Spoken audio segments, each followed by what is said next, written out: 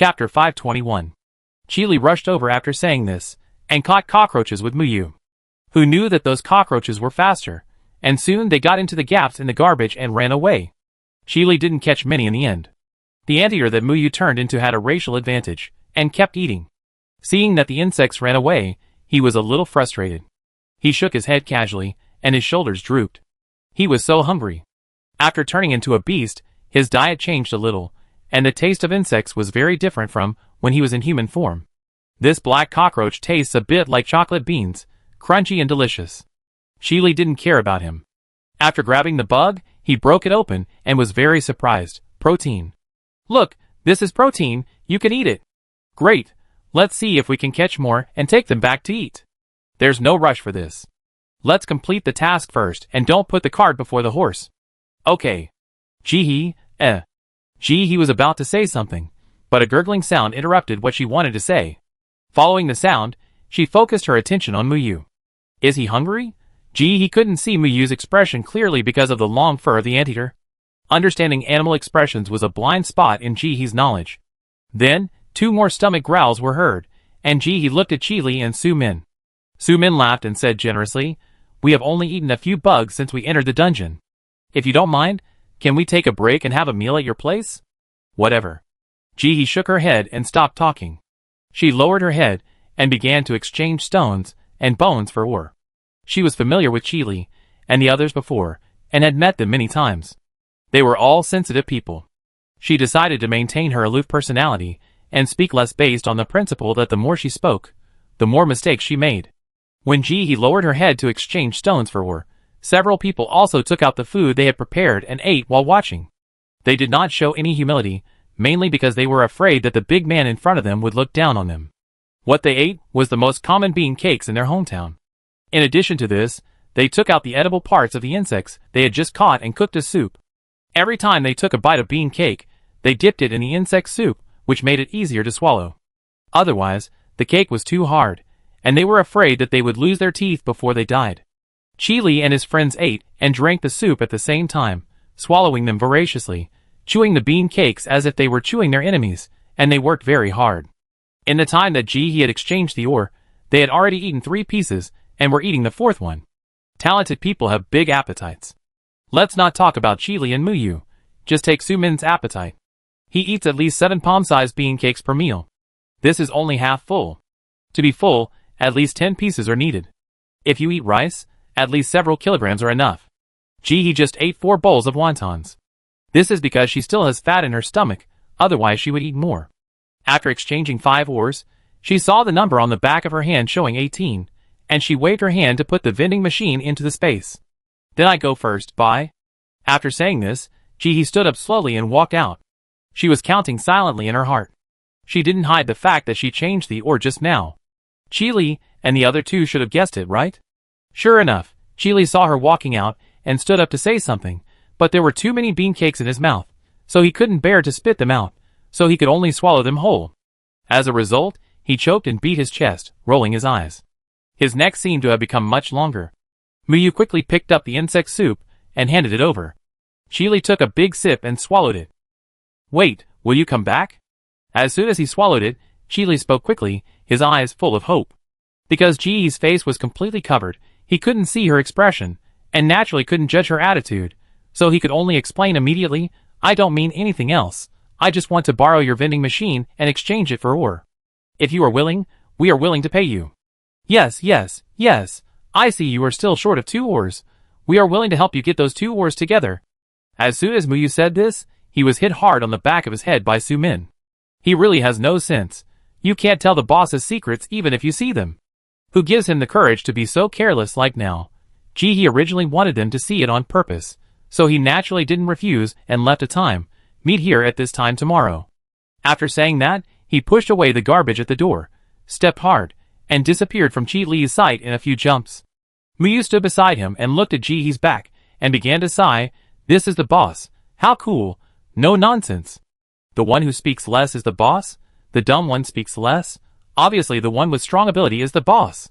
Su-min felt a little sorry that the boss left in a hurry. If possible, she would like to talk to the boss more, and see how he usually exercises. "Okay, you two stop thinking about nonsense. After we are full, we have to go down to find some stones and bones. We have to collect 62 ores. This task is not easy. Hearing this, Miyu sped up the speed of eating cakes and stopped talking. Sumin began to search for the space button. If I had known that I would have a chance to meet the boss in this copy, I would have brought the chicken that just died. Now there is nothing but bean cakes in the space button. I guess the boss doesn't care about it.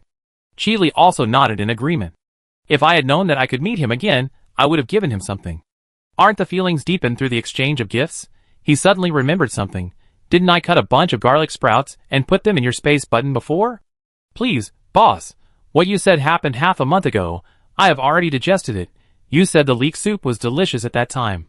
While Jihi jumped, she found a big hole with her sharp eyes and jumped in. I don't know how others found the hole. Her hole looked like it was dug by a rat. It was not big, not even as big as the sewer cover in my hometown. But she slid in very smoothly, in a posture of rushing down with her head. Although there were some miscalculations when she first came in, her head went in and her shoulders were outside, but it doesn't matter, great strength can make miracles happen. Oh, forget it, I can't get out. Let's just squeeze a sand scorpion fruit. It's not that I can't squeeze in, I'm really afraid that the tunnel will collapse, that would be a sin. After crushing the fruit, Jihi entered the tunnel very smoothly. This time it was really smooth. As smooth as dove. After entering, she quickly slid into the ground and woke up Chuichi, who was sleeping with his eyes rolled up. Get up and work. Chapter 522. Chuichi felt groggy and felt sick. Most of their lives were spent sleeping.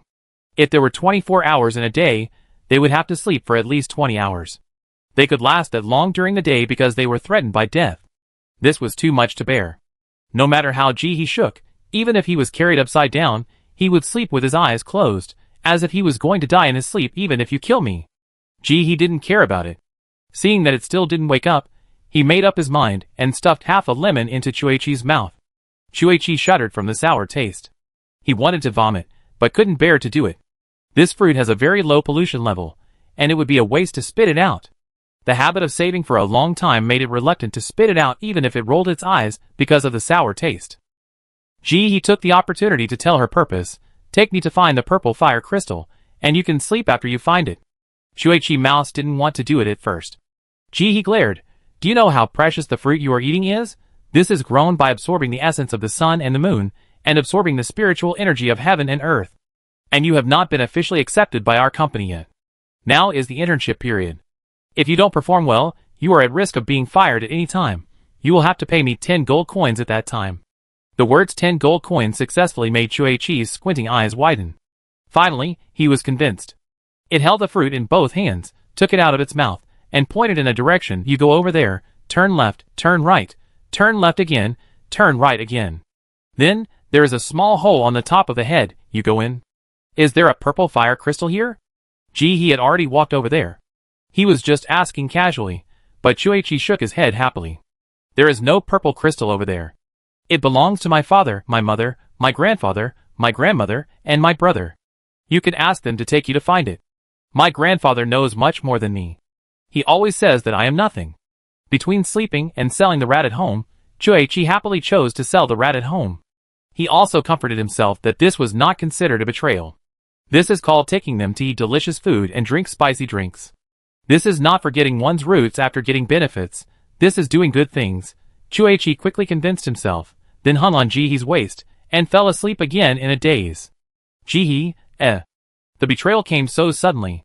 This Chuichui rat is also spineless. She followed the path pointed by Chuichi, and soon found Chuichui rat's home, a very small hole, about the size of her fist, at the very edge. If Chuichi didn't say it, who would have guessed that there were several Chuichui rats hiding in it? However, these rats will all belong to her from now on. Jihi turned into sand and went in. As soon as she emerged, she was met with a pair of confused eyes. She smiled, and in a shock of squinting eyes, she acted like lightning. She quickly tied up all 5 rats, and dragged them one by one into the hole below. No one could sleep now. The 5 rats were all confused, hugged each other, and trembled with fear. We are not tasty, our meat is bitter. If you have any problem, go to my son, not me. Your grandson invites you to come home with me. Jihi said very implicitly. Who is the grandfather? It. The old Chuichui mouse pointed at by the 4 Chuichui mouse stood in place, and looked into Jihee's black mirror eyes. Then you four can continue to sleep, let's chat? Jihee didn't give the Chue mouse a chance to refuse. The other four Chue mouse saw that Jihee didn't look for them, and they were relieved instantly. They pushed the oldest one out directly, and they hid behind. Old Chue rat, what's the point of having a baby? It's for debt collection. 2 minutes later, Jihee had 5 Chue rat hanging from his buttocks, and 1 hanging from his chest, and he ran straight to the cave of the purple fire crystal in the direction directed by the Chue rat. The old Chue rat had a small grape in his mouth, which was so beautiful that it was heavenly. This thing smelled so good. It made the rat obsessed. Yes, in addition to this place, I know the locations of 3 other purple fire crystals. You should find me. I'm much more reliable than that stupid boy. There's no place I don't know in this underground. Do you see the bald spot behind me? That's the proof of my fight with the iron-headed earthworm. In the whole family, I am the only strong one. They all survived because of my protection. Chuetu was in front, boasting about his bravery when he was young. The Chue rats behind him slapped Chue crazily. I let you betray your father. I let you betray your mother. I let you betray your grandmother. Chue was motionless, sleeping with his head down. Go ahead, if you can't kill him, you're still a hero. Chue seized the opportunity, and pulled out the lemon from his mouth, and stuffed it into his own mouth. He rolled his eyes because of the sourness, but was reluctant to spit it out. Chue, you unfilial son, let your father have a taste. Chue rolled his eyes, and pretended not to hear. He seemed to be deaf. Although Chue liked to brag, he was right about one thing. He didn't know where the purple fire crystal was. Following the direction he pointed, Jihee climbed for more than an hour, and successfully found the location of the purple fire crystal. After pushing away the soil in front of her, she was blinded by a purple light. It's so bright. It's like falling into a purple world. In the green garbage on the ground, there are dots of purple fire crystals, which seem to coexist with the garbage. If you don't tell me, who would have thought that garbage could grow such a useful treasure? Just as he was about to jump down, he suddenly heard a fierce running sound above his head, followed by the sound of a giant creature crawling. Is this the iron-headed earthworm chasing people? The damned iron-headed earthworm is hunting again. He lowered his head, and spoke in a low voice, and the whole mouse was shaking a little. Let's keep our voices down. Its ears are very sensitive. He lowered his head, and spoke in a low voice, as if he was speaking to Jihee's ear, without any of the bragging he had on the road. Jihee took a look and saw that he was really scared, so he didn't pour cold water on him. Is this how you fight with iron-headed earthworms? It doesn't look like it. She jumped down the cave, and didn't care about what happened above. There were a lot of purple fire crystals in the cave, some of which were still stuck to the garbage. Jihee put on gloves, and easily separated the purple fire crystals from the garbage. She was in the middle now. She thought she could finish loading it in a few hours, but when she looked up, there were so many purple fire crystals that she couldn't see the end at a glance. She knew that she would not be able to sleep tonight. She was so happy that once she entered the dungeon, she would not think about sleeping. There would never be a day when she would finish the work, but when she thought about the space where she could upgrade immediately after she got out, she felt full of strength. After finishing a cup of American coffee, she could work for several more nights. Fortunately, she was strong. Others had to use machines to completely separate the purple fire crystal from the garbage, but he could just break it apart with all her strength, which saved her a lot of trouble. Chapter 523. While breaking the purple fire crystal, she listened to the sound of the iron-headed earthworm running and roaring above her head, which had not stopped all night. Now she understood. That iron-headed earthworm was not a good thing. All its purpose was to eat them. The most terrifying thing was that it had intelligence. If it came up to eat them, and put its malicious intentions on the table, it would be easier to deal with. At least others would be a little wary. After all, in that situation, not many people were splashed by their green mucus. It was still in time to escape.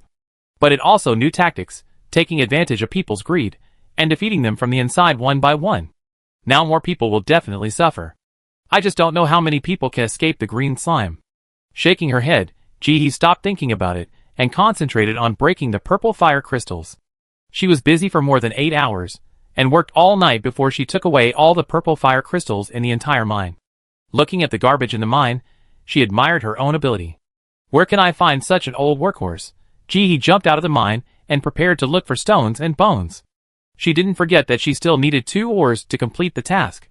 Although Chile said he would give her 2, the last thing a person can do is to pin all their hopes on others, as this will inevitably lead to disappointment. She didn't object before, but simply wanted to talk less, fearing that she would be exposed if she talked too much.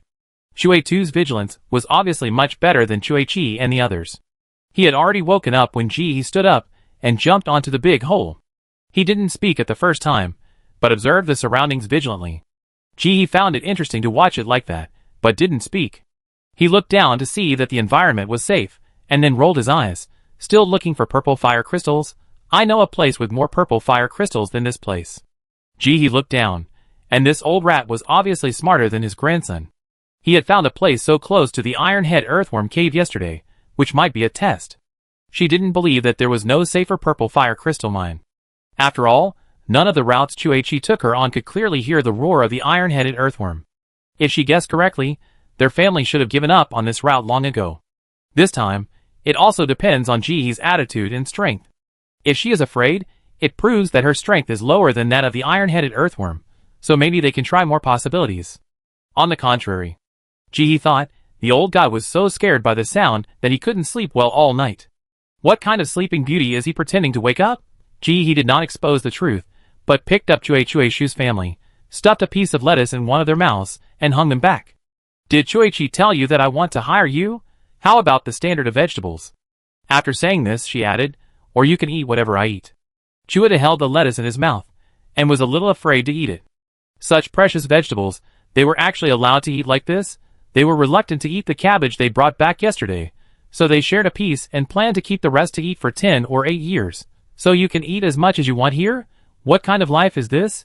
Chuei-Chi nodded, chewed the lettuce, and tasted it. This vegetable is also delicious, more tender, but not as chewy as cabbage. I like a harder texture. Oh, by the way, I also ate the apple skin, which was delicious. And grapes, sweet and delicious. The boss doesn't like to eat grape skins, so he gave me the peeled ones. I can't count how many vegetables I have eaten. I feel like I have never eaten such delicious food since I was born. Seeing Chuei-Chi saying it, she simply took out an apple and started peeling it in front of the Chuei mouse. As the apple peel was peeled, a sweet aroma floated into the Chuei mouse's nose, attracting the Chuei mouse's attention. They stared at Ji-He and didn't even eat the lettuce in their hands. Chuei-2 was even more so. He had lived his whole life under the shadow of the iron-head earthworm and had never eaten anything sweet. He couldn't stand just smelling it. Ji-He smiled and stuffed a piece of the peeled fruit into his mouth. So several Chuei rats held lettuce leaves in their left hands, and apple peels in their right hands, and even forgot the iron chain around their waists. Happy life came too suddenly. Yesterday they shared a piece of cabbage, and today the level was raised. I just felt like I had entered heaven. This is the life that Chuei rats should live. Eat vegetables with a pollution level of less than 5%, and eat as much as you want. Orcs will never be slaves unless they are provided with food and shelter. Chuei-2 was moved by the sweet apple peel in his mouth. Yesterday, he was reluctant to eat the grapes, and kept half of it in his mouth to give to Chuei-Chi's grandmother. Now he ate the apple peel again. This skin is even more delicious than grape skin. This sweet taste, it's amazing. It makes the mice obsessed.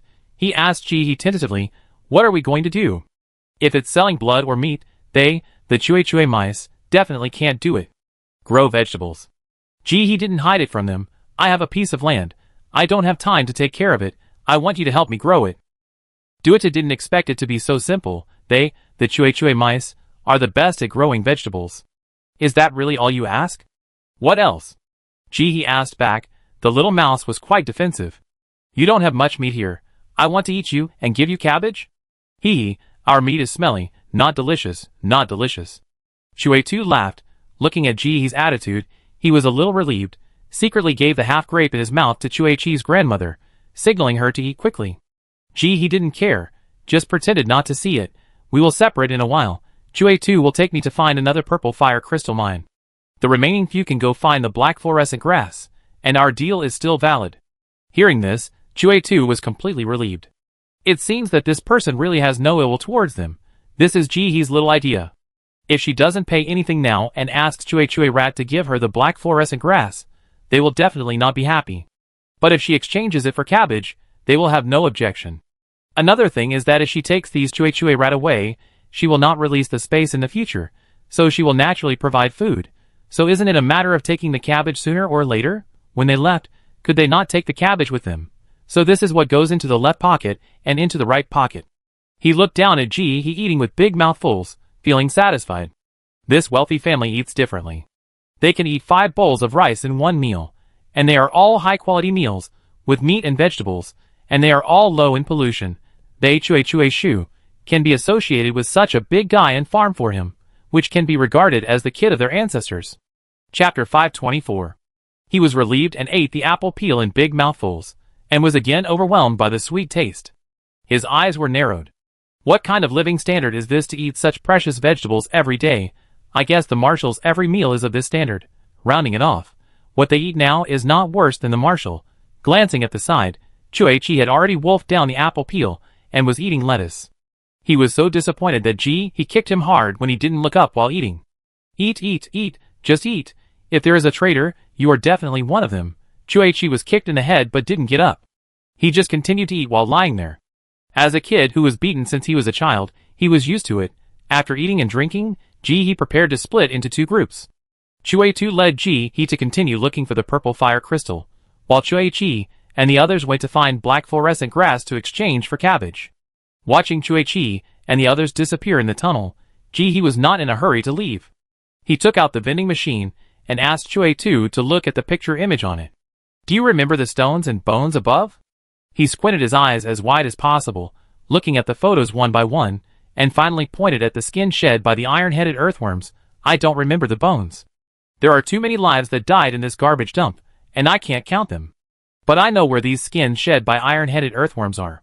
Yesterday, Chuechi took me to walk in various tunnels for a long time and searched everywhere. If you said it was in the tunnel, it should be gone now. He waved his hand to put the vending machine into the space, and began to carry his equipment. Another day of pretending to be a captor. TSK, what does that kid know? I take you to the place where their tribe sheds their skin. Chuetu actively gave Ji advice. If he wanted to leave a memory in front of the boss, he had to let the boss know that his Chuetu was useful. Iron-headed earthworms will only shed their skin in the cave when they are too full.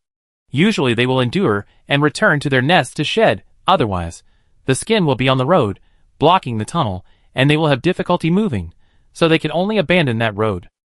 Ji nodded. That was indeed the truth. There is just one bad thing.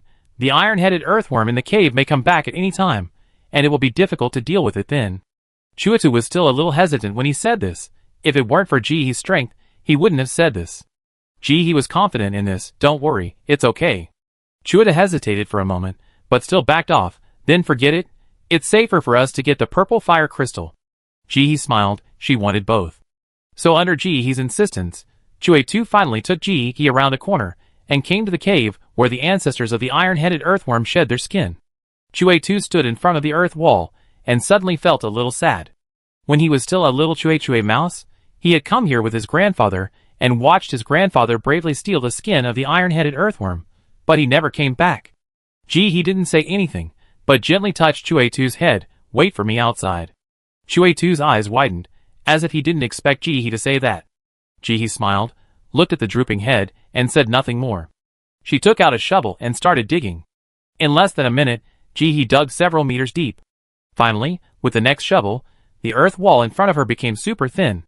She held the shovel in one hand, poked a hole in the earth wall with her hand, and looked inside. She frowned. A hole as big as a football field, filled with layers of skin shed by iron-headed earthworms. It was impossible to count how many there were, but it could be seen that the whole hole was filled with layers upon layers. If it were just like this, it would be fine. Ji would only be happy. But the problem now is that there is a huge iron-headed earthworm inside, which is molting.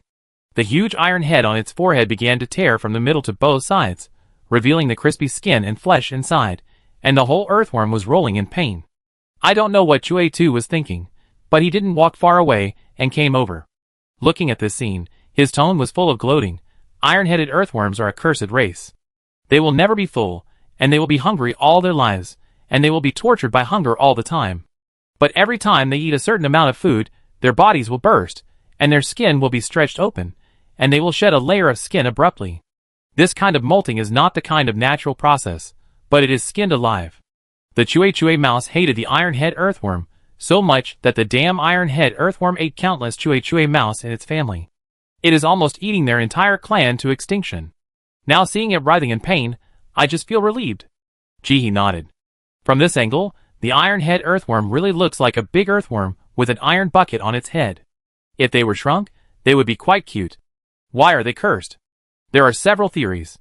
One is that their race once betrayed a certain divine beast and was cursed by it. Another theory is that they were cursed by the consciousness of the universe, so they were abandoned in this garbage dump with nothing to lose, and they will be punished for billions of years. He looked down at the iron-headed earthworms writhing in pain below, and felt very happy. I think it's right. Such a greedy person should be punished. As the iron-headed earthworm shed its skin, the green blood on its body spurted everywhere, looking like a green fountain, and it spurted out very high. He felt a little itchy, and seeing the iron-headed earthworm's open mouth, he suddenly had an idea and took out a bunch of vine ears and threw them down the hole. It was just so coincidental that it was thrown into the iron-headed earthworm's open mouth. Even when it was rolling in pain, the iron-headed earthworm's open mouth touched the food and swallowed it subconsciously. They really dare to eat anything. He suddenly thought of something and asked quietly, "They are not immune to all poisons, right?" If they are really immune to all poisons, then her efforts are in vain. No way. Immune to all poisons is such a good physique. How can you give it to them? He lowered his head and took a bite silently. Their physique is to accelerate absorption, shedding. He was curious, if they are so bad, why don't beasts come here to destroy them? Since everyone knows that this race is greedy and has a bad personality, why do they let them go? He shook his head. I don't know. I don't think it's necessary. After all, they are bad, so they can only live in the garbage dump and can't get out. In addition, as their bad reputation spread over the past few hundred years, basically no beasts are fooled, so they can only eat garbage here. Who would bother to kill them? Oh, by the way, you are the only new team in the past 20 years. He was a little curious. The iron-headed earthworms were abandoned. So how did you, the weeping rats, come here? Chapter 525. We are victims. Chuachuashu said this with indignation. This garbage dump was originally a fertile land, the land of our Chuachuashu tribe. But one day, a group of iron-headed earthworms suddenly fell from the sky. They ate all our plants and then began to hunt us, and since then, garbage has started to fall from the sky. The land can no longer grow plants. Our ancestors also said that the talent of iron-headed earthworms is to summon garbage. Wherever they go, garbage falls. It's the borer of the universe. It's a big bad guy. He didn't comment on this. She didn't think that the talent of the iron-headed earthworm was to summon garbage. After all, this talent sounded quite anti-human. Let's go first. This iron-headed earthworm will have to molt for a while. We can come back after we get the purple fire crystal. Chuatu was very relaxed when he said this. The ears of the iron-headed earthworm are not so sensitive when it is molting. It can't hear them talking normally. He glanced at the iron-headed earthworm below, which was still rolling and bleeding, and nodded in agreement. The man and the mouse went straight to the hole dug by the iron-headed earthworm. The hole here was bigger, and stones and iron-headed fruit could be found in the hole.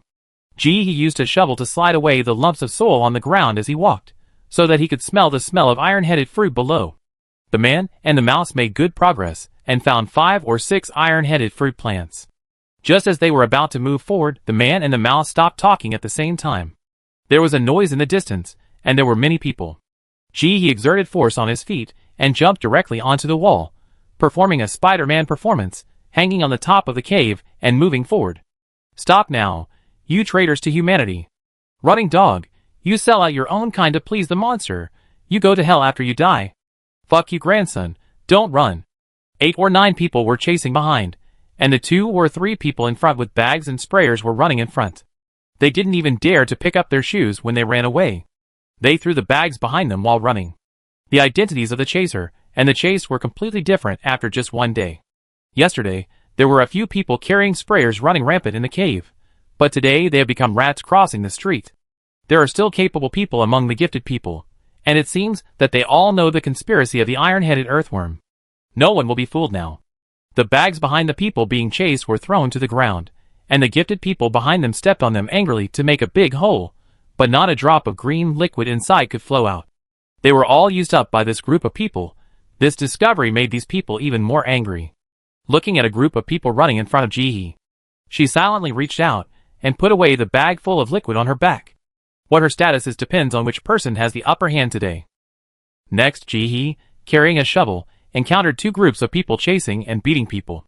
The person being chased had long lost his backpack, but he still couldn't escape being chased and scolded. Looking at the posture of these people, if they really caught up, I'm afraid they would lose their lives. With his sensitive hearing, he climbed to the top of the cave before the group of people approached and nimbly dodged. It was originally expected to take more than 40 minutes to reach the purple fire crystal cave, but it took more than an hour to walk. But it was not without gain. He found 3 more bones of animals that she didn't recognize, and after finding 2 more, she could collect another piece of ore. She collected them happily. Isn't this easy? In the purple fire crystal cave here, at the top of a cave, he imitated Spider-Man's posture and started digging by sticking to the top of the cave. While digging, he also pricked up his ears to listen. The cave was in chaos at this time. There were shouts and cries of fighting everywhere. The Lone Ranger could no longer get through this copy, and everyone started to choose companions whether they wanted to or not. Even if they don't count on their companions for help, they can at least sell their teammates to survive when the iron-headed earthworm attacks. Otherwise, no one will sell them when they want to. Anyway, as long as they hold on for 3 days, they can go home. Yesterday, the iron-headed earthworm revealed its true face and swallowed several people in succession. Now everyone knows that this NPC is evil. And they have been marked, so they can't hide it. After all, according to the drooping head, the iron-headed earthworm has been hungry for who knows how many years. Seeing so much alive meat, it can wait until night to eat, which is already a great perseverance. At this moment, all the people with green slime on their bodies are small cursors in the eyes of the iron-headed earthworm, and they can be found no matter where they hide. Then why do they need to be so cautious? Of course, revenge is needed for revenge and grievance is needed for grievance. If they can't beat the iron-headed earthworm, can they beat those who label them? He's digging speed has also improved greatly in this copy. He quickly dug through the top of the cave and jumped in.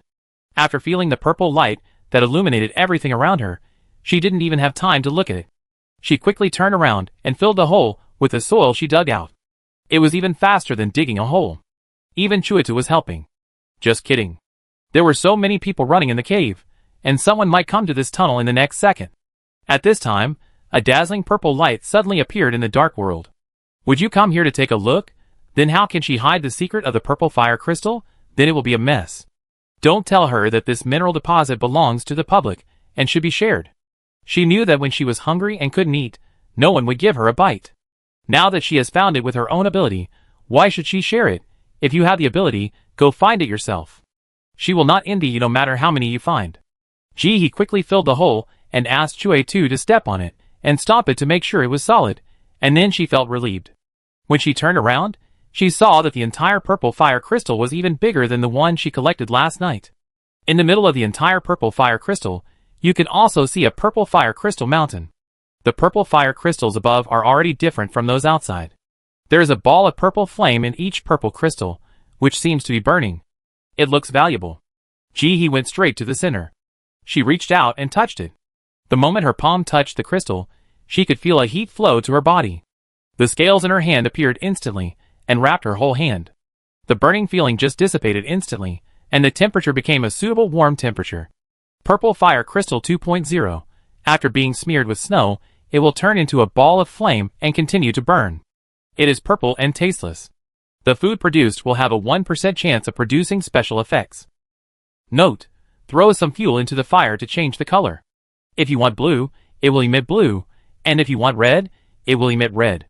Is this better than Purple Fire Crystal? Purple Fire Crystal can also emit fragrance. Although it is fragrant, it also has the risk of exposure. This is different. Not only is it tasteless, but it can also change color.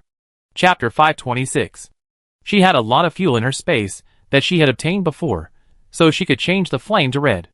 In this way, even if a person with a penetrating eye came, he probably wouldn't be able to see through it. Ji's hands turned into white scales and began to break them off. After breaking off a few pieces, she felt that it was not working. This was too inefficient. Isn't this the same as harvesting rice? Not cutting from the root but from the ear? The effort was used, but the efficiency was not improved. All of this Purple Fire Crystal 2.0 grows together, as if it is a whole, but in fact, there are small flames inside.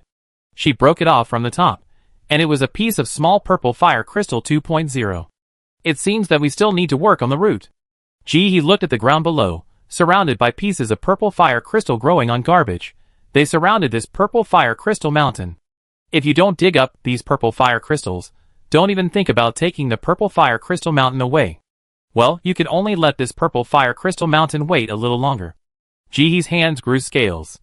She grabbed the iron trash with her left hand and pulled the purple fire crystal with her right hand, one at a time, easier than opening a can. She discovered that when her whole body was covered with scales, her strength and defense would be improved.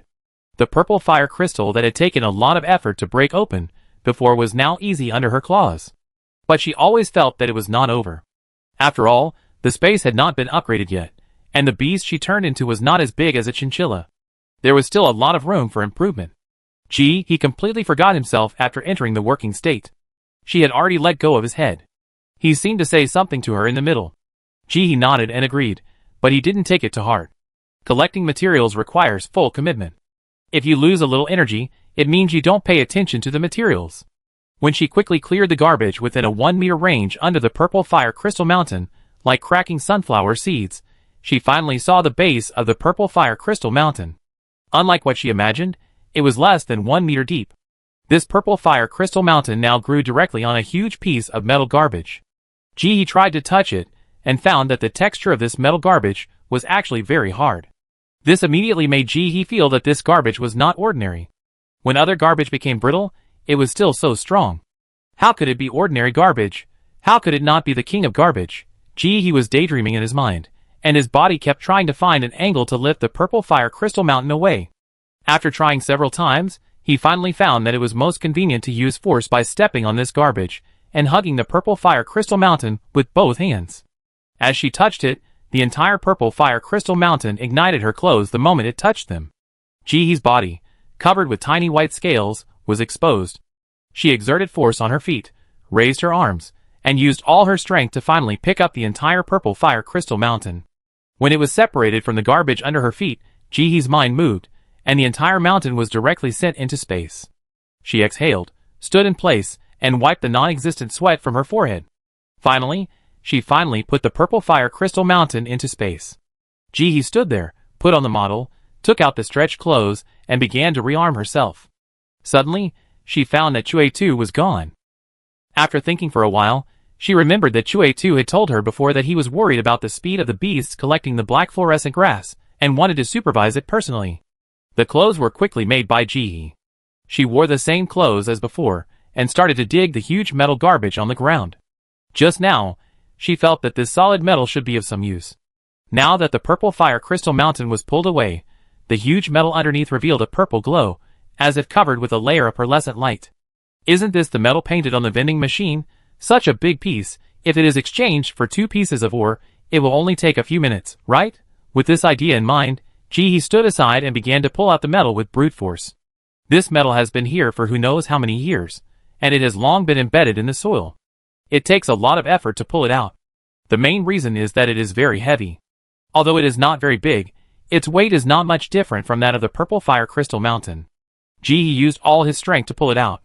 She took out the vending machine and compared the metal with the image above. It looked the same. However, this piece of metal was as big as a tabletop. Jihee was afraid that the ore exchange would be too much and exceed the standard, so he thought of breaking the metal and handing over only half. Unexpectedly, the metal was so tough that no matter how Jihee broke it, it didn't break. Even the junction didn't turn white or change color. It could maintain the same angle as the one it was bent to.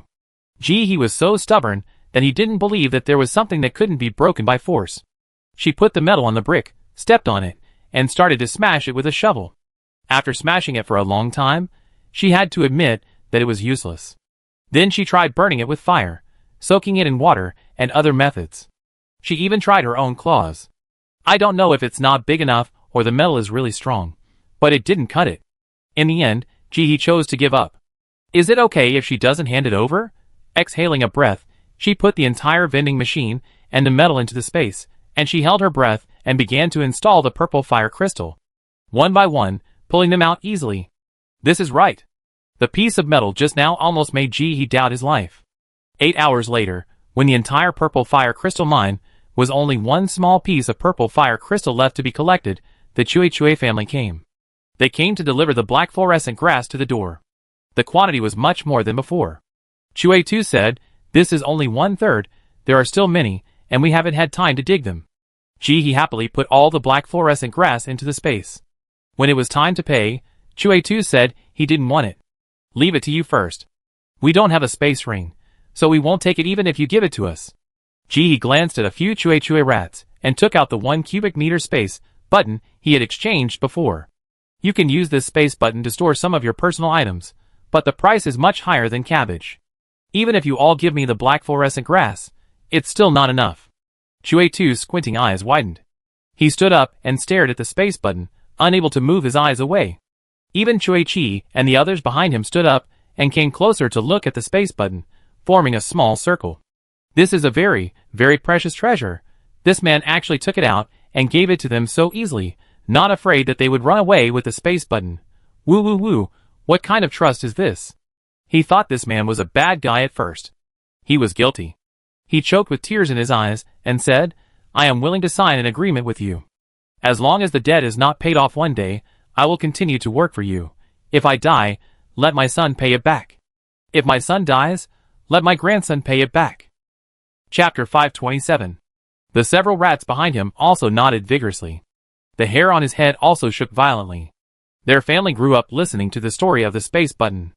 The great-grandfather of the great-grandfather once said, there is a magical treasure in the outside world that can only be possessed by beasts of a certain status. With this treasure, you can hide all the food in the house. You can also take it wherever you go, so you don't have to worry about going hungry. With this treasure, they can also put the cabbage they hid before in it and save it for when they are hungry. Ji touched her nose and looked at the family's cheerful appearance, seeming a little embarrassed. But she quickly convinced herself. The contract is just a means. Anyway, as long as the Chuda family does not betray her, there is no difference between signing the agreement and not signing it. This is just a way to prevent trouble before it happens. Anyway, as long as these Chuichu rats do not betray her, she will provide them with good food and drink. It must be much better than their life in this garbage dump. Then I put the cabbage on the ground for you. You can collect it yourself. The drooping rats stay and take me back to the place where the iron-headed earthworms shed their skin. Since the drooping rats are willing to sign the agreement, Ji will not blame them too much. She is willing to buy back the black fluorescent grass at the price agreed at the beginning. This move made the 6 drooping rats tear up again, and they patted their chests frantically and promised that they would plant a good field for Ji. The way back this time was much quieter than the last time. Of course, this kind of quietness does not mean that everyone has stopped. Instead, the iron-headed earthworms shed their skins and began to shuttle through various underground caves and eat people. They were like a giant truck moving at full speed, eating everything, whether it was people or soil. Even if everyone was unwilling, they had to be careful at this time. After all, even if they were located, as long as they were separated enough and ran far enough, there was still a difference between eating first and eating later. If the noise was loud and attracted those things, it would be over. Life was hard enough. Now I have to hide and search for or at the same time, which is really annoying. Countless people cursed while doing the task. I made up my mind to go back this time, and I would never come here to suffer again. As the old saying goes, it is better to live a miserable life than to die a good death. Although it was a bit hard in my hometown, I could still survive. If I died in the task, I don't know who would get the food I saved. When I thought of that possibility, my heart ached. Ji was not marked, and she had the help of Chue-2 all the way. Even if she encountered the iron-headed earthworm, as long as she didn't make any sound, she would not notice her at all, which was enough for her to come to the place where the iron-headed earthworm shed its skin smoothly. After reaching the ground, she looked inside the hole she had opened before.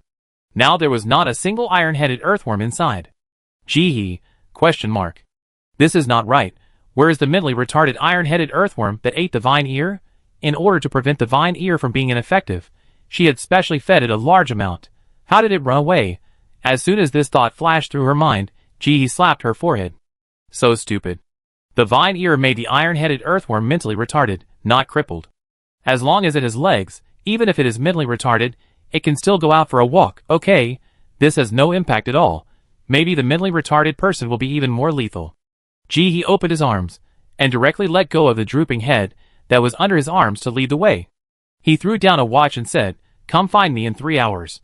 After that, he punched the earth wall open, and jumped into the cave. Ji had just taught Drooping Head how to read the watch on the way here. He glanced at the pointer, carefully put the watch into the space button, kicked his hind legs, and disappeared quickly. There are still many things to pack in the cave. Before there was no space button, these things had to be thrown away. Now with this treasure, He can't throw away the belongings he has accumulated over the years. He fell quickly on the soft skin of the iron-headed earthworm, and the touch under his feet was more like a trampoline. Soft and full of elasticity. She didn't waste time, and in this completely dark environment, she quickly started to put things into the space. Before, she put more than 20, and she felt that she had put a lot. I don't know how many iron-headed earthworms are molting in this cave. The number is countless times more than before. She went down all the way, and found that the hole was terribly deep. Perhaps the iron-headed earthworms have been shedding in this hole for generations? He was thinking about how to use these skins while collecting them. Before, she only knew that the skins of these iron-headed earthworms were materials for making protective clothing. But no matter how good the materials are, she has to know how to make them. Before, the weaving of the fur of the floating cloud beast was outsourced. If she was asked to make protective gear at home, it would be really difficult for her. Let's outsource it. Now the gifted have also derived a lot of auxiliary professions. They have them in the base, such as forgers. The protective gear made by these people is quite good. It's just that the fee is a bit high. When he entered this dungeon, he saw many people wearing that kind of protective gear. It looks a bit like a combination of armor and cloth armor. Some are even glowing. He has no such demand. She just wants to make an ordinary looking one. It shouldn't be a problem to find Chung Jun then. After all, there must be some outstanding talents in such a large base in City A, right? As for whether someone would find her through the protective suit, he was not too worried, because she could wear the protective suit inside. Chung Jun was a smart man, and he wouldn't be so cunning in this regard. Besides, she had obtained so many skins of iron-headed earthworms, and she certainly couldn't use them all herself. When she sold them, more people would wear protective suits, and the water would naturally become muddy. She would be safe if she hid in the middle.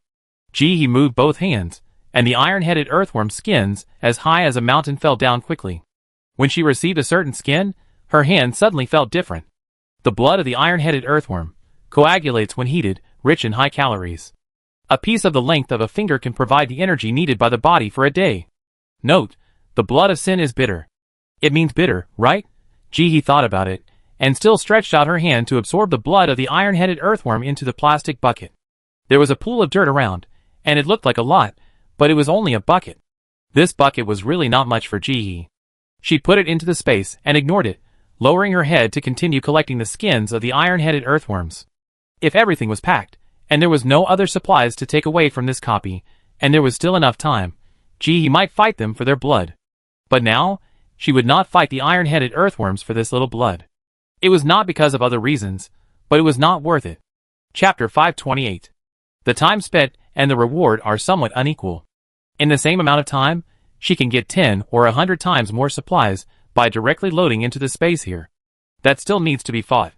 And during the fight, the blood will definitely be scattered, and it is hard to say how much will fall into your hands.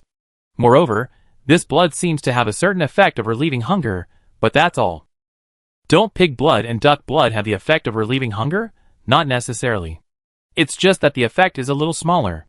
Ji moved very quickly, and it took more than 2 hours to put all the skins of the iron-headed earthworms into the space. The advantage of her being able to complete the transformation is that she can put large items of supplies at one time, and her head no longer hurts. But she gets very hungry easily. When she is hungry, she feels anxious and weak all over. She barely stuffed a piece of chocolate into her mouth, and then she felt a little stronger.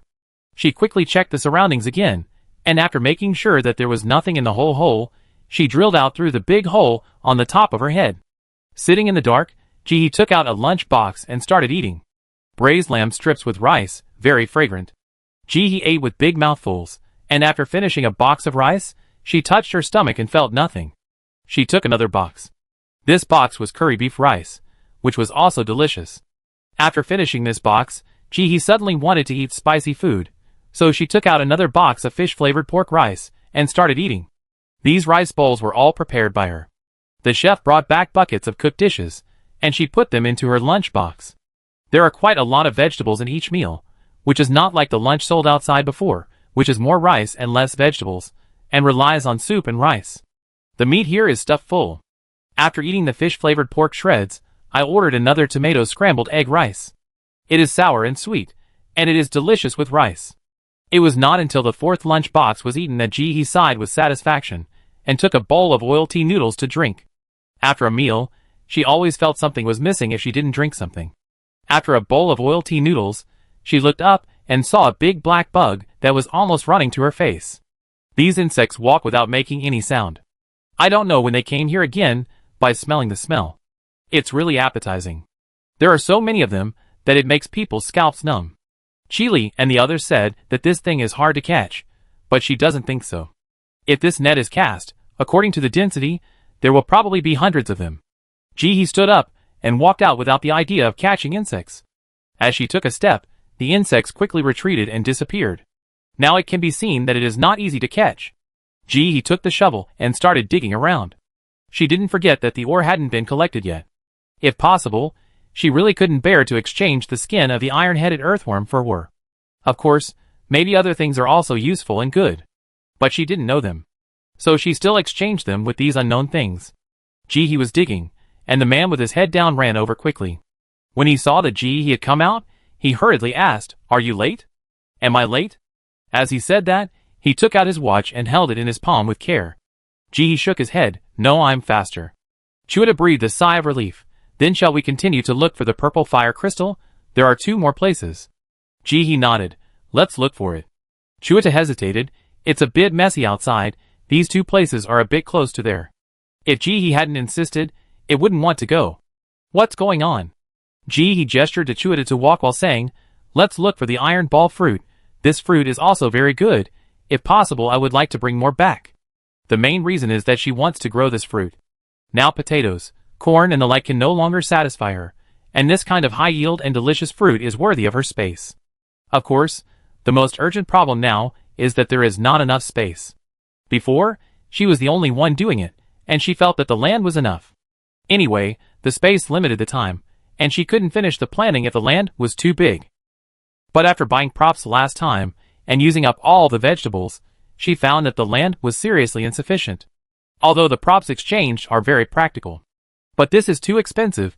She doesn't believe that other people can afford it. Now her space utilization rate has reached the maximum, and the crops and vegetables can't be planted more densely.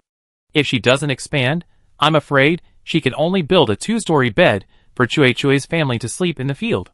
Ahem. There is nothing she can do about it. After all, it's hard to avoid a bit of hardship in the startup stage of the company.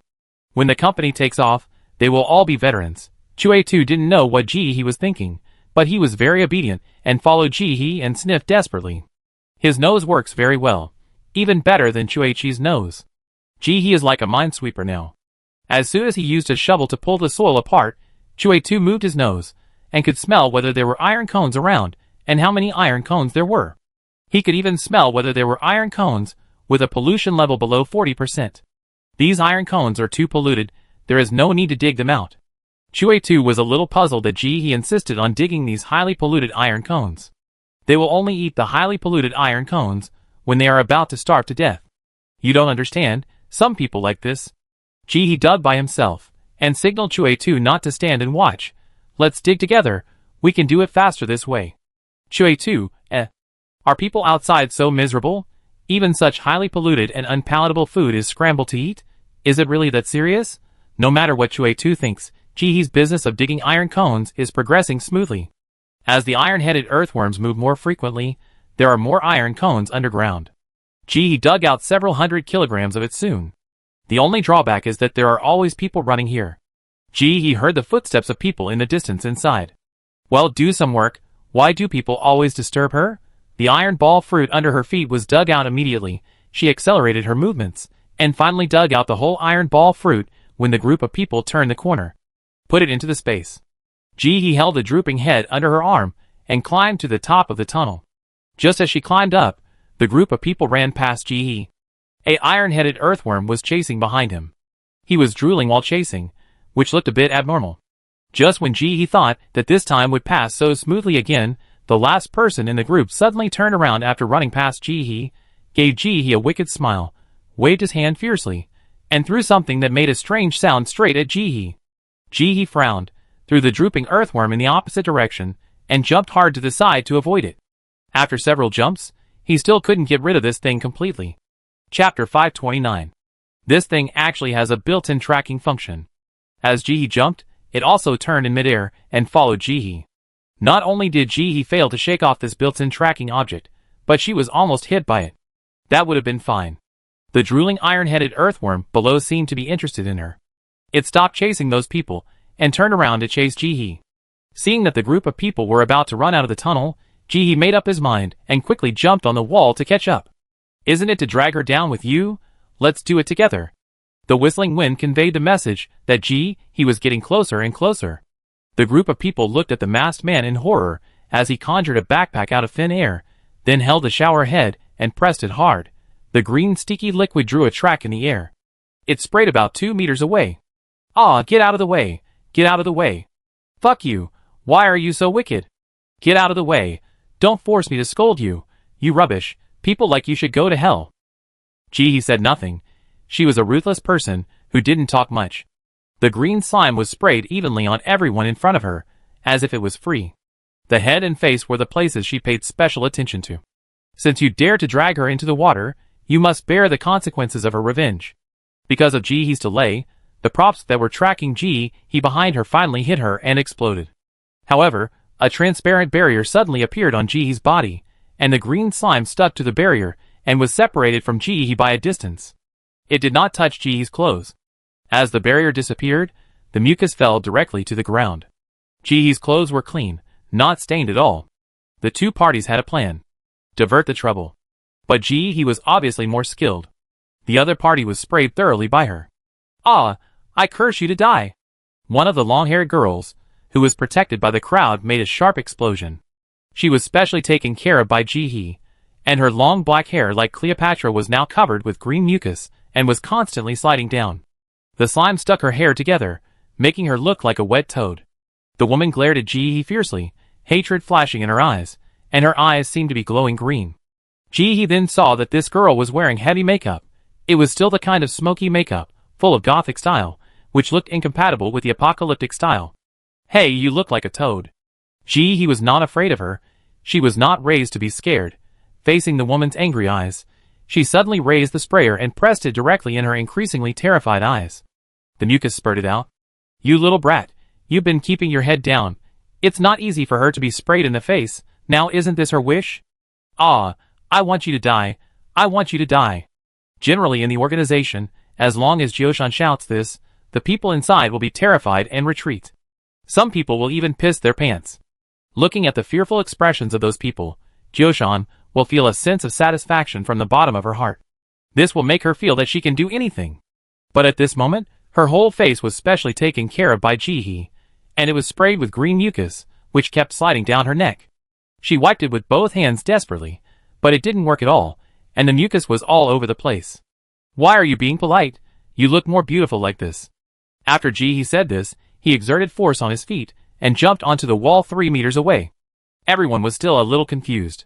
The next second, the iron-headed earthworm that was whistling behind him suddenly opened its big mouth and swallowed 2 people directly. Hee, eat. Ah! Run! The monster is catching up. Ji-hee watched as the man who had just framed her quickly pushed 2 of his companions to block the disaster at the last moment, and she protected the gothic girl and ran to the front of the crowd. Her eyes flashed, and she jumped down again, kicking the man in the face. Unexpectedly, a huge metal shield suddenly appeared in the man's hand in the next second, directly withstanding Ji-hee's attack. Ji-hee's eyes darkened, and he exerted force on his feet and kicked again quickly. Every time the metal shield withstood Ji-hee's attack, a huge deep pit would appear on it. With her flying kick, a big hole was finally kicked out of the shield in the man's hand. Ji-hee also moved closer and closer under the man's horrified gaze. The iron-headed earthworm not far away was devouring its companion recklessly. Under the green glowing background, the companion's screams and the imminent death, Ji-hee's lens reflecting cold light, made Yunjin Potato feel regret for the first time. I should have known not to throw that green hollow tracking bullet earlier. At most, a few people died, which is better than the whole army being wiped out now. Take Jioshan away. Yunjin Potato shouted the last words, and his head was kicked against the wall by Ji-hee. He never got up again. Potato! Ji-hee also recognized this man now. She had met him in the underground mushroom ridge. He was one of the 3 people. He was taciturn and did not leave a deep impression on her.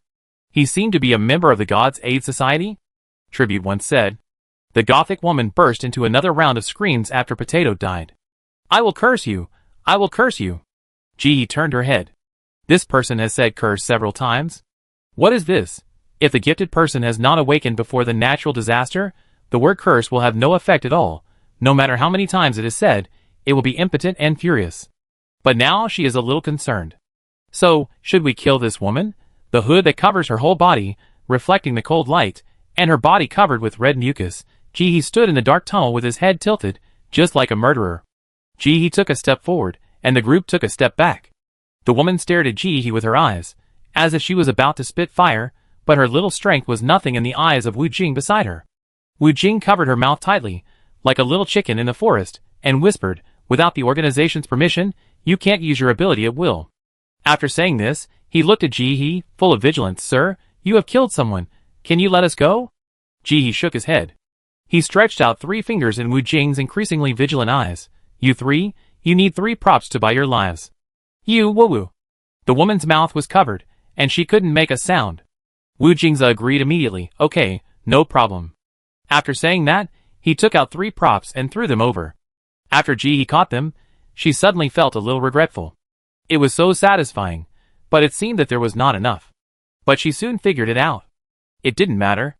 Since she felt that there was not enough, she could rob again. Chapter 530. This is called cutting leaks. After Wu Jing threw out 3 props, he quickly carried the woman and disappeared. He exerted force on his feet, and quickly chased after him. His speed was even faster than Wu Jing and the others. He ran to the front in a few steps. The team had 9 people just now, but after a while, only 3 people were left after being eaten by the iron-headed earthworms. Oh, another one died in Ji's hands.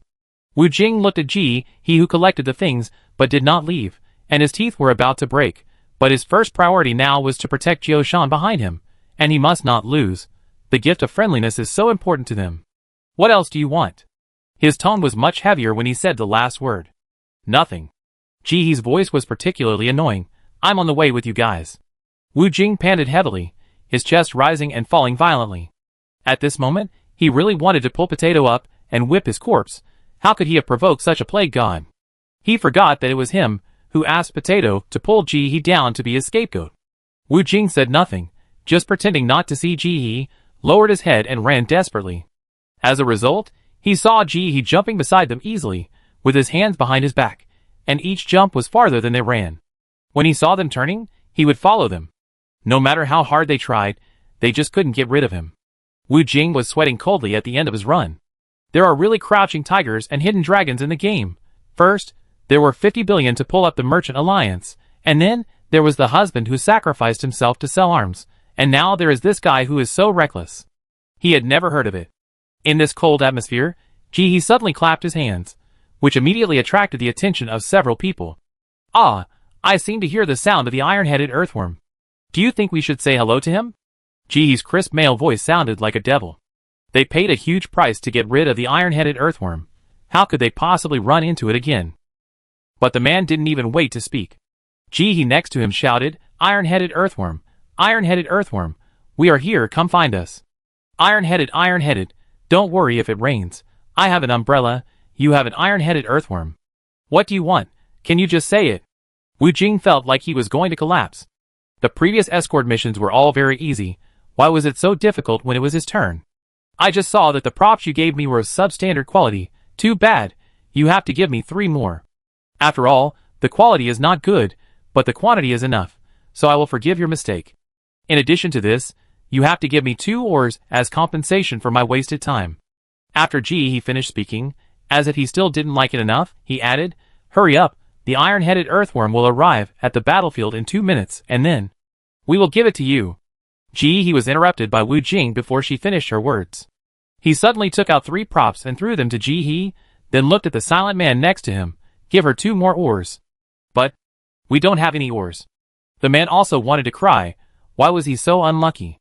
He interrupted at the right time. "If you don't have any ores, I'd be a little bit wronged, and give me the skin of the iron-headed earthworm." She didn't know if these people had any, but that didn't stop her from speaking. Give her the skin of the iron-headed earthworm. Wu Jing was impatient. He could hear the sound of the iron-headed earthworm running behind him. If they were slower, they would not be able to escape. But, give it to him. Wu Jing shouted, "I'm the person in charge. We need to take Jioshan back." If it wasn't for Jioshan's ability to be enhanced in the dungeon, Given her importance, the organization would have stopped needing her to go to the dungeon long ago if Jioshan had an accident because of a monster skin whose function was unknown. None of them could afford it. The man who was scolded by him stopped talking. The next second, a skin shed by an iron-headed earthworm appeared on the ground. It was a whole one. Because of the characteristics of the iron-headed earthworm skin, their weapons could not be divided on the spot. They originally wanted to take it back to the professionals, but they didn't expect. Wu Jing took a deep look at Ji-hee, and turned around and ran with his team. There is a long way to go, just wait for him. Ji-hee looked at the huge iron-headed earthworm skin on the ground, turned his head to look at the backs of the three people running faster than rabbits, and touched his chin. This God's Aid Society is indeed rich. I just wanted to test it out, but I didn't expect that they could take out the props so easily. And there is such a big space button? This area must be at least 10 cubic meters, right? TSK TSK TSK. Sure. Big fat sheep. Super big fat sheep. Thinking of the props that Chi Li and others had confiscated from the God's Aid Society before, Ji-hee thought that maybe they should give each other a chance to get to know each other. Everyone has the responsibility to equalize the gap between the rich and the poor. After Ji-hee put the skin shed by the iron-headed earthworm into the space, he turned around and walked back. Just cleverly avoided the pursuit of another iron-headed earthworm. She also considerately threw a stone to the place where the Shin's Hui members escaped to help the lost iron-headed earthworm find a direction. Ji-hee walked in the dark, and this time it was very smooth, and he did not encounter blind people. On the way back, in the tunnel where the man and the rat separated, she saw at a glance that a hole had been dug in the air, revealing a head, and it was drooping furtively. He was more than a little smarter than his grandson Chuichi. Chuichi only knew how to hide on the road, but this old guy also knew how to hide in the cave wall. I was scared to death. You are finally back. Chuichi saw Ji-hee let out a long sigh of relief. His heartbeat almost stopped just now. Ji-hee smiled, tucked Chuichi under his armpit, and the two quickly rushed to the third purple fire crystal cave. The third purple fire crystal cave is still growing on the garbage dump. With the experience of the previous few times, Ji-hee told Chuichi, when he jumped into the cave, "Come to me in 5 hours." After saying that, he jumped into the purple fire crystal cave. Chuichi was outside, responsible for helping her block the cave entrance that showed purple light. This cave looked a bit like the cave where the iron-headed earthworm sheds its skin. It was too deep, and there was no tunnel. In order to save time, Chuichi opened the entrance directly on the top of his head. Ji-hee also agreed. Whatever is the fastest way. While Ji-hee was concentrating on collecting purple fire crystals, Wu Jing, who had escaped, dragged Jioshan with him, and the two hid in the newly excavated cave, panting. The two had just washed the marks on their bodies with water. Now they just needed to hide here until the dungeon was over, and then they could get out smoothly. I want that person to die. The woman called Jioshan said grimly with wet hair. Both knew who she was talking about. Wu Jing also hated that person. If the conditions did not allow it, he would never be so cowardly to take out the props, but... Chapter 531. Have you forgotten what you said when you were eating melon seeds? Wu Jing leaned against the cave wall. Their teammates had already run far away to help them attract the iron-headed earthworms. It was not known whether they could come back. His calm voice echoed in the cave without a trace of emotion. We paid so many lives to bring up your talent. You know why. If you mess around, you can't afford the consequences. Talents will continue to grow. Their organization had done research before. Continuously doing tasks in the game dungeon can quickly improve personal abilities. As for those who are eliminated from the game, their abilities will also increase, but very slowly. Jioshan's ability is to curse. She can curse a person from a distance, as long as she obtains some personal information of the person. Real name, date of birth, blood, and even hair. If the ability continues to develop, when it reaches a certain stage, she can even curse the person with just a glance. Similarly, her ability is not without cost. However, depending on the ability of the cursed person, the price she pays each time is different. At the least, he would spit out blood and have some bruises on his body, and at the worst, he would lose his arms and legs. Jioshan thought of the punishment from the organization, trembled all over, lowered his head, and stopped talking, but the hatred in his eyes did not diminish at all. She would definitely make that person pay the price. Wu Jing glanced at her and knew that she had not given up, but it didn't matter. If the plan went smoothly, by then Wu Billion would have become a member of their organization, and she would have probably turned into a cup of yellow soil. It's a pity that the skin of the iron-headed earthworm was not brought back. Otherwise, the success rate of the plan could be greatly improved. Ji-hee has been busy in the Purple Fire Crystal Cave for several hours. With the experience of collecting purple fire crystals in the previous 2 caves, she is working like a fish in water now. The speed has increased several times. The old cunning man, with his head down, did it on purpose at the beginning. Compared with the 3 Purple Fire Crystal Caves, the Purple Fire Crystal Cave, at the beginning, has the least amount of purple crystals. Although she spent the most time, it was just because she was not proficient. Without stopping for a moment, Ji-hee finally put all the purple fire crystals into the space after 5 hours. She exhaled a breath, feeling that the only flaw was that this Purple Fire Crystal Cave only had ordinary purple fire crystals, and no Purple Fire Crystal 2.0. The Purple Fire Crystal Mountain looked a lot, but who knew how long it could burn? If possible, she still wanted to get more. Standing up and walking around, relaxing her body, Ji-hee took out the vending machine and started exchanging ore. She had never thought that she could find metal that met the standard by collecting purple fire crystals here. Although it was not big, it was good. It was just right to exchange the ore. Ji-hee threw the metal in, and soon the vending machine made a clattering sound, and then 2 pieces of ore slid out of it. Ji-hee held the ore and looked down at the vending machine. Suddenly she felt itchy. If there was ore in this vending machine, then she could just open the vending machine, so she didn't have to exchange the ore. This tempting thought flashed through her mind quickly, and Ji-hee gave up. She had already collected all the ores, so what would it matter if she got 20 more? There was no extra credit for the task. But you can try to let Chi-Li and the others do it. If it works, you don't have to collect the ores yourself.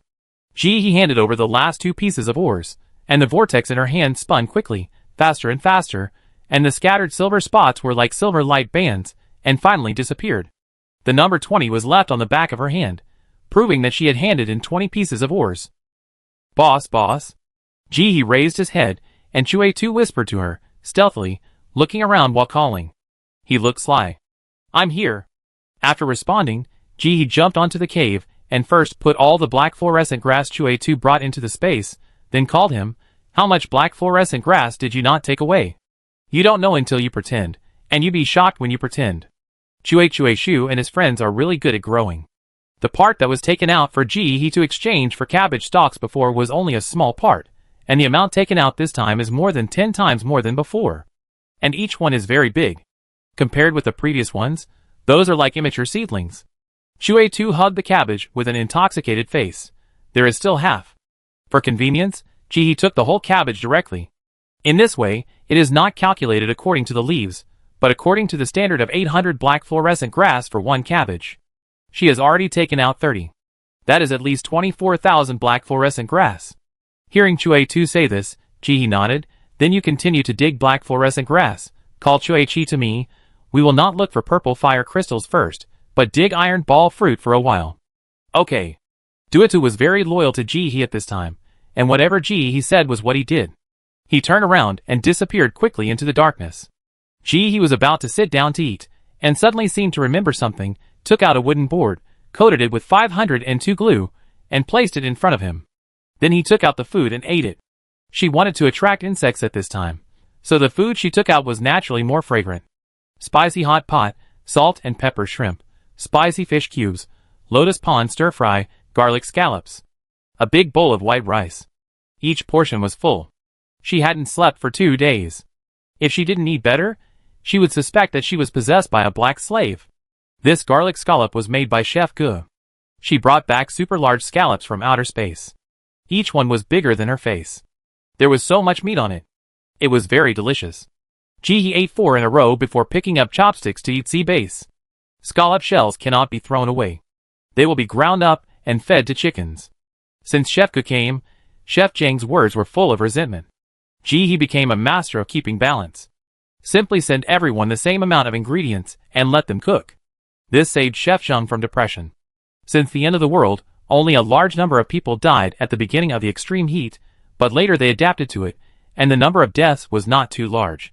With more people surviving, the consumption of food is naturally greater. At this time, people outside are afraid that they have almost forgotten what scallop shells look like. But these 2 chefs, who work for Ji-hee, always keep the leftovers after cooking. For example, for garlic scallops, they only need to put the scallop meat on half of the shell for Ji-hee, and they can keep the remaining shells, including the eggplant heads and tomato, but's in the fried eggplant boxes. They look inconspicuous, but they are enough to feed a chicken. Of course, there are many edible things, such as eggplant butts, which cannot be fed to chickens. People are not enough to eat them, and chickens can just eat some clam shells.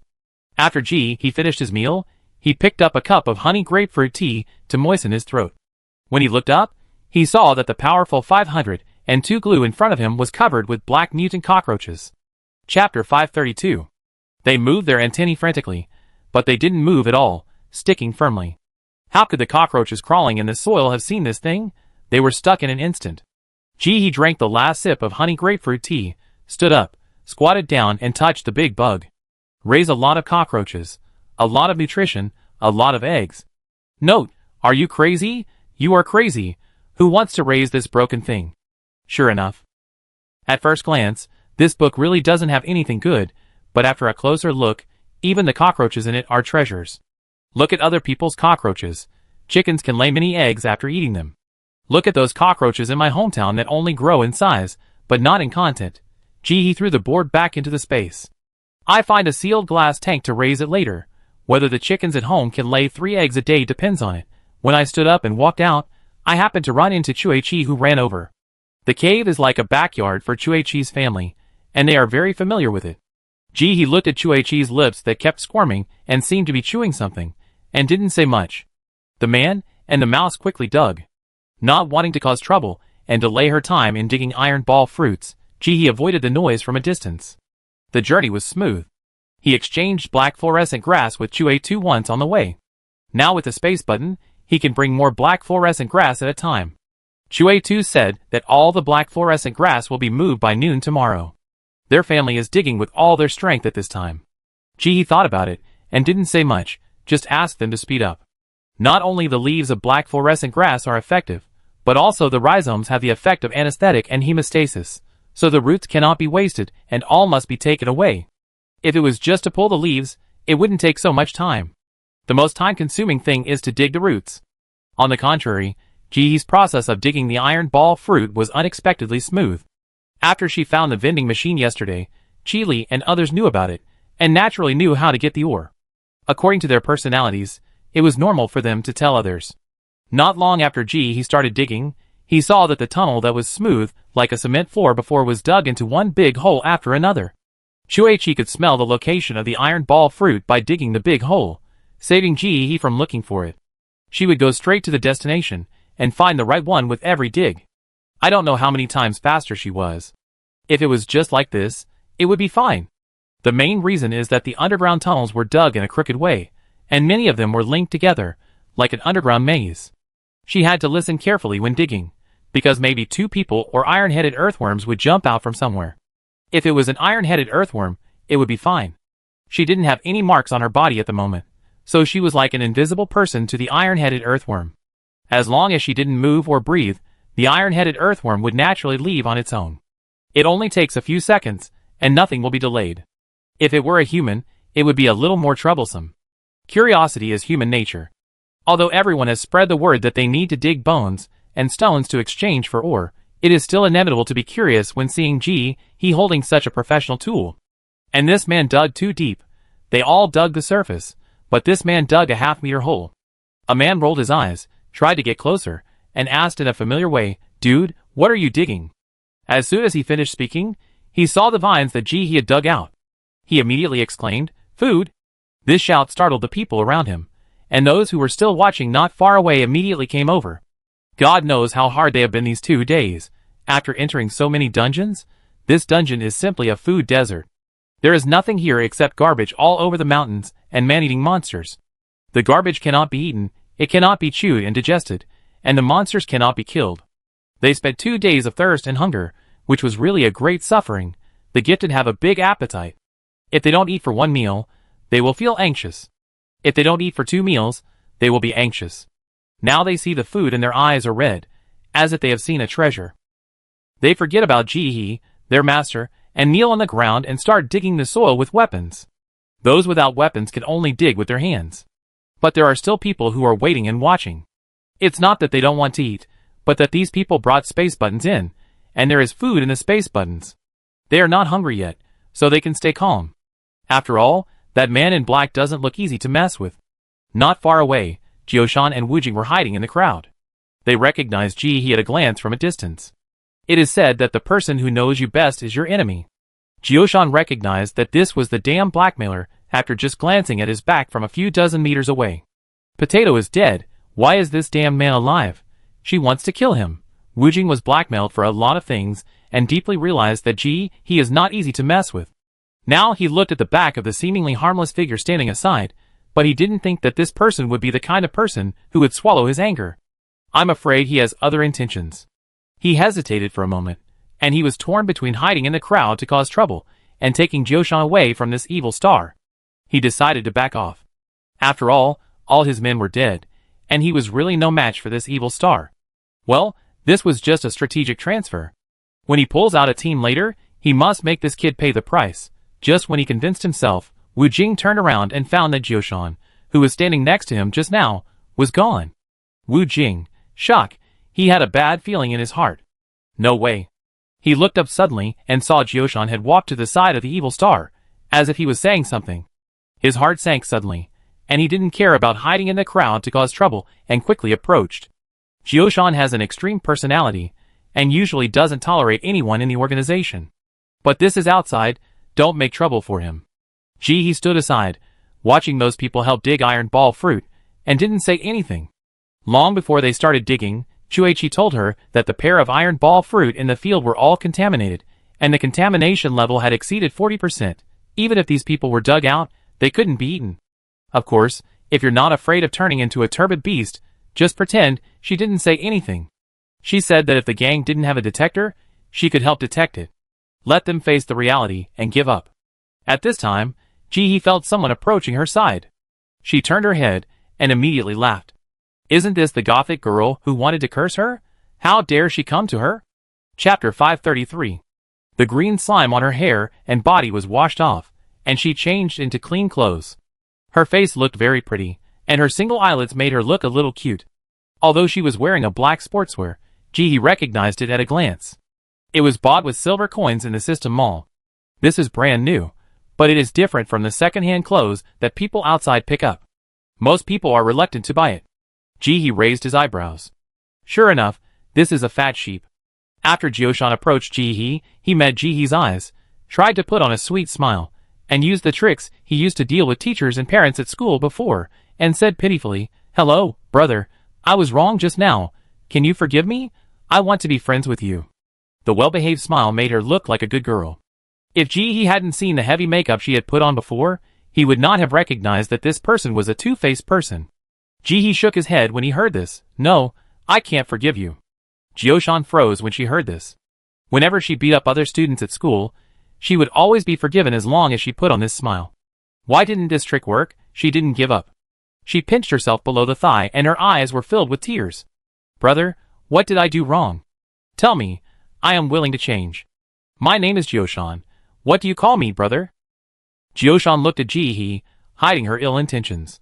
It would be fine if she knew the name of this person. Even if it's not a real name, a code name will do. How old are you this year? Where do you live? What are your abilities? How many supplies are in the space button? Ji He's series of rhetorical questions froze the smile on Jioshan's face. Ji He was puzzled. Does this person think she is a fool? When did she give her this illusion? When he talked to her, the hatred in his eyes almost overflowed, and the expression of wanting to do something bad could be felt even by her bald little babies. How could she tell the truth? Ji He turned the word name in her mind and thought of the curse she had shouted several times before. Her eyes darkened. I'm afraid this person's ability is related to the curse. Thinking again, maybe knowing the name can curse a person. This ability is really useful. It's almost on the death note, but I don't know if there are any side effects. Do you want to curse a few people? Curse a few people. She quickly denied it. This is unlikely. If she has this ability, what copy would she play? Being a local tyrant in my hometown is all that matters. Whoever disobeys will die. Jioshan was almost mad to death, but he had to swallow his anger. He kept comforting himself in his heart. Only those who endure the most hardships can become the best, and the one who laughs last is the winner. This is how he kept the smile on his face from falling. Brother, I don't mean any harm. I don't know what I should do. Can you forgive me? I really want to be friends with you. I have admired people like you since I was a child. In my heart, you are a great hero. As Jioshan was talking, she tried to reach out and grab Jihee's arm. She had something in her hand, and as long as it touched Jihee, it would be more targeted on her body, so... Thinking of this, Jioshan's smile became more intense. As a result, Jihee dodged and her hand was empty. The next second, she turned around and was pushed directly into the arms of Wu Jing, who was chasing after her. It hit her full in the chest. Wu Jing felt as if she was hit hard and her chest was stuffy. Before he could say anything, he heard the person squatting in front of him shouting, "We dug it out. A lot, the yield is too high." Without using Jihee, someone took out a food contamination detector and started testing on the spot. The hopeful expression fell to the bottom with a voice. "Ding, the contamination level is 52%, not edible." How could it be? It looked so much like a potato. How could it be so contaminated? Someone was unwilling to give up and tested several fruits in a row, and the results were the same. Ding, pollution level 56%, inedible. Ding, pollution level 53%. After several consecutive tests without finding any usable fruit, everyone was desperate. After finally finding something to eat, they thought they could have a full meal, but they didn't expect the pollution level to be so high. You know, eating highly polluted food will turn you into a turbid beast. They dare not eat it even if they die. After all, no one knows if that bite will be the last meal of their lives. No one would eat this unless it was a life or death situation. "Hey, let's go!" The crowd was gradually dispersing. But after taking a few steps, they found that they could not move. A huge metal net appeared in front of them. It looked like an inverted bowl, with metal wires crisscrossing on it, locking everyone inside. Someone approached tentatively and tried to touch it, but as soon as he touched it, his whole body began to shake non-stop. His hands were also tightly attached to the net, and could not be removed. "There's electricity!" Someone in the crowd shouted instantly.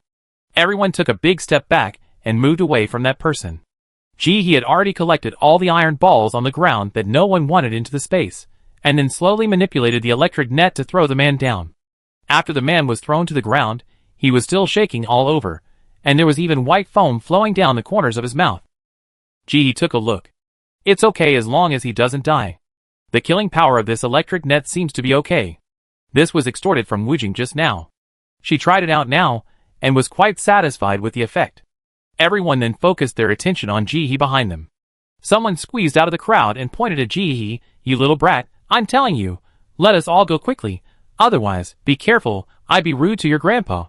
The man was at least 2 meters tall, with tight muscles all over his body, and he looked like he ate well. Jihee was only a little over 160 centimeters tall now, and standing in front of the man, he looked like a dwarf. She didn't say anything, but took a step forward and broke the finger pointing at her. After hearing the piercing scream, Jihee finally spoke. "I don't like people pointing at me." She was merciful. She just broke it but didn't break it off. The man covered his broken finger and screamed in pain. It hurt so much. It hurt so much.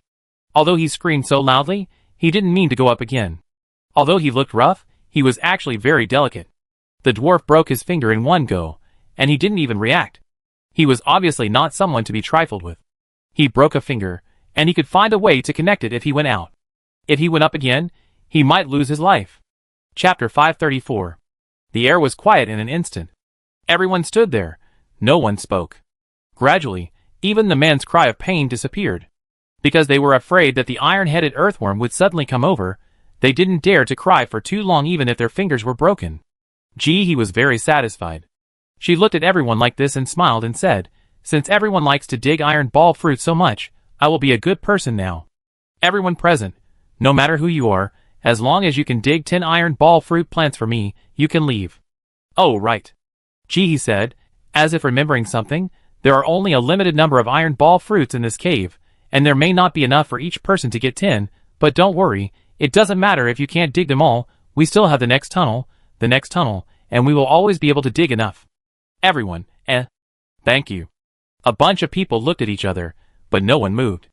They were all waiting for others to start the fight. Why should they be left here to dig these fruits? It would be fine if they could eat them. This can't be eaten. Isn't it a waste of effort? "Little brother, we want to dig it for you, but you see, we haven't gathered all the ore yet. Do you want to be flexible first? When we gather all the ore, we will definitely dig the fruit for you." As soon as a skinny man in the crowd finished speaking, he found that everyone around him took a big step back. Directly exposed him. Especially obvious. "Man, What the hell, he shouldn't have said it if he had known earlier. Ji-hee turned his head towards him, and the full cover hat made it hard to see what he was thinking. Oh, I think you're right. The man just breathed a sigh of relief. Ji-hee continued with the next sentence.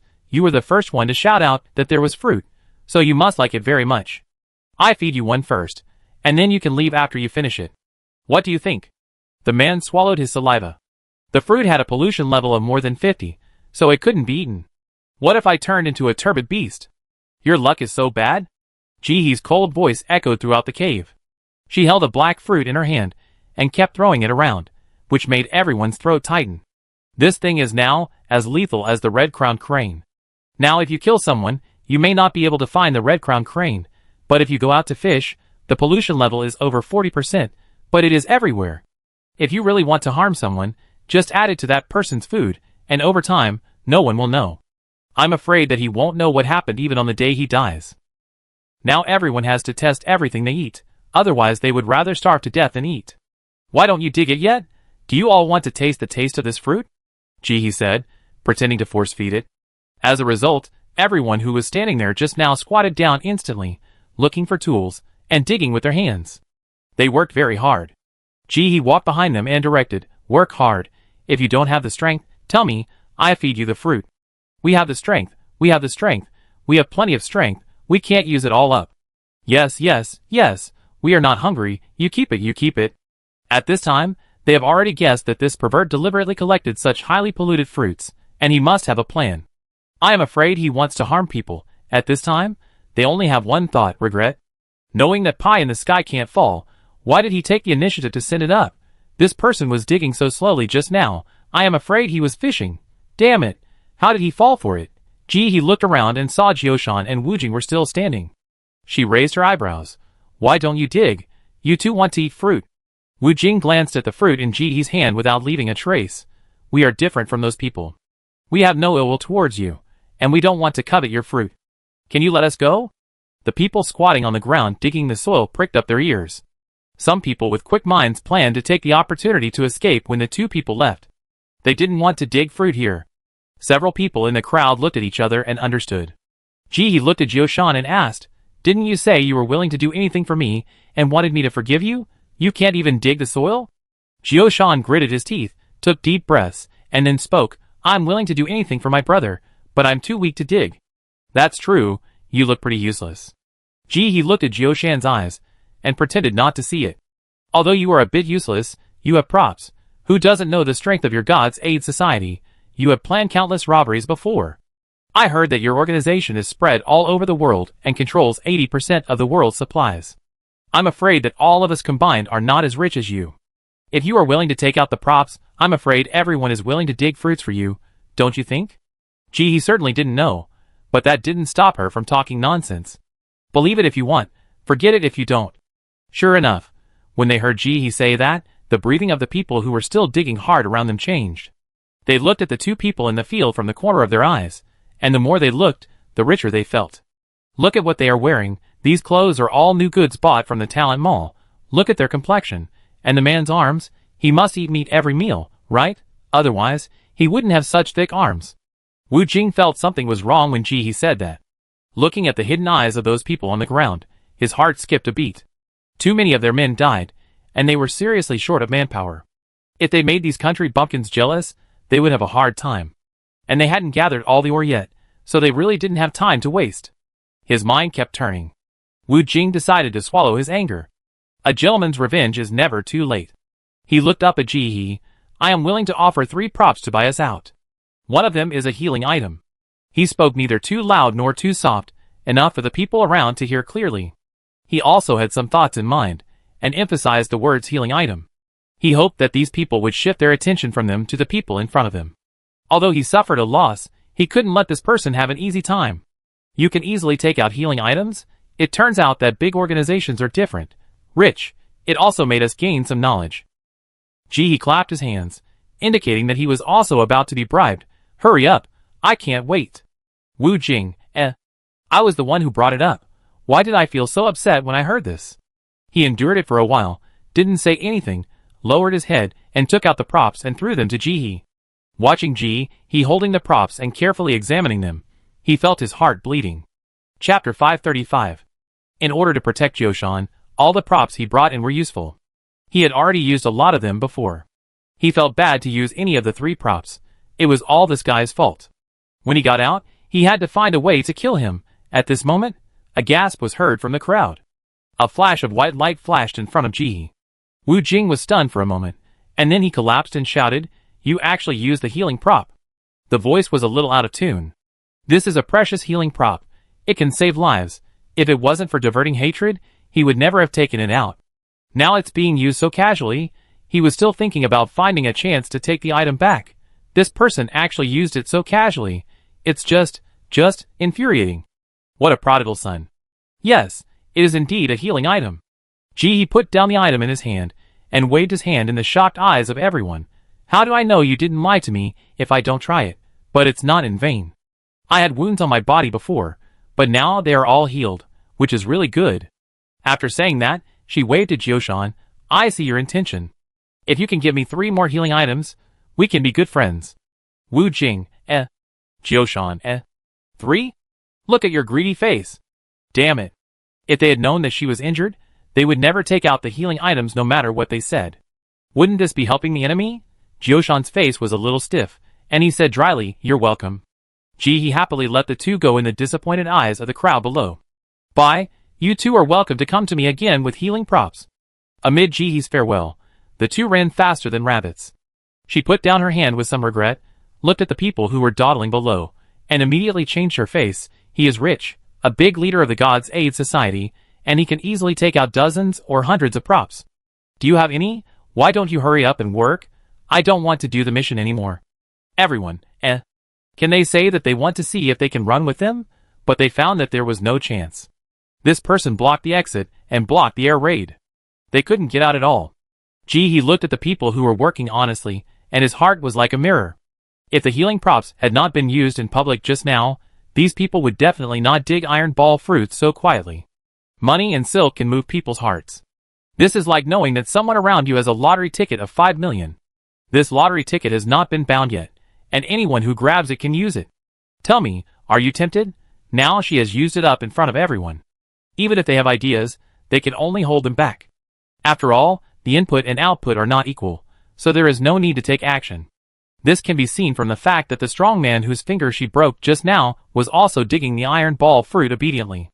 Only a fool would take action if he got nothing, got injured, and had to pay for medical expenses himself. If you ask me, you are rich without the help of others. You can easily take out so many props with a burden. I envy you. Oh, it's a pity that I have bad luck. More than 10 people came in, but they all died. Only 2 people are left. Otherwise, how could I get the chance to extort the props? I don't know if I will get this good opportunity again in the future. You can take out the healing props so easily, you must have a lot of them, right? TSK. He muttered to himself in a low voice, but the people below heard it clearly. Even though they knew that this person did it on purpose, they couldn't help but follow what he said and guess, maybe there really are a lot of healing props, otherwise, there is only one, who would be willing to take it out so easily. When they thought of this, they were even more itchy. They put all their desire for props into digging iron ball fruits. The efficiency was very fast. It didn't take long to collect enough. Looking at the hurried back of the last person, he also disappeared into the darkness. Now that the people of the Gods Aid Society are carrying huge amounts of property and props, I'm afraid everyone in the copy will know about it in a short while, right? At that time, it will depend on whether those 2 people are more lucky or these talented people are more capable. But it doesn't matter. When she pushed the woman named Jioshan just now, she happened to stick the tracking prop on her back. If these people can't kill her, it won't be too late for her to take action. Since they know that she has the talent of curse and they are enemies with her, she will never let her go. Now, let these people explore the way for her. Seeing that it was still early before the time agreed with Chi and others, He carried the shovel and continued to dig. Just now, the group of people helped her dig 60 iron balls, and it's not that no one secretly tested it. But the contamination rate of this fruit is horrible. Although the yield of the 60 plants dug out is high enough, they are all highly contaminated. They are inedible. Among them, there is one with a contamination rate below 40%, but who made them unlucky and didn't test it. After all, he didn't stop them from testing. It's not her fault that they couldn't find the only one. As they dug, Ji-hee realized that something was wrong. It wasn't the iron ball fruit that was wrong, but the iron head earthworm. The iron head earthworm was not quiet to begin with, and kept crawling around in the tunnel. Now it was even more so, and every time it crawled, it made a loud noise, which made people subconsciously avoid it. But the iron-headed earthworms are not creatures without intelligence. They want to catch people and eat people, so how could they make such a loud noise? If people are alert, won't it become difficult to catch them? Gradually, Ji-hee realized that the iron-headed earthworm seemed to be consciously chasing people to a place. She was lying on the wall, watching the iron-headed earthworms whizzing past in front of her, and there were still a few living people chasing in front of her. The living people who were running non-stop could not avoid the iron-headed earthworms at all because of the footsteps and breathing sounds, even if there was no green mucus on their bodies to locate them. Even if they stopped, the iron-headed earthworm can detect where they stop. Their keen hearing makes them more powerful when hunting. If that's the case, there is another iron-headed earthworm cooperating with it in the tunnel next door. The two earthworms are chasing this group of people in a certain direction. Seeing this scene, Ji-hee suddenly thought of the sheepdog. The iron-headed earthworm is a sheepdog, and humans are sheep. Ji-hee suddenly had an idea in his mind. Could the iron-headed earthworm be keeping these humans in captivity? Just like humans raise livestock, feed them when they are hungry. If so, these people are in trouble. Only those who have completed the task can leave the dungeon, and those who have not completed the task will stay in the dungeon. In the previous dungeons, whether it was Shui Maoxiong or Guruez, even if they could not complete the task and were left behind, they would not die as long as they knew the situation.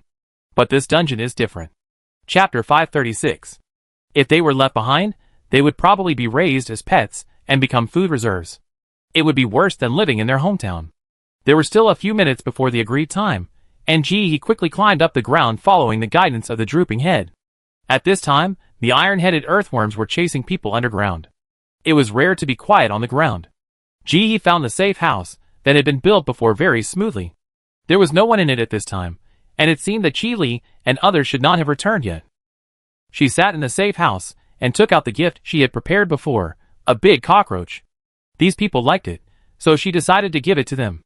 It was also her contribution to the continuation of the human race, and to prevent starvation. Time passed by minute, and soon it was the time agreed with Chi-Li and others. But they did not show up. Ji-hee had a bad feeling in her heart. Would these people be caught? But it was still early, so she decided to wait. What if something delayed them? In this way, Ji-hee waited in the room for another half an hour. Seeing that those people really had no intention of coming, she sighed. Well, he was probably caught. Otherwise, with Chi-Li's temper, he would never be late for so long. If it was someone else, if they were caught, Ji-hee would definitely not go to the trouble of saving them. After all, she thought they were strangers, and she really couldn't do that. But Chi-Li and the others were different after all. Usually, they were the rare people who could talk to each other in the base. They would send messages to chat. Chi-Li himself was a patrol team member, so he was well informed. He could tell her some inside information whenever he had something to do. If she really had to watch them die without helping, she really couldn't do it. If it was any other copy, it would be fine, but if they were left behind in this copy, I'm afraid these three people would have no choice but to die. Standing up, Ji-hee prepared to go and take a look. If she could save them, she would lend a hand. But if she had to risk her life to save people, one life for another, then forget it. After all, there is only one life, and no one is nobler than anyone else. She would not willingly die for others.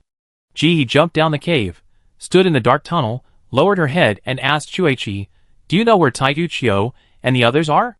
If you want to know someone best, it can only be your enemy. The Chuechui rat clan has lived in the cave for so long and can still survive. It must be their secret." Sure enough. Hearing Ji-hee say this, Chuechi immediately raised his furry claws and pointed in a direction. Over there. Left. Right. Left again. When Ji-hee got closer, she could already hear the whistling of the iron-headed earthworm. At this time, even without Chuechi's help to lead the way, she could find it smoothly. There is a big hole ahead. You'd better not go straight over there, or you fall in. I help you dig a hole, so we can look from above. Chuechi didn't say anything but kept gesturing. After a long while, Ji-hee finally understood and nodded. So she followed Chuechi and dug a hole directly. Chuechi was very cautious. After both of them got into the hole, he blocked the hole he had just dug with soil. He then turned around and continued digging forward. This was the experience passed down from generation to generation. If you want to stay alive, you must be cautious. The hole must not be too big. The closer to the area where the iron-headed earthworms frequently move, the smaller the hole should be. Ji-hee followed Chue-chi and suddenly sensed that Jiu-shan was approaching the tunnel, and very fast. It was far away before, but now it was gradually approaching. And it was very straight. Could these two people be chased by the iron-headed earthworms? Didn't they wash off the green mucus on their bodies? Why were they still being chased? If Jiu-shan could hear Ji-hee say this, she would definitely curse loudly. Isn't it your fault? After they left Ji-hee, they started off pretty smoothly. Not only did they get information on how to obtain ore, they also successfully avoided the iron-headed earthworms. I thought they could finally complete the mission smoothly. I don't know when the news that they had a large number of props on them was spread. It got more and more outrageous.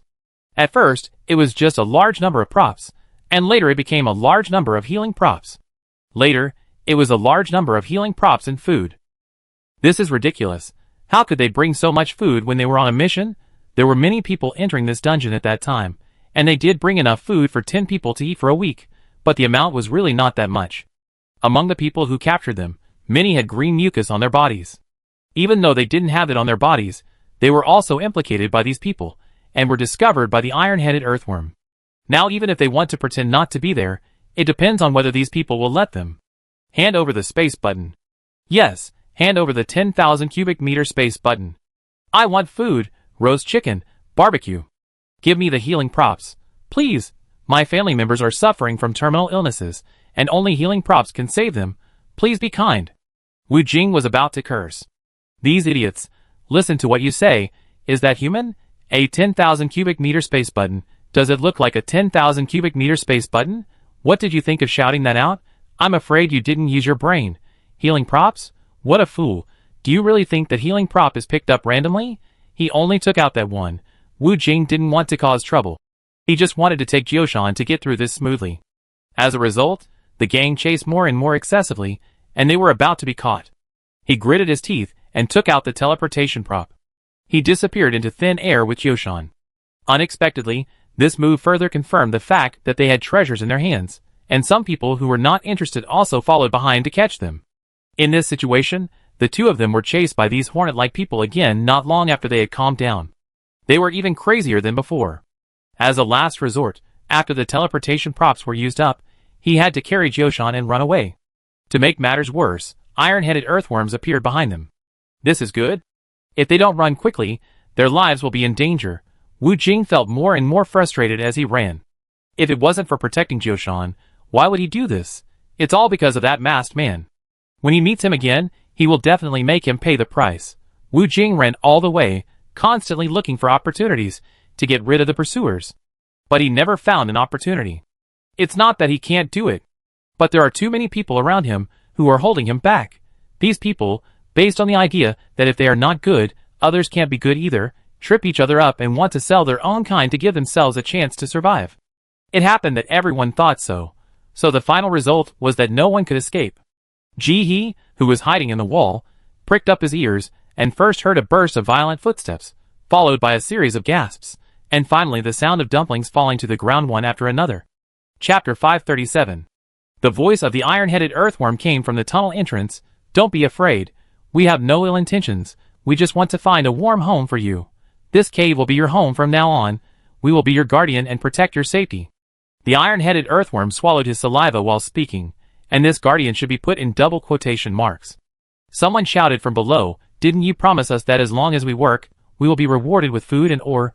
Why are you going back on your word now? Not only did you not give us the reward, but you also arrested us employees? Let us out now. Reward? As the voice echoed throughout the cave, the iron-headed earthworm kept swallowing his saliva. He was so hungry, so hungry. This is the reward. After saying that, the iron-headed earthworm's head dived down quickly, and before the man could react, it swallowed the man into its mouth without even chewing. He moved his mouth. Not enough.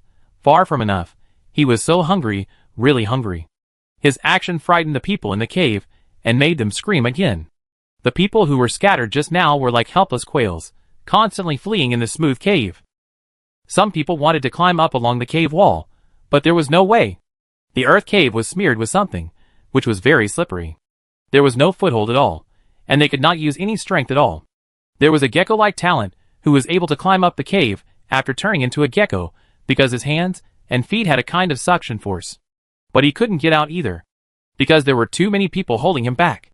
When the people below saw someone who had a chance to escape, they kept shouting, "Take me with you. Please, take me out." It had just climbed less than 2 meters high when it became the focus of the crowd. The people below were like zombies, constantly reaching out to him. Some even took out props, tied them to his body, and tried to pull him up. The gecko tried desperately to shake people off, but the people below were like seeing a life-saving straw, and would not let go even if they died. "Let go, let go, I can't carry so many people. Wait for me to go up and pull you up." "No, you will definitely not care about us when you go up. If you want to leave, you must take me up now. Take me with you. I can help you climb together." As they pulled, the people below pulled one by one, and soon they became a gecko pulling several ropes, with many people piled up under the ropes. It was like an old ox pulling a bunch of people behind it. It's hard to move. The gecko man looked very unhappy. "Damn this bunch."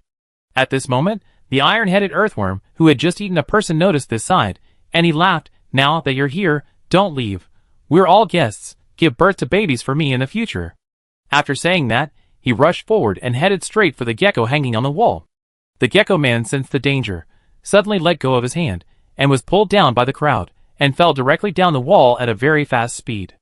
A broken tail appeared at his original position. The iron-headed earthworm wanted to bite him, but the tail attracted its attention. It changed its direction and swallowed the tail. The gecko man escaped. At this time, an iron-headed earthworm rushed in, roaring wildly. It was agreed that each person would eat one. "You ate my food, spit it out." "Why, if you have the guts, let's fight."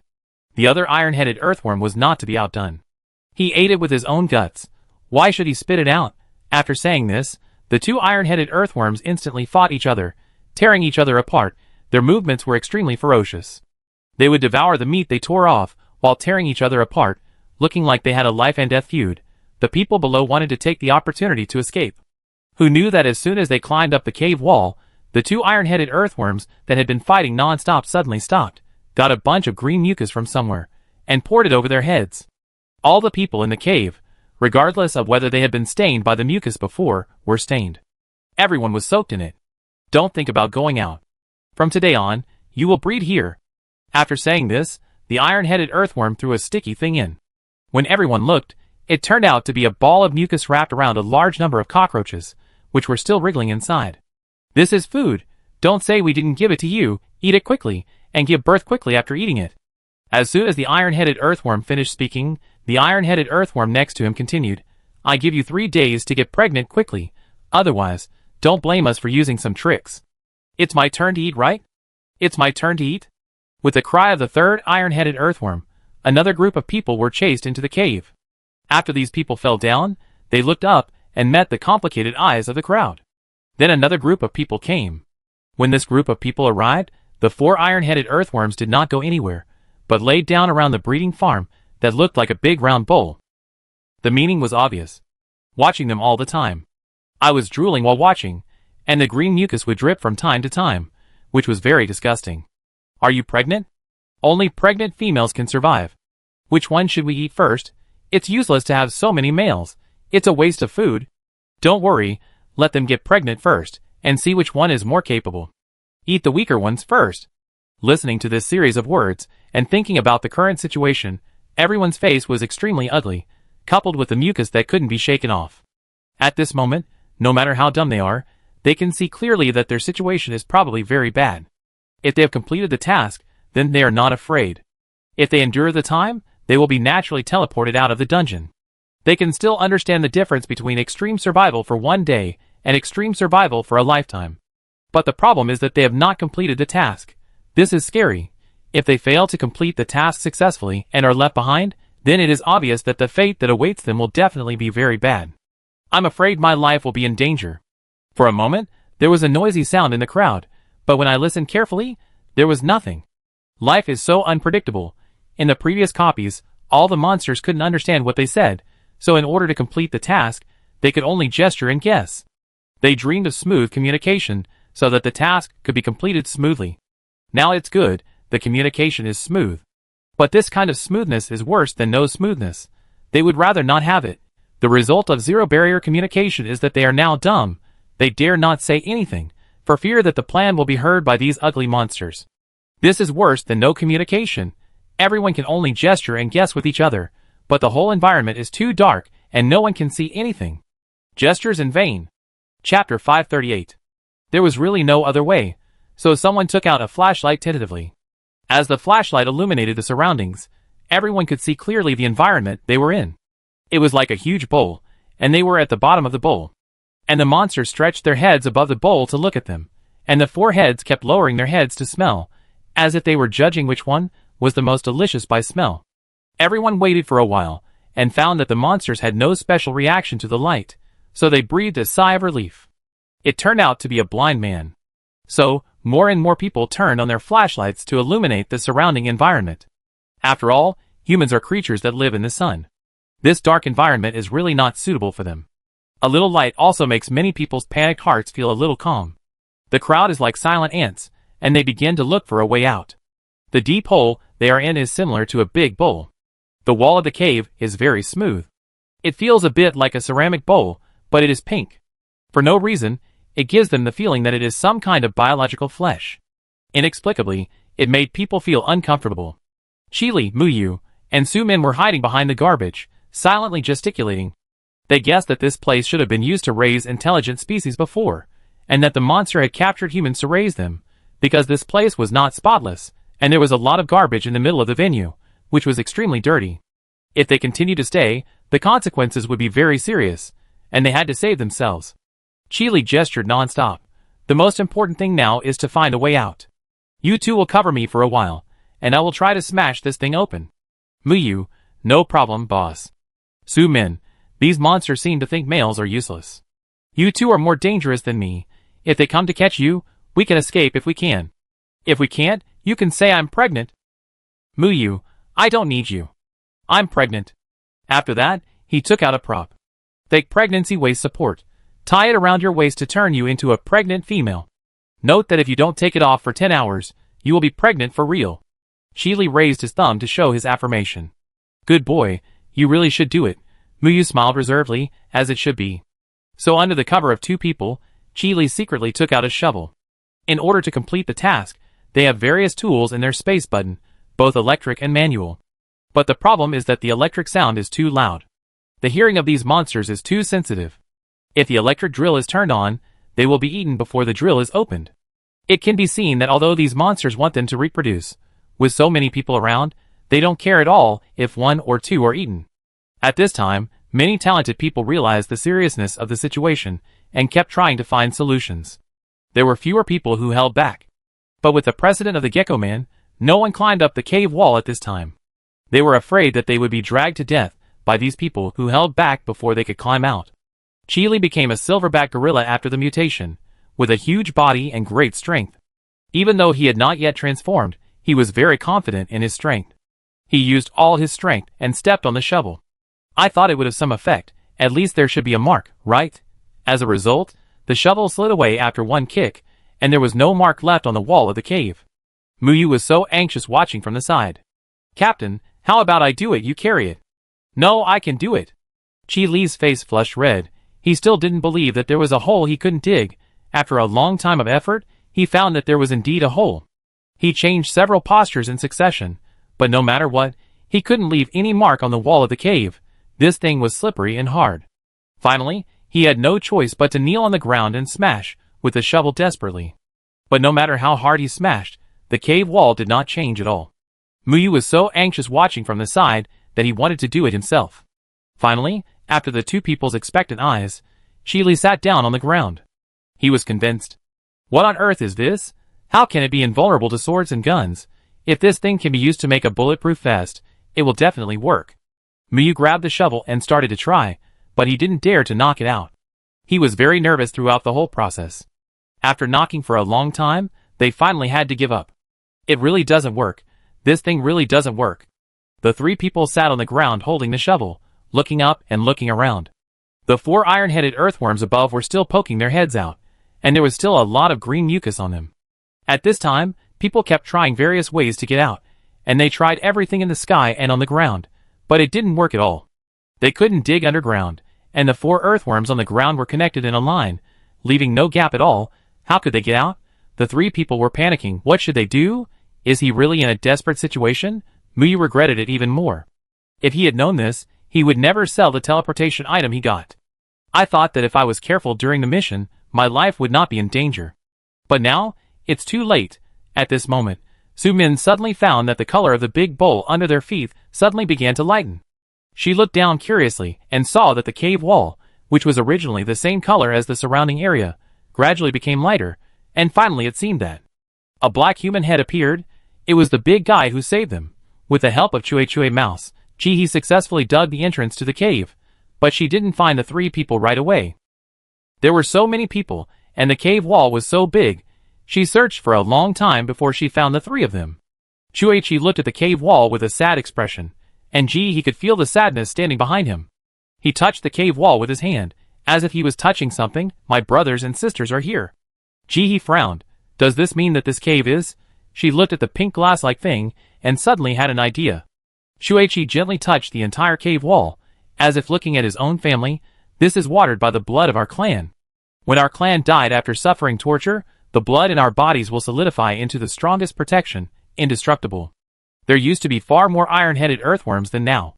In order to resist the attack of iron-headed earthworms, and protect the family, countless Chue rats would rather hurt themselves and suffer torture to leave a protective barrier for their descendants.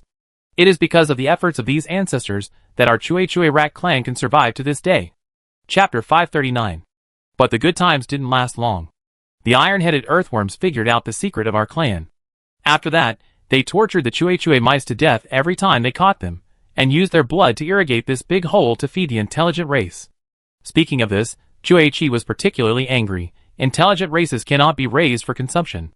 They are violating the convention. Ji-hee didn't say anything.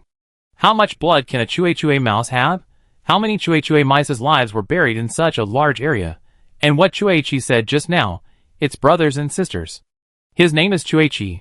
So are there Chue, Chue and Chue-san, but now there are only two of them left. Where did the other Chue mice go?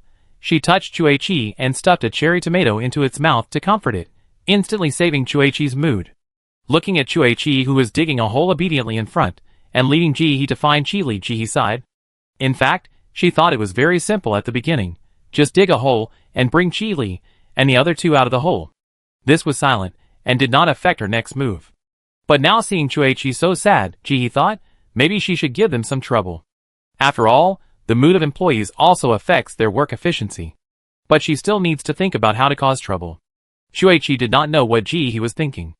It quickly dug in front, changed several positions, and finally led Ji-hee to find Chi-li and the other two. Ji-hee was not exaggerating. When Chi-li saw her, tears welled up in his eyes. That was a look of seeing a life-saving straw.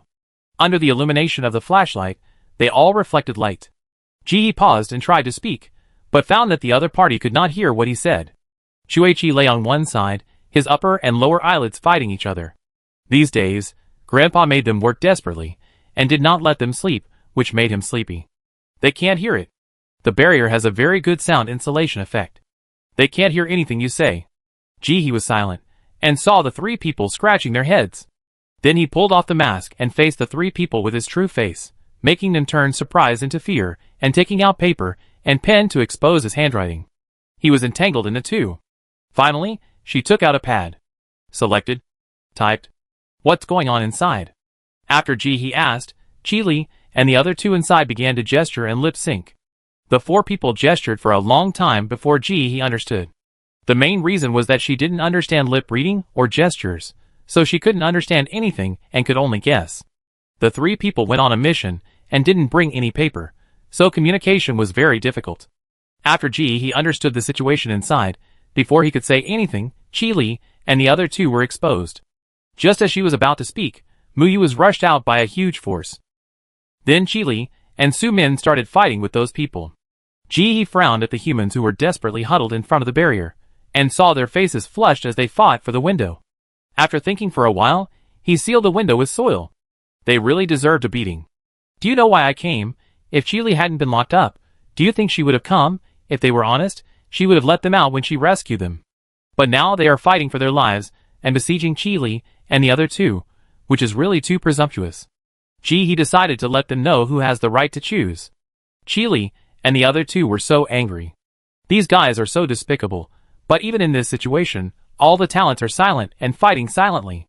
They are still very clear about the difference between dying first and dying later. Originally, it was to survive. If the iron-headed earthworm was provoked, it would be putting the cart before the horse. Iron-head earthworms were anxious. It sounds like they are fighting? Stop fighting, stop fighting. What if they get hurt? It's such a waste if the blood flows out. It's better to let it flow into my mouth. It must be the males fighting. If you ask me, the males are useless, they fight all the time, otherwise we can just eat a batch of them now. It's enough to keep a few for reproduction. After hearing these terrifying words, everyone stopped fighting and asked Chili and the other two to rescue them. Please, I have elderly people and children at home, I can't die. Save me first, I am the only son of my mother, I can't die. Chili and the other two were so angry. No, find a way yourself, we are not your parents. Why should we save you? It's fine if you die, but you are still a burden if you are alive. They still have to wait for others to save them. How can they spare the energy to save others? Help the boss agree? What a joke. He just wanted to ask these people if they have any shame. They don't want him, but he wants him. The impression he had when he first met the boss was not very good. The boss let bygones be bygones, so he should be grateful. Now he is the only one waiting to be rescued. How can he have the nerve to ask others to save people? Whether to save people or not is entirely voluntary. Why not save them? If you don't save us, don't even think about getting out.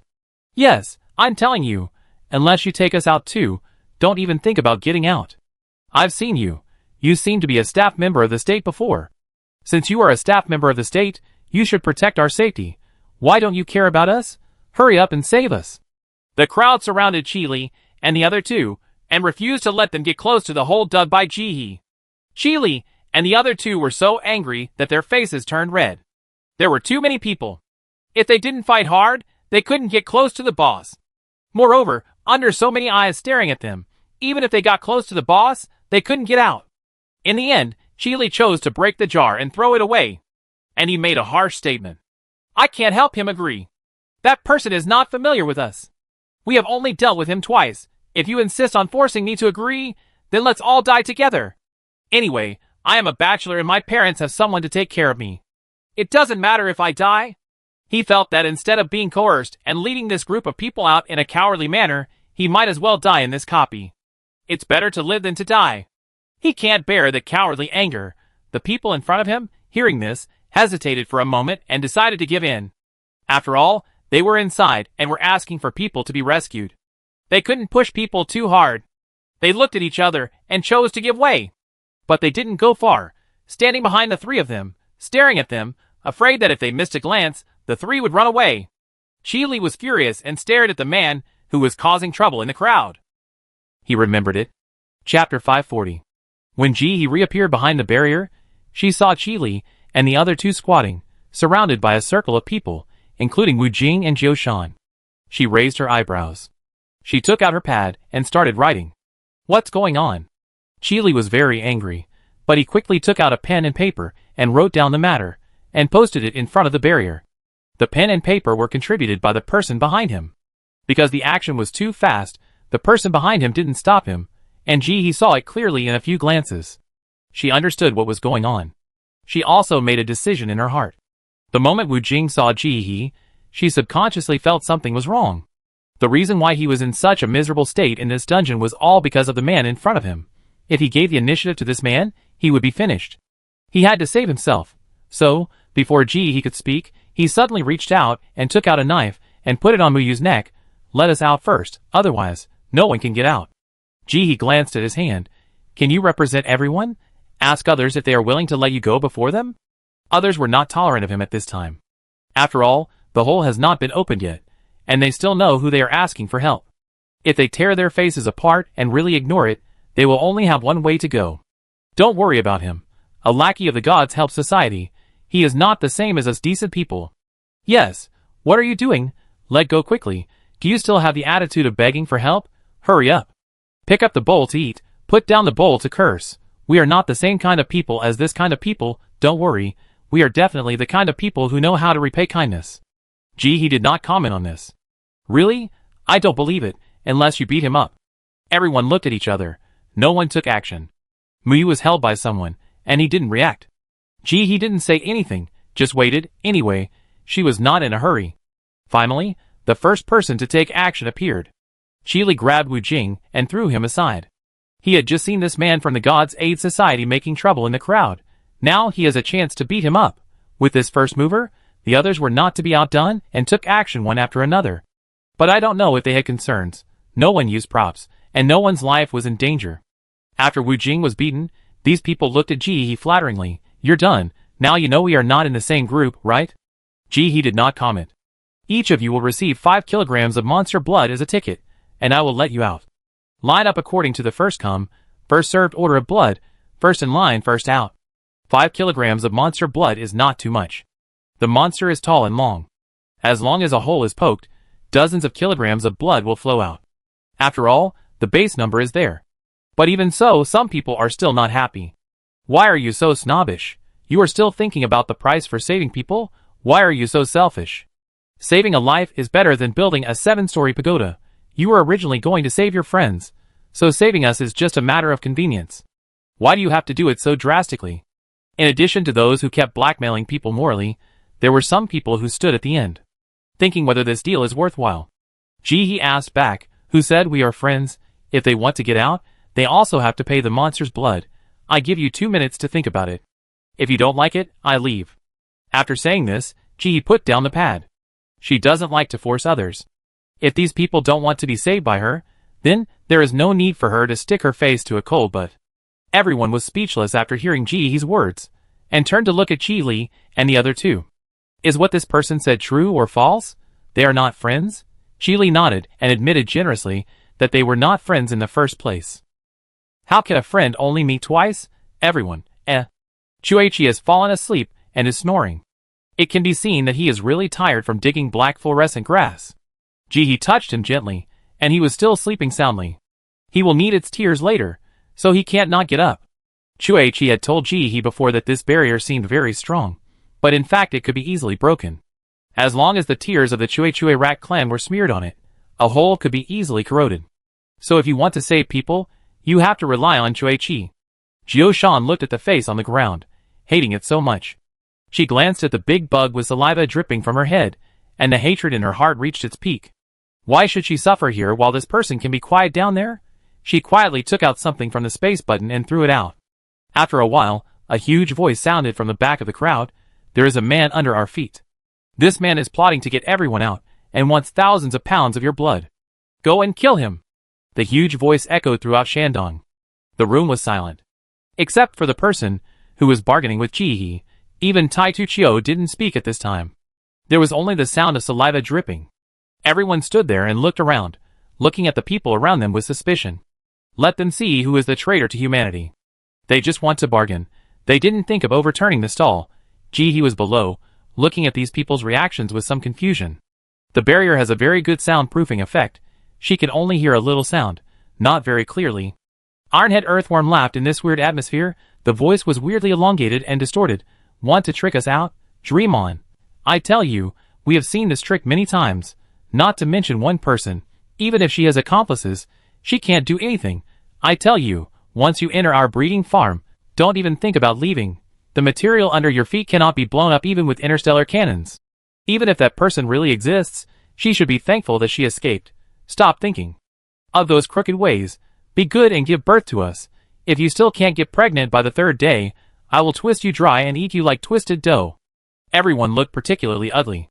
Whether to scold or not was not their main concern. Now they just want to know whether the iron-headed earthworm's words that even interstellar cannons can't blow it open are true or not. If it's true, what should they do? This cave is 8 or 9 stories high. Even if they can really climb up, it will take a while to get out. Not to mention that the long bodies of the iron-headed earthworms are connected in a circle, and even now they haven't separated a little. What can they do? An atmosphere of despair permeates among the crowd. Someone rushed over and asked He frantically, "Can you let us out? Can you? If you can't do it, why did you come to lie to me? What is your intention?" He looked at the group of people like that. Although he couldn't hear what they said, he saw their crazy looks and silently covered the barrier with soil. Chapter 541. The crowd was thrown into chaos again by Jihe's action. He turned around and started to attack Qili and the others. Why do you give us hope if you can't save people? Chile didn't tolerate it. You are so shameless, and you blame me. When did I say I could save people?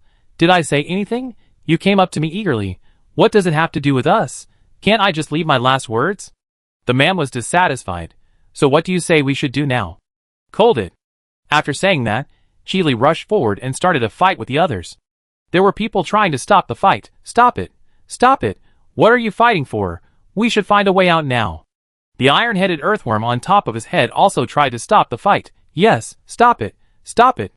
It's such a waste if you get hurt and bleed. The baby hasn't been born yet. If you ask me, there are too many males. Jioshan stood in the crowd, watching the person he wanted to save get into a fight with everyone because of public outrage. Sneered endlessly. Look, everyone who has anything to do with that person will go to hell, and these people are no exception. She will kill them bit by bit.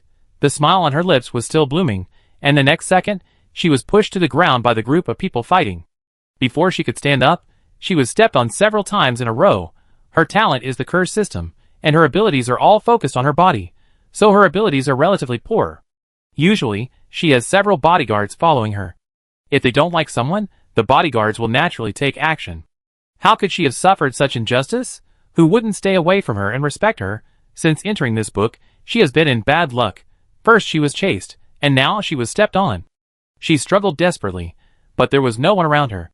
This extreme emotion fermented in her body, and she finally couldn't bear it.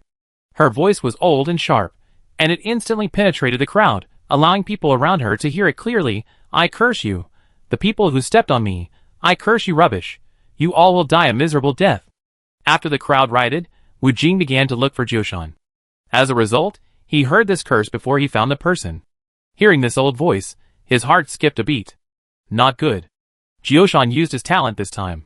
Sure enough, the next second, a person who had stepped on Jioshan before was hit by an attack from the crowd and hit the weapon of the person next to him. He was shot through the heart and died instantly. Everyone stopped what they were doing and looked at the place where it happened.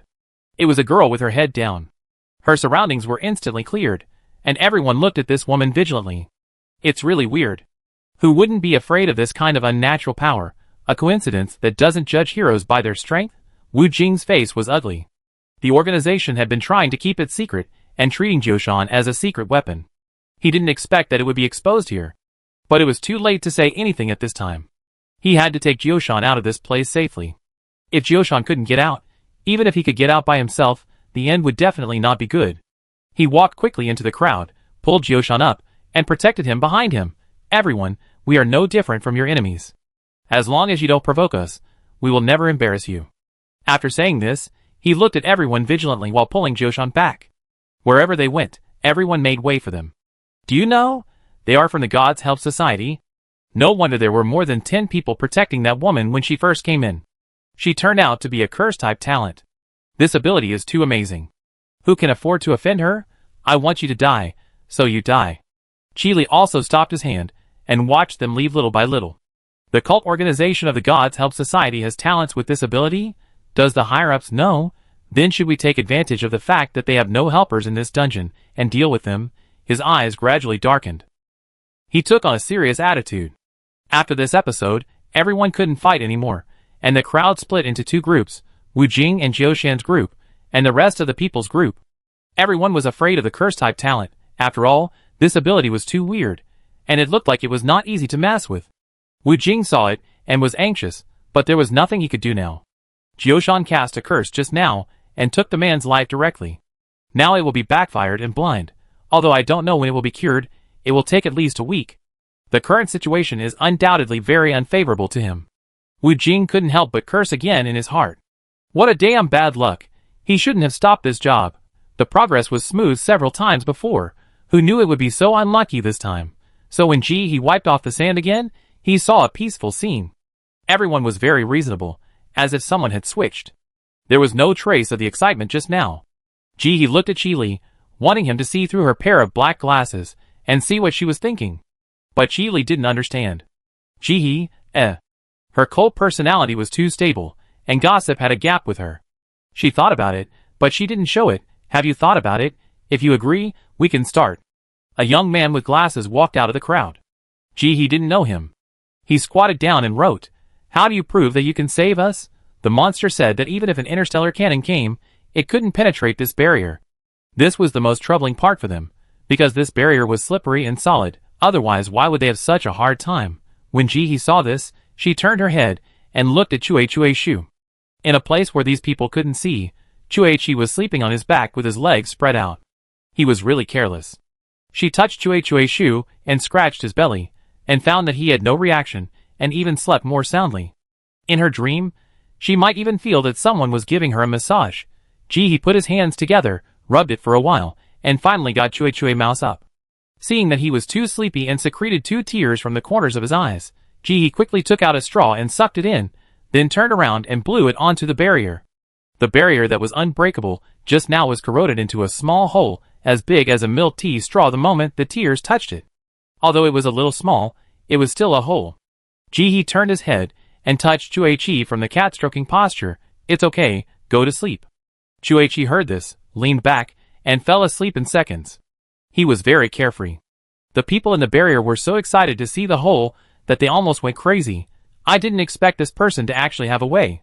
Although it was just a hole as big as a milk tea straw, it was also hope. If one hole can be corroded, how far is the second one? Chapter 542. The young man with glasses reached out and touched the hole. It was smooth and not scratchy. It didn't look like it had just appeared. It looked like it was born naturally. But it was true. Everyone watched. The masked man took the straw and blew it. Then the small hole appeared. He glanced at the straw. He didn't know what was different about it. Was it some kind of prop? If he kept blowing, could he blow the hole bigger? The hole is still a little small now. Ji-hee looked at the hole in front of her and felt very satisfied. This big hole was big enough for those people to pour the blood of the iron-headed earthworm into her. The young man with glasses wrote another note. "I can give blood, but I think the fighting power of at least half of the people here cannot satisfy you. What should we do with those people?" Ji-hee also thought about this. Those who can provide blood, and those who can't provide props. No limit on the type, one is enough. But the total blood volume of the monsters must be at least 500 gene. If this clause is not added, Ji-hee is really afraid that these people will not give her a gene of monster blood, and will directly take out the props. She didn't intend to go for the props. She had obtained a lot of props before, and saved several large plastic buckets, but she was afraid of being exposed and couldn't sell them. All piled up in the space. For her, props that can't be converted into cash immediately are useless. Just because she doesn't want to save people for free, she set a threshold this time. The man nodded when he saw this. It was indeed not expensive. As for whether there would be casualties in the battle with the iron-headed earthworm, there was nothing that could be done. After all, there were risks in doing anything. If they did not accept this person's advice, the mortality rate would be higher. Seeing that he had no doubts, Ji-hee continued to write, "To assist you, I will lead the 5th monster back and let them fight." Everyone looked at each other. "You said let them fight, and they will fight? You raised the monster?" But the farce just now made everyone choose to shut up and no one spoke. If the monster really came back and fought with these iron-headed earthworms, it would be a good thing. Seeing that they didn't speak, Ji-hee just thought they agreed and turned away. She was going to find the iron-headed earthworm with Alzheimer's disease. Everyone watched Ji-hee disappear and stood there to discuss countermeasures. The man with glasses kept reaching out to touch the hole, as if he was confirming something. In order to prevent being discovered by the iron-headed earthworms, everyone had to keep writing. Finally, they discussed several steps. The first step was to remove the traces on their bodies. Otherwise, even if they ran out, they would be brought back by the iron-headed earthworm, which would not be worth the loss. Next, who would go to get blood and who would provide cover? Who would go first and who would go later? These had to be made clear. Ji-hee carried Chue-Chi and quickly got out of the cave. She didn't know where the stupid iron-headed earthworm was, but it was a certain distance away and Chue-Chi could smell it. She quickly walked through the black tunnel, and Chue-Chi, who was behind her, was sleeping soundly. Finally, when she didn't know where she was, Chue-Chi behind her suddenly woke up and whispered, "The iron-headed earthworm is nearby, hurry up." It was obvious that it was scared. But Ji-hee came here for this iron-headed earthworm, so she wouldn't leave so easily.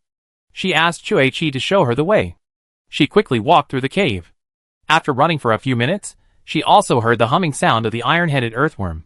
Ji-hee ran over and saw that the iron-headed earthworm had actually dug around the cave, turning it into a big hole, with 5 or 6 different tunnels around it. He found a lot of iron balls inside, and he ate them while humming. After all, he had become an idiot, and he didn't care about pollution. He would eat like crazy when he saw food. Iron-headed earthworms are a species that only eat and don't poop. When they can't hold on any longer, they will shed their skin. Before they shed their skin, they will keep eating. He jumped over, and the idiot iron-headed earthworm didn't react to her arrival at all. Still eating. He took advantage of his inattention and quickly collected the iron balls that he had pushed out around him into the space. After the demented iron-headed earthworm finished eating, it was looking for the next pile of food, but it found that there was no food around. Only a little man was left jumping around. Eat. Hee. Eat. While making a chugging sound, the iron-headed earthworm ran straight to Jihi. This was exactly what Jihi wanted. She took the iron-headed earthworm for a walk, chasing it behind her, while she led the way slowly in front. If it came to a fork in the road, it would stop and wait for a while. After all, it was demented, and sometimes it would be distracted by other things. One was attentive, the other was foolish. He led Ironhead Earthworm all the way to the place where those people were imprisoned smoothly. At this time, the others were ready, and were anxiously waiting for Jihi. The clothes stained with green slime were changed, and the slime on the hair and skin was washed clean. They left the clothes here to attract the attention of the monster. But everything was ready. Why didn't this person come? Where did this person go? Did he run away to tease them? What should they do next? Should they attack the monster? With this feeling of worry and anxiety, the crowd kept walking back and forth. At this time, they seemed to hear a gust of wind in their ears, very light, like the sound of something thrown in the air. Some people looked curiously at the place where it happened. That was the cave entrance.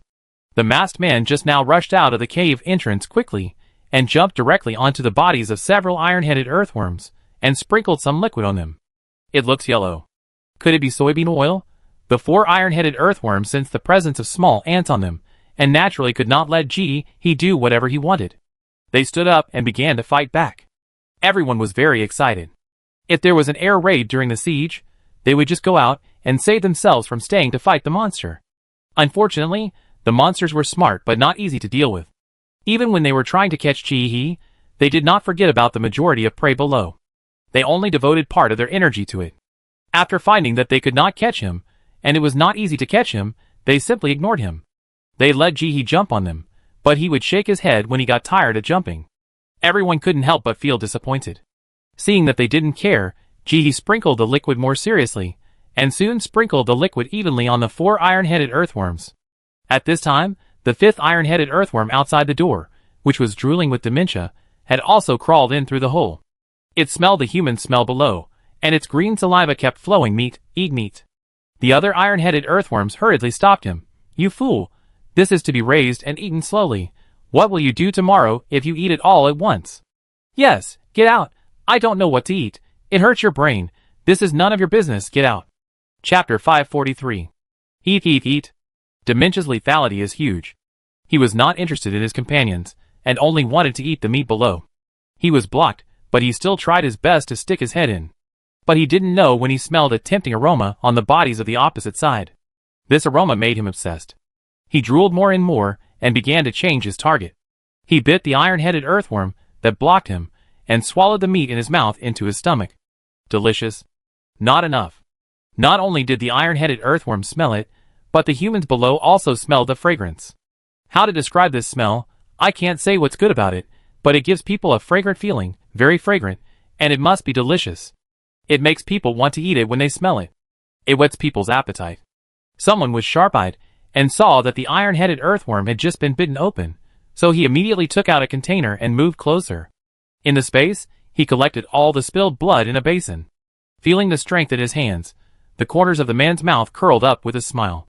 This wave is at least for Gene. If he takes one more bite, he will have enough, but if he has enough, that person will come in. How can he let them out? As soon as this thought came out, he hurriedly looked for someone in the house, but found that the person disappeared without a trace. Where is that person? When he saw the stupid iron-headed earthworm coming in again, she took advantage of the chaos, and no one cared about her, and quickly evacuated the battlefield.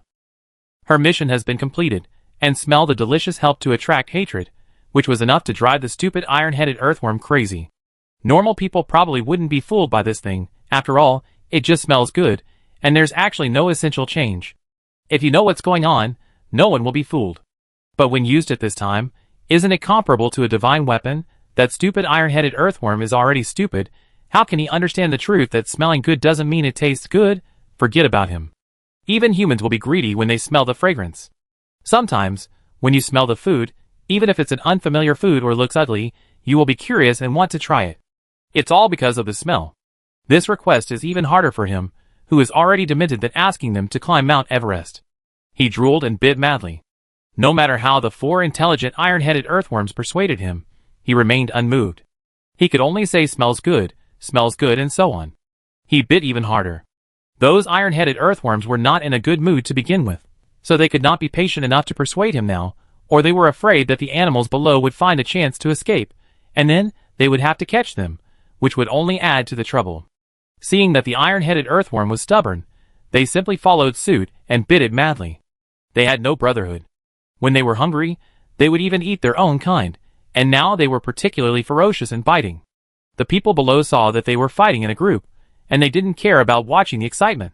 They hurriedly held large basins, and started to catch them madly. This was simply a ticket that fell from the sky. Catch it. Zero danger, just of hands. Everyone caught it happily. Even Wu Jing was not idle. He hid aside, and had heard everyone's plan clearly, and now tied Jioshan to his body. He was carrying 2 large buckets, faster than others. Anyway, the masked man didn't say that they couldn't leave, so he had to get out before everyone else. Qili and his companions hid in the crowd. Seeing Wu Jing like this, he gave Su Min a look. Su Min understood, and after approaching, he bumped into the bucket in Wu Jing's hand without leaving a trace, and quickly hid in the crowd. Wu Jing didn't react in time, and more than half of the blood in the bucket that was almost full spilled out. The blood was quickly taken away by the people next to him. He was so distressed that he couldn't find the person who bumped into him when he looked up. There was no time to waste, so he had to swallow this loss. Next, Wu Jing was hit many times, and each time, more than half of the blood in his bucket was knocked out. He thought someone was targeting him. But when he looked up, he saw that there were many people around him who were hit like this. Not only was he hit, but others were also hit. After all, the blood falling from the sky is limited. At this time, everyone is a competitor. As long as they snatch it from others, the blood in their bucket will be enough, and they will naturally spare no effort to trip them up. Wu Jing looked around, and saw that several people around him had also been hit. He had no choice but to bite his teeth and accept it. After all, his current situation was not as good as before, and he could not show off. Next, in order to prevent others from hitting his bucket, he made his work in vain, and his speed of grabbing blood from others naturally slowed down. Qili saw this, and knew that Wu Jing was on guard, and it would be difficult to hit him again, so he signaled Su Min and Muyu to change their tactics and concentrate on accumulating monster blood. After jumping out of the cave, Ji widened the tunnel a little, at least enough for people to crawl out from her side. Otherwise, she would have to sit in the tunnel before, and there was no room for 2 people. Ji did not plan to dig the tunnel too wide, as long as it could accommodate 1 person crawling out sideways.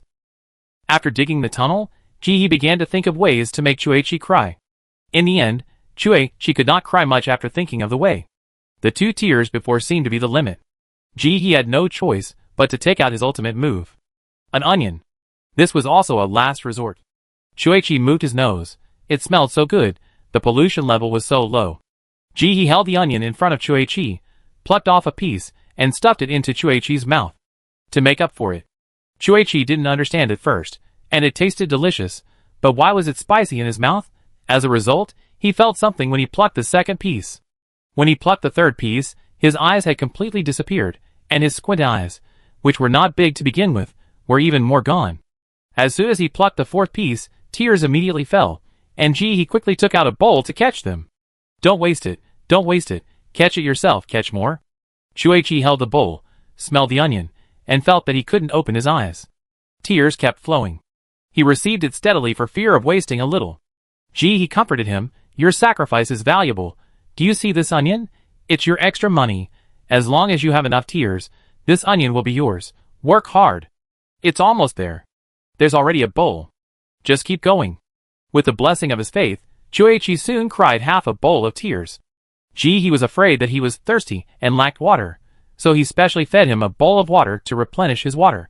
With the water replenishment, Chueqi cried more easily. The Chuechui mice have no tears, mainly because the water source in this place is precious, and they often don't have water to drink once a month. Usually, they can only get water from plants. Without water, there are naturally no tears. Chapter 544. He drank more water than He drank in a few months. With the help of onions, how many tears would he produce? He estimated that this bowl of tears was enough, so she asked He to stop. Carefully pouring the tears into the spray bottle, she stuffed He into her clothes. There will be many people around, so it is better not to see He hid in He's stomach, and it looked like a big bulge. Turning around, he carefully pushed away the soil in the hole, revealing the people behind the barrier. They were already lined up in a long line, and they were very excited to see he appear. But remember not to make any noise. He didn't waste any words, took out a spray bottle, sprayed the barrier into the size of a fist, and this time took out an electronic scale to start weighing. Work hard. Those who were queuing up were originally thinking that it would be fine if it was almost done, and they were dumbfounded when they saw he took out the electronic scale. What is this? There are actually people who carry this thing with them when they do tasks? What kind of people are they? Some people kept beating their drums in their hearts. So serious. What if it is not enough? He seemed to know what they were thinking, and typed a few words on the pad for them to see. If it's less than 5 Gene, clear all and start over. Everyone, Someone who wanted to cheat hesitated after seeing these words. Now those iron-headed earthworms are still fighting in a ball, blood is flying everywhere. Why not go get some more? What if it's not enough later? Someone quietly walked out of the team, and the rest of the people were confident in themselves. When they first received the blood, they were afraid that it would not be enough, so they received more. Now they are confident that it must be more than 5 Gene. He was not polite, starting with the first person, weighing them one by one. After they were weighed, he asked them to line up and wait, and then they would leave together. The first person in line was not happy. Why? I lined up first, so I want to leave first. He did not indulge him. If you don't like it, then find a way to get out by yourself. Next one. The man held his breath, but there was nothing he could do, so he had to endure it. Who made him unable to get out by himself? So along the fist-sized barrier, the man began to pour sticky blood into it. After pouring everything, he started to weigh it. Seeing that it reached 5 Gene, she nodded and agreed. You are number 1, go stand aside, you will be the first to go out later. Hearing this, the man felt relieved. Forget it, it's just a matter of waiting a little longer. He's men were busy and started to receive blood quickly. One by one, people who reached the goal went to the side and started to line up. She didn't know about these talented people. If she dragged people around her to take the blame for her, she would do it without any hesitation.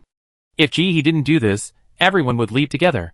When the exit is opened, the people who are still collecting blood inside will be anxious and will not line up at all. They will come to cut in line. At that time, even if there is a small stampede, these people will definitely take action directly. That will be really chaotic. It is better to let those people know that these people will not leave immediately, so as not to riot.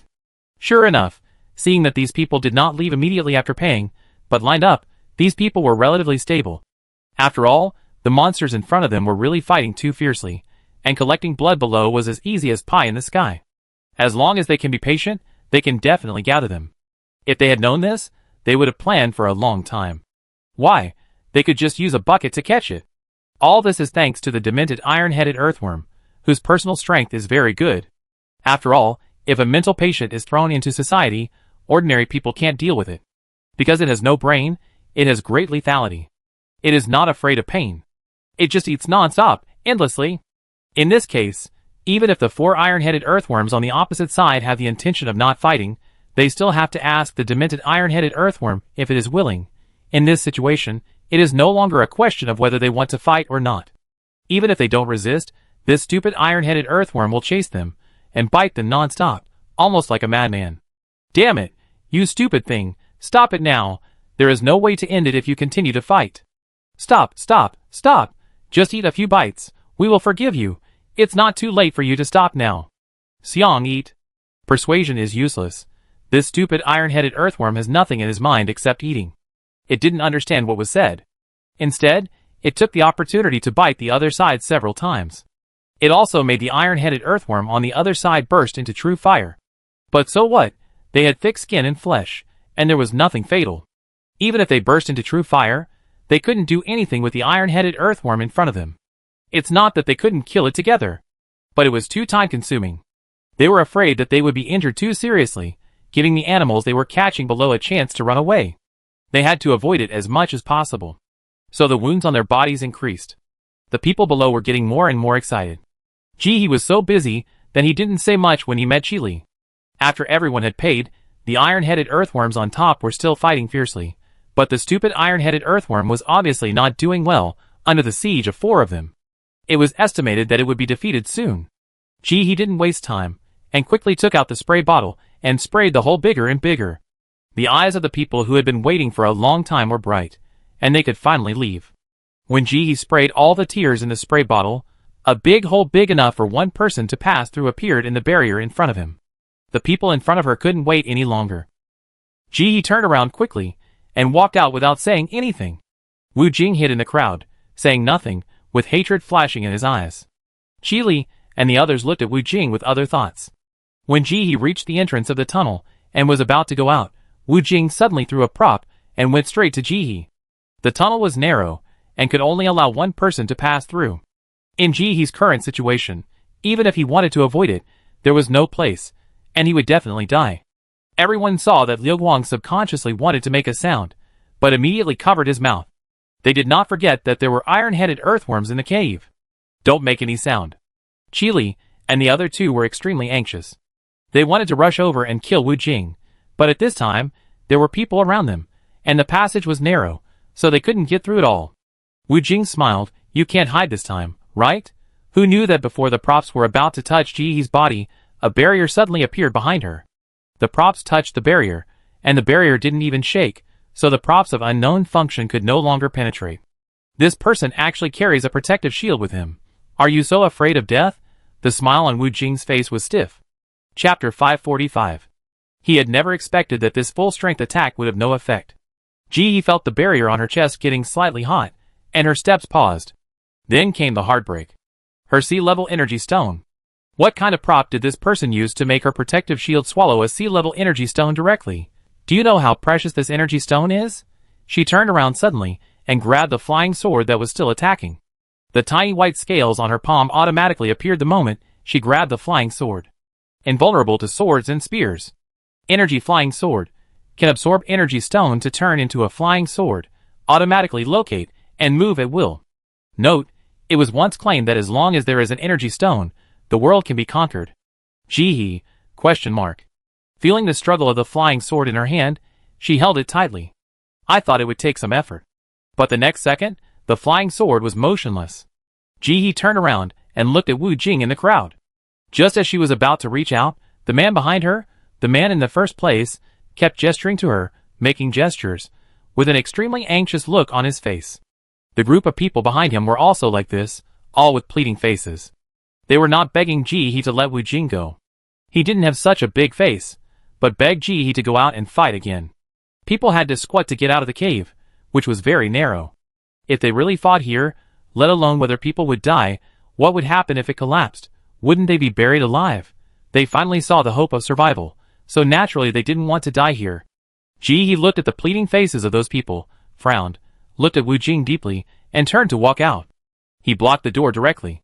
The people behind him breathed a sigh of relief, and their impression of this person became better, and their impression of Wu Jing became worse. Ungrateful, heartless thing. They just saved you, and you turned against them the next second? People like this are black-hearted, and dogs won't eat them even if they are thrown out. Originally, Ji planned to deal with the people named Wu Jing and Jiushan when the dungeon was about to be released, but now she changed her mind. Since these 2 people can no longer hide their malice towards her. If she continued to be soft-hearted, it would be hard to justify. Everyone in the tunnel was relieved to see that he did not fight with that person directly. They could live or die at will, but what would they do if they fought in the tunnel? They would definitely be implicated. Now they followed Ji out of the tunnel, running faster than each other, as if there were rabbits chasing them.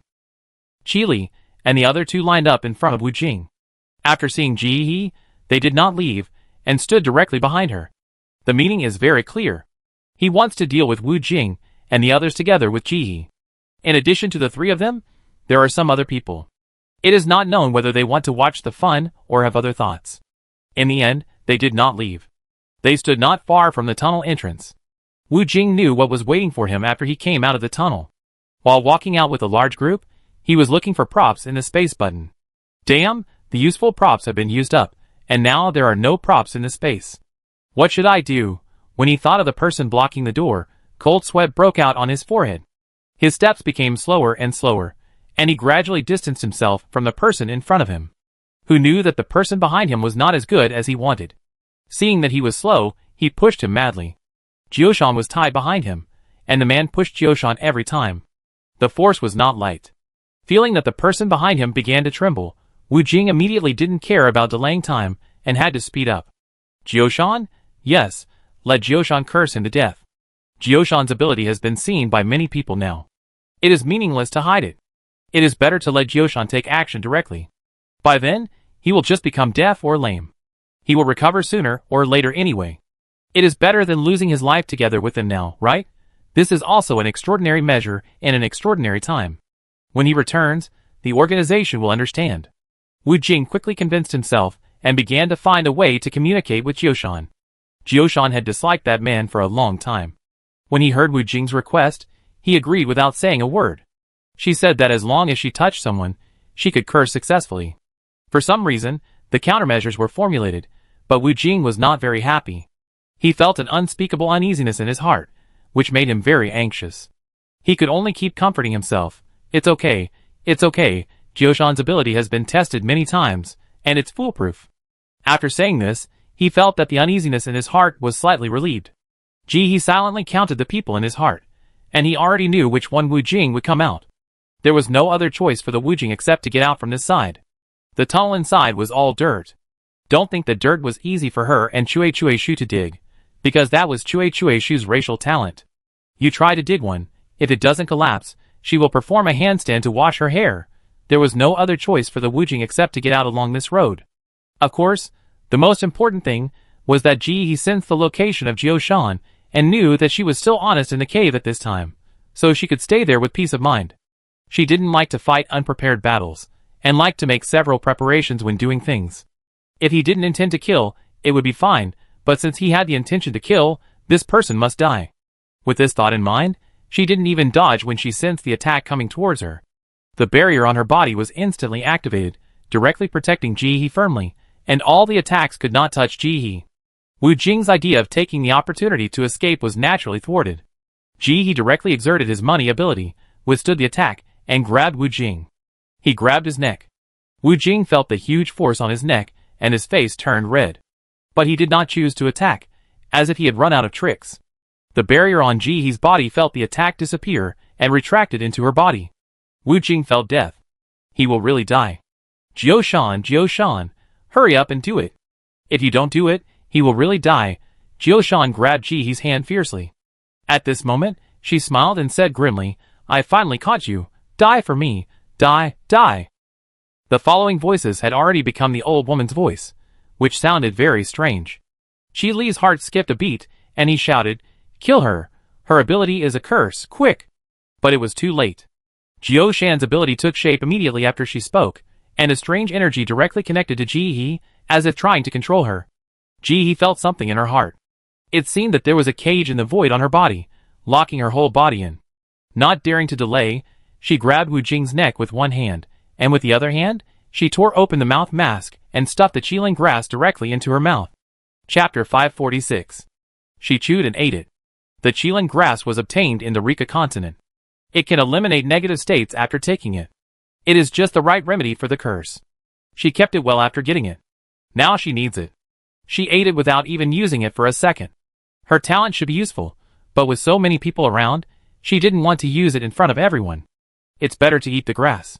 As the Qilin grass went down her stomach, Ji felt that the feeling of being unable to control herself had gradually disappeared. Her body seemed to have broken free of an invisible shackle, and she returned to her normal state. Exhaling, Ji knew that this matter was over. After Jioshan cursed, he waited for Ji to get into trouble, but as soon as the smile on her lips appeared, she suddenly vomited a large mouthful of black blood, and her whole body began to twitch continuously. After that, black blood kept flowing out of her 7 orifices. The black blood flowed to Wu Jing's body, and began to emit white smoke continuously. Wu Jing's shoulder and throat were instantly corroded, and a hole was formed, which was constantly expanding. Ji let go, and the two of them fell naturally. The people who were still watching the excitement took a big step back, fearing that they would be touched by the poisonous blood. Qi Li and the other two also breathed a sigh of relief. Finally, they were scared to death. A certain consciousness also breathed a sigh of relief. It was scared to death. The people on this planet are so mean. If anything happened to the white unicorn, it would immediately abandon these people without caring about them. If it had known that the natives of this planet were so wicked, it would not have been soft-hearted even if the consciousness of that planet fainted from crying. Its precious white unicorn suffered so much because of the natives of this planet. It was like a stepmother bullying her own cub. It's such a loss. Angry, Ji stood there and watched the two people being corroded by the black blood. In the end, not even the bones were left, and it turned into a big black pit. The system prompt sound was also heard in his ears. Congratulations to the player for obtaining the A-level energy fruit machine Butler. As the prompt sound fell, a button-sized metal heart appeared in the palm of Ji's hand, and it was still warm to the touch. There were so many people and eyes, Ji didn't check it himself, just put the machine Butler into the space, and waited to look back. She bent down, picked up the space button in the black pit, put it in her pocket, and turned to walk out. Seeing this scene, many people who were still waiting to pick up the bargain sighed in disappointment. Damn it, it looks powerful, but it's so useless. If both sides were injured, they could still pick up the bargain, but now looking at the situation, they should leave quickly. Some people were thoughtful. They saw clearly just now that after the curse talent named Jioshan cast the curse, the masked man ate something. The man just moved too fast and flashed by, so no one could see clearly. They knew that after he ate the thing, he was not hurt at all, but the curse-type talent suddenly started to spit out black blood. This black blood was particularly poisonous, and it even took away the black well under her. If they hadn't seen it with their own eyes, they would have never heard of it. They believed that the key to solving the problem was the thing that the man ate, which might be a prop similar to the rebound curse. Thinking of this, these people began to breathe heavily. This is a good thing. If you have this thing, it is equivalent to having a talisman, and you don't have to be afraid of people with cursed talents anymore. I just don't know, this person is still gone, regardless of what those people think. Ji turned around, made way, and walked to Chili. The three of them looked a little excited, especially Chili. Boss, it's great that you are okay. Those two people are from the Gods Aid Society. They are not good people. You are getting rid of harm. You are doing good deeds. Yes, boss. We haven't thanked you for coming to save us yet. We took a lot more stones this time, and gathered the 2 ores that you were missing. Ji nodded, maintaining her aloof personality. With a wave of her hand, a vending machine appeared. No need to prepare ores for me. I have gathered them. You can exchange them. Li and the other 2 looked at each other, knowing that time was urgent, and without saying much, they quickly took out the bones and stones they had prepared and began to exchange ores. The boss actually doesn't want ore, so they give props the same way. The people who were still standing there saw the vending machine, and threw what they wanted to say behind their backs. They looked at the vending machine, confused at first, then their eyes lit up, full of surprise. What is this? Ji glanced at the person who spoke. It was a girl. Vending machine. After she said this, she added, it sells ore. Is it the ore needed for this mission? The girl was obviously very excited, and took a few steps forward. Ji nodded, his voice calm. Yes, you can exchange it if you want. Just give me a prop. The girl's face turned red with excitement. Okay, 1 prop, right? I know. After that, she took 2 quick steps and approached the vending machine to watch Chili and the other 2 exchange ores. Chili and the other 2 heard Ji's words, and they didn't react to this man. They quickly exchanged an ore and teleported away. As long as you know the task channel, this level is not too difficult. Because there are a lot of bones and stones needed to exchange ores, if you are patient and look for them, a day is enough. Chili and the other 3 exchanged all the 60 ores in a short while and handed in the task. At this point, they just needed to find a place to spend the rest of the day in peace. The girl's face was flushed with excitement. She thought that this round of mission would fail, and she would have to stay with those monsters in the future, but she didn't expect that there would be a silver lining. She actually saw the hope of completing the task. She also wanted to go find stones. After writing down the appearance of all the stones that were exchanged for ores, she wanted to leave, but suddenly remembered why she stayed. She walked quickly to Ji, her face slightly red, and handed him a prop. Hello, thank you very much for saving my life. This is a prop I made. If you don't mind, I give it to you. Ji shook his head. No, you just paid me. How can that be? This is what I made myself. You can take it back and try it out. If it works, you are welcome to come to me. I will give you a 50% discount. My game is called Lie Detector Specialty, which is easy to remember. The girl was enthusiastically promoting the game. The game was too difficult, and was not very friendly to people with auxiliary talents like her. This time, she didn't plan to come again. She could produce 3 of this prop every day. If she was more frugal in the future and made a living by selling props, she could barely survive. Chapter 547. He took it and looked at it. It was a lie detector that could be used 3 times. Made by himself, it turned out to be a special talent. He nodded. Okay, I remember it. The girl saw that he was in a good mood and asked, then if I want to exchange or later, where can I find you? He thought that he still had a purple fire crystal or that he hadn't dug yet, and he was afraid that he didn't have time, so he simply pointed at Chile and said, find the 3 of them. Chile? ? He nodded, help me find someone to exchange, and I give you 1 item for every 10 items I exchange. If someone makes trouble or robs you, you don't need to resist, just let them go, I will deal with it. After saying this, he looked up at the people around him who were eager to try. Following the torn cloth, everyone saw that this devil actually smiled. Instantly, all thoughts were gone, as if a basin of ice water was poured over my head. This must be a fishing enforcement? Is he trying to find fault and get something for nothing? Oh no, I almost got fooled. Everyone, At this moment, they only felt that it was the boss who was insidious. He could actually come up with such a dirty trick. They must trade honestly and never let the boss find fault. Chile and his companions patted their chests and assured don't worry, boss, I can definitely complete the task. At this moment, Chile suddenly felt a sense of honor in his heart. He would definitely not let the boss down. Yes, we don't want props. Miyu said hurriedly. Their lives were saved by the boss, and they were working for the boss, so why would they need props? He didn't argue with them. Anyway, she would definitely give them what they deserved, and she wouldn't let them work for her in vain. Then I leave first. After saying that, he quickly disappeared into the dark tunnel. She had the confidence to do this. She attached the location she got from Jio-shan to the vending machine, so that she could sense if the vending machine moved quickly. Of course, if those people put the vending machine into the space button, she wouldn't be able to sense it. But it didn't matter. With Chue-Shu, the local snake, here, if she really wanted to find someone, there was really no one in this cave that she couldn't find. If there is someone who is not afraid of death and wants to rob, then go ahead and rob. She will just rob the thieves. Just after running a few steps in the dark, he heard a roar from the darkness. It seems that Taiku Cho has already found out that everyone has run away, and he must be mad now. She quickened her pace and disappeared quickly in the darkness. Under Chue-Chi's command, he successfully met up with Chue-Tu. After collecting a large batch of black fluorescent grass, Chue-Tu finally said, there is one last batch, and it will probably take a few more hours to load. He looked at the number of black fluorescent grass in the space, and couldn't help but sigh. Chue Mouse is really hardworking. Look at this number, I'm afraid it's enough for their family to eat for more than a year. Chue-Tu took over Chue-Chi's position of pointing the way, and kicked Chue-Chi before leaving. Look at you lazy, go back to work, if I find you lazy again, you won't have dinner tonight. Chue-Chi thought that he had just secretly eaten an onion, and didn't give it to his family.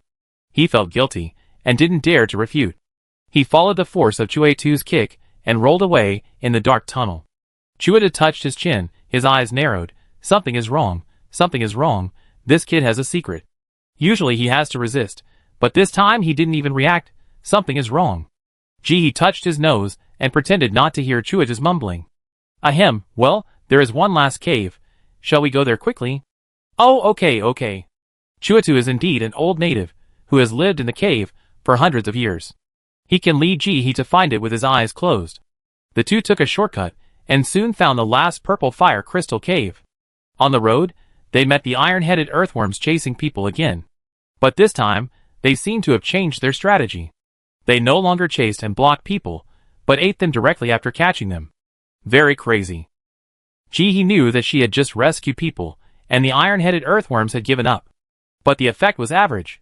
People now knew the effect of the green slime. As long as they were careful, ran faster, and didn't get stained by the green slime, it was not difficult to survive. So in countless tunnels, humans and iron-headed earthworms were hiding and chasing each other. Very busy. Arriving at the purple fire crystal cave, Chue-Tu agreed to meet Ji-He in 6 hours, and then turned and ran away quickly. He had to go back to keep an eye on those useless people, so as not to take advantage of him to sleep. This purple fire crystal cave is the second largest among these caves, and there are many purple fire crystals inside.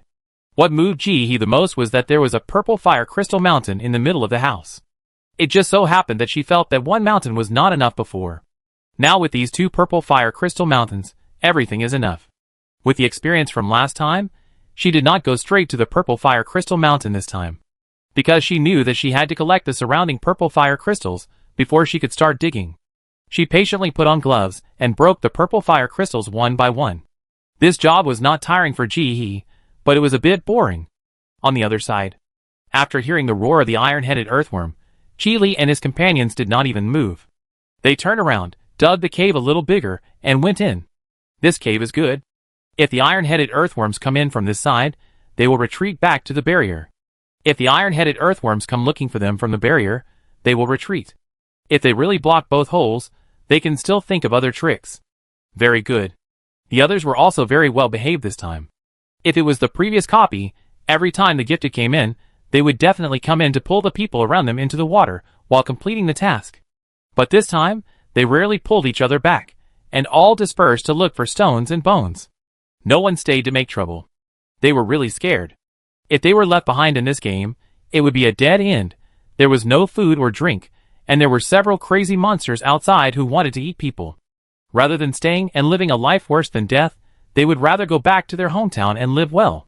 There was never a moment when they even thought that it would not be a big deal if their hometown was doomed. Anyway, there was food, drink, a place to sleep. No one was chasing them, and they could occasionally play with their phones. Compared with this dungeon, it was simply heaven. Many people also decided not to come again after this dungeon was released. They couldn't afford to live anymore. They no longer complained about the game entering a dungeon once every 3 months. With such difficulty, they didn't want to enter it even once. Chapter 548. Because of this huge purple fire crystal mountain, Ji-hee did not complete the task within 5 hours this time. She was concentrating on digging when Chue-tu brought his family to find Ji-hee. Wait a minute, it will be done soon. Chue-tu looked around and found nothing he could help with, so he nodded. As soon as he turned around, he found that the whole family was asleep. Chue-tu, didn't these guys just not sleep for a day? Is it that serious? After saying this, he also yawned and fell asleep in a daze. The Chue-Chue rats usually have nothing to do. In order to reduce the consumption of calories, they usually spend most of their time sleeping except for eating and growing black fluorescent grass. This is a habit developed by several generations, and it is impossible to change it at once. So when Ji-hee finally took away a purple fire crystal mountain, she turned around and found several Chue-Chue rats sleeping with their legs spread out and their bellies facing up. She paused and simply did not call them, and waved her hand to collect them into the space. Only the Chue-tu was left. Ji-hee had thought long ago that if she took these Chue-Chue rats away, she would not let them out again, so it was okay if the secret of the space was discovered. But with these rats, her space was indeed a little insufficient. This time when she went back, she still had to put upgrading first. She stood there and stretched, and did not rush to wake Chue-Chue up, but sat aside and started to eat. She hadn't slept for 2 days, but she was not very sleepy. Thanks to the Xia-Li's Desiccant Awakening version, after taking a bite, her mind was instantly clear. Combined with her healing talent, she can keep her brain in the best condition at all times. Ji-hee is going to eat dry pot bullfrog, fried tripe, lamb rib pot, and braised garlic shrimp. They are all good dishes to go with rice. She said that she likes to eat strong flavors because she is so tired from working.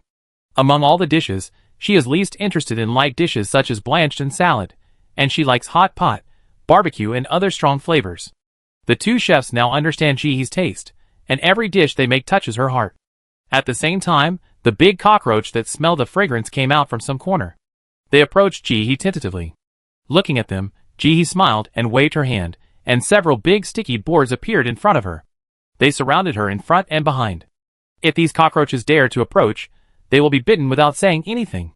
Last time, when the bugs were caught and fed to the chickens, Ji-hee didn't take it seriously, but the chickens went crazy for them. They were much more enthusiastic than those bitter bugs in their hometown.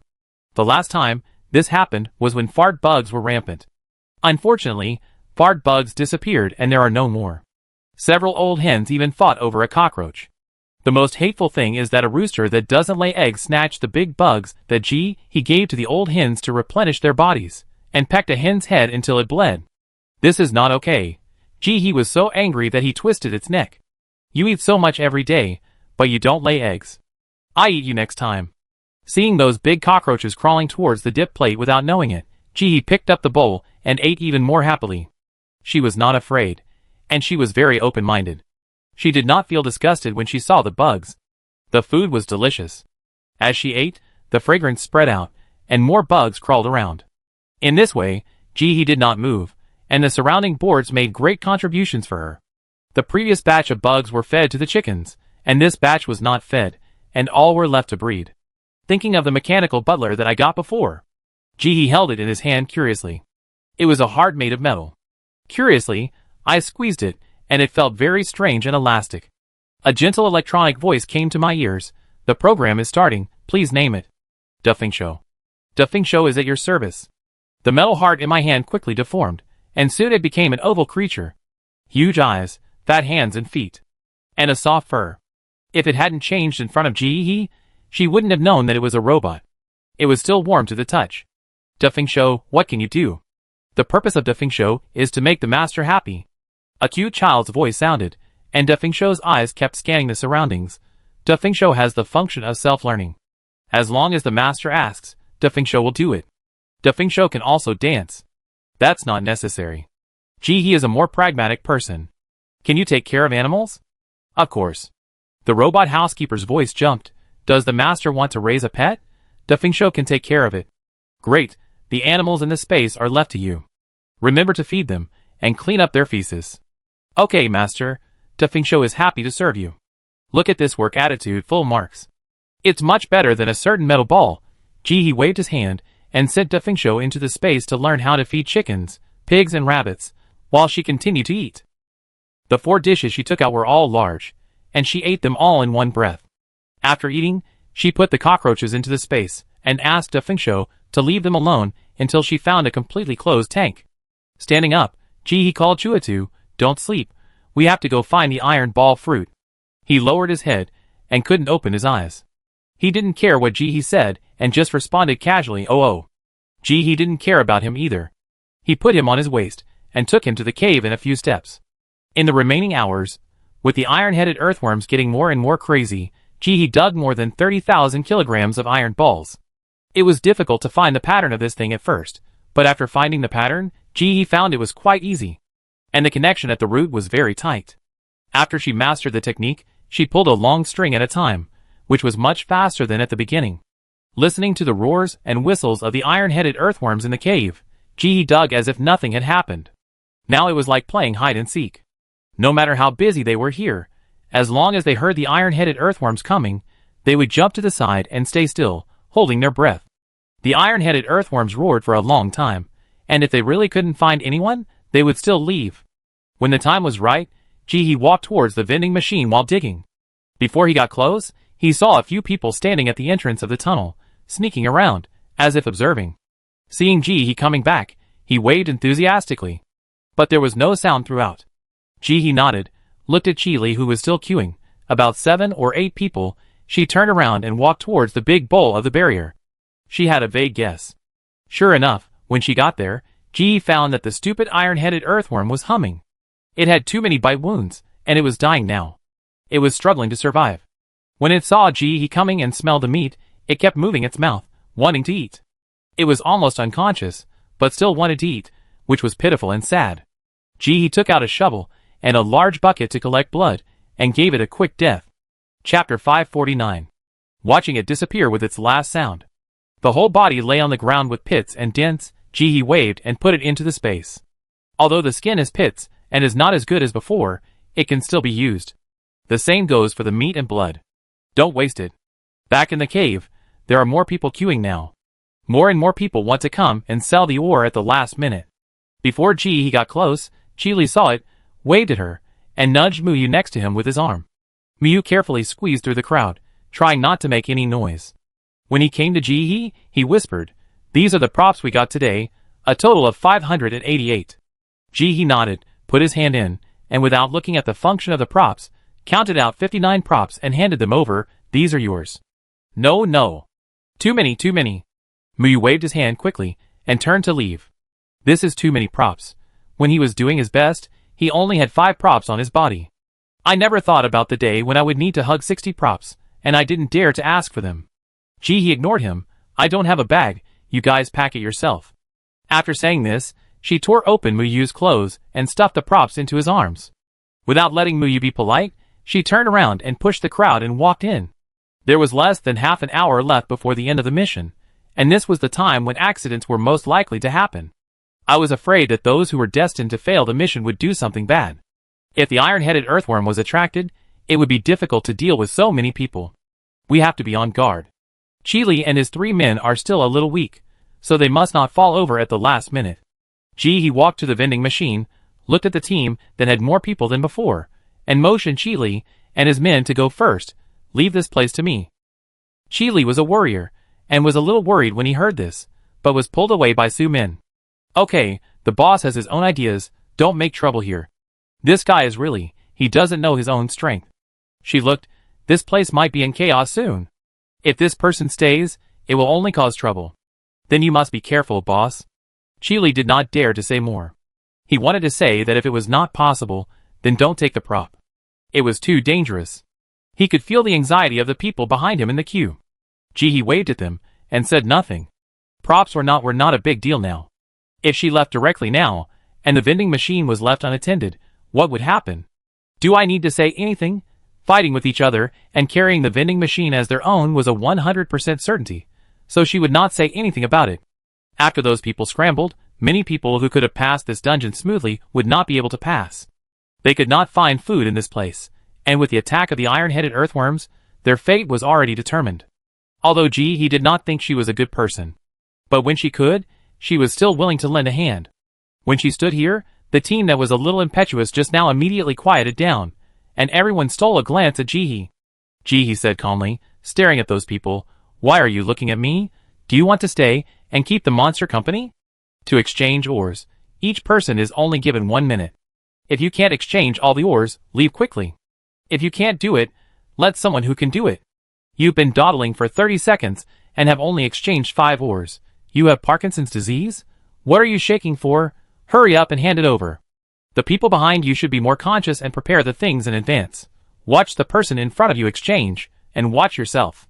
1 minute per person. If you exceed the time limit, leave quickly. Under Jihe's cold words, the speed at which these people exchanged ores reached a qualitative leap, much faster than in front of Chile. Before, these people estimated that it would take half an hour for the books to be released, and they would be able to change them no matter how slow they were, so they looked around slowly, wasting time. Everyone took a long time to dawdle, and no matter what Chile said, it was useless. When it came to Jihe, she didn't tolerate it. Under a series of urging and threats, everyone's speed was so fast. Soon, the long line became shorter and shorter. The waiting time would also be shortened. The people at the end of the line were also less anxious. An invisible storm was suppressed by Jihe. But that was all. There are always slow people, late people, and people who can't keep up with the efficiency. Knowing that the time is almost up, if the task is not completed, you will have to stay in the dungeon. But there is that person who insists on coming on time.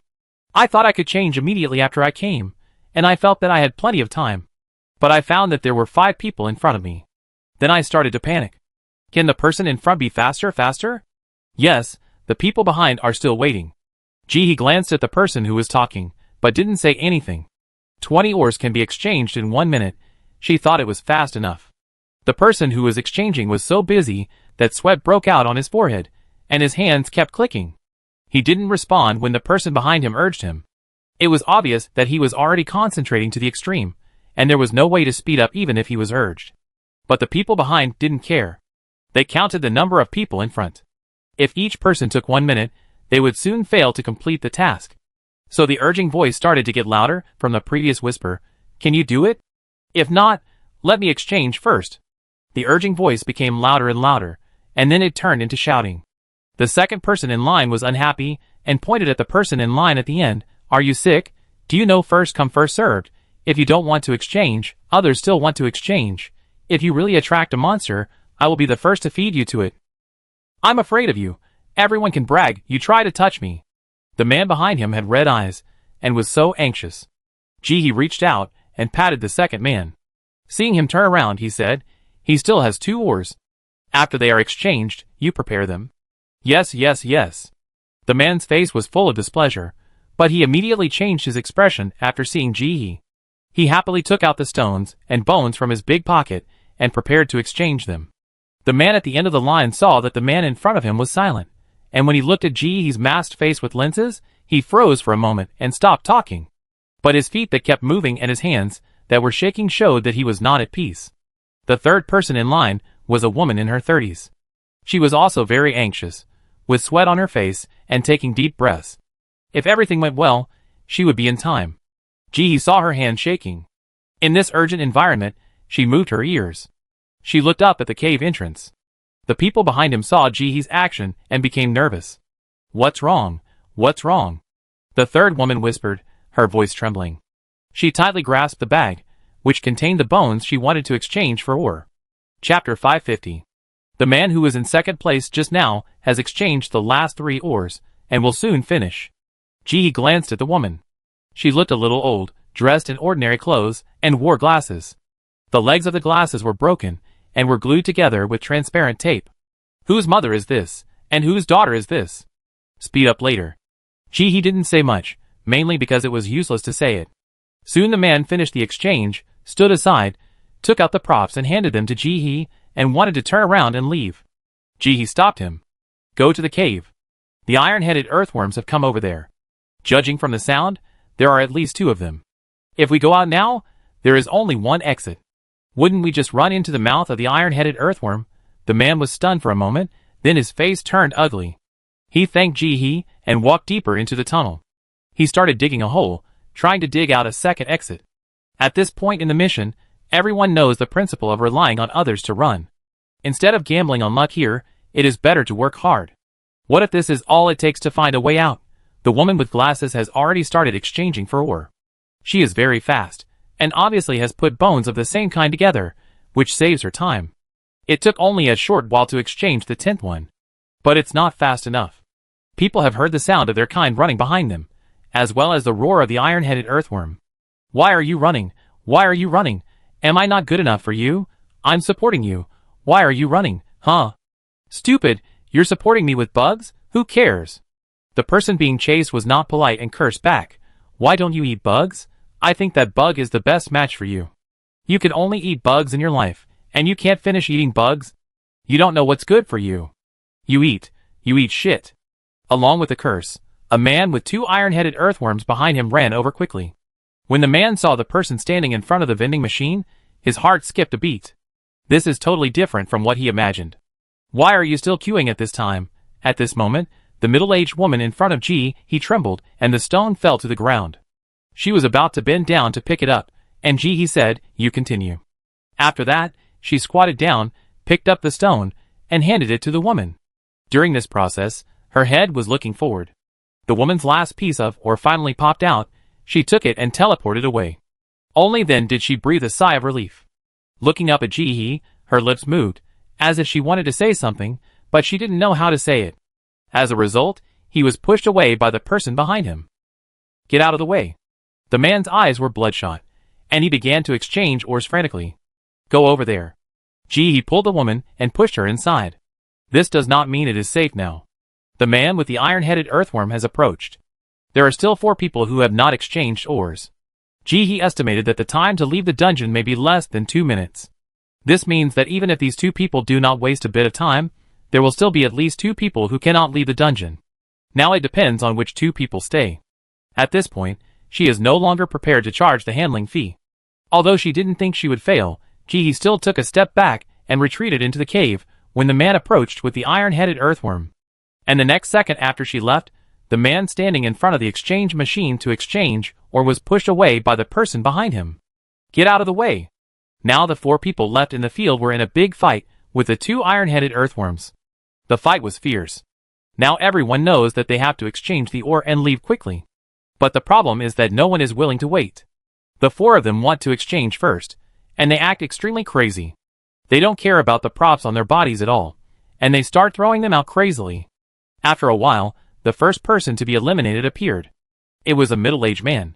He was cut into 2 pieces. The ore exchanged in his hand was also snatched away. Ji-hee listened to the chaotic and crazy sounds over there, and didn't say anything. He kept counting in his heart. When the time is up, she heard a familiar system prompt. Hello, dear players. The mission time is over. Players who have completed the mission will be transferred out of the dungeon.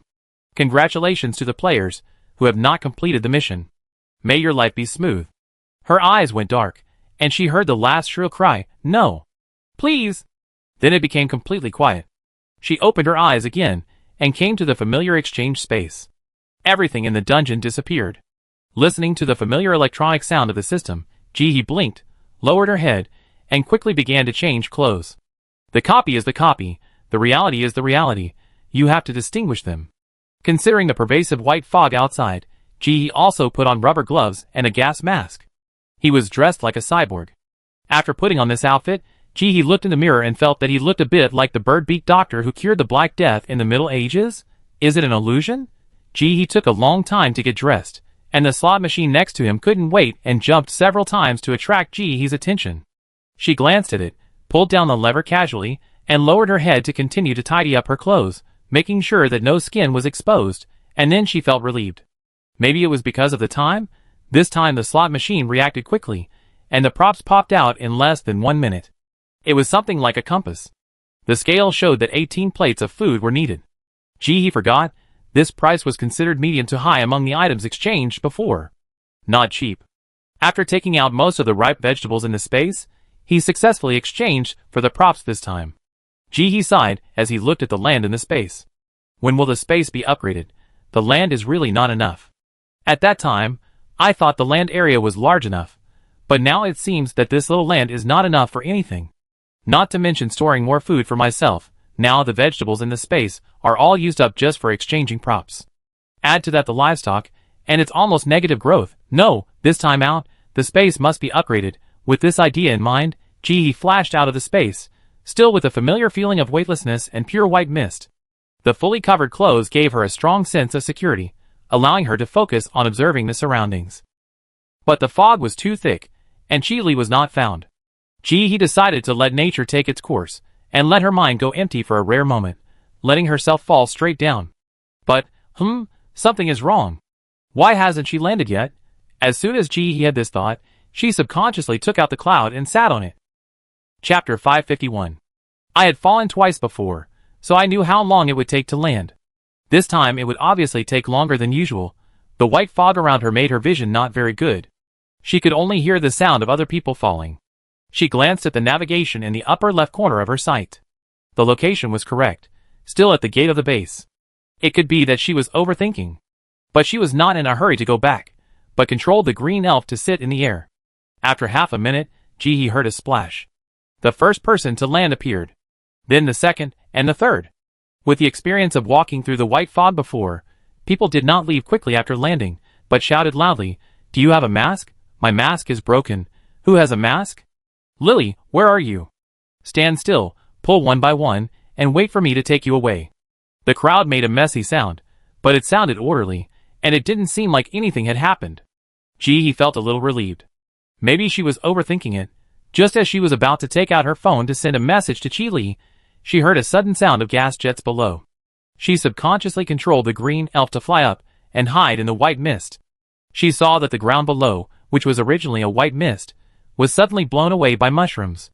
This mushroom looked particularly familiar to Ji-hee. Isn't this the air-spraying mushroom she sold? The white mist below was instantly blown away by the efforts of the air-spraying mushrooms. Ji-hee also saw the scene below. The continuous heavy rain, the ground where everyone fell was originally a large muddy ground. With the arrival of the white fog, the heavy rain stopped, and the ground should become dry and flat. But at this moment, a huge hole was dug out below, and the talents who came out of the copy fell into the hole. As the white fog was blown away, Jun looked up at the top of his head with a confused face. The few people standing on the shore, it was impossible to tell whether they were men, women, young or old, all wearing black robes and gas masks. One of them spoke in a hoarse male voice, "Hello everyone. It's nice to meet you. We came here just to ask you for a small favor and take up a little of your time," the man said, pinching the joint of his little finger with his thumb and making a gesture. Everyone looked at each other, and the official person in charge stood up. His name was Chiao Wei. Ji-hee had seen him speak before. He spoke in a calm voice, trying to get closer to the man. "Did you dig this big hole? What is your purpose of trapping us here? As he spoke, he gestured behind him, signaling everyone to jump up first. For ordinary people, this big hole may take some effort to climb up, but for them, the gifted ones, it's easy. As he attracted attention in front, the people behind him stepped hard. The whole man turned into a whirlwind and rushed straight to the people in black robes in front. The man did not dodge or avoid. A short figure behind him raised his hand. The next second, a fly swatter appeared in the void, and it swatted several people in a row like hitting flies. 3 of them were swatted down before they could dodge, while the other 2 jumped away and were about to touch the man in black robe. The next second, 5 fly swatters appeared in the air again, and before the 2 could react, they quickly swatted the people back into the pit.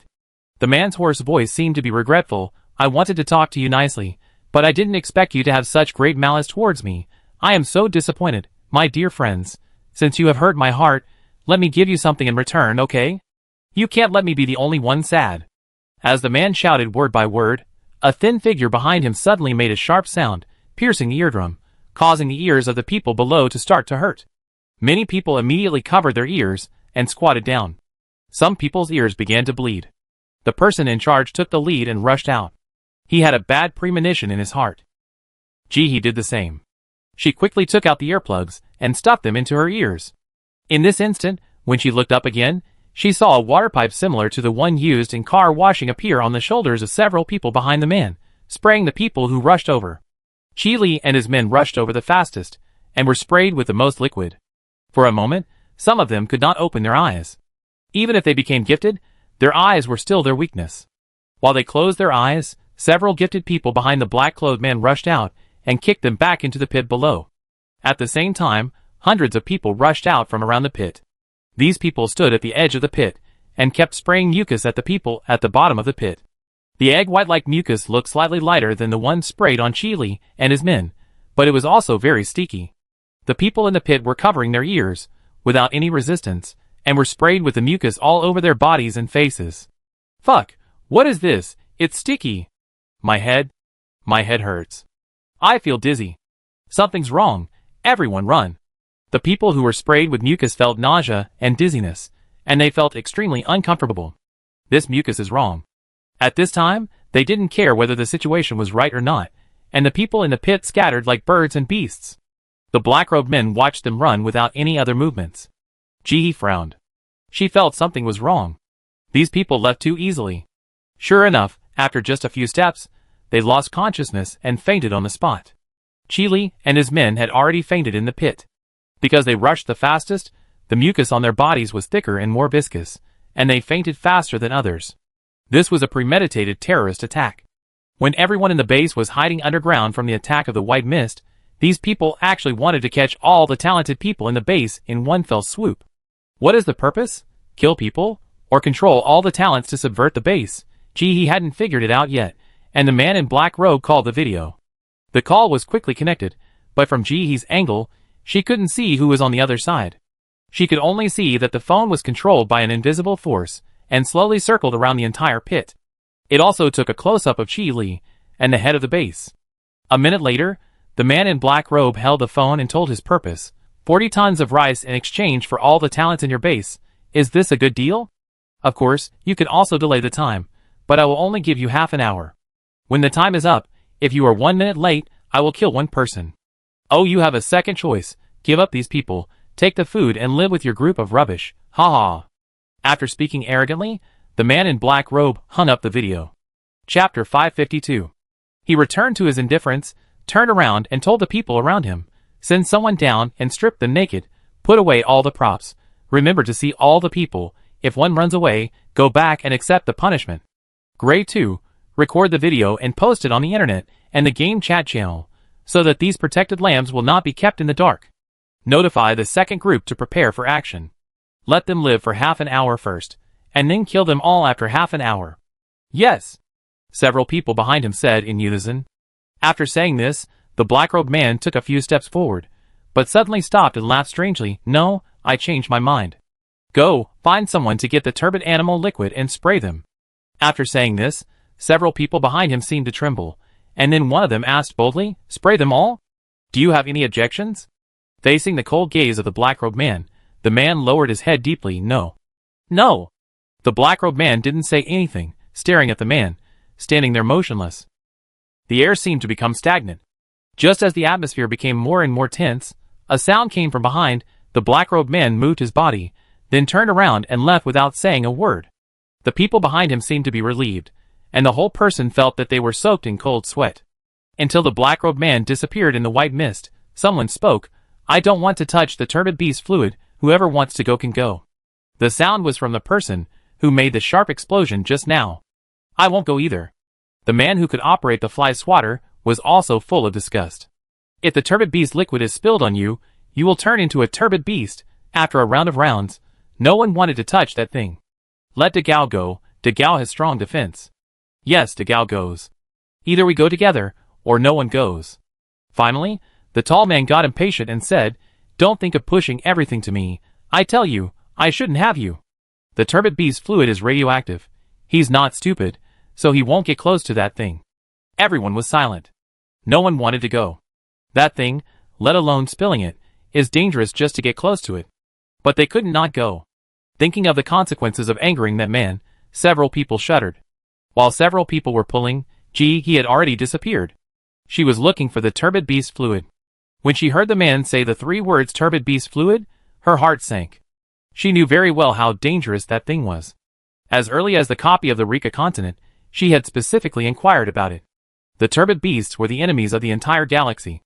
They were full of garbage, and were highly contagious. Even people with very strong abilities could become turbid beasts if they were not careful. No one could resist the turbid beasts forever. No one. The attitude of the galaxy towards turbid beasts was very unified now. Even minors knew that it was to expel and kill them.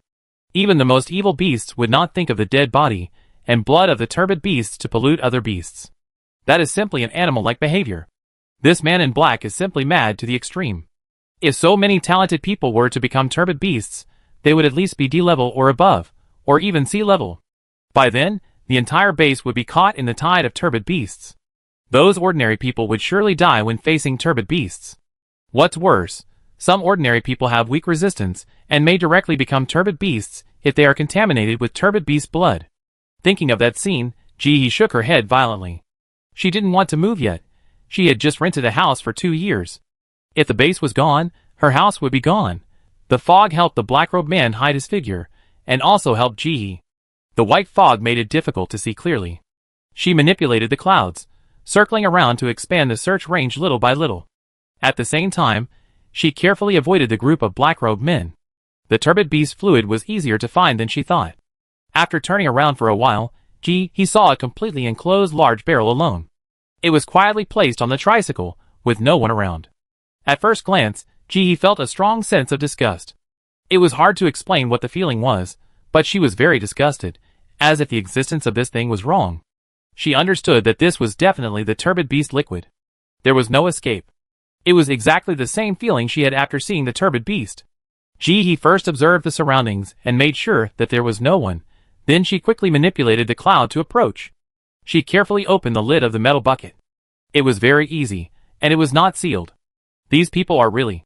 He suppressed the irritability in her heart, and carefully observed the liquid in the bucket. Black and sticky, emitting a foul smell. If this big bucket touches ordinary people, it will be enough to destroy the entire D area and even the C area. These people are really wicked. Suppressing his boredom, he quickly took out the red plastic bucket he used to wash cabbage, and poured the turbid animal liquid into it. As the turbid animal liquid was poured in, the whole big vat began to change color, from the original red to black, and then it was about to crack. He was quick-eyed and quick-handed, and quickly took out a pickled cabbage vat, and sat the red plastic bucket in it. The next second after the red plastic bucket was put in, the entire plastic bucket cracked, and black mucus began to invade the sauerkraut jar. This thing should have been equipped with special tools to store it, and it should be burned again.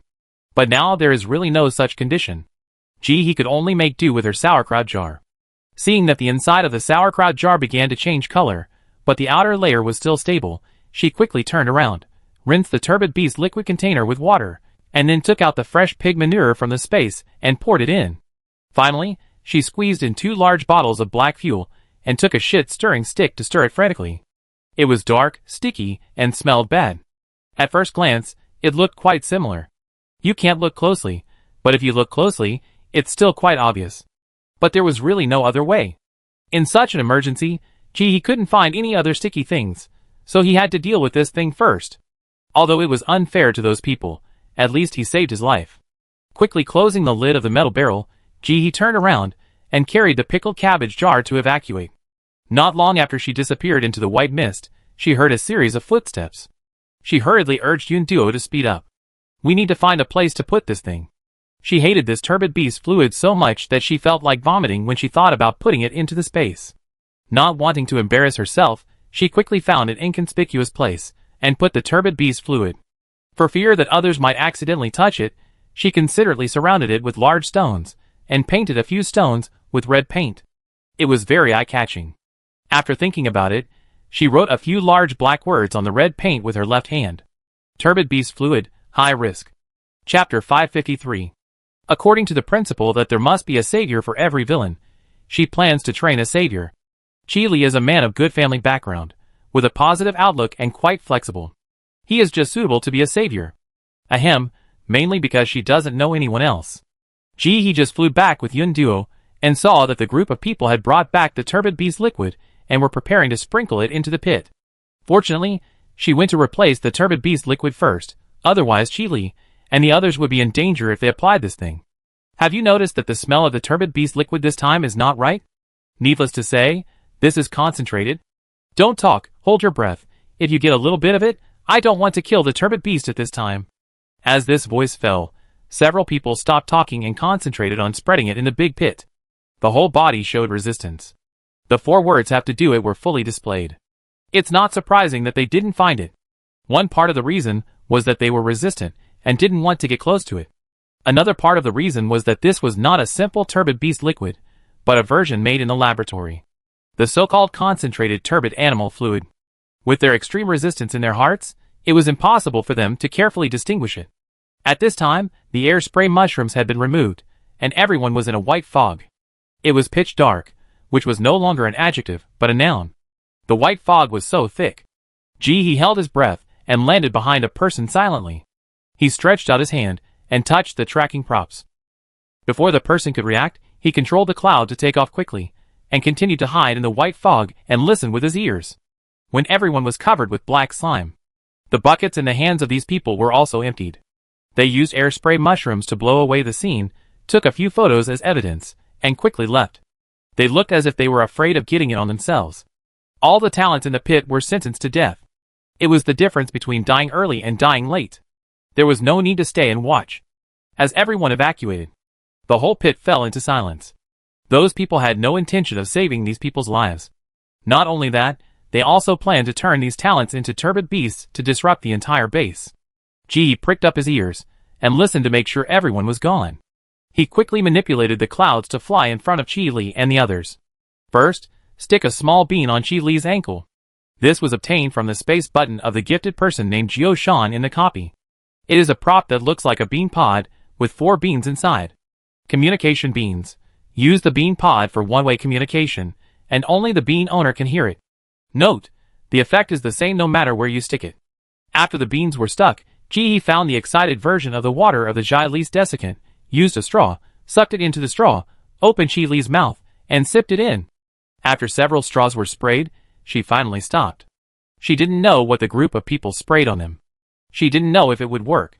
But it didn't matter. If it didn't work, she still had her healing talent. After feeding Li, he didn't miss the people around him. Whose savior is alone? Why don't they have a few supporting actors? They rushed forward together, and the positions where they were sprayed back by the liquid were almost the same. She didn't spend much effort to turn them out. She fed several people in a row. There were Muyu and his friends, and some people he didn't know. She didn't know if they were from the official base, but she didn't miss any of them. After feeding, seeing that Li and the others were still not awake, he implemented the physical awakening method. One person slapped them several times. For coordination, he slapped both sides of his face at the same time. This time, it worked better than the Li's desiccant awakening version, and Li frowned immediately. He's almost awake. She turned around and sat on the cloud, disappearing in an instant. Hiding in the white fog, with ears pricked up. Li is indeed the savior she focuses on. He wakes up earlier than others, and as soon as he opens his eyes, he makes a hissing sound. Gee, he feels a little guilty. I was a little anxious just now. Did I hit too hard? Don't delay talking. Not disappointing her, Chili quickly realized what happened and started calling people. Wake up, Muyu Muyu, hurry up, the props have been stolen, stolen. Sun Jingjing, hurry up. The next second, the familiar slapping sound came, and Chili's urgency could be heard from the sound. The sound of these slaps was quite loud. Louder than Jihee's slapping. It can be seen that he was really strong. With great force, everyone was slapped up in a short while. Then, there was a hissing sound. Then, there was a series of complaints. Fuck. Those guys actually stripped me naked and smeared shit on me? Are you stupid? Your shit is so black? I feel like this is not good. Clean it up quickly. It stinks. What happened? Why did I faint? Where are they? Why did they all leave? Stop wasting time. The three of us got 60 items in this round. That jerk stole them all. Catch him quickly. Chili was so anxious, he almost doubted that he was born without fortune. How come nothing happened before? Just when he was taken away by the boss, he was robbed? Thinking of the lost props, he felt his heart throb with pain. He was about to have a heart attack. Yes, Captain, where are our props? Did they take them all away? Chase, what are you still hesitating about? Hurry up. Realizing that everything had been stolen, Chili and the others who had lost a huge sum of money were the most anxious. Xiao Wei, the person in charge of the base's talent management center, was the calmest at this moment. He quickly searched his body. My phone and props are gone, but the system works. I'm trying to contact the base now. Chili shouted. He was so anxious that he lost the biggest sum of money in his life. What's the use of this? All the people who can chat with the system here have been knocked out. The system has been closed to those eliminated talents for a long time. By the time you contact the base, the daylily will be rotten. Hurry up and chase. Where to chase? Do you know where the person ran to? If we don't contact the base now, we can't even find the way in this fog. Xiaowei was also anxious, but it was useless to be anxious. There was white fog all around them. They didn't know anything. Where could they go to find someone? They were now in a dilemma, trapped in the white fog, and couldn't see the direction around them at all. Whether they were going back to the base or chasing people, they couldn't find the direction. Muyu suddenly interrupted. The system launched a navigation service some time ago. As long as you spend 50 silver coins, you can open a map and then follow the navigation. Chapter 554. His words were like a beacon in the dark night, instantly making the anxious people seem to have found the direction of life. Xiaowei patted Muyu's back fiercely, ecstatic. Good boy. You are really good. Let's do it. Open it quickly. After saying this, the space was quiet for a moment. No one spoke. Everyone seemed to be very busy, and no one looked at him. 50 silver coins. Don't say they don't have it. Even if they do, they can't pay for it out of their own pockets when they are on business trips. Whoever is willing to spend, they can't anyway. Usually they are very stingy with copper coins, so they will be heartbroken to spend these 50 silver coins. Xiaowei choked, looked around at several people, and stared at Chili. You pay first, I will reimburse you later. Chili was embarrassed, and he said this with extra sincerity. Leader. It's not that I don't want to spend, it's just that I don't have that much money in my pocket. I usually spend money quickly, and now my pocket is cleaner than my face. Reimbursement bullshit. Last time, he spent 3 silver coins, and was told that he would be reimbursed. But after waiting for 2 months, the bill was not approved. If he spends money again this time, he will be the idiot at the entrance of the village. He can't lose the props and end up in debt. Where is the reward for this mission? Chili looked miserable, tears in his eyes. It was all stolen. Others also cried poor. Some pretended, some really cried. They didn't play slot machines for a long time, and now they get their rewards and food directly. Silver coins are easy to deal with, they are directly stored in the system background, and no one can steal them. The food was not so lucky. Some people were cautious and not afraid of trouble. When they came out and fell, they directly hung the vegetables and props on the system. Now they are all on it. They can take them down when they have time. Some people were too lazy to hang them, and didn't think too much. They just hugged them in their arms. Now they were all stolen. Among them, Sun Jingjing cried the loudest, and was the most sad. All his things were stolen. Chili was determined to make him pay, unless he died. If the props were not recovered, his loss would be big enough. What if the silver coins were gone in the end? How would he live in the next 3 months? Just cut his throat. At least it's a quick death. Xiaowei saw them one by one and gave them a blow. He was so angry that he was gasping for breath. It's already this late, and they still haven't spent the money. If I had money, I would have spent it. TSK. Chile looked down on him. Why are you pretending? Just say you're stingy. He helped to give an idea. You can get a loan from the system and pay the interest later. Xiaowei, you are really considerate. It's over. These guys posted the photos of us unconscious on the game chat channel. I haven't been censored yet. Your fucking feet are almost in my mouth. My mom arranged a blind date for me this week. If that person sees this photo of me, how can I find a partner? I hate them. Gee, Are these people reliable? Is their focus wrong? It's already so late. Why are you not in a hurry? At this moment, she suspected that she had found the wrong savior. Alright, I ask for a system loan. If not, let's go back to the dungeon to see the specific situation. Xiaowei had wiped off the black slime on his body and stood up in his underwear. The robbers stripped them naked, leaving only a pair of underwear. Chile cursed as he stood up. Several people stood up in a hurry and kept looking for people they knew, preparing to form a team. He was a little anxious. If these people kept dawdling, the people in the distance would go home for dinner.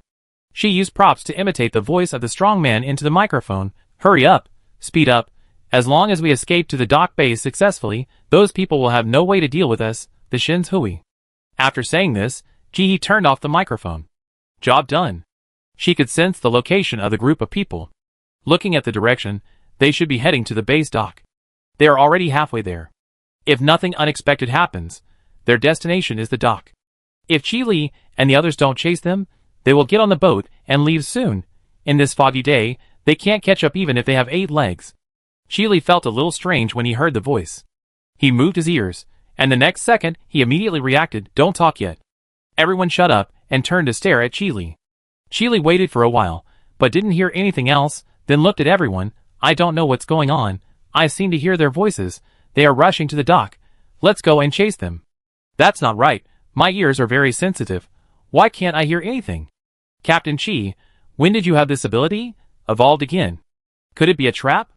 Everyone chattered, saying all kinds of things. Unable to make up his mind, he finally looked at Xiaowei. Since waking up, Xiaowei has been sending messages to the person in charge of the base, but he has not received any response. Now he looked at everyone, hesitated for a moment, and uttered one word, "Go." They can't just sit there and wait for death. From the situation just now, these people have big plans, although I don't know why they just left them alone. But now is not the time to pursue this matter. Let's catch them first. Xiaowei has the highest status. After he said this, everyone else stopped talking and quickly followed him to the dock. He didn't care about the money at this time, so he directly borrowed money from the system, bought an electronic map, and followed the map to the dock in the white fog. He had been controlling the clouds to fly in the white fog above their heads. If there was no white fog, she would have been discovered long ago, but now with the white fog, as long as she didn't make any sound, no one could find her. I thought it would be such an ordinary meeting of the two teams, but he was flying in the air and suddenly heard a certain sound. Amid the chaotic breathing, there was also a series of tire rolling sounds. It came from the direction of the base. He hesitated for a second, then decided to go and take a look. She controlled the cloud and flew straight over. The closer she got, the more she could hear the rapid breathing of the team. Panting. But strangely, no one spoke, and the whole process was silent. There was only heavy breathing. She controlled the cloud to land at the end of the team. The things on top were piled high, and because of the white fog, she couldn't see clearly what they were. She reached out to touch them, and they felt a bit like sacks. My eyes almost stuck to the ground, and I dug a hole in it before I finally recognized it. It turned out that the tricycle was loaded with bags of food, and it was now driving quickly to the dock. Gee, ? What plot did she miss?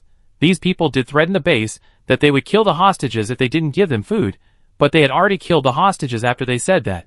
How could they get food? Chapter 555. According to the lethal dose of their turbid beast pollutants, those talented people will all turn into turbid beasts if nothing unexpected happens, and few will survive. Is the base so careless? Give food without confirming whether the hostages are safe? What's going on? Stay alert. He carefully observed the entire team. Soon he found that this team was very strange. Except for these people on the bikes, there was no one guarding. The condition of these cyclists is not quite right. Their eyes are straight and out of focus. Sweat flows into their eyes. They don't even blink, let alone wipe it. Their breathing is very heavy. This is too inhumane. Even if they are in a hurry and don't have time to wipe the sweat, Human instinct will make them blink. This look doesn't look like a human, but more like a puppet? Gee, he suddenly thought of the person he met in the dungeon before, called the one who eats melon seeds and watches the show.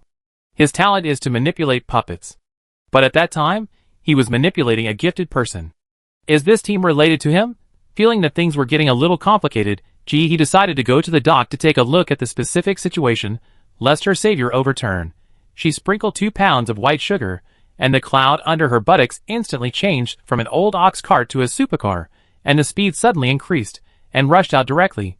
1.5 hours ago.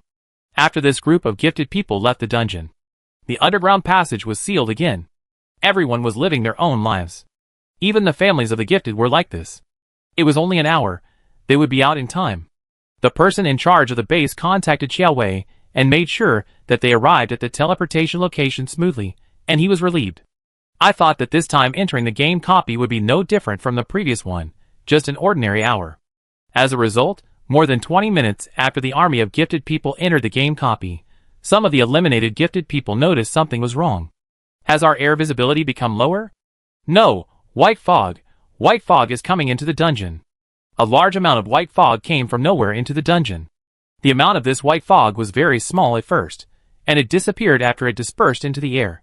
It was impossible to detect. By the time these people realized something was wrong, the white fog had already formed a certain scale. The person in charge quickly organized people to investigate. It turned out that all the ventilation holes were opened, and in addition to these, all the protective covers had a huge hole drilled in them. The white fog was rushing into the underground city. This matter could not be concealed at all, and it was finally reported to the ears of the base commander. Are they all fools? Eat for free? Why didn't anyone report it? Where is the person who is responsible for checking the ventilation holes every day? Call him out. The base commander was furious. He didn't expect that such a small matter could cause mistakes. Everyone winked at each other, and didn't say anything. But they didn't take it too seriously. The bug in the white fog didn't make you unable to sleep immediately after biting, but it accumulated little by little. This stuff is like a carcinogen. It will make people unable to sleep only when it reaches a certain amount in the human body. If it is just a little bit, it won't be a problem. The so-called person in charge knew that he was finished when he was called.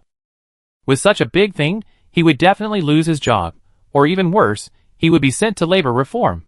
But if he confessed, his eyes swept a certain person in the crowd without leaving a trace, and lowered his head the moment they looked at each other. Between telling the truth and taking the responsibility alone, he only hesitated for a moment, and chose to take it himself. He is not alone, his whole family is in the base. Even though the white fog has come in, no one has died yet. If he takes the responsibility, he will at most lose his job. His wife can still keep her job. Although life is hard, she can survive. If he tells, I am afraid that he will lose everything in the end. They will be excluded, and the whole family will not be able to survive in the end. I'm sorry, leader, I didn't do my job well, and didn't fulfill my due responsibilities.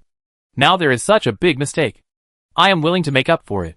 As long as you give me another chance, I will definitely get things done right away. The top leader of the base, Deputy Base Commander Liu, lowered his eyes and said nothing. He could hardly suppress the raging anger in his heart. He really didn't expect that such a simple job could go wrong. He arranged his son to this easy position just to gain experience. It's not a big deal to take a walk every day and check the vent. How could he make a mistake here? Thinking of the unpromising bastard at home, he was so angry that his teeth were about to break. He is really bad at everything he does, and has nothing left over when he eats. Waste. Listening to the base commander's rage, and the sound of banging and smashing the table, he suppressed his anger and advised, Base Commander, this man can be punished at any time. Our top priority now is to find a way to plug the loophole, and try to prevent the situation from getting worse. Before an irreversible mistake is made, we still have time to do everything now. Hearing this, the sweaty person in charge below breathed a sigh of relief. With Deputy Base Commander Liu speaking for him, at least his life would be saved. The extremely depressing atmosphere on the desk also eased slightly, and many people followed suit to ease the atmosphere, preparing to make a big deal out of it, and suppress it first. Yes, Base Commander, we discovered it in time this time, and this is actually a good thing in the short term. A little bit of white fog will not cause a serious impact, but will make everyone more sober, which is conducive to better work. Yes, people are energetic and can do better work. The base commander looked at the person who was speaking. Are you the base commander, or am I? The man was stuck. You are you. The base commander glanced at him and shouted directly to the outside, call a team of polygraph examiners.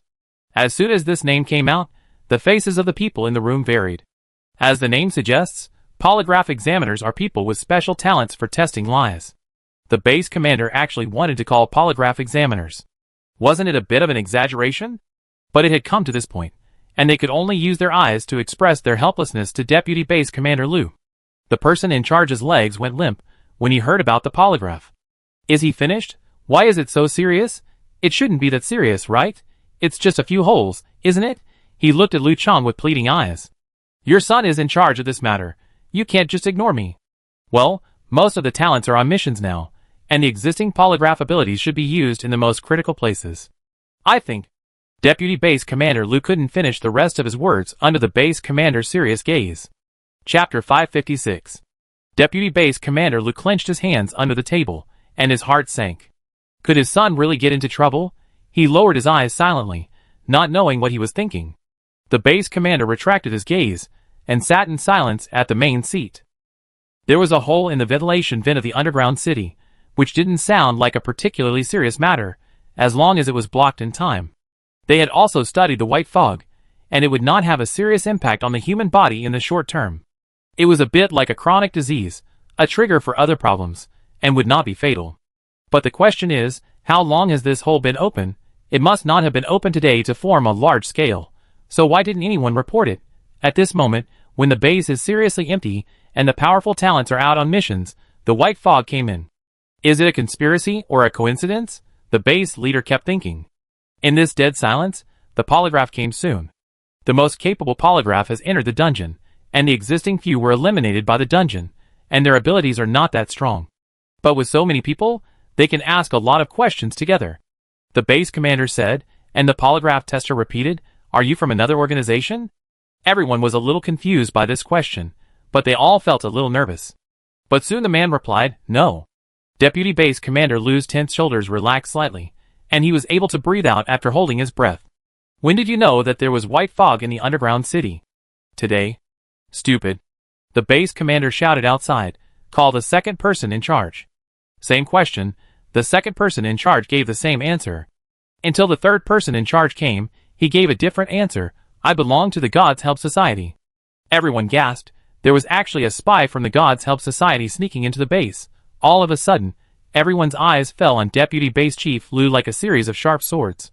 Everyone knew that Deputy Base Chief Lou was in charge of the matter. Deputy Base Chief Lou's face turned the color of liver, and he opened his mouth to defend himself. If this matter went wrong, not only would he lose his position as Deputy Base Chief, but he would also be arrested and interrogated. Base Commander, I am willing to take a lie detector test. I have absolutely nothing to do with this. The base commander said nothing, waved his hand, and continued to ask questions. Base Commander, when did Bai Wu enter the underground city? In the first week. Everyone took a breath of cold air. Wow, so long. Is Deputy Base Commander Lou's son related to this matter? What role did he play in this matter?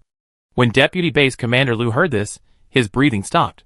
I seemed to hear a roar in my ears. The voice of the man seemed to become very far away. No, that guy is nothing, just a waste, happy to get paid without working.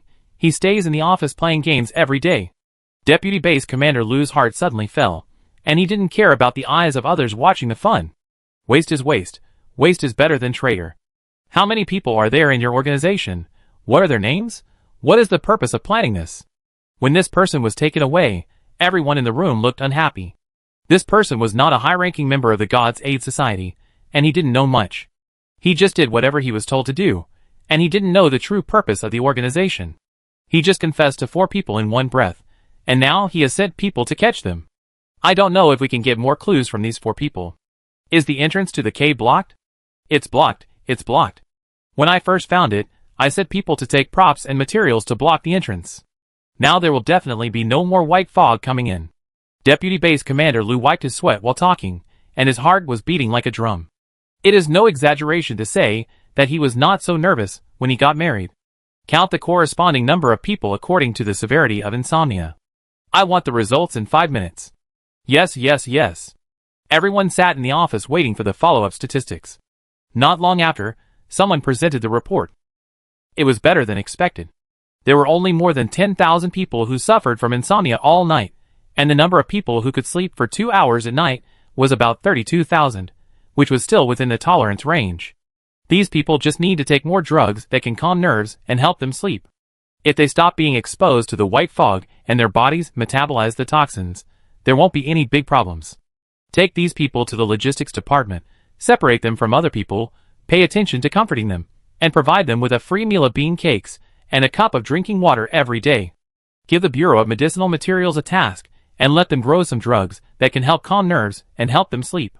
As soon as these words came out, Grandfan was unhappy at first. There's no reason to eat for free. What if other people also pretend to be sick? I think we can try another way and give them a job opportunity. They can't sleep anyway, and they are idle anyway, so we can pull them over to build the underground city. I am willing to provide them with 2 meals and water a day, which can not only consume their energy, but also speed up the construction of the base. Okay, let's do it. The base leader agreed after a moment's hesitation. With 2 meals, these people should not cause trouble. Just as Grandfin shut up, the old man who was in charge of the pharmacy next to him started talking. I can't grow them anymore. Chinese herbal medicines are not weeds in the field that you can grow however you want. They need time and environment to grow. The temperature is not right now, and herbs don't like to grow. They don't meet the standards for medicine. Last time you said you wanted to grow some insecticide and medicine for winter colds, but they haven't grown yet, and you want me to grow some tranquilizers? My field is full. What kind should I grow? I don't think you die. Just drink more water. It will be fine when the time comes. So, you organize a group of people, and when the gifted ones come back, let them plant on the ground. The plantation area over there is larger than this one, so it can be used. The gifted mall still has seeds, and I give you a special batch this time. Is that okay? Okay. Although the old man in the pharmacy was a little dissatisfied, he didn't say anything more. Although the seeds in the gifted mall are a bit expensive, they have their advantages. They are easy to germinate, and are not picky about the environment. As long as we give him more, what Chinese medicine will we need? The Agricultural Bureau was not happy to hear this. Base director, if you say so, then I have something to say. His herbs can be grown in a few months at the fastest, and it will take a year or half a year to grow. When they can be used as medicine, those people will be cured without medicine. You clearly promised me that when these talented people come out, you will allocate a batch of mall seeds to me. Why don't you keep your word? If you really don't trust those people, at worst, I can allocate more food to them, and make the bean cakes bigger and thicker. Chapter 557. You are shameless. Add more food? You are so shameless. I am too embarrassed to listen. Everyone knows what you put in your bean cake. You are so shameless to call it bean cake. You can just change the name to insect cake. The old man in the pharmacy slammed the table immediately, and anyone who dared to snatch seeds from him would be killed. What insect disease? If you change the name, it should be meat cake. You have no right to talk to me here. Do you know how many people I have saved? You know shit. The people from the Agricultural Bureau were not afraid of him. They were so exhausted that the medicine they took every year was not even enough to fart. Don't get sick if you dare. The old man stood up and slammed the table. Don't eat if you dare. The people from the Agricultural Bureau stood up and shouted louder than him. The base leader and everyone else, we are tired. Here we go again. We have to fight for every bit of supplies. Last time, they didn't let go even when they pulled out all their hair. They didn't stop until one of them had a heart attack and lay down. Now it depends on who falls down first. Just as everyone stood in a corner of the conference room and continued to chat as if nothing had happened, and the 2 people stood on the table in the conference room, pulling each other's collars and hitting each other with their foreheads. A person rushed in from outside the door. As soon as he came in, he shouted, "Base Commander, it's bad. 2 turbid beasts appeared in the dungeon." What? Evacuate ordinary people immediately. Notify the gifted people for support. And the most important thing is not to let ordinary people get close. The base commander looked very ugly and walked quickly to the door. Why did they appear at the time when the gifted were on a mission? Is it a coincidence or someone plotted? They already knew about the turbid beasts and learned lessons from the tragic experiences of other bases. They knew that ordinary soldiers could not be sent to deal with the turbid beasts at this time. Otherwise, a large number of soldiers would be contaminated by the turbid beasts, and more turbid beasts would appear. Vicious cycle. Only gifted people with stronger resistance could be sent. But base commander, our powerful gifted people are all on missions. Most of the talents in the base now have slightly insufficient abilities. This person's words were quite euphemistic, but everyone knew what he meant. They were either weaklings eliminated from the game, or they were assistant talents who didn't participate, or they were just awakened from ordinary people. Their combat power was very average. Send more people over, or get some props if it doesn't work. The base leader made the decision directly. Now was not the time to feel sorry for the props. If things went wrong, if there were more turbid beasts in the base, it would be completely chaotic and more people would die. Yes. With the sound of the door closing, the room fell into silence, and no one was in the mood to argue anymore. The appearance of the turbid beast cast a shadow on everyone's heart. This thing is like an infectious disease. Not only is it highly lethal, but the subsequent impact is also very bad. Although their base somehow survived last time, who knows if it can continue to survive this time? Other bases have suffered heavy casualties because of the turbid beast. No one else in the room spoke. They were all fidgeting, counting the time, hoping to hear good news. During this time, subordinates kept coming in to make reports. Now there is a shortage of manpower and no talents to protect them, so these people can only stay together, so that the talents responsible for protecting them can be spared to go out for support. In this way, time passed little by little, and someone in the room suddenly said, "They should come out, right?" Everyone knew who he was talking about. The talents are the hope of the base. As long as this group of talents are there, the turbid beasts in the base will not be a big problem. Everyone felt a little relieved, and the atmosphere was much more relaxed. Some people even smiled. The base leader frowned. He stared at his watch and said nothing. "It's been a minute since we came out. Why haven't we received any notification yet?" Before, when there was no white fog, the base would send people to greet them. This time, with the white fog, ordinary people couldn't move around easily, so the base decided to let them come back on their own. But since we've come out of the dungeon, we should at least report that we're safe, right? This good mood didn't last long, and another person rushed in from outside the door, and shouted as soon as he came in, "The leader is not good. The gifted people were kidnapped?" Base commander, ? What did you say? What happened to his armed forces, his hope? The gifted people were all knocked out. The Gods Aid Society also sent a video, asking us to hand over 40 tons of food within half an hour, otherwise they would kill us. Everyone was shocked. Base commander, the food cannot be handed over. Even if it is handed over, the gifted people may not be released. How is it possible? How could so many gifted people be knocked out? Don't they make any preparations? How can we prove that what he said is true? Maybe he is lying to us. We should send special forces to the place where they are on the mission to confirm the authenticity. Keep it stable first. Tell them that 40 tons of food is not a small amount. Half an hour is not enough to get the food. It will take at least 2 hours. There must be spies from the Gods Aid Society in the base. We must find them. The base commander did not speak, allowing these people to speak, and finally typeset, delay time. First, find someone to film the food transporting video for them, and tell them that half an hour is not enough time, and if they kill one person, they will not be given food. Let them figure it out. Contact, start the rescue. This group of talents not only includes auxiliary talents such as the base treasures replicator, but also many strong attackers. They have never thought about how they could all be hijacked. This is not scientific. When everyone in the base moved underground, half of the food was not moved in, and was placed in the base's above-ground warehouse. The warehouse is dry and hidden, and the materials are all bulletproof. If the base does not open it actively, even if they use grenades to blow it up, it will not be blown open. The Gods Aid Society has been watching the warehouse for a long time, but they can't find a way to get in. That's why they spent a lot of money to smash the props and hijack the gifted. After all, it's not easy to get the drug that can knock out so many gifted people.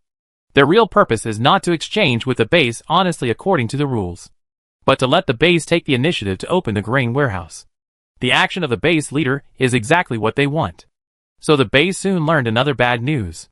The base's grain depot was hijacked by the people of the Gods Aid Society. The leader was a man nicknamed Puppet Master. The base commander was furious. Chase, chase!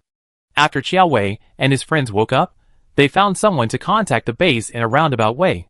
At that time, the base was being pressed by 3 mountains.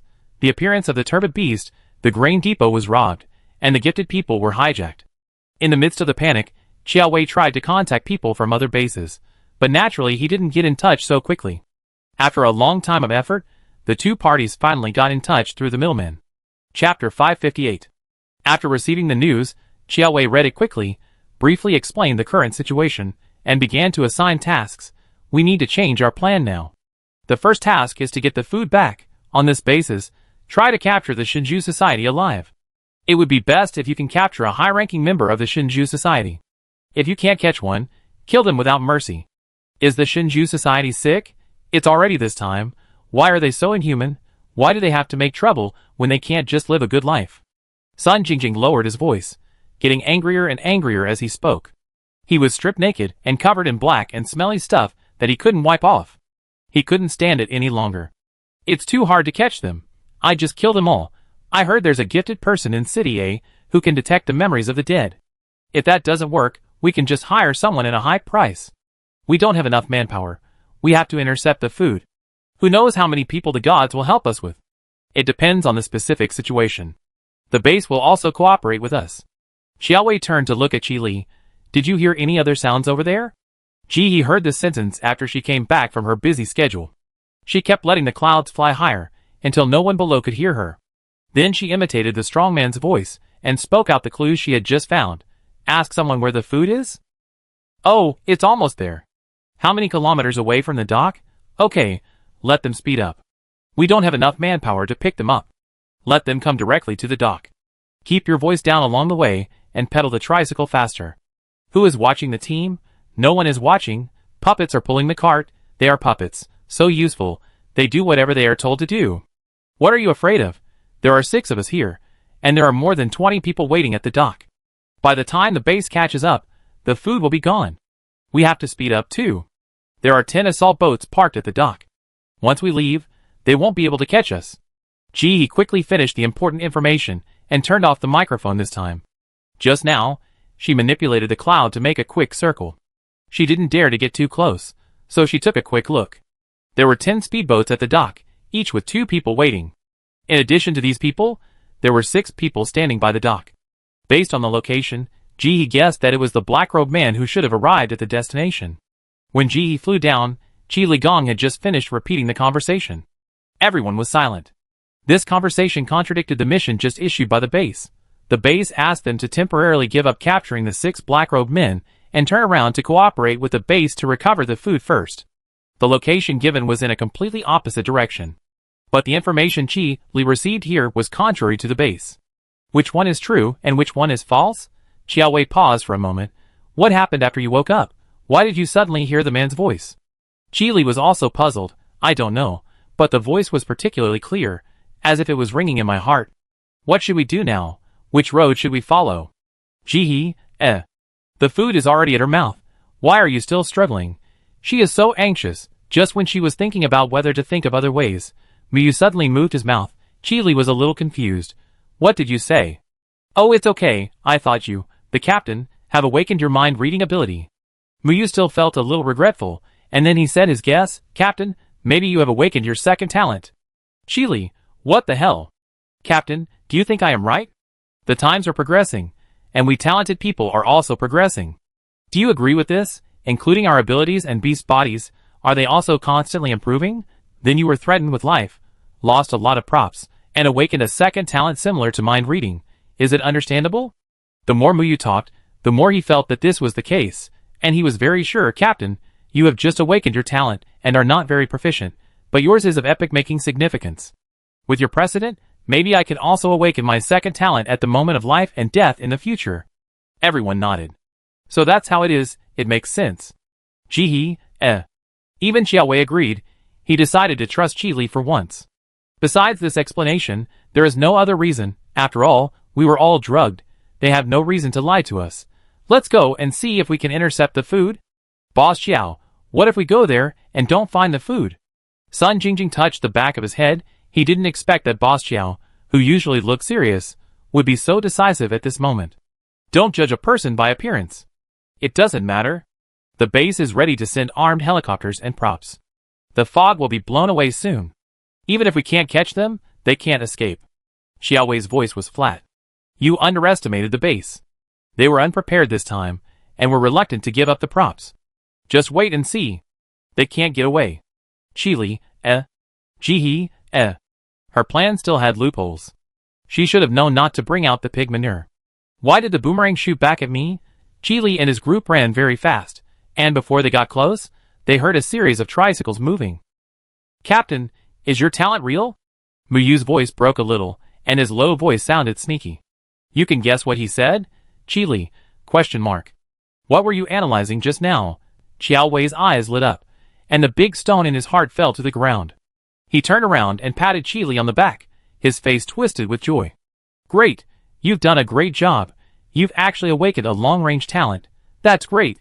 If you weren't here today, we would have fallen into a trap. This God's Help Society is really cunning, and they're making a feint to the east and attacking in the west. But even though they were cunning, they didn't expect our captain to have awakened a second talent. They're just cutting off the firewood. Chili, Except for a silly smile, he couldn't say anything. He always felt that it wasn't his second talent, but he couldn't tell why. Chi Li's second talent They chased in the direction of the sound, and soon saw a strange team moving forward in the white fog. Everyone was standing and riding tricycles, very desperately. Xiao Wei immediately rushed up, grabbed the collar of the man on the first tricycle, and threw him to the ground. The other cyclists had no reaction to the scene. As if they didn't see it, they went around the stopped tricycle and continued to ride forward. The man who was thrown to the ground stood up, tried to get back on the tricycle, and continued to ride to his destination. Chapter 559. Everyone seemed to be bewitched. They had no reaction to the outside world, and could only ride their bikes. Knock them all out. Qiao Wei acted decisively, and took action directly. No more nonsense. The few people did not hesitate at all. In less than a minute, they knocked all the tricycle riders unconscious, and threw them to the ground. Chili also opened the food bags, and checked them one by one to make sure they were food. Muyu bent down and stripped the clothes of the person under him, and found the space button. The food is in the space button. Sun Jingjing stripped off her clothes and put them on like crazy. Those guys are so wicked. I don't even dare to walk with my legs raised high with just this pair of underwear. I'm going to beat the shit out of them when I see them. Su Min gritted her teeth as she put them on. Although she was wearing a sports bra and was not afraid of exposing herself, her hatred for those people had reached its peak, and she was about to spit fire. They also took the space button on my arm. Xiao Wei lowered his head and sent a message, then looked up and pointed at someone. You, stay, the rest of you follow me. We ride the tricycle to the dock. What about the food on the car? Should we take it to the dock? Muyu was a little worried. If they took away all the food, he would have nowhere to cry. No need. Xiao Wei shook his head. Wait a minute. Chili and the others looked at each other, said nothing, and turned around to start taking off their clothes. When the minute was up, a man appeared in front of them. The man was wearing a black suit and a gas mask. After seeing the three people, he said nothing, waved his hand, threw a space button over, and disappeared in an instant. Xiao Wei had no intention of explaining. He waved his hand, and 7 tricycles full of goods appeared in front of him. They looked very similar to those carts carrying food. He got on the car directly and said, "Let's go." Chili and his companions were surprised. They seemed to have not expected such people to exist in the base. Teleport? Riding on the car, Chili and his companions quickly headed straight for the dock. Compared with the long line of tricycles just now, there were definitely fewer of them, but it didn't matter. There was a heavy fog, and those people couldn't see clearly. Just give them a chance to grab the speedboat. Several people have just made a plan. They will go to the dock and take all the speedboats while transporting supplies to cut off the retreat of these people. The support is on the way. Our goal is not to kill people, but to intercept them as much as possible while protecting ourselves. The base has sent more than 10,000 people this time. It will take at least 10 minutes to reach the dock. Miyu asked a soul-searching question, then can't we just go there later? Is it necessary to pedal so hard? The food is in our hands anyway, they won't leave easily without seeing the food. Xiao Wei Chili Jihi, Okay, that makes sense. So Xiao Wei immediately slowed down his bike, and rode towards the dock at a leisurely pace. The timing had to be very clever, preferably just before they realized something was wrong and were about to give up the food and get on board. This way, we could delay time and complete the mission. 6 minutes later, Xiao Wei and his team finally arrived at the dock. Just now, he estimated that if he rode at full speed, it would only take about 3 minutes to arrive. On this basis, if he spent 3 more minutes, those people should not directly board the ship and run away. Sure enough, when they arrived at the dock, although those people were a little impatient, they were relieved to see the tricycle, and did not even look at Xiao Wei's lowered face. Where is the space button? Take out the space button and move the food to the speedboat. Xiao Wei got off the car, lowered his head the whole time, pretended not to hear, and started to move the food. Hey, are you deaf? I'm talking to you, can't you hear me? Chi Li was in the second tricycle and heard a familiar voice as soon as it stopped. It was the rude voice in the conversation he heard before. Do you want to die? As soon as the hoarse voice came out, everyone was silent. Even the tall man didn't say a word. Go move the food. After saying this, the man in black robe turned and walked towards the speedboat. The food has arrived, and we can leave. Even if the others were impatient, they had to bend down and move the food obediently. Even the shortest man in black robe, who was about 1.5 meters tall, was not idle. Xiaowei had already moved the food to the speedboat. He took a look at the placement of the speedboat. He thought for a second. He acted decisively. Before everyone could react, he directly collected 2 speedboats that were close together. He went straight to the third one. At this time, Chi Li and several others also came to the speedboat with sacks.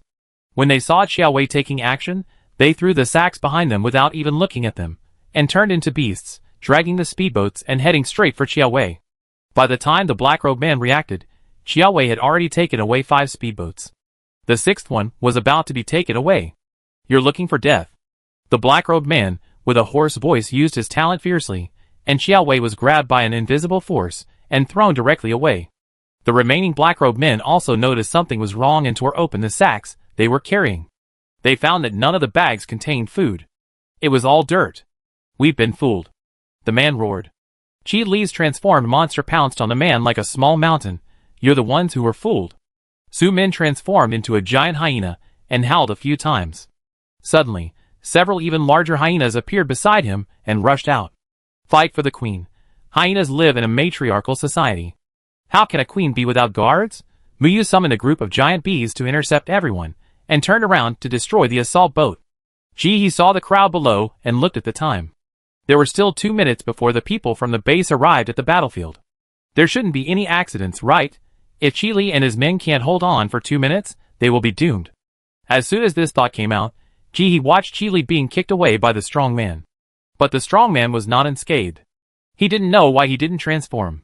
Just now, the black robe was directly torn open by Chi Li. His true face was revealed. Ji looked. Oh, it was De Yang. When he moved from his old house to the base, he met De Yang before.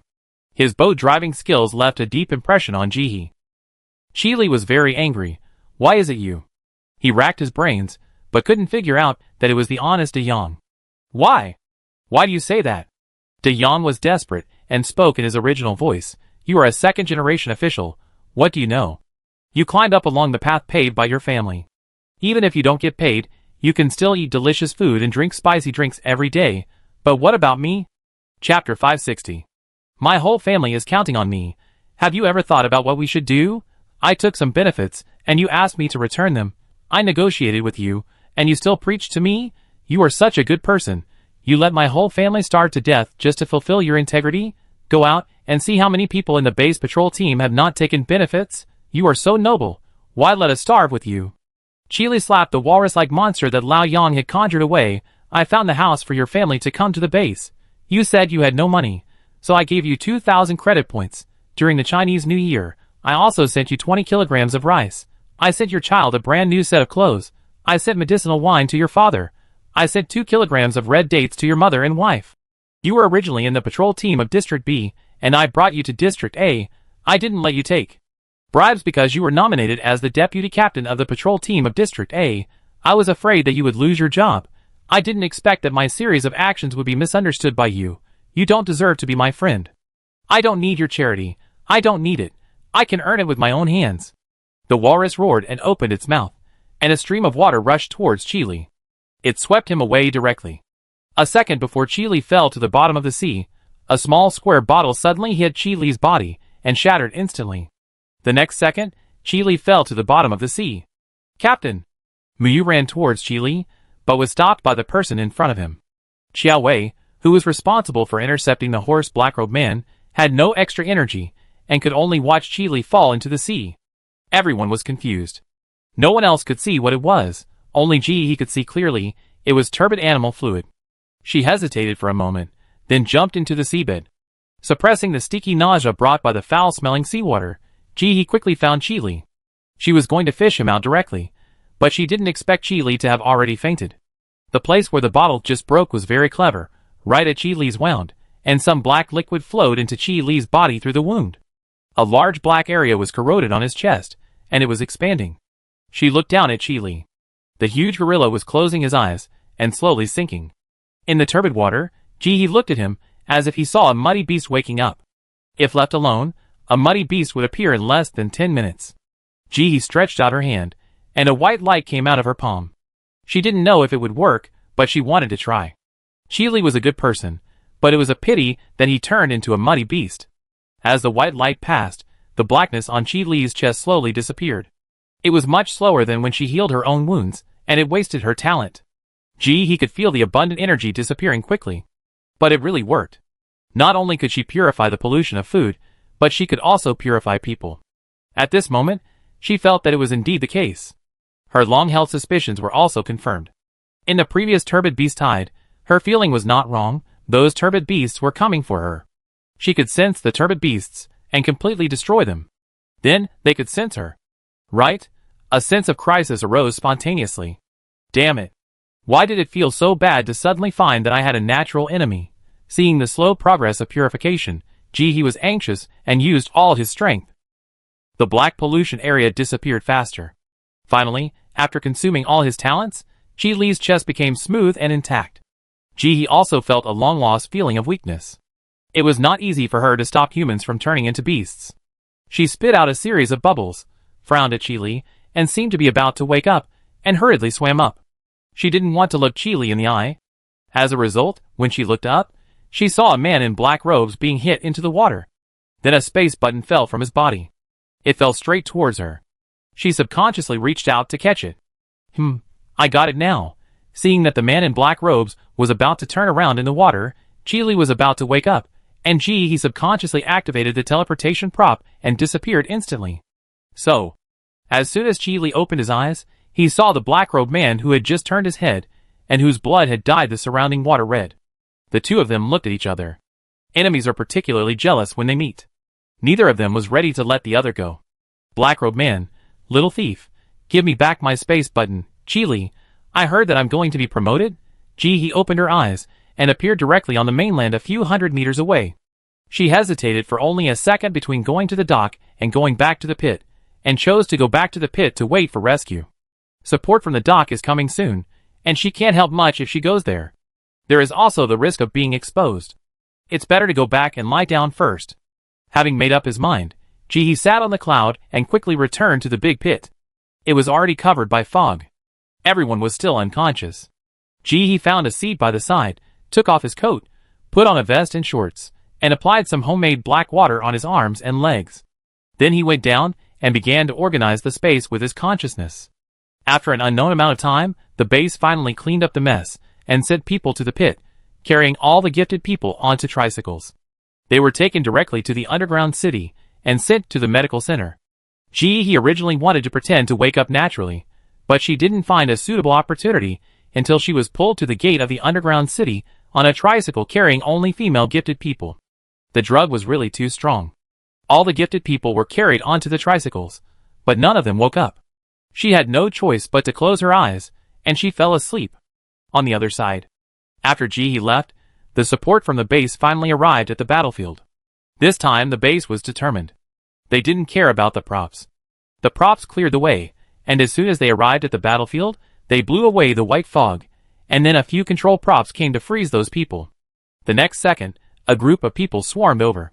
The group of people from the God's Help Society were immediately controlled. The whole process took less than a few minutes. Chi also swam up. Captain! Captain, are you okay? No problem. Chi waved his hand and jumped up, a little embarrassed.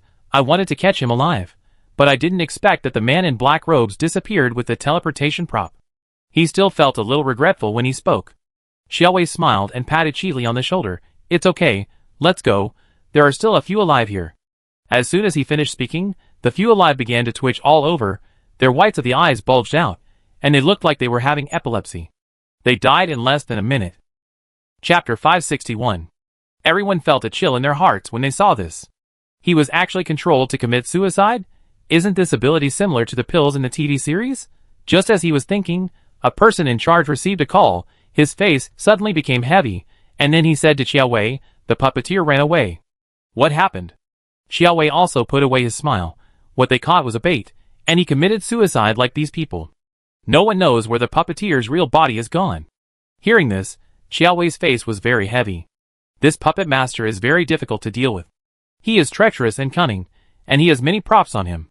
They caught him several times, but he escaped.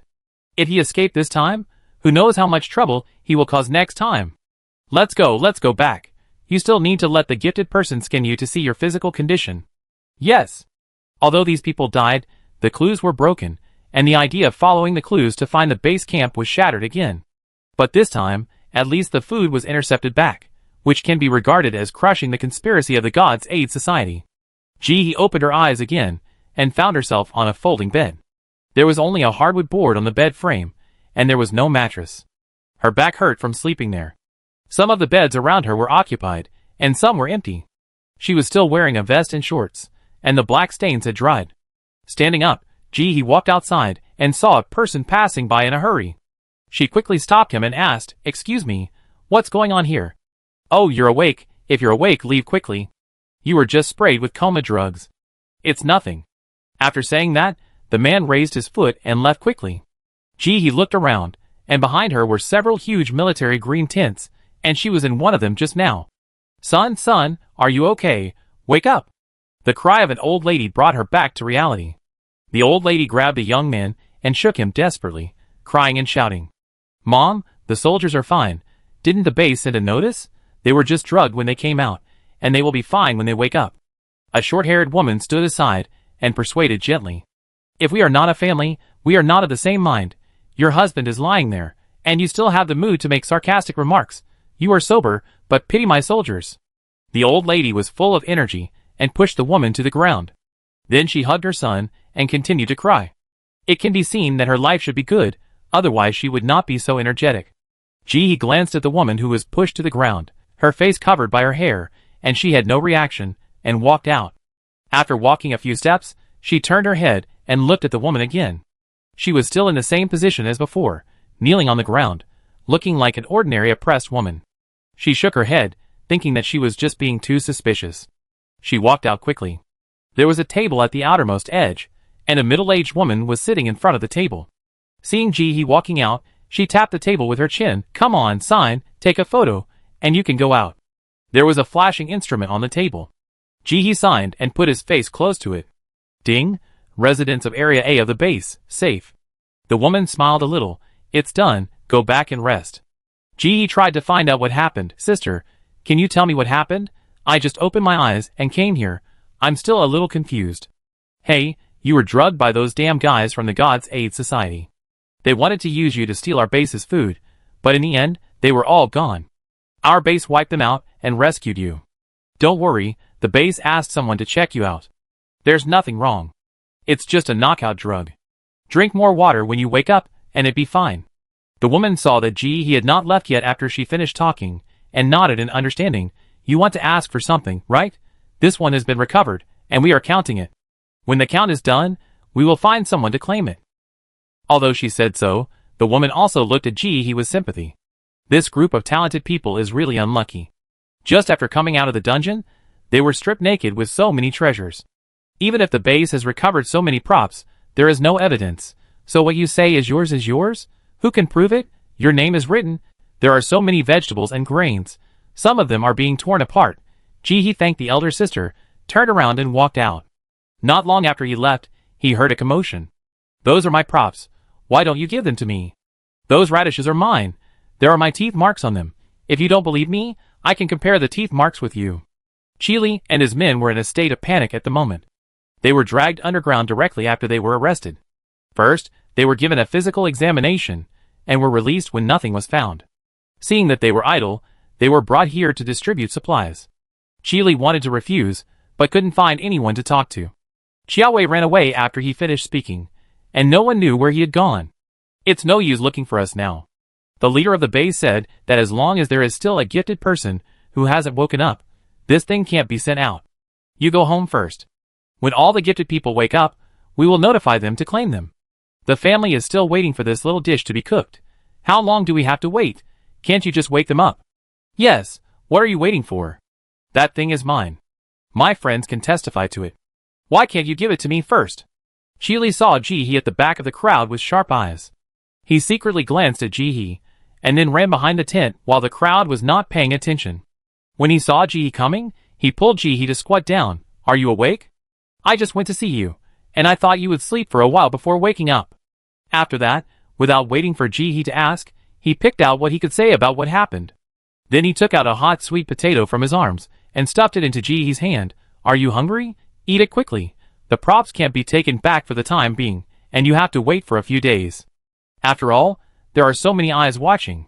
Come to my house for dinner these few days? Ji listened to him and grabbed the roasted sweet potato and broke it open.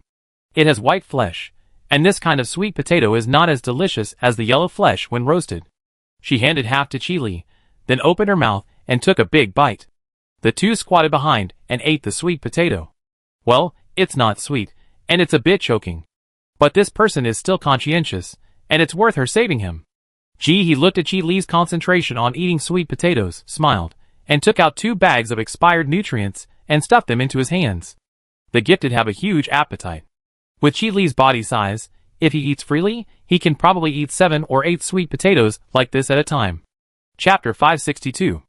Who would be willing to eat like this? It must be because he hasn't had a full meal for a long time. But the nutritional supplement is different. Although it tastes bad, it is nutritious and 1 bag will fill you up. Ji grabbed the nutritional supplement, and his smile suddenly became bigger. He knew this thing last time, and had eaten it last time. It is very good for resisting hunger. As soon as he smiled, he reacted and immediately raised his head to ask, did your space button get taken away? I logged into the system mall. Ji simply sat cross-legged on the ground. Although there are only 200 stores in the system mall, other people can also list their items if they want to sell them. As long as they are listed but not sold, they can take them down at any time. This can also be regarded as a means of keeping things. Ji didn't lose anything, and didn't want to claim other people's things, so he just used the system as a banner. Ji hit Ji on the shoulder. Smart. Why didn't he think of it? Hey, before he could say anything else, someone called him in front, and he answered and hurriedly left a sentence. Go back and rest quickly, contact another day. She quickly returned to the tent. A new round of quarrels started over there. Ji, When she was trying to trick Ji at the beginning, she didn't want to listen to his nagging, so she casually said she would go underground too. Now, there was a place for everyone in the underground rest area. Where could she go? Ji stood up after brushing off the dust on her legs. No, she wanted to go home. As a result, she turned around and was regarded as a class enemy by the gatekeepers before she even got close to the gate. She was almost arrested. Where are you from? No one is allowed to approach. Go back quickly. Whose child is this? If you keep messing around, I tell your mother. She tried to take a sweet potato over, but the other side raised a gun. Back off, raise your hands, back off, don't move. Ji, She walked back step by step holding the sweet potato. The ones in front of her holding guns were more nervous than she was, staring at the sweet potato in her hand as if it were a nuclear weapon. Until Ji stopped moving, they approached with guns. One of them took the sweet potato and observed it carefully, and even broke it open to take a look. A little worried, he took a bite at the end. Boss, it seems to be a sweet potato, not a prop. Their leader. Can't relax? Yes. The 3 people were on high alert, and finally broke the sweet potato into small pieces, and took a bite of each piece. Then he winked and said, Boss, what should we do? It seems to be an ordinary sweet potato. Their leader, Isn't it that the god of help is here to cause trouble? What should we do now? They broke the massive sweet potatoes apart, and that's not all, they took several bites. He glanced at the sweet potato in the hands of his subordinates, and estimated that at least half of it had been eaten. It would be impossible to return it now. Go, find a way to return a sweet potato.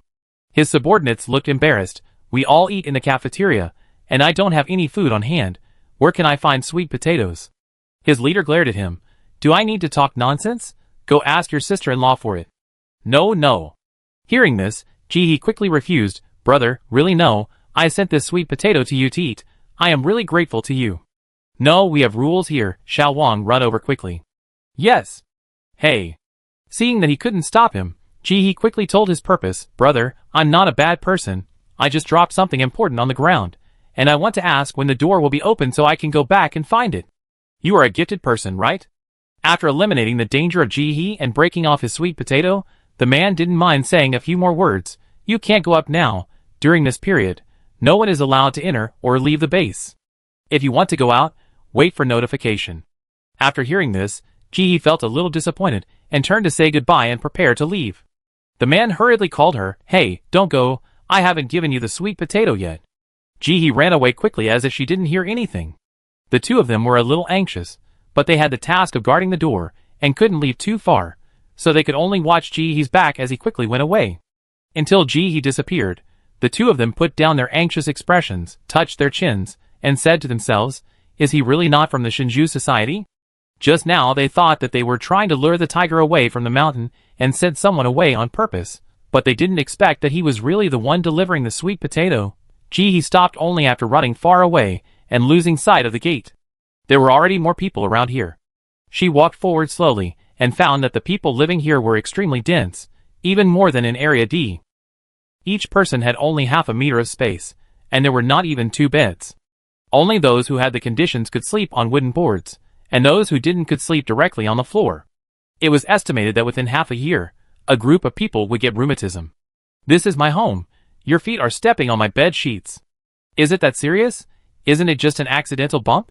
Who are you doing this for? Jihee walked along and saw many people quarreling. They lived too close together, not to mention privacy. If they farted, everyone around them would probably smell it. It would be strange if they didn't quarrel. Jihee was walking and suddenly stopped. She turned around and pointed at herself. You, yes you. Which area are you from? The daily activity time is limited. You can't wander around after the time. Do you know? Jihee nodded hurriedly and agreed casually. I know, I go back now, I go back now. Turning his head, Jihee walked faster and faster under the gaze of that person. Just when that person felt that he was a little strange and wanted to stop him, the two families behind him started fighting again. You smell like an old man, with a mouth full of yellow teeth, and you can smell your bad breath from 800 meters away, and you dare to stick to my girl? You old man, don't have any shame, I will beat you to death. You bitch, your girl is not much younger than me, and you thought she was a virgin. I can't beat you to death. If you dare, I will beat you to death. Beat him. I will take you to labor camp immediately. Eat cockroaches raw. The staff rushed over to stop them. Stop beating him. Stop beating him. Stop. Stop. Jihee ran all the way, being chased by several people, and he didn't find a vacant space. It's no exaggeration to say that the whole underground city was more crowded than the morning outing on Dragon Boat Festival. The people lived so densely. Even the door of the toilet was full of people sleeping. Don't even mention the living environment. It's just terrible. In the end, Jihee didn't even know where he ran to. When she finally found a place with few people, she jumped over a group of patrolmen, climbed up to the warehouse and rested, and finally breathed a sigh of relief. Today she finally understood where the phrase "a rat crossing the street, everyone shouts and beats it" came from. Every time she met someone, they would ask her which area she was in, and she couldn't answer, so she could only make up a story, which was really frightening. Lying on the roof of the warehouse, Jihee planned to think of a way tomorrow. If she really couldn't get out, then she would think about it later. Chapter 563. Having an idea, Jihee lay on the roof and started to look through her phone. There were many people discussing on the forum, so she followed to watch the fun. Everyone has been staying at home for a while. Don't go out and wander around. The base is now sending people to investigate underground and above ground. I heard that a high-ranking member of the Gods Aid Society ran away and was not caught. I know, the puppeteer. I heard that he planned this event. He is a high-ranking member of the Gods Aid Society. I also know that some people in the base were deceived by the puppeteer at that time, but I didn't expect that a team of people were lucky enough to get lost in the fog and ran into him. Otherwise, our food would have been lost long ago. How lucky are you? The base has been notified. A bounty has been offered for the puppeteer. Not to mention arresting him, as long as there is accurate information. 200 kilograms of rice and a prop will be given. This is really a huge investment. Brothers, I declare that the puppeteer belongs to me, and none of you can compete with me for it. Brothers, you dare to say this? Aren't you afraid of losing your life? Do you know how many people from the Gods Aid Society are still hiding in our base? After learning about the follow-up, he went to see the bounty for the puppeteer again. At first glance, it was the puppeteer she had met before, the one who manipulated the gifted. It seemed that he was much more powerful now than before. She looked at the photo again and let it go. She took out the space button and started to look through it. First, she looked at the space button she got in the dungeon. She raised her eyebrows at the sight. The space button was at least more than 50 cubic meters, which was considered relatively large. Not to mention the supplies piled up inside, this space button alone could be sold at a high price. This God's Aid Society is really rich. He simply flipped through it and found that there were about 10 props inside. Some were buffering. In addition to props, there were also a lot of clothes, cosmetics, snacks and various instant foods. There were a lot of things, and they were all very diverse. She took out the food and measured the pollution level. Ding, pollution level 22%. Edible, it was about 20%, not bad. He also looked at the unopened things. There were canned meat, a treasure porridge, and instant noodles. These items are all system store versions, and it says that they will expire in 18 days. This time will automatically count down. When the time reaches 0, it means that the item has expired. In addition to these, there are also steamed buns, pancakes and other unpackaged foods.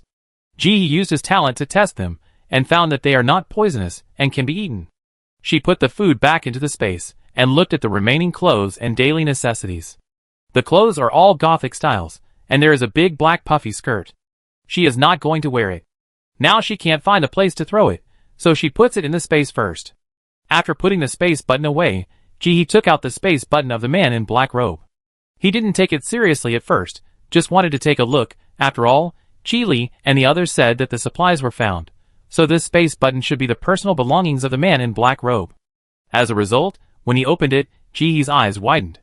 Energy stone. There is about 30 cubic meters of space button. In addition to some food, daily necessities, books and props, there is actually about 1 cubic meter of energy stone. What's the difference between this and a mountain of diamonds? This person actually carries it with him. Isn't it too incredible? He didn't bother to find out the reason. She picked up the energy stone and stuffed it directly into the space. Seeing the energy stone column in the space rise little by little, she instantly felt happy. People really have to do good deeds. Look at her. This is a blessing. After throwing in 1/3 of the energy stone, the space finally met the upgrade conditions and instantly ejected her consciousness. He was extremely happy. She had waited too long for this upgrade. After upgrading the space this time, it reached level 6.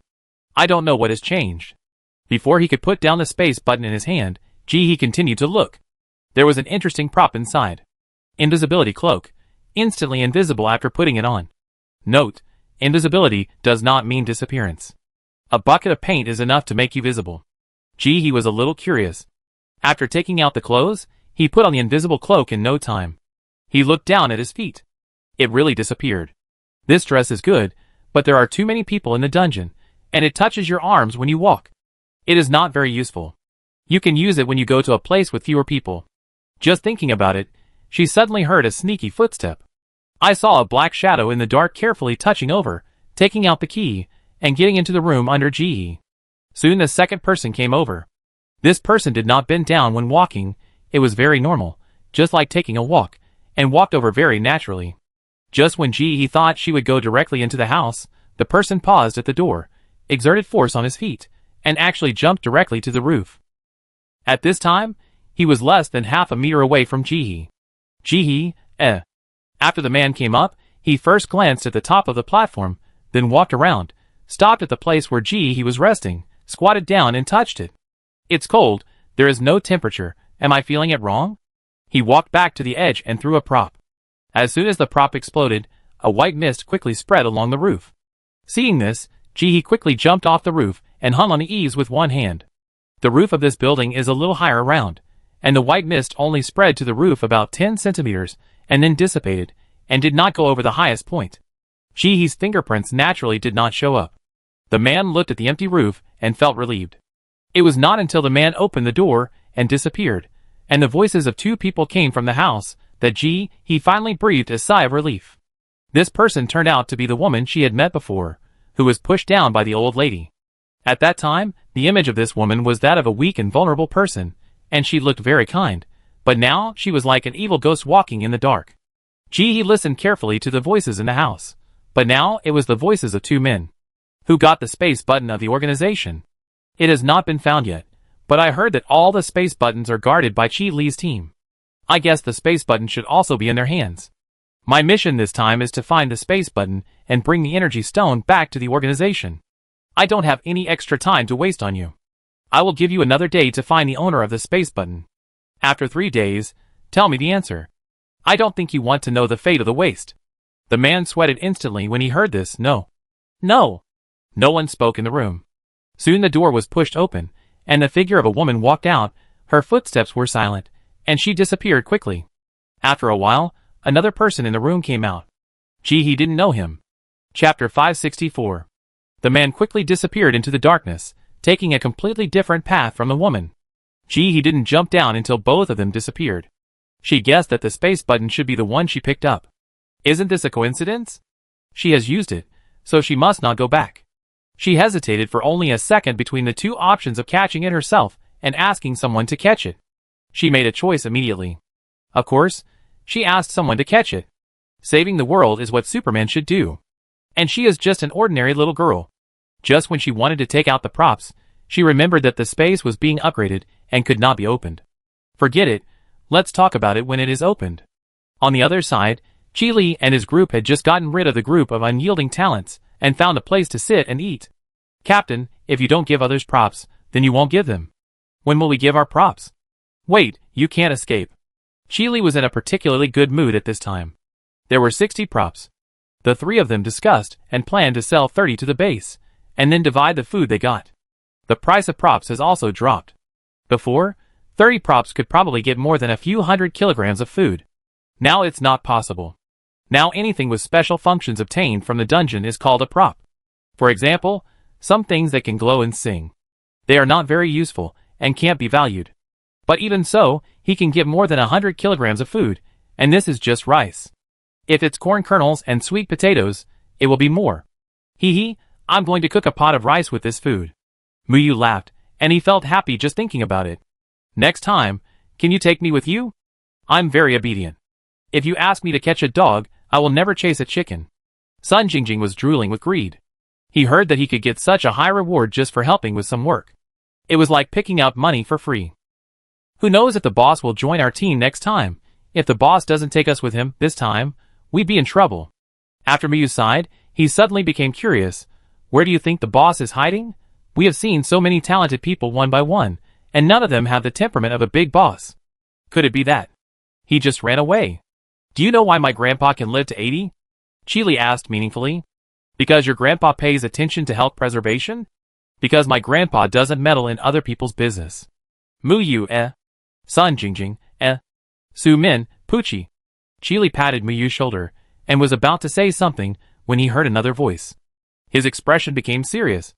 The others also stopped laughing and stopped talking. The captain's talent is really strange. After returning, he checked, took blood and did tests, and asked a talent person to look at it, but he couldn't find anything. He used it, and found that it didn't work. Just when I couldn't figure it out, I didn't expect it to react again. Is this a passive talent? 3 days later at 6 p.m., Logistics Department Spare Parts Warehouse number 5. If you can't bring me the clue of the space button, you will become a puppet to accompany me in the future. A female voice said this, and then disappeared. But there are many clues in this short sentence. Time, place, people, events, all explained. He lowered his head and repeated the words, and finally asked, Can you tell the truth? It must be. Muyu was very excited. Boss, I know. Your talent allows you to hear the most critical clues of the enemy. What's more, if anyone harms you from behind in the future, it will be heard by you immediately. Chi Li's mouth twitched. Not really, not really. Reborn. I am the son of God. Sun Jingjing muttered to herself. Her eyes were not right, as if she was recognizing Chi Li for the first time. She made up her mind to follow the captain's steps. Only Su Min analyzed seriously. There are only 2 possibilities. As for whether it is a trap, we will know after trying it. Chi Li, Muyu, and Sun Jingjing spoke at the same time. Xia Wei. When you are in doubt, find the leader. The leader will take care of it if the sky falls. There are leaders above the leaders. In a word, Xia Wei. So Xia Wei had just fallen asleep for 20 minutes, when he was woken up by a group of subordinates, who were wronged by him. He pressed his brows. You mean, you heard what the puppet master said? Yes. Okay, I know you go back first. Hearing this, Chi Li and others stood up casually, turned around and left without saying a word. Xia Wei, He must have owed them in his previous life. Chi Li turned around and took a few steps, then suddenly stopped and looked back in confusion. Why are you following me? Go home and sleep. Muyu said as if it was a matter of course. Let's go, Captain, aren't you sleepy? Hee, Captain, we have nowhere to go. We were left on the ground at the beginning, and there was no place for us to sleep at home. Sun Jingjing smiled innocently, and decided to sleep on the captain's bed. Su Min said nothing, just smiled, and the meaning was very clear. Qili, he really owed them in his previous life. In the evening, Ji He was feeding energy stones to the space, and heard the base staff in the distance checking one by one. How many hours did you sleep yesterday? 6 hours? Really? How can you have such serious dark circles under your eyes after sleeping for 6 hours? It's natural for me. I have dark circles under my eyes. As soon as a man with dark circles under his eyes finished speaking, the ant next to him sneered. Come on, boss, I tell you, he hasn't slept for 2 days. Hurry up and take him away. Bullshit, you haven't slept for 2 days. Why are you saying that to me? Do you have any evidence? Your eye bags are almost down to your feet, and you still want evidence? The evidence is on your face, and you're still stubborn? After saying this, the ant turned to look at the staff. Young man, don't check it anymore. We've been attacked by the white fog for a long time. Now many people have been suffering from insomnia. Come to me quickly, I'm almost dying of sleep. Don't talk nonsense. If you can't sleep, just talk about yourself. Don't drag us into it. The people around him were talking about themselves, but the ant had an expression that said, I had seen through everything, and she was arguing with a group of scholars without losing. The staff member raised the intercom. Over here, the whole area is attacked by white bugs. Send 2 people over. After saying this, the staff member was not idle, constantly comforting the people beside him. It's uncomfortable for you to be unable to sleep like this. Let them help. You can also feel comfortable for a while. I'm happy to. Who knows if there will be any sequelae if you do that? Yes, maybe we can fall asleep after lying down for a few days. Chapter 565. Long-term insomnia made these people's eyes red, and they looked a little crazy. Their emotions were extremely unstable, like a firecracker that would catch fire at any time. They always felt that someone was trying to harm them. God knows, the base was more worried about them sleeping poorly than they were. When the staff came, they were told and trained in advance what to do in such a situation. No matter what the other party looked like or how excited they were, he was very stable and accepted the bad emotions of others. He felt that the salary for this job should be high, otherwise the staff would be prone to depression after working for a long time. After a while, 2 people came from a distance. After they arrived, they raised their hands and stabbed the back of the necks of the most excited people without saying a word. The world was quiet in an instant. Everyone stepped back and looked at the scene with horror. The base is killing people. The base is killing people. They were about to run. But behind them, they didn't know when, a circle of people had already surrounded them and blocked them in the middle. The staff held a loudspeaker and shouted at the top of their lungs, Everyone, be quiet, don't panic, don't move. These people are not dead, they are all alive. Our trick is called physical hypnosis, which has a scientific basis, and the people who do it are all authoritative people with 20 years of rich work experience. There are no sequelae or side effects throughout the process, and it is harmless to everyone's body. If you are not sure, you can feel their breath. Everyone, are you taking us for fools? Although everyone was not happy, they were overwhelmed by the staff's persuasion and the threat of force, and finally all the people were knocked unconscious. The chaotic environment just now became quiet in an instant. The staff also breathed a sigh of relief. The group of people just now were too excited, and he was afraid of being beaten. Seeing this, he suddenly thought of the props he had obtained before. 8 hours of stable sleep treasure. Isn't it just right to use it in this place? But she was not familiar with the underground. If she ran around, she would be chased and questioned.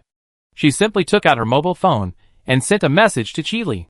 So Qili and his group just entered the door and had not waited to eat, and they ran over again. After finding Ji, Qili asked, Where is the stuff? Ji took out the 8-hour stable sleep treasure and passed it in front of Qili. After using it for 8 hours, you will fall asleep and be invulnerable when you sleep. What a good thing. Hearing this series of explanations, Qili smiled with his teeth showing. The base is currently worried about insomnia. With this thing, it really solves the base's big problem. I put it on the mall before and many people wanted to buy it, but considering the relationship between me and the base, I didn't sell it. He was halfway through his words when Qili understood immediately and made a decision. No matter what price those people in the mall offer, the base guarantees that it will be more expensive than them. He smiled shyly. Everything is self-explanatory. The next thing went very smoothly. With the identities of Chi and others, no matter how many people came to question them along the way, they were all blocked, and they also arrived at the prop recycling place smoothly.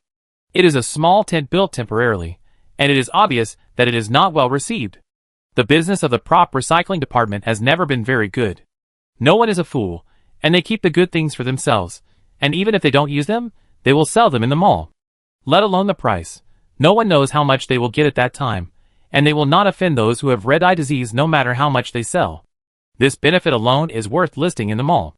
How ambitious this department was when it was established, how decadent it is now. It's almost like collecting junk. Most of the props collected are useless. The selling price is not that high. 1 or 2 kilograms of grain can buy them out. At this moment, the staff still couldn't believe that they got such a suitable prop out of the blue. After reporting it all the way, the person in charge of the prop inspection bureau ran all the way, like a gust of wind, and rushed straight into the house, shouting, "Where are the props? Where are the props? Is it really a hypnotic prop?" "Yes, leader, there is no restriction on its use. You will fall asleep naturally after using it for 8 hours, and it is invulnerable." The thin staff member's voice was trembling with excitement. This would be a milestone in his career. Come here, hurry up and come here." The leader was even more trembling than him.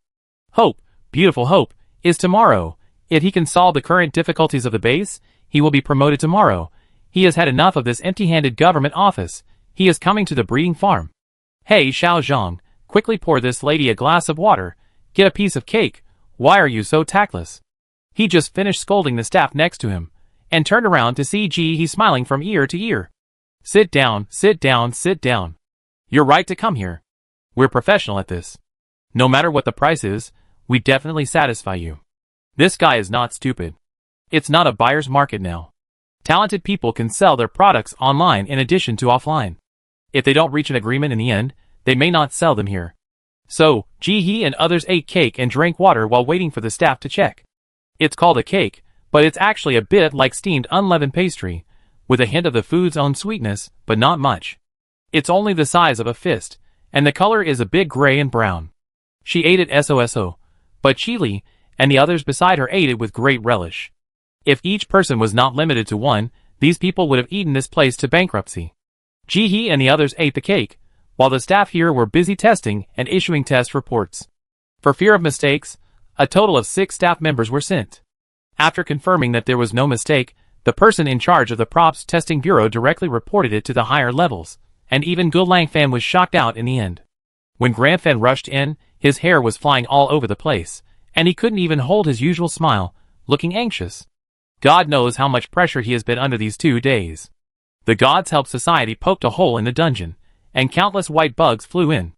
Now some people can't sleep, and some people can only sleep for 1 or 2 hours a day.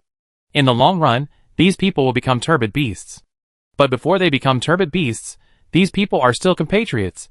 He couldn't kill directly, and there weren't enough sleeping pills. This situation almost made him bald. And this prop was like a small flame of hope, which ignited him instantly. As soon as he entered the door, he went straight to the staff and said in a loud voice, "It is said that you got a prop that can be used unlimitedly and make people sleep. Is this true or not?" "Really?" The person in charge was also excited and handed over the test report with both hands. Chapter 566. Grandfan read it quickly and felt uneasy, so he read it again to make sure there was nothing wrong. Then he looked at He and said happily, "Heroes emerge from youth. The base has a future with young people of your generation. Don't worry, you have the base in your heart, and the base will definitely not let you down. What do you want? Just tell me. Even if you want 3 laying hens, the base will not say no." After saying this, he saw that He didn't say anything, and then he said, "Or do you want rice and flour? How about 200 kilograms? Or do you want pork? How about 50 kilograms? If you don't want either, the base still has a space button, and we can give you one. How about 5 cubic meters?" The conditions he offered were quite high, and Chili and the others' eyes lit up when they heard it. They all looked at He at the same time. He waved his hand, but didn't ask for too much. "I live in the base and have received a lot of care from the base. The base is in trouble now, and I have no choice but to help the base. In this case, let's not talk about whether to buy or not. Just treat it as if I rent it to the base, and don't charge any fees. What do you think?" Grandfan quickly refused. "You kid, it's the base's duty to protect the people. How can you be asked to contribute voluntarily? You can think of the base, which is the greatest contribution to the base. I must give you this material. You must keep it. The two of them were humble again. One wanted to rent it for free, and the other insisted on paying for it, and they refused to give in. In the end, Chile saw that Jirenfan couldn't get to the point, so he interrupted. I see that our base has a lot of energy stones, and that thing seems to be pretty good. He stopped talking, his eyes sparkling, looking at Gulangfan with surprise. Gulangfan, eh? His expression remained unchanged, as if he had suddenly realized something. Yes, yes, energy stones are good things. The more precious the props are, the more useful they are. How about 10 D-level energy stones? He shook his head. Director Fan, 10 energy stones are too much. I can't take them. Otherwise, if you feel embarrassed to use them for free, we can rent them. After signing an agreement, I can rent this prop to you at a low price. What kind of person is Grandfan? He immediately realized that he was not satisfied with the price. Then he would raise the price again. Their base must get this item. No, no, no, such a big base. If we take advantage of you, I'm afraid it will make people laugh to death. So how about 20 D-level energy stones? Grandfan's smile did not change, and the price was immediately doubled. Chile swallowed the last bite of cake and continued, yes, with such a big base, can we still take advantage of you, a high school student? Aren't you bringing disgrace to our base? How about this, Director Fan? If you give this girl 20 kilograms of rice, I will shamelessly help her agree. The price of 20 D-level energy stones can be said to be very high. If you take them out in the mall, you can buy 2 healing items. Gulangfan, eh? Why didn't his grandfather beat this kid from the Chi family to death? Yes, yes, yes, I think it's okay. Are you satisfied with this price, my friend? He stopped when he saw that it was good. I'm so sorry. It's just a legitimate transaction. Why are you embarrassed? Come on, go sit aside and wait. Chile took the responsibility, and pushed He aside to sit and rest. He followed the staff to get food and energy stones. Although Gulangfan felt sorry for the energy stones, he was relieved that he got the props. He said a few more words to He and left with the props refreshed. He was also satisfied with the energy stones and food. He turned around and greeted Chile and others. Thank you for this time. If it weren't for you, I wouldn't have been able to get the energy stones and food so smoothly. Let's go, find a place, and have a meal together to celebrate. The other 3 people quickly refused. It was not the right time to eat someone else's meal. Let the captain go. We can't help much, so we won't go to eat. Yes, yes, yes, we just go along and have some snacks, but we won't eat. I have something to do at home. I need to go back. We do it another day. Another day. He knew these words were excuses. This wasn't before the natural disaster. What could happen? They were so idle that they could watch their neighbors quarrel for a long time. She persuaded them several times, and they agreed after seeing her firm attitude and that she was not being polite. But behind Chihi's back, Chile kept winking at them, telling them to eat less for a while, just to show their appreciation. Don't eat the kids out of money. Muyu and the others gave them a look that showed they understood everything. What else was there to say? They were not stupid. Since they had agreed to have a meal together, they had to find a place with few people, otherwise the staring eyes of the people around them would be enough to choke them before they could even eat. Chile was an official after all. Although he had never been to the underground, he knew some people. After sending a few messages, he took Jihi and the others to an empty warehouse. This warehouse used to store the raw materials for making bean cakes. Now that the bean cakes are all gone, the warehouse is empty. There is nothing in it. Just use it. Jihi stood on the warehouse and looked around. This place was quite empty, and it was not far from the gate. It was a rare good place underground. She decided to live here for the next few days. Several people were trying to restrain themselves, but when they saw what Jihi took out, their eyes widened. Jihi first took out the small stove used for camping, put a pound of grains in it, and poured water, preparing to make a thick version of grain porridge. While waiting for the porridge to cook, she also took out a few salted eggs, a box of cucumber pickles, a small pot of freshly sprouted bean sprouts, a few green onions, and a bowl of oily meat sauce. You read it right. It was the sauce squeezed from mincemeat. Jihi looked at their shocked eyes and said with a smile, "There is bean paste sold in the Talented Mall. I bought it and squeezed it with some dice meat." She didn't lie. She was curious about the taste of the bean paste in the mall and fried it. It's just that she has too many delicious ones. She only ate it once and never had time to eat it again. Even so, Chile and others were shocked.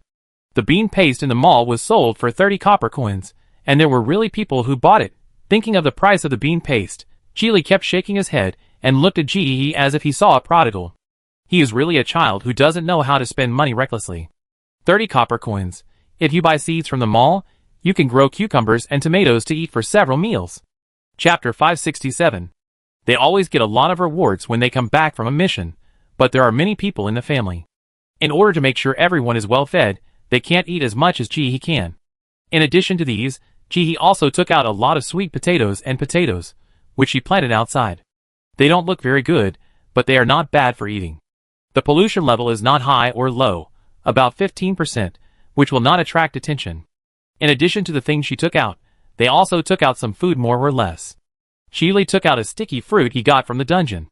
It screamed and spit out water when squeezed, but the spitted water was sweet and delicious, and the pollution level was not high, about 18%.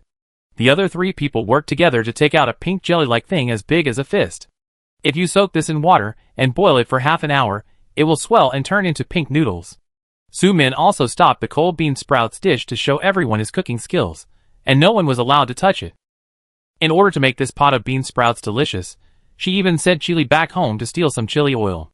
When all the dishes were served, before they could eat, everyone in the room began to drool like crazy. Although this meal was nothing before the natural disaster, there are not many people in the entire base who can eat this table now.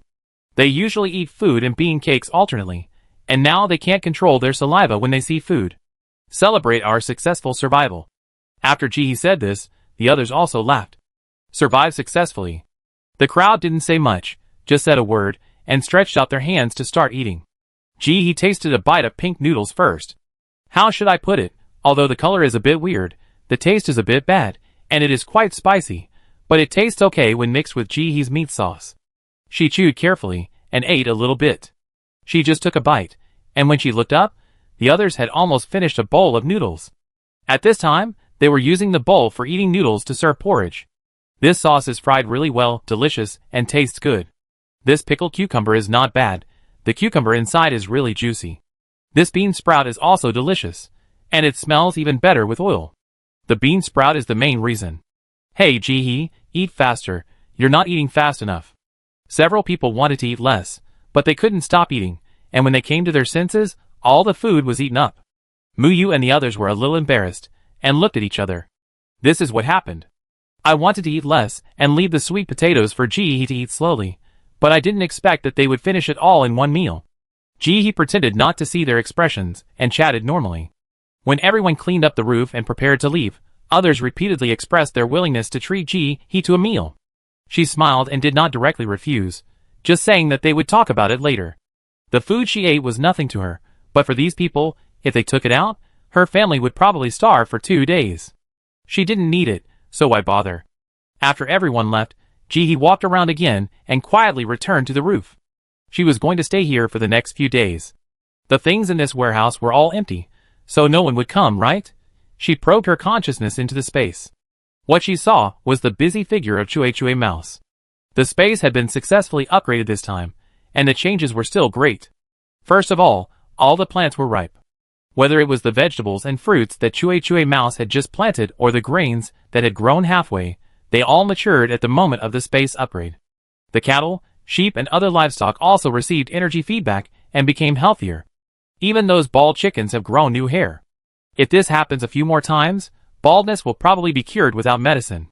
The livestock has multiplied to a large number, and he can't eat them all by himself. And almost half of these mature grains have been harvested by Defingsho and Chue Shu. Ji probably doesn't need her skills, and they can finish everything in a few hours. Defingsho learns very quickly, and his efficiency is several times that of Ji. He manages the space quickly and well. It is many times stronger than the metal ball that always shouts about being lazy. I just don't know how to charge it. Ji thought about it, and put it aside. She was going to think of a way when the harvest was out of power. In addition to the grains being ripe, the daily stay time in the space has increased from 6 hours to 10 hours. In this way, Ji's daily accumulated space time has become more. In addition, she doesn't need to enter the space to do farm work now. The save time is endless. The land area has also expanded a lot. The grain land that was only more than 100 square meters before has now increased to 300 square meters. Although it is less than half an acre, it is not bad. Dai Fengshu also helped her measure the freshwater lake and the ocean. They are both 3 acres. So the total is 6 acres. Although it cannot be compared with other people's large-scale breeding, it has expanded a lot, and the fish have space to move around. Before, the fish were in the lake, which could not be called intensive breeding, but squeeze breeding. They can hardly swim. If you want to catch them, you don't need a net, just reach out and grab them. They have a hard time turning around. Now they can finally swim a little further. Jihe also asked Fengshu to fish out all the big fish and seafood. She put a batch in a bucket, and put it directly into the storage space, and made a batch into smoked fish. Their meat growth rate is a bit slow now. Not only do they eat a lot, but they also eat small fish. It's not worth it. It's better to fish them out and throw them into the storage space, so that when you want to eat them, they are still alive, and the taste doesn't change much. Smoked fish and pickled fish are also good. Eating them occasionally can also bring a sense of freshness. I don't know what happened. When Dai Fengshu was first turned on, he was quite enthusiastic and chatty. Now he only works and doesn't talk when he hears Jihe's instructions. He is a little too silent. But now there are other things to distract Jihe's attention. This idea only stayed in her mind for a while, and then she let it go. The small earth slope in the space has also risen a lot this time. The fruit trees planted before were planted on the top of the mountain. Now there is more than 1 mu of land at the foot of the mountain, but less than 2 mu. Jihe plans to let Dai Fengshu plant some more Chinese medicinal materials. The space was too small before, so there was nothing we could do. Now we have some extra, so we can plant some herbs and exchange them for energy stones. The advantage of space is that anything can survive and grow well, no matter how densely they are planted. Jihe had never planted before, so he just followed the video and did it blindly. But the crops he planted grew so well. Let's not create a suitable environment this time. Plant everything, the denser the better, so that we can harvest more herbs. The lawn also expanded to about 1 acre. Chapter 568. This time, Jihe plans to continue to expand the breeding of cattle and sheep. The main reason is that these two can eat grass by themselves, so she doesn't need to prepare food, and their feces can be used as fertilizer, which is much easier than raising pigs. Just raise them. She won't expand the breeding of pigs for the time being. Now there are more than 40 pigs that have grown to more than 300 kilograms and can be slaughtered, and more than 30 have grown to more than 100 kilograms. Once these pigs are slaughtered, Jihe will eat for a long time. As for chickens, ducks, and geese, there are more than 2,000 in total, all of which are half-grown and responsible for laying eggs. Except for a few males left for breeding, Jihe slaughtered all the others and threw them into the storage space. Now they are piled up in the space, and she won't sell them. Even if she eats a chicken or a duck for a meal, it will be enough for most of her life. As for the rabbits, she can only say that she can't eat them all. She can't eat them all. In 1 month, the rabbit army gave birth to thousands of baby rabbits. Before those baby rabbits grow up, the adult rabbits are pregnant again. Judging from the condition of their stomachs, it will happen in the next 2 days, and it is estimated that they can give birth to thousands more. There are so many rabbits that the lawn is almost eaten bare. It's amazing. Jihe has been eating all kinds of cold rabbits and spicy rabbit heads as snacks. Thinking of this, she opened the backstage chat channel, found 2 chefs, and sent 100 rabbits and various oils and seasonings to each of them, asking them to help make cold rabbits. The reward was 10 rabbits per person. The 2 chefs were very happy. Elian promised that he would never let Jihe down and would definitely let the boss eat the most delicious and authentic cold rabbit. As soon as the 100 rabbits appeared, they caused a sensation. Many people lined up to see the rabbits. Even if they couldn't eat them, they could still look at them. Besides, the fat of the rabbits, if the boss didn't want them, wouldn't they all be theirs by then? Whether the base cafeteria can open meat and eat some oily food now depends on what the 50 billion boss wants to eat. It has been a month since the boss placed the last order, and many people's biggest hope is that the boss will love the 2 chefs for a while longer. They come here every day to spy on information. The 2 chefs were extremely annoyed. They also wanted the boss to place an order, but they couldn't rush him, right?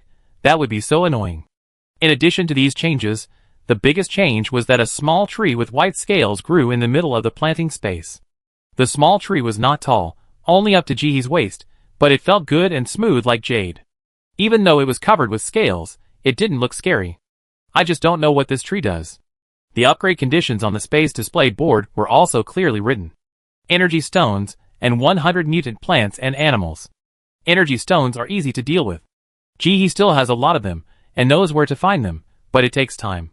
It's just that she has no idea about these mutant plants and animals. She tried to put in various plants that she had obtained from the interstellar space before, such as sour cream, dried oil fruit, and Montana fruit. As a result, they were all vomited out, obviously not meeting the standards. They didn't recognize this thing at all. Obviously, these are not counted among the 100 plants and animals. He couldn't figure it out, so she put it aside for the time being and threw all the remaining energy stones into the space. Seeing that the progress bar had reached 10%, she felt a little relieved. If there were a few more lay phones, like the Black-Robed Man, wouldn't it be a sure thing for her space to upgrade? Just as she was about to throw the last energy stone into the upgrade column, she heard a rustling sound of leaves shaking. He turned her head, and saw that the white jade-colored scaly tree that had been motionless just now began to shake left and right. Looking at the amplitude, she was afraid that the tree would be uprooted. What's going on? She walked towards the small tree. As He approached, the shaking amplitude of the small tree gradually decreased. When He approached, the whole small tree was completely motionless. She reached out and touched it, but the tree shook her hand away. She was a little unhappy. He blinked and tried to move the energy stone closer to the tree. This time the tree didn't shake her off. The moment the energy stone touched the tree's bark, the trunk emitted a milky white light, and the entire energy stone was absorbed by it. In the blink of an eye, Ji's hand was empty. The tree in front of her did not change at all.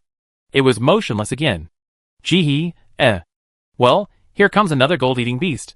She touched the tree trunk, and this time the tree didn't turn her face away, but it didn't react either. She touched it again and turned away. The rats in the field were working happily. They were completely different from the state in the copy, and they were very happy. I like farming, and now I can not only do what I like, but also get food and accommodation, which makes me feel like I have fallen into heaven. I work very hard. When I see He, I keep expressing my loyalty, and say I will work for 10,000 years. He's mouth twitched slightly.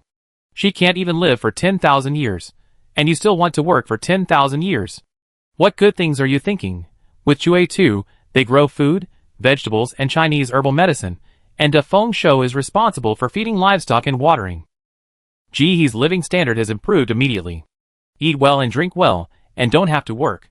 If you go back home and lie comfortably on the bed, it's like soaking in a honey pot. How to get home? This is a problem. In the next 3 days, He didn't find a way to get out of the dungeon. All the vents and exits were heavily guarded. She wore an invisible cloak and found that in addition to the team guarding the entrances and exits, there were 2 teams hiding in the dark. That would be fine. This time, the base was even more ruthless. Props were placed at each entrance and exit. It was impossible to get out without destroying the props. He tried several times, and was almost bitten by a police dog once. There was no choice but to give up temporarily. Now there were only 2 ways in front of her. The first was to rely on the drooping rat to dig a hole to send her out. This risked exposure, so she gave up for the time being. He chose the second way, and asked the base to release her. After logging into the 50 billion account, she threw a bomb directly. Borrow another 50 billion from the sky. 28 days later, it will enter the extreme cold. After that, she didn't reply to anyone's message, just pretending not to see it. It's not that he didn't want to talk more about the extreme cold, but her all-knowing fruit would cost her life if she looked at it for a long time, and her current small body grid really couldn't support her to watch it for a long time. Just see a general beginning, and know what's going on. Now she understands why fortune tellers ask for money.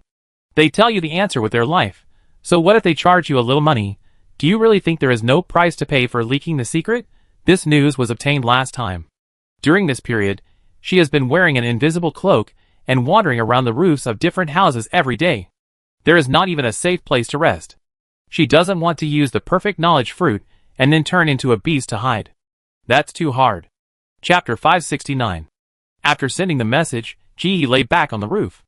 Before, the base could sit back and wait for the fog to dissipate, but now that they know the extreme cold is coming, they probably can't sit still anymore.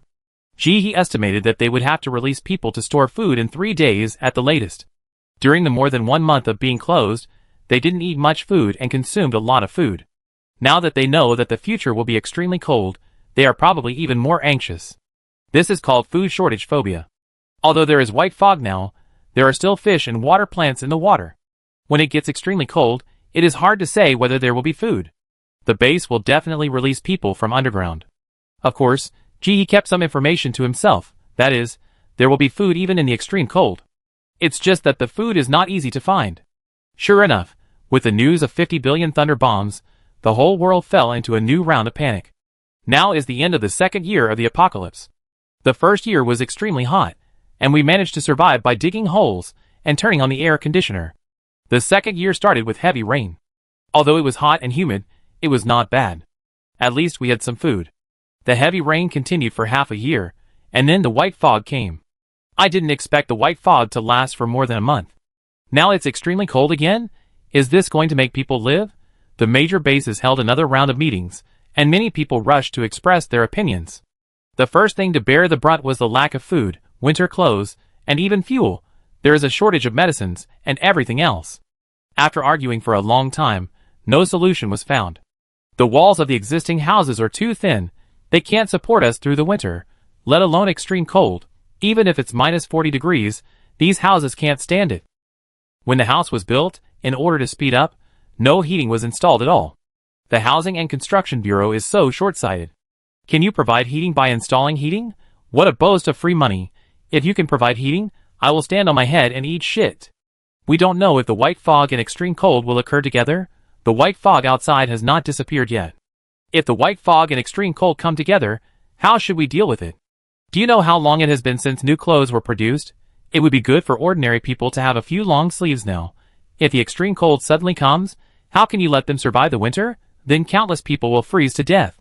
What should we do if there is not enough coal? When it was extremely hot before, we lacked cooking fuel, so we cut down a batch. In winter, let alone cooking, ordinary people will freeze to death if they don't have firewood to keep warm. Where are the medicines? Some time ago, there was an outbreak of turbid beasts in our base, and we just consumed a batch of medicines. That was the last batch. Chinese herbal medicines have just been planted and do not meet the standards for medicine. If there is an infectious disease, we don't have medicine. What should we do if there is a large-scale infection? Where are the water sources? What should we do with food and drink for so many people? There are all kinds of things in the river water over there. Not to mention the pollution level of the collected water, it cannot be drunk directly. It needs to be filtered several times. Where do the resources consumed in the middle come from? Although they received a batch of winter supplies after borrowing another 50 billion from Xiangtian, the base did not expect the natural disaster to come so quickly. It will be less than a month before the extreme cold weather comes, and they find that nothing is enough, far from enough. Houses are easy. Ordinary people can continue to live underground and build underground cities. The temperature underground is much higher than on the ground, and many fewer people will die. Encourage the gifted to be self-reliant and stay on the ground, so that they can reduce our burden at that time. We are looking for people who can help us raise funds. If that doesn't work, we can sell some weapons. But what if there is chaos with weapons? Now there are no weapons, so there won't be chaos? So many people die every day. Are you blind and can't see it? Besides, those gifted people are not weak. If they really want to cause chaos, we can't do anything about them. We might as well take the opportunity to make some money. But we have to weigh the degree in between. Guns can be sold at a lower price, but the price of bullets must be controlled well. In addition, we also need to keep ordinary people busy. It's easy to find things to do when they are idle. We don't support idle people.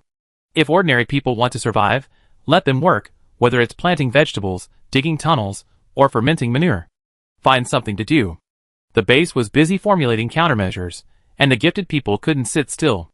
They relied on their strong physical fitness, and didn't think the harm of the white fog was that great. After taking back their own props and supplies, they thought about going to the ground to stockpile supplies. It's just white fog. It's okay to wear more clothes and wear a mask. Even if you get bitten, you can get over it if you hold on. But if the extreme cold comes, and you haven't stored enough food, you will starve to death. So, many talented people came to the gate and asked when it would be opened. He lay on the roof and looked at the gate with a telescope.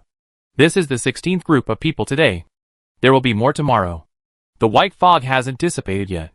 It's not safe to go to the ground now. Go back and wait for notification. We will make unified arrangements. The staff at the door drove people back. According to the regulations, you are not allowed to walk around in the underground city. Go back quickly. The gifted people were not happy. They prepared sleeping pills and props. They were very confident in themselves. When will you notify us? Don't wait for 10 days, or half a month without any definite news. Yes, if we don't save more food now, how can we stay here when winter comes? If someone dies at home, are you responsible? But no matter how many people came, they would not let anyone in at the gate, and they would not let anyone go. In the end, they had no choice but to go back. But everyone knew that the base could not keep them for long. Not to mention that these people are anxious, the base can't sit still either. He retracted his gaze, turned over and lay back on the roof, and continued to put supplies on the shelves. Energy stones still need to be collected. This thing is too important. Now there are a few gold-eating beasts, and it is necessary to collect them. She has sold all the supplies that can be sold directly from the previous stockpiles. Now there are only dried oil fruits, and the supplies that have just been collected. Dried oil fruits. He asked Dai Fengshu to squeeze oil into space, and then sell the oil directly. Although it will be a bit troublesome, it can be sold at a higher price this way. The dried oil fruits after squeezing the oil can also be fed to livestock, killing 2 birds with 1 stone. Anyway, Dai Fengshu is a robot, and he gave orders without mercy. The same goes for the iron ball fruit. When this fruit is roasted in the fire, it will expand and become poisonous or non-toxic. After the expansion, the fruit will become a red elastic piece of meat as big as 2 basketballs. After being cut, it will be sold in small pieces, 1 liang per piece, and no one can tell what it is. The system will only judge it as an edible plant. However, the pollution level of this fruit has not decreased yet, and it needs to be placed in the space for a while before it can be sold. Chapter 570. He plans to wait until the pollution level drops below 20% before selling, so that he can get a good price. Wakai Fugui, borrow another 50 billion from the sky. He is indeed a big boss. He doesn't talk much, but when he does, he throws bombs. Wang Yuzhe, it's best for everyone to stock up on food. It must be hard for the big boss to say that it is extremely cold. Yu Jiao, the threshold for the things the big boss sells now is too high. He only wants energy stones, which I can't afford. She is no longer the 50 billion before. She has become a capitalist now. Capybara, seek support. Seek support. Pure male adult, online courtship. Kika, can you sell some affordable food? Pork intestines would be great. I'm willing to buy them with gold. Home has a gold mine. Pictures, pictures, the natural disaster is about to end. Hurry up and pick up the bargain. I have hundreds of kilograms of gold. Who wants it? 50 kilograms of rice. Take it home immediately. It was worth hundreds of millions before. You can't miss it. Row, my love. So many people are looking for 50 billion, but they still can't find it in the end. This is too useless. It's a big deal, but no one knows whether it's a real man or a woman. Forget worry. I think everyone has gone off topic. We should pay attention to the information sent by the boss, and stock up on supplies for the winter. God loves the world, the boss. Laugh out loud. A hypocrite who dares not show his true face, sneaking around all day. I don't know why so many people flatter him. Flowers bloom and wealth come. Come quickly. Someone here eats with a bowl in his hand and curses when he puts down the bowl. If there was no news about the 50 billion notification, you would have died long ago. God loves the world. I asked her to notify. Mind your own business. She is so self-indulgent. Isn't it enough for others to say? Seeing this, he silently blocked God loves the world. She didn't feel bad because of it. There are so many people like this, and she doesn't know them. If she is really angry, she will be at a disadvantage. It's better to treat it as a clown and ignore it. After closing the chat channel, he went to check the store again, took back the sold supplies, and hung food in the empty space. All the materials she has put up now can only be exchanged for 2 kinds of items, energy stones and edible plants.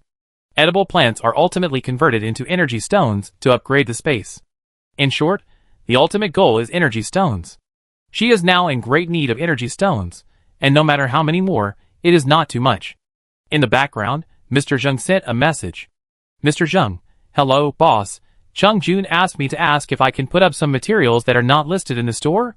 You don't have to worry about me. If you can sell them, then sell them. If you can't, forget it. I'm just asking casually. He thought about it. Anyway, it doesn't matter who she sells to, as long as he is willing to pay for the energy stones. It doesn't matter if she sells them. Borrow another 50 billion from the sky. I can give you shushu tablets, black fluorescent grass, mandinka disinfectant, insect repellent incense, anthelmintic, and sleeping pills at the original price, but I need you to make a few sets of clothes for me to wear inside. Chung Jun, boss, you are being too polite. Just tell us how many sets you want to make, and we will make them for you for free.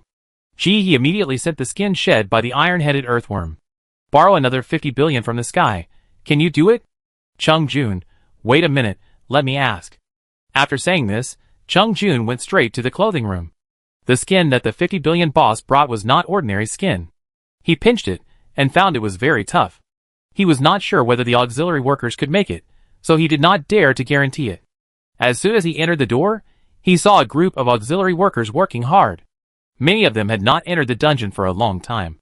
Now if they want to upgrade and improve their abilities, they can only make clothes continuously. Chung Jun went straight to the innermost part, and found the leader of the clothing group. He went straight to the point. Please help me see if you can make the skin of this iron-headed earthworm.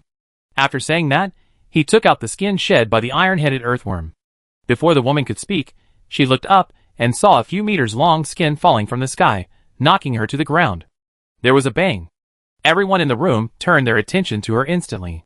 Chung Jun, shock. After a flustered moment, Chung Jun was a little embarrassed. I didn't expect you to be so weak. How could you be knocked down by the skin? Woman, If you can't speak, you don't have to force it really. She closed her eyes, and when she opened them again, she had regained her composure. It can be made, that is. Chung Jun only heard the first half of the sentence, and then he said happily, great. After saying this, he didn't even have time to leave, and he stood there and clicked on the chat channel. Chung Jun, of course dear, please rest assured that our craftsmanship is absolutely guaranteed. That's it. I just want to ask, do you have any extra? We want to purchase some this time? Borrow another 50 billion from the sky. How about this? According to the same standard as Mr. Zheng and others, make 10 sets, and give you 1 set as handling fee, okay? Chung Jun, please, give 1 set for every 5 sets, please. Borrow another 50 billion from the sky. 8 sets for 1 set, this is the lowest price. If you don't want it, I find someone else. Chung Jun, I'm willing, I bow, thank you, boss. Well, can we pay to buy some? Borrow another 50 billion from the sky. Sure, 100 sea-level energy stones per set. Chung Jun, okay, boss. Let's not buy it for now, boss. After cutting off the connection, Chung Jun wiped the sweat from his forehead. This price is too expensive. He didn't even need to report it to know that the base couldn't afford it. 100 sea-level energy stones can make the base commander stand out and perform. The entire A-City base only has a few B-level energy stones, a small number of C-level, and most of them are D-level and E-level. And those energy stones have to maintain the protective shield and provide energy for weapons. I wish I could break 1 into 10. Think about the stingy life of the base. They are reluctant to throw away even the chicken feathers. Think about the 50 billion big boss, who can sell 100 sea-level energy stones for a protective suit, which is simply printing money. When can he live that kind of life? Are you listening? What? Chung Jun came back to his senses and looked at the woman next to him. What did you say just now? The woman took a deep breath and repeated, this leather is very tough. With my current ability, it takes 20 days to make a set of protective clothing. Chung Jun, shock. When he walked out of the clothing room in a daze, he looked up and saw the people in the kitchen were as happy as the new year. He walked over curiously, and at first glance, he was attracted by the lively rabbit. The last time I ate a rabbit, it seemed like a lifetime ago. Slurp, I wonder if they are willing to sell the remaining rabbit blood. Chapter 571. At some point, a circle of passers-by stood by the window of the kitchen. Everyone's feet seemed to be covered with glue. No one wanted to leave, and more people gathered. Chung Jun cleared his throat, rubbed his hands, put on a smile, and relied on the thin face he had before. Under the envious eyes of everyone, he walked into the kitchen. Mr. Zheng, Mr. Gu, good afternoon. The two chefs were not focused on this at the moment. When they heard this, they responded casually, okay. Just then, a man killed a rabbit, and the blood dripped onto the ground. Chef Zheng was so distressed. Hey, what are you doing? Stop it. I don't need you anymore. No, Mr. Zheng, give me another chance. I be careful. The kitchen helper begged for mercy. He really didn't mean it. The rabbit was too strong, and his knife was not good, so the blood fell to the ground. This is a shared kitchen. The two chefs usually cook at the farthest ends. No one cares about each other, and their kitchen helpers help in the middle. This time, they received a big job of 200 rabbits from a 50 billion boss, and they are busy now. Because there is no food to feed the rabbits, all of them have to be killed today. Killing is not enough, they also have to skin them. If you want to cook these rabbits, these preliminary work is indispensable, and this is their job. but they are happy to do it. Willingly, they wish there were more. The 50 billion boss said that she doesn't want these furs. If they want them, they can keep them for themselves. Chung Jun glanced at the room. Gu Lao was in order, but Zheng Lao was too busy to spare. So he tried. Zheng Lao, I will help you kill the rabbit and skin it. Can you buy me 2 rabbit skins later? Hearing this, Mr. Zheng glanced at the rabbits on the ground. There were few people on his side, just him and the little helper, and they were a little slower than Mr. Gu. If he continued at this speed, Mr. Gu would have handed in all the rabbits before he even started cooking. If the 50 billion boss knew about this, he would think he was not good enough. Don't say you won't buy it. Help us peel off the rabbit skins, and we give you a few later. Okay. Chung Jun was very willing.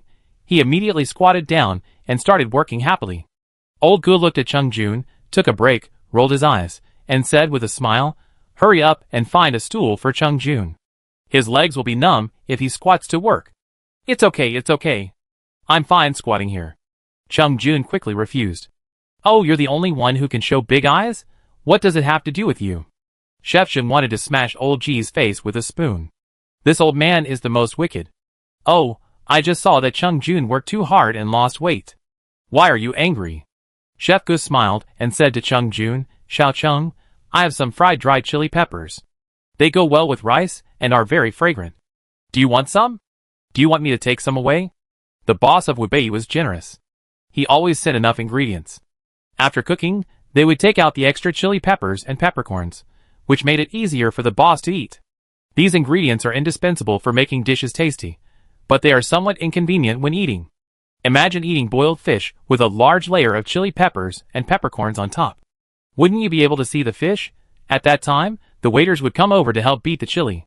They specifically asked the boss Wubei, and after learning that the boss didn't care, they would remove a lot of chili every time they came out of the pot. This time, the boss wanted to eat the rabbit cold, and sent a lot of chili with it.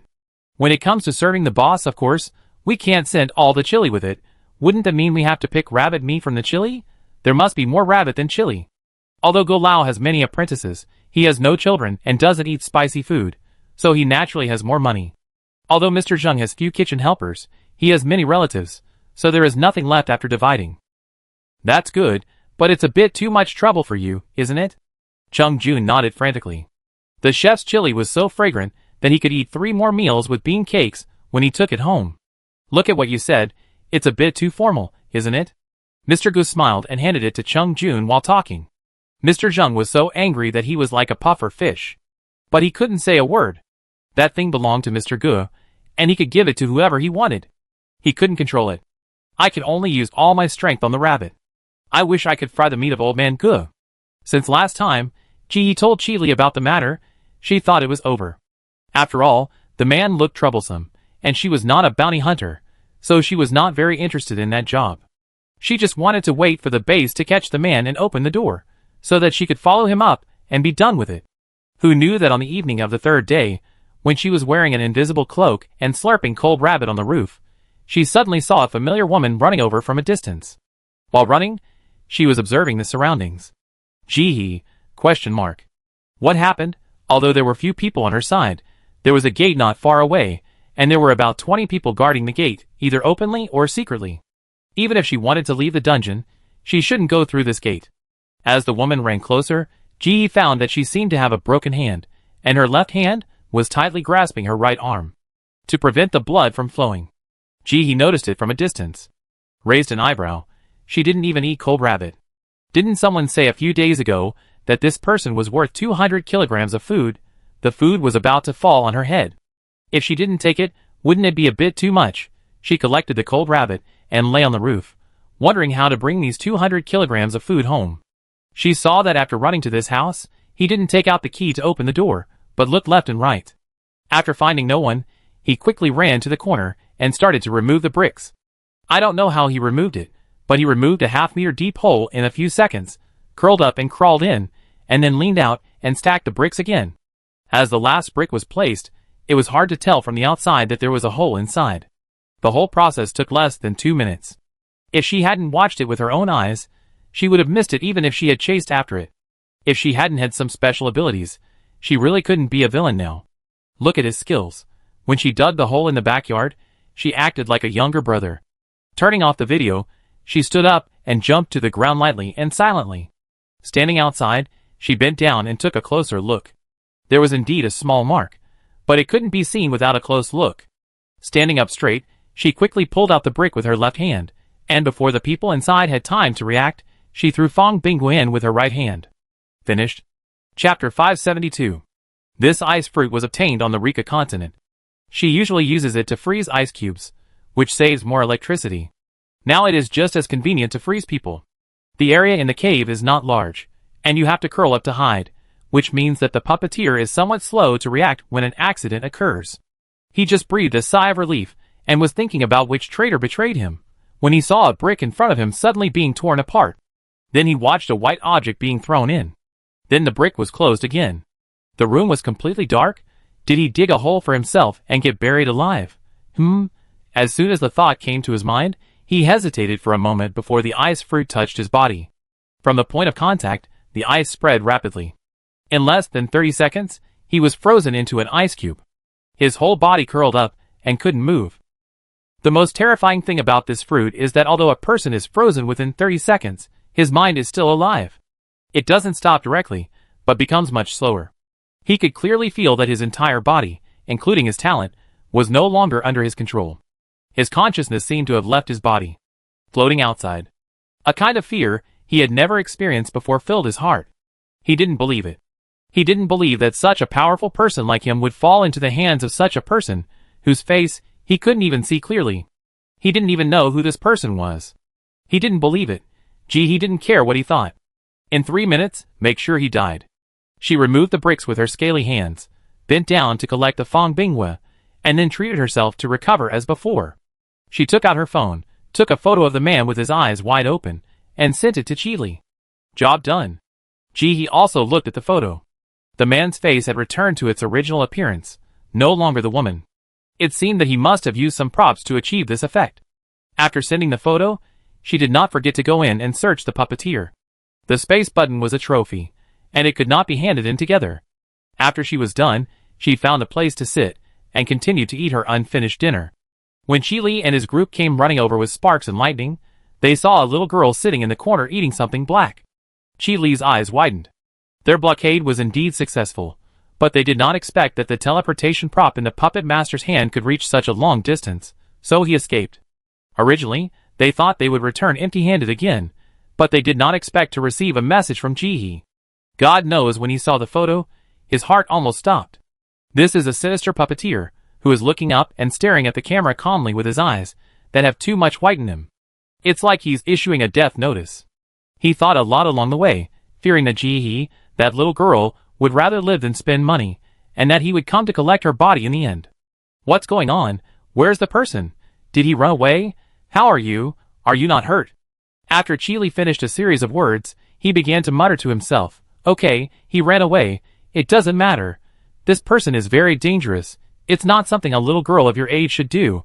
I know you have some ability, but this is our job. His team members behind him all looked indifferent to Chili's nagging. The captain is like this. He looks serious at first glance, but he is actually very worried and nagging. When he gets worried, he becomes very talkative. What are you eating, big sister? I have a baked potato. Let me exchange with you. It was dark, and no lights were turned on.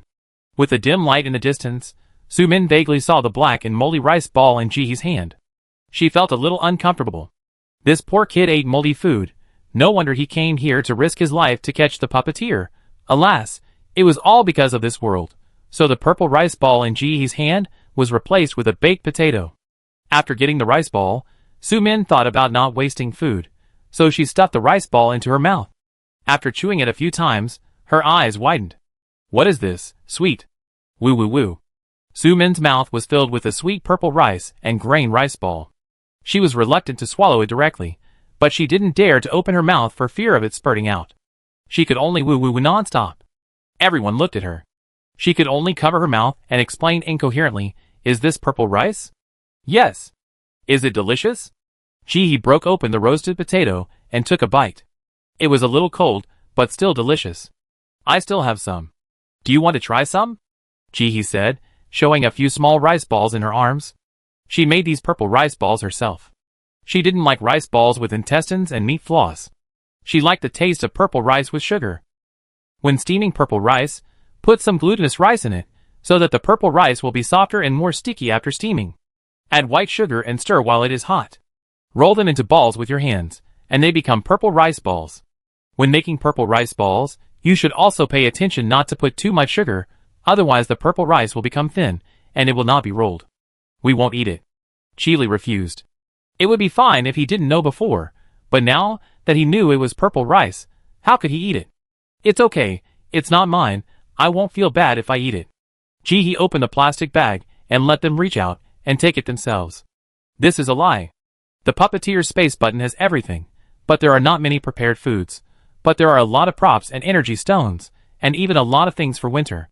Chili swallowed his saliva, looking at the rice balls. His eyes could not help but drool. He had been running all day, and had only eaten a few bean cakes, so he was already hungry. Now when he saw the food, his hands seemed to have their own navigation system, and they seemed to be out of control. None of his team members spoke. Seeing that the captain had reached out to take it, they stepped forward and took one each, eating it with care.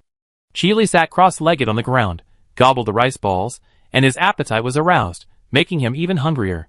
He intentionally or unintentionally glanced at the rice balls in the plastic bag on the ground. Although he didn't want to look, his eyes just glanced at them disobediently.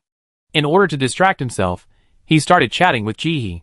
What did you say just now? I didn't quite hear it clearly. Jihi chewed a potato in his mouth, thinking, it's missing ketchup. It would be better if these people weren't here. Baked potatoes with ketchup would definitely taste better.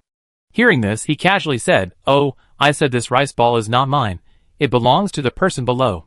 Chili was a little confused, followed Jihi's line of sight, turned his head, and suddenly met a pair of eyes.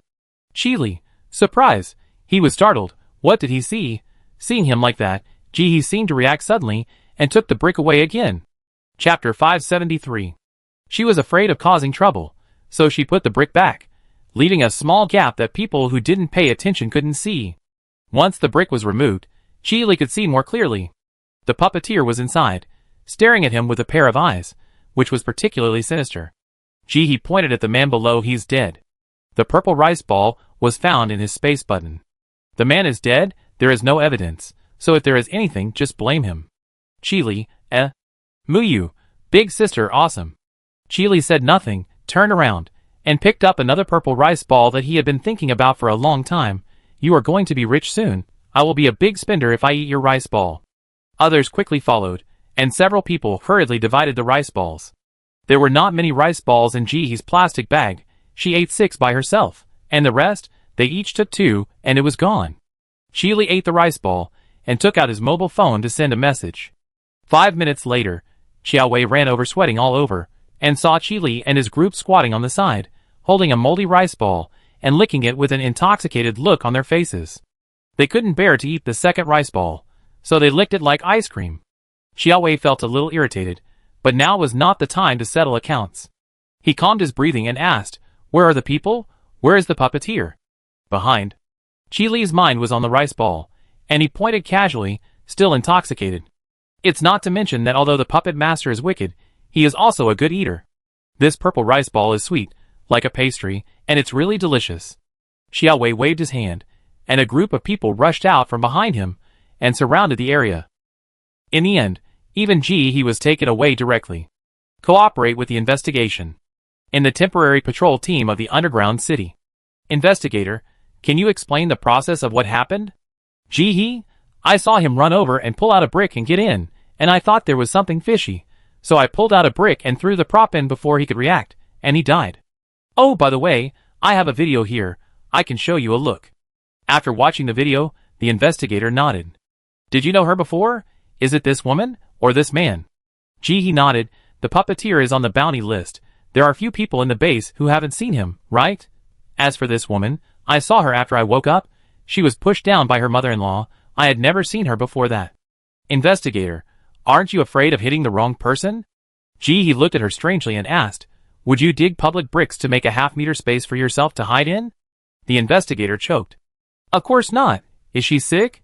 She wants to dig public bricks to hide in? So Jihi said, as if it was a matter of course. Look, who would do this? She must be wrong.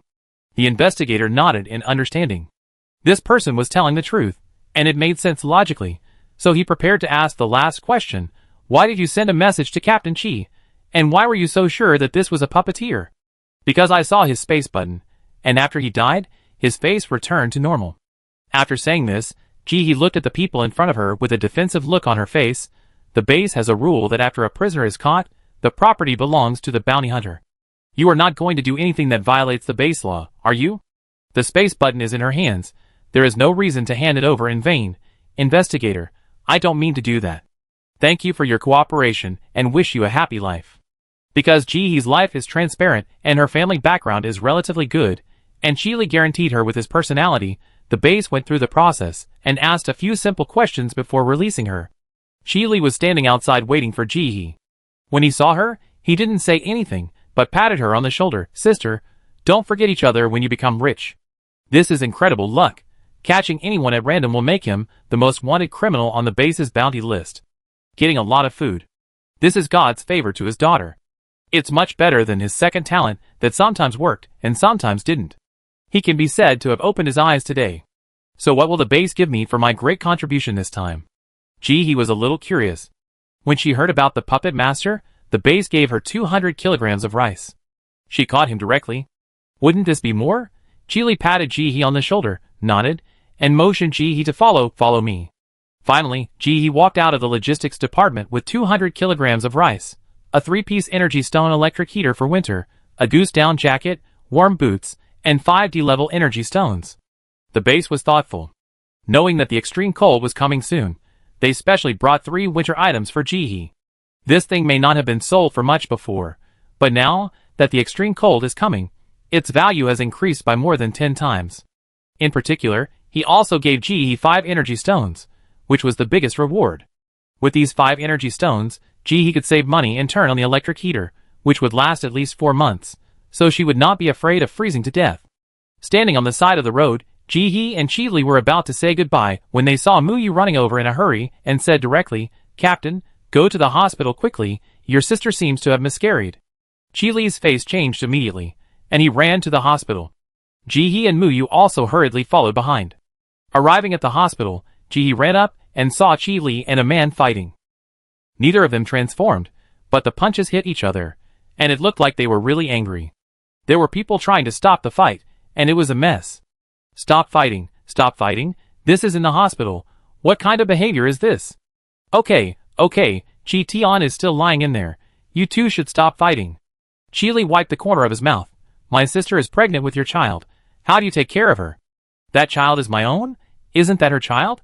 She can't take care of herself, and you blame me? If you don't want to live a good life, let's not live together.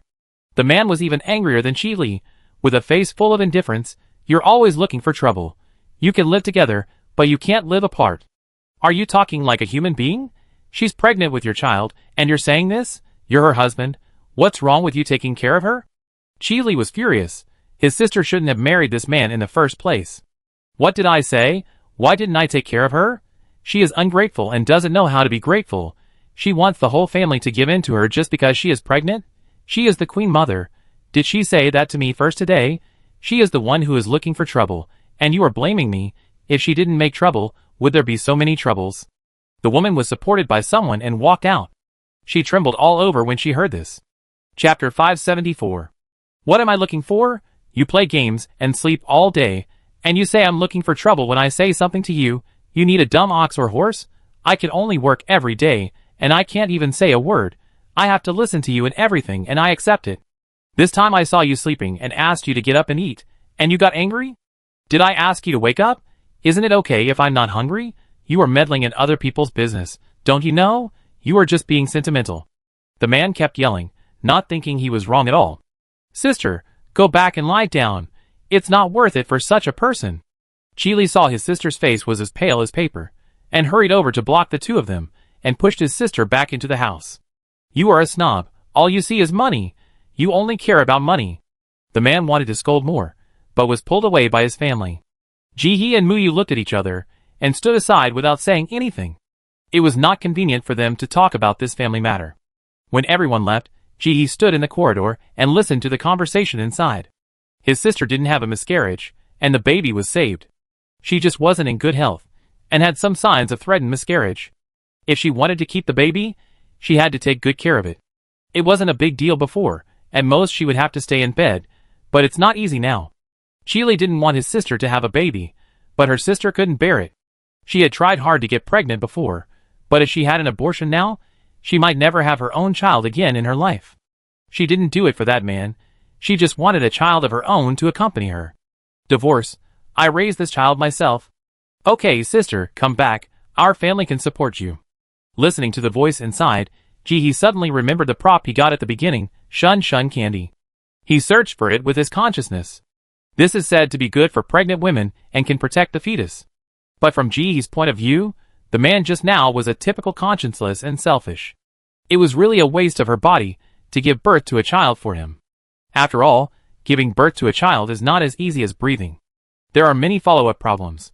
What's more, in this end of the world, Chi-Li's sister is just an ordinary person, and there will be many difficulties in the future. Just as he was thinking, Muyu handed over a piece of black stuff, but Ji-hee didn't take it. What is this? Muyu took a piece and put it in his mouth. New product from the base. It can suppress appetite after chewing. Ji-hee looked at this thing, and for some reason, he thought of the group of big cockroaches. I won't eat it. I like to be hungry. This makes me feel more awake. Muyu admired. I wish I had your mentality. As he said this, he was still chewing the black thing. The black mucus made his mouth black. Ji-hee felt it was irritating and looked away silently. The two chatted for a while, and Chile came out of the house with a very bad look on his face, but he still insisted, I'm sorry to have worried you too, my sister is fine. Ji-hee didn't know how to comfort her, so he took out the Shun Shun candy and handed it over. It's good for pregnant women, you can find someone to test it and see if it can be given to your sister. Chile held the candy and was very moved. Ji-hee, thank you so much, I won't say more. I treat you to a meal in a few days. Ji-hee shook her head, no need to have a meal. Does the base plan to let us out when? Don't worry, it will be soon. Chile put away his emotions. The extreme cold is coming soon.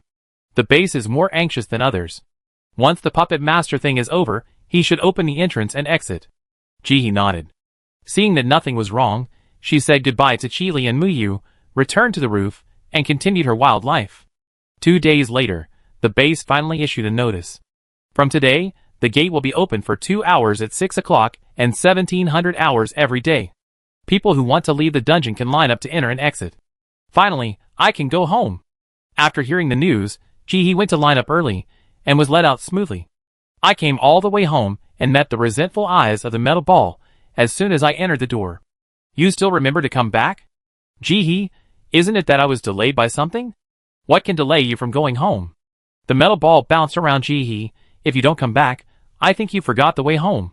Humph, someone must be helping with the farming, so she's not in a hurry to come back, making him wait anxiously. No conscience. If I had known, I wouldn't have sent the robot to her. Bang. With a sound, the ball hit the bathroom door directly and bounced out. Ji-hee's voice came from the bathroom. Be careful, don't break the bathroom door. Metal ball, shock. It wanted to cry. Give him back his soft and gentle white unicorn. It must have been corrupted by the robot. After returning home, Ji-hee laid down for several days without going anywhere. She just exercised at home, watched variety shows, and ate some strong-smelling food to satisfy her cravings. With the isolation of the ball, she couldn't hear the sounds outside. The years were peaceful. One day, the metal ball was picking fish bones for Ji-hee, and suddenly said, the white fog outside has disappeared. Disappeared? Hearing this, Ji-hee walked to the window and opened the curtains. Isn't it? The white fog outside disappeared, and the earth was exposed again.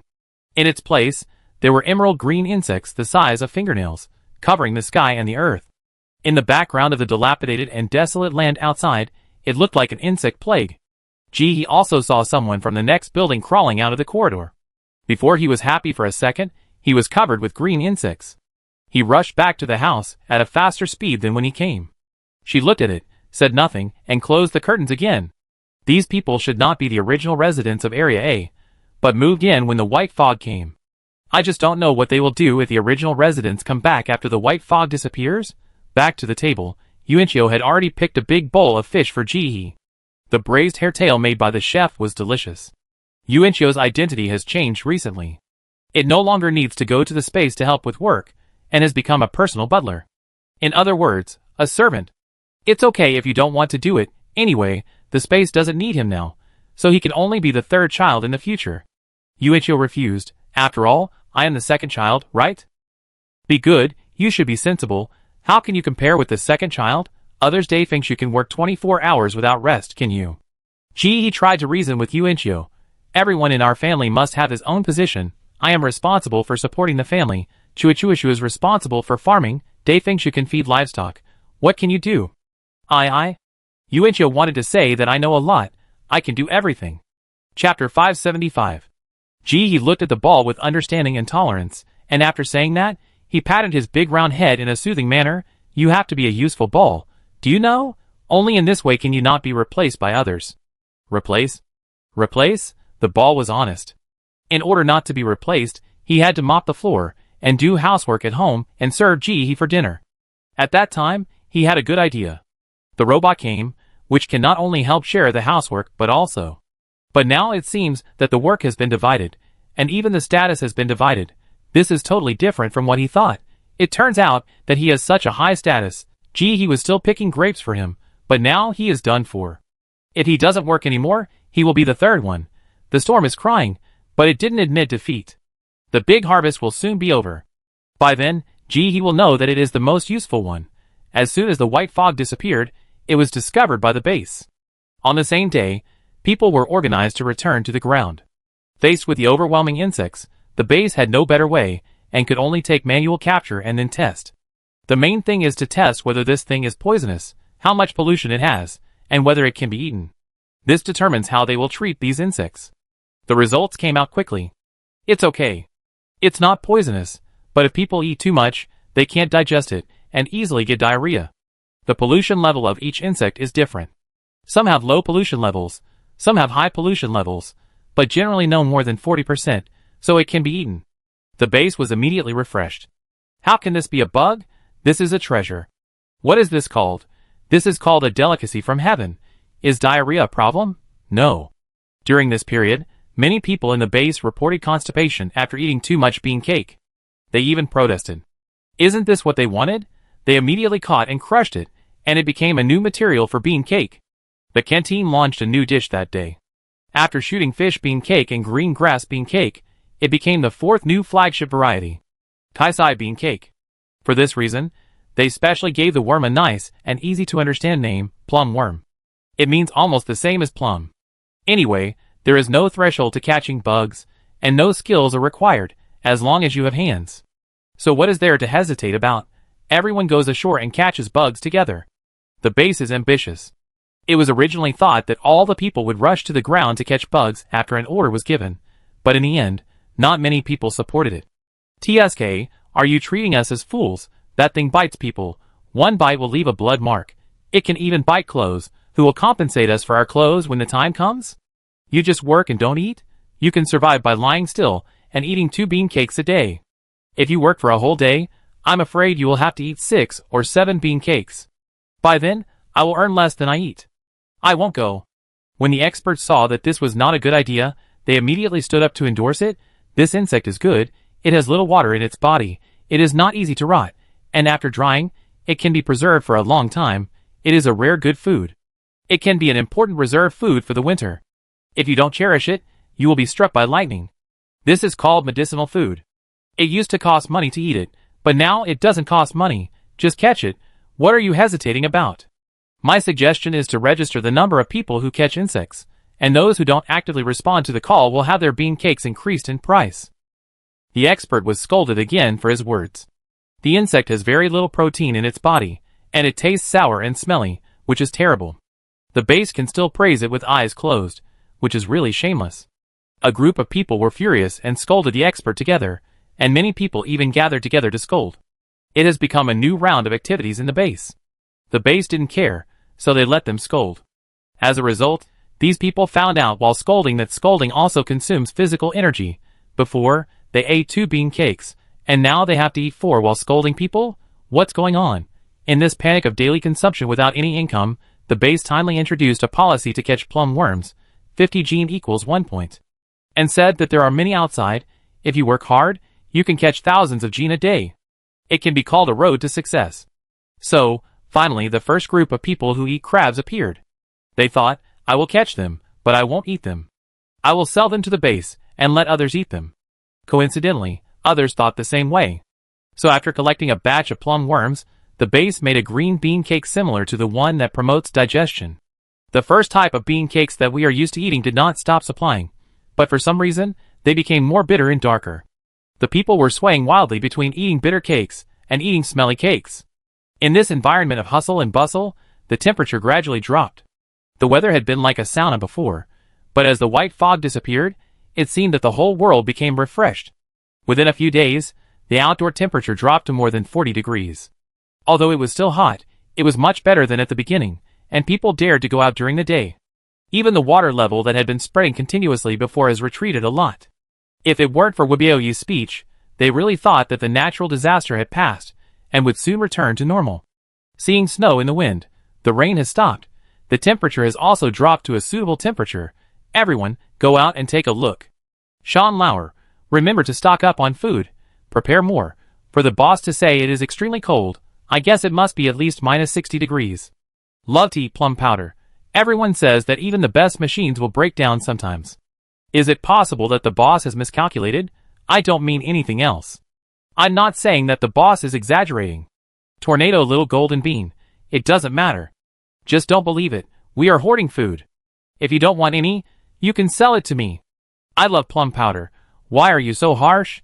I mean, is it possible that the price of winter supplies will soar because of a word from the boss? Now many people can't afford it. In fact, the boss can choose a more tactful way, not so direct. I love plum powder is so angry that the organization has not prepared all the winter supplies yet. Now the price has increased by more than 10 times. The cost of exchanging enough supplies is more than 10 times the previous cost. It's all because of Xiangtian borrowing another 50 billion.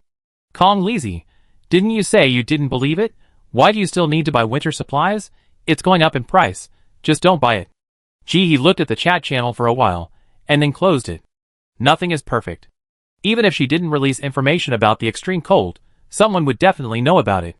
By doing this, she certainly let people all over the world know about the arrival of the extreme cold, so that they can prepare in advance and reduce deaths, but it also harmed the interests of many people. It's normal for someone to scold her. She just needs to block those who scold her. Just thinking about it, she received a message from Chili, saying that he sent her something and asked her to go downstairs to pick it up. Chapter 576. After the natural disaster, most people would not take the initiative to go to someone else's house without an invitation. After he replied to the message, he put on some clothes and went downstairs. As soon as he opened the door, he heard the angry curses in the corridor. Who the hell is that? You searched my house thoroughly. Aren't you afraid of giving birth to a son without an asshole? You are so mean. These are the beans I hid. I couldn't bear to eat them myself. In the end, they were stolen. I'm going to report to the base.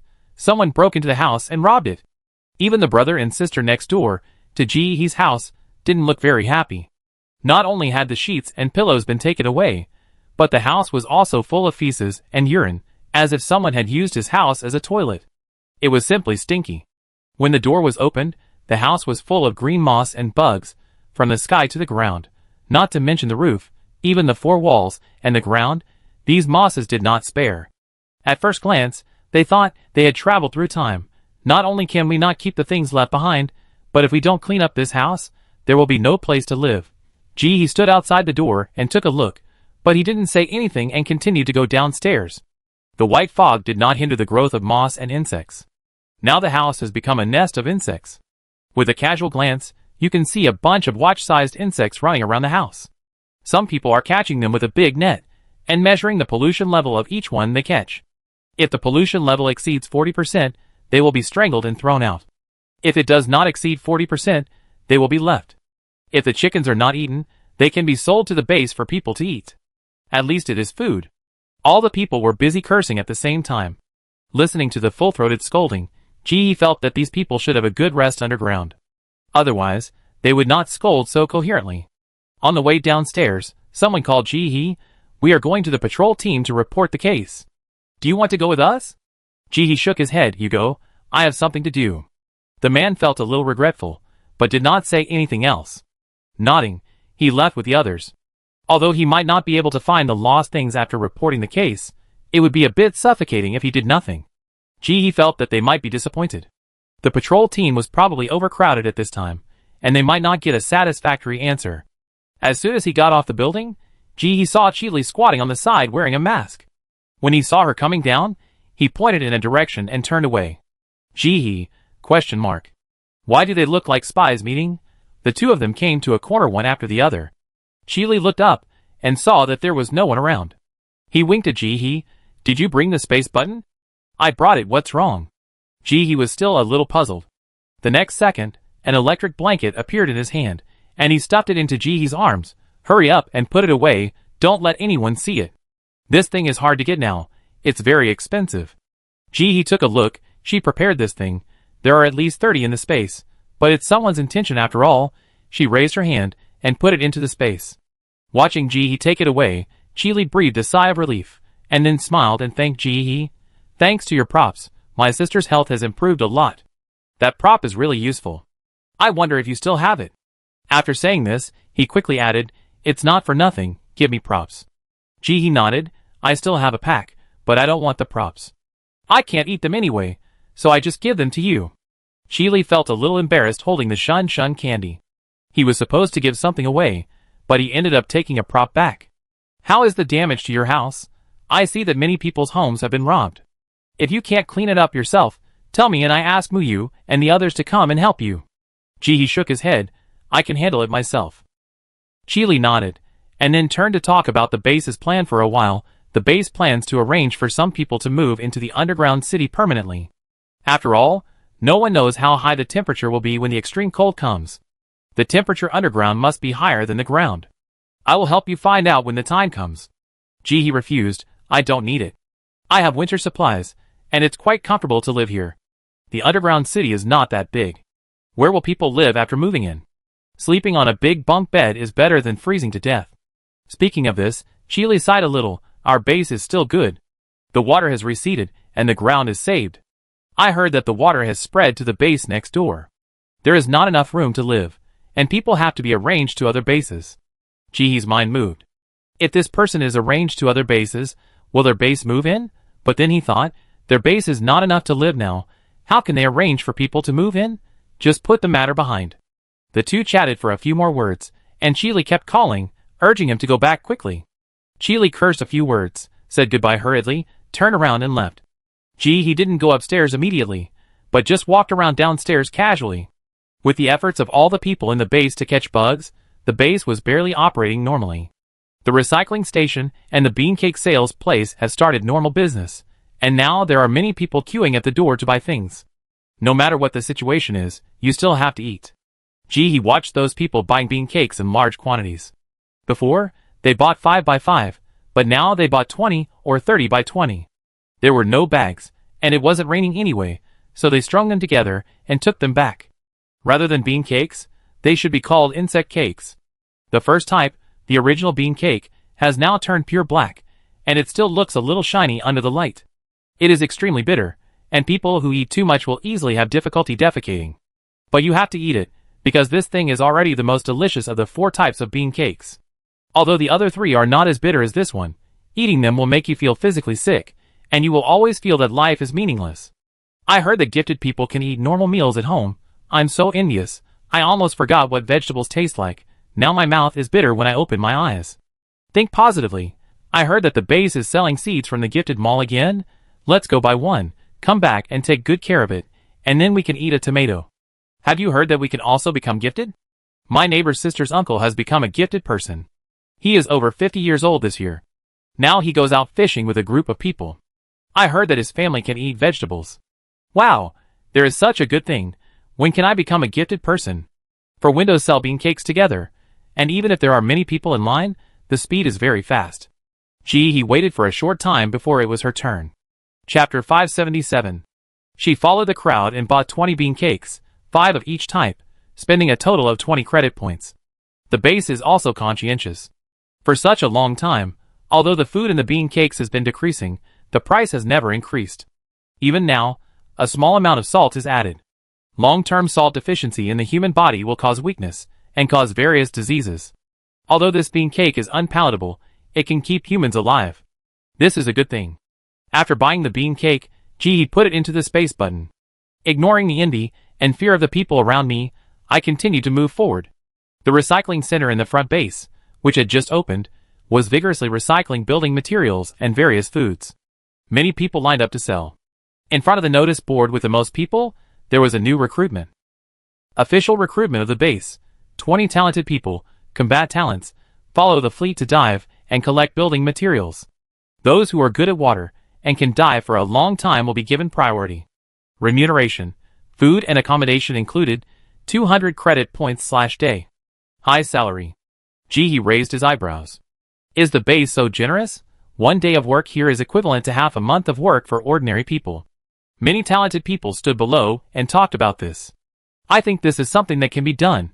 There are too many people going out to fish and water plants now. Every time you have to go out a long way to catch them, you might as well sign up for this. Not only is food and accommodation provided, but the 200 credit points are also earned for free. Working for 10 days, you can buy 2,000 bean cakes, enough for the family to eat for a long time. They can offer such a high price, I'm afraid it's dangerous, and I'm the only man in my family. I'm leaving, I'm afraid they won't be safe at home. What's safe and what's unsafe now? You don't have food at home every day, aren't you afraid that your wife and children will starve to death? If you ask me, it only take 10 days, just ask them to be careful and it'd be over. Well, mainly because I heard that someone who stayed in the white fog for a long time suffered from mania and had a tendency to attack people at will. I'm afraid that as soon as I leave, they will be attacked by the disease while walking. That's right. You said that we can't tell from the way he walks if he's not sick.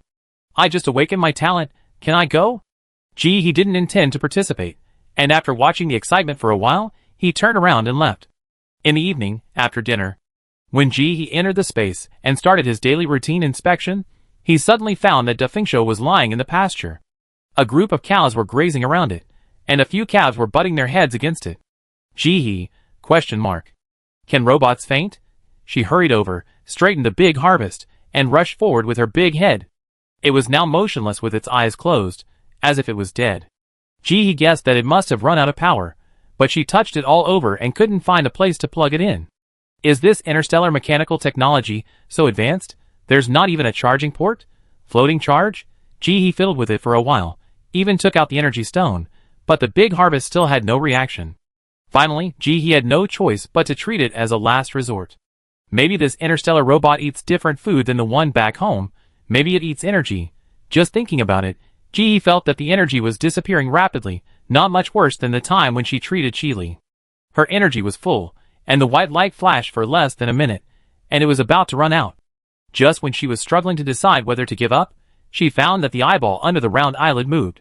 Immediately reacted, it was awake. I didn't expect that the interstellar robot really relied on energy to restart. Hey, get up quickly if you wake up. He retracted the white light and reached out to push Dafingsho.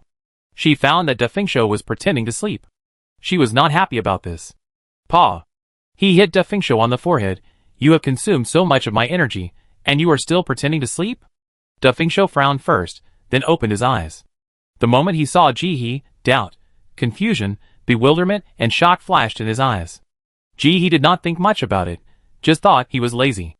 After all, laziness is the mainstream style of interstellar robots, and she has encountered several of them. Hurry up, you haven't picked up the cow dung yet. Dafingsho repeated He's words like a yes man, pick up the cow dung. Yes, and pig dung. Sheep dung, don't forget it. He pointed to the chicken coop in the distance. After cleaning these, there are chicken eggs and duck eggs, which must be picked up on time. Oh, by the way, the cows over there are producing milk. Don't forget to milk them. Dafingsho murmured, milking? He glanced at it. Why is Dafingsho even more dumb today? Is it just restarted and has no reaction? Thinking of this, she waved her hand, and white light emerged, using up the remaining energy in her body. Come on. After saying that, she flashed out of the space.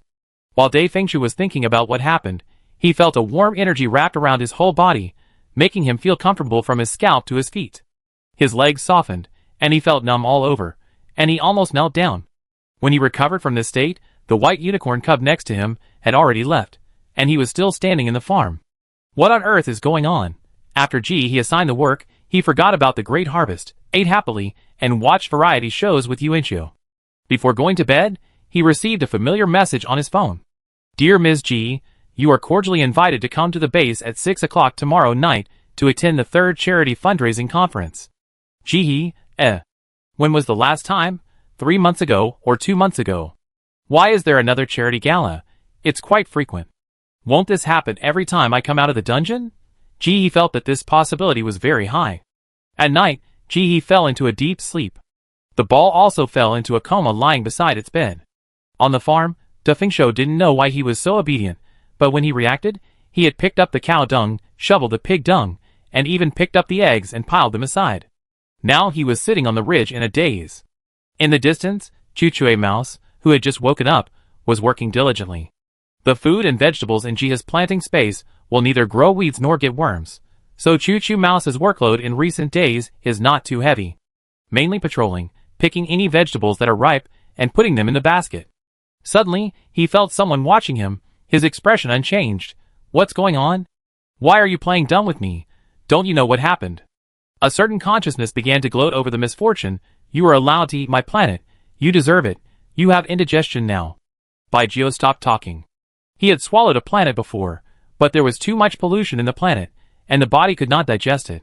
You know what I'm asking. A certain consciousness played dumb. How should I know? Chapter 578. Baizhou didn't say anything, but he began to exude danger, and it was obvious that he was going to fight if he didn't agree with him. But this time, a certain consciousness was not afraid of him. Ouch! This is awesome! Come on! Come on! If you touch me, I wash my hair upside down. You used to bully me before. Now I let you know what it means to be bullied by a dog when you are in trouble. After saying this, Yuanqiu got stuck, and he subconsciously felt that something was wrong.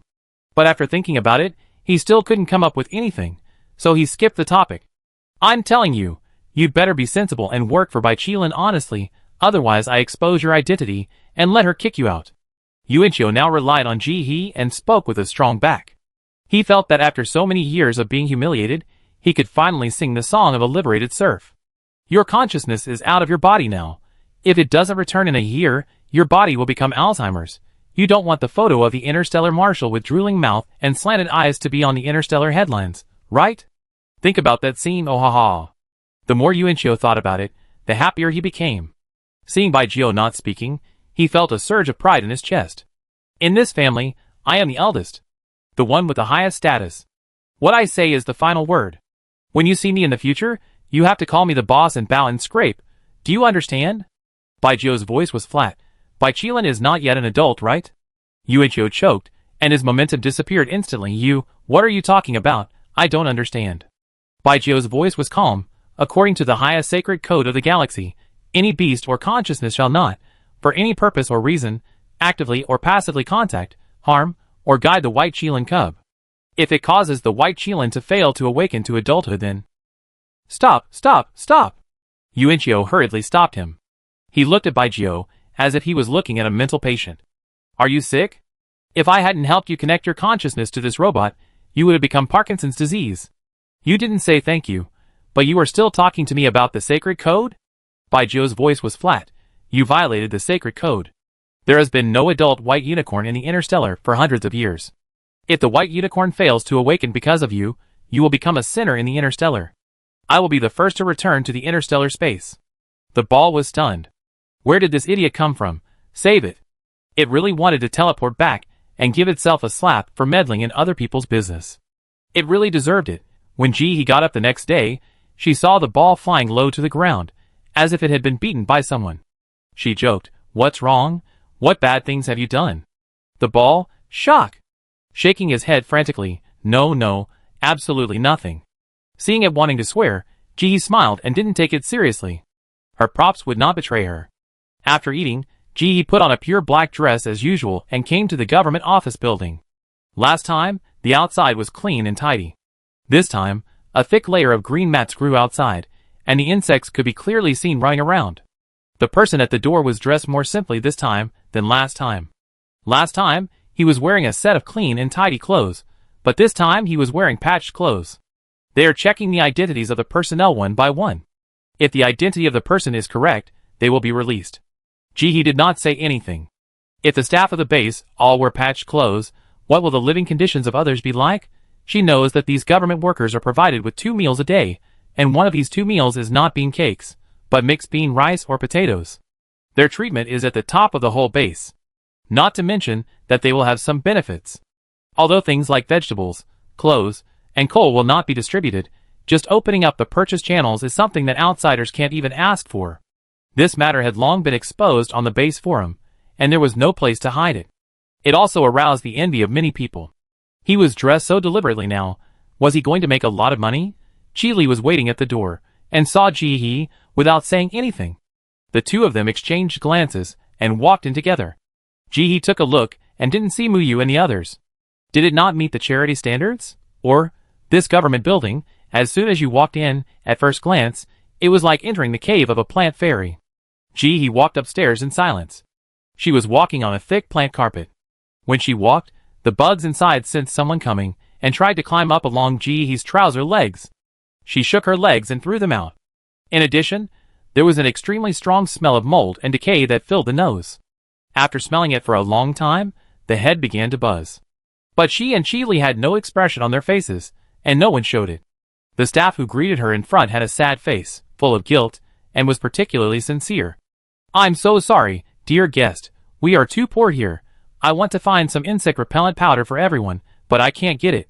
Please bear with me and follow me upstairs." The stairs in front of her have long been occupied by green moss. Just imagine that the upstairs must be covered with moss. This is really not only the outside is not cleaned, but also the inside is not cleaned at all. While talking, the staff in front of her was shaking back and forth, and her whole body was shaking. Some insects would even crawl into her mouth. The staff chewed calmly, and explained to Ji-hee, most of the insects here are non-toxic and edible, with a pollution level of less than 40%, which is very healthy. Ji-hee, She put on a hat and a mask silently, and gave Chi a mask. He looked grateful. Ji-hee thought about it. If the insect got into her mouth, would she chew it or push it out with her tongue? The group went up the stairs. There was a place for lemonade before, but this time, there was nothing at all. There was only an empty corridor, and house covered with moss. Everyone stood inside, shaking their hands and legs like crazy, and twisting their waist from time to time. It was like they had Parkinson's disease, and they had lost the ease and comfort they had before. Twisting alone was not enough, because small insects would fall from the top of their heads if they didn't hold them firmly. They also had to keep their eyes and ears open, and if they heard insects falling, they would quickly move aside. Those who wore hats were fine, but those who didn't were in trouble. They wanted to go home immediately. But this time was different from the last time when they could come in and out freely. As everyone came in, several big men with submachine guns stood at the gate, claiming to protect their safety. Chapter 579. Everyone stood in the room shaking off bugs. Last time, there were still a few young ladies in beautiful dresses, but now they were gone, and all were fully armed men and women. Everyone was no longer as enthusiastic as last time, and all had serious faces. Ji observed that none of the ladies who came to join in the fun last time came, but a few middle-aged uncles with bodyguards came and complained to each other about their difficult lives. "I eat scallions every day, and my mouth is full of the taste of scallions when I open it. My family's food standard has also been reduced. Now there are 8 people in the family, and we only eat 2 dishes. There are not many fresh vegetables. Who has honey? I buy it at a high price. I do have some seasonings, bay leaves, peppercorns, etc. Do you want them? Yes. I have toilet paper here. Can I exchange it with you? Okay, but not too much. Just enough paper. Do you have canned meat? My son wants canned meat. If you don't have canned meat, canned fish will do. Why do you think they asked us to come here? What can I do?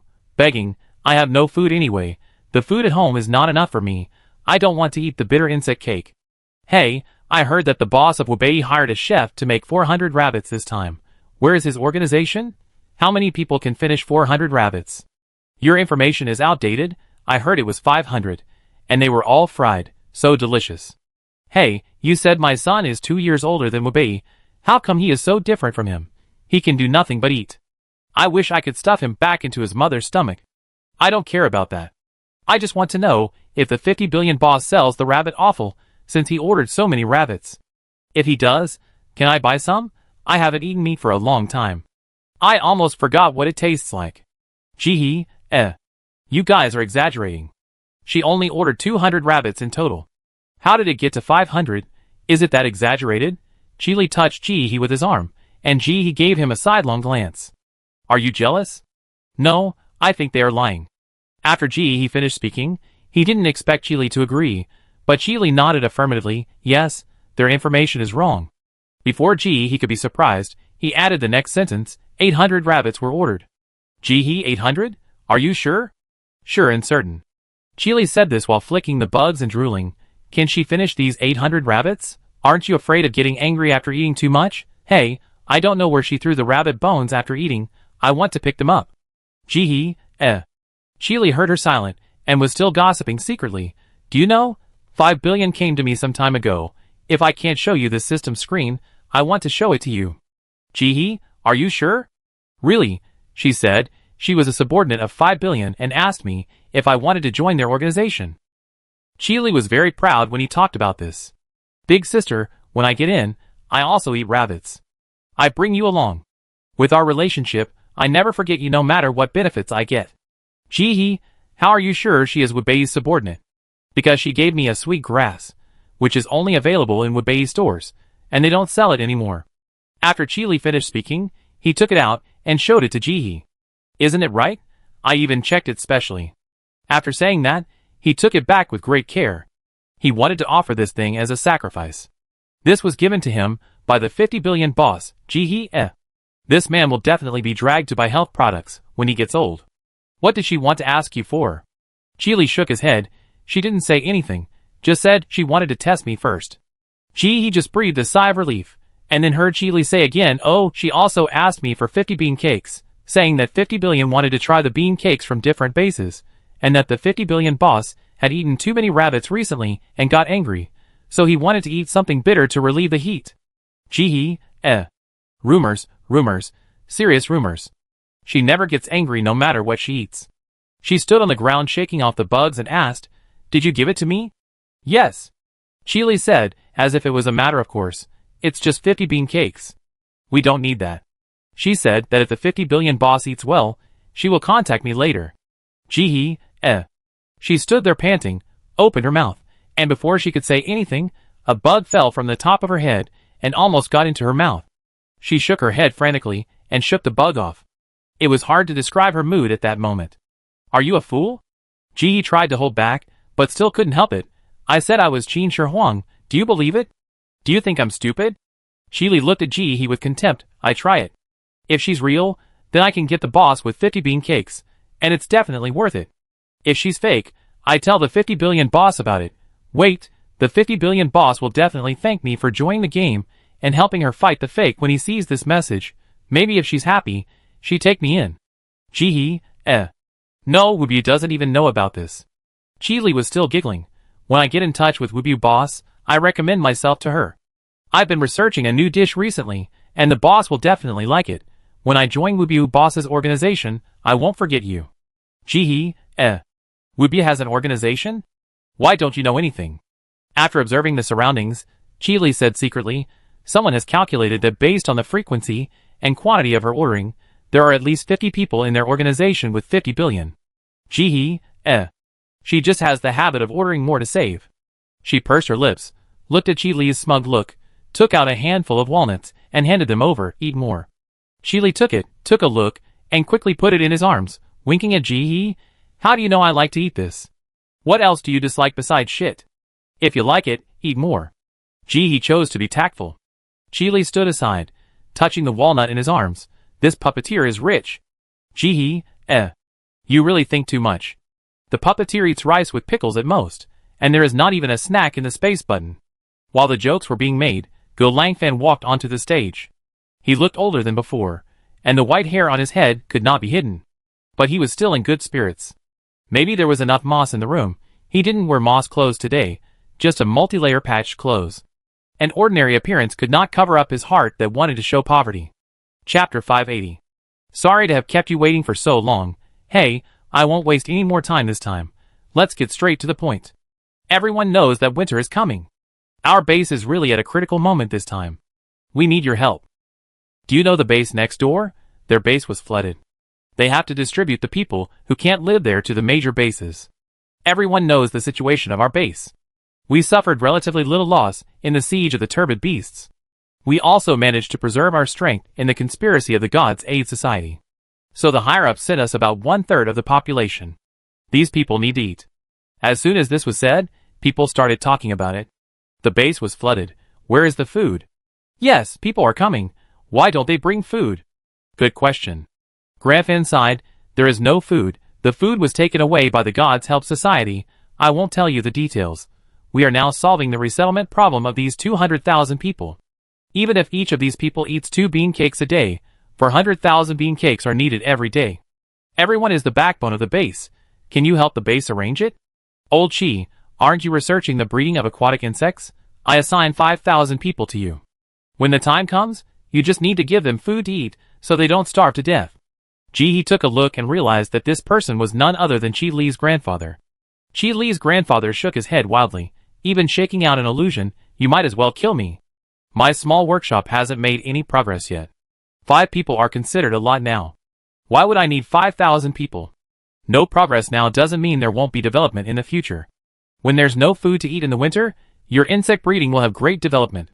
So 3,000 people should be enough, right? Next, Go Langfan called out the names one by one, and he said 3,000, 5,000.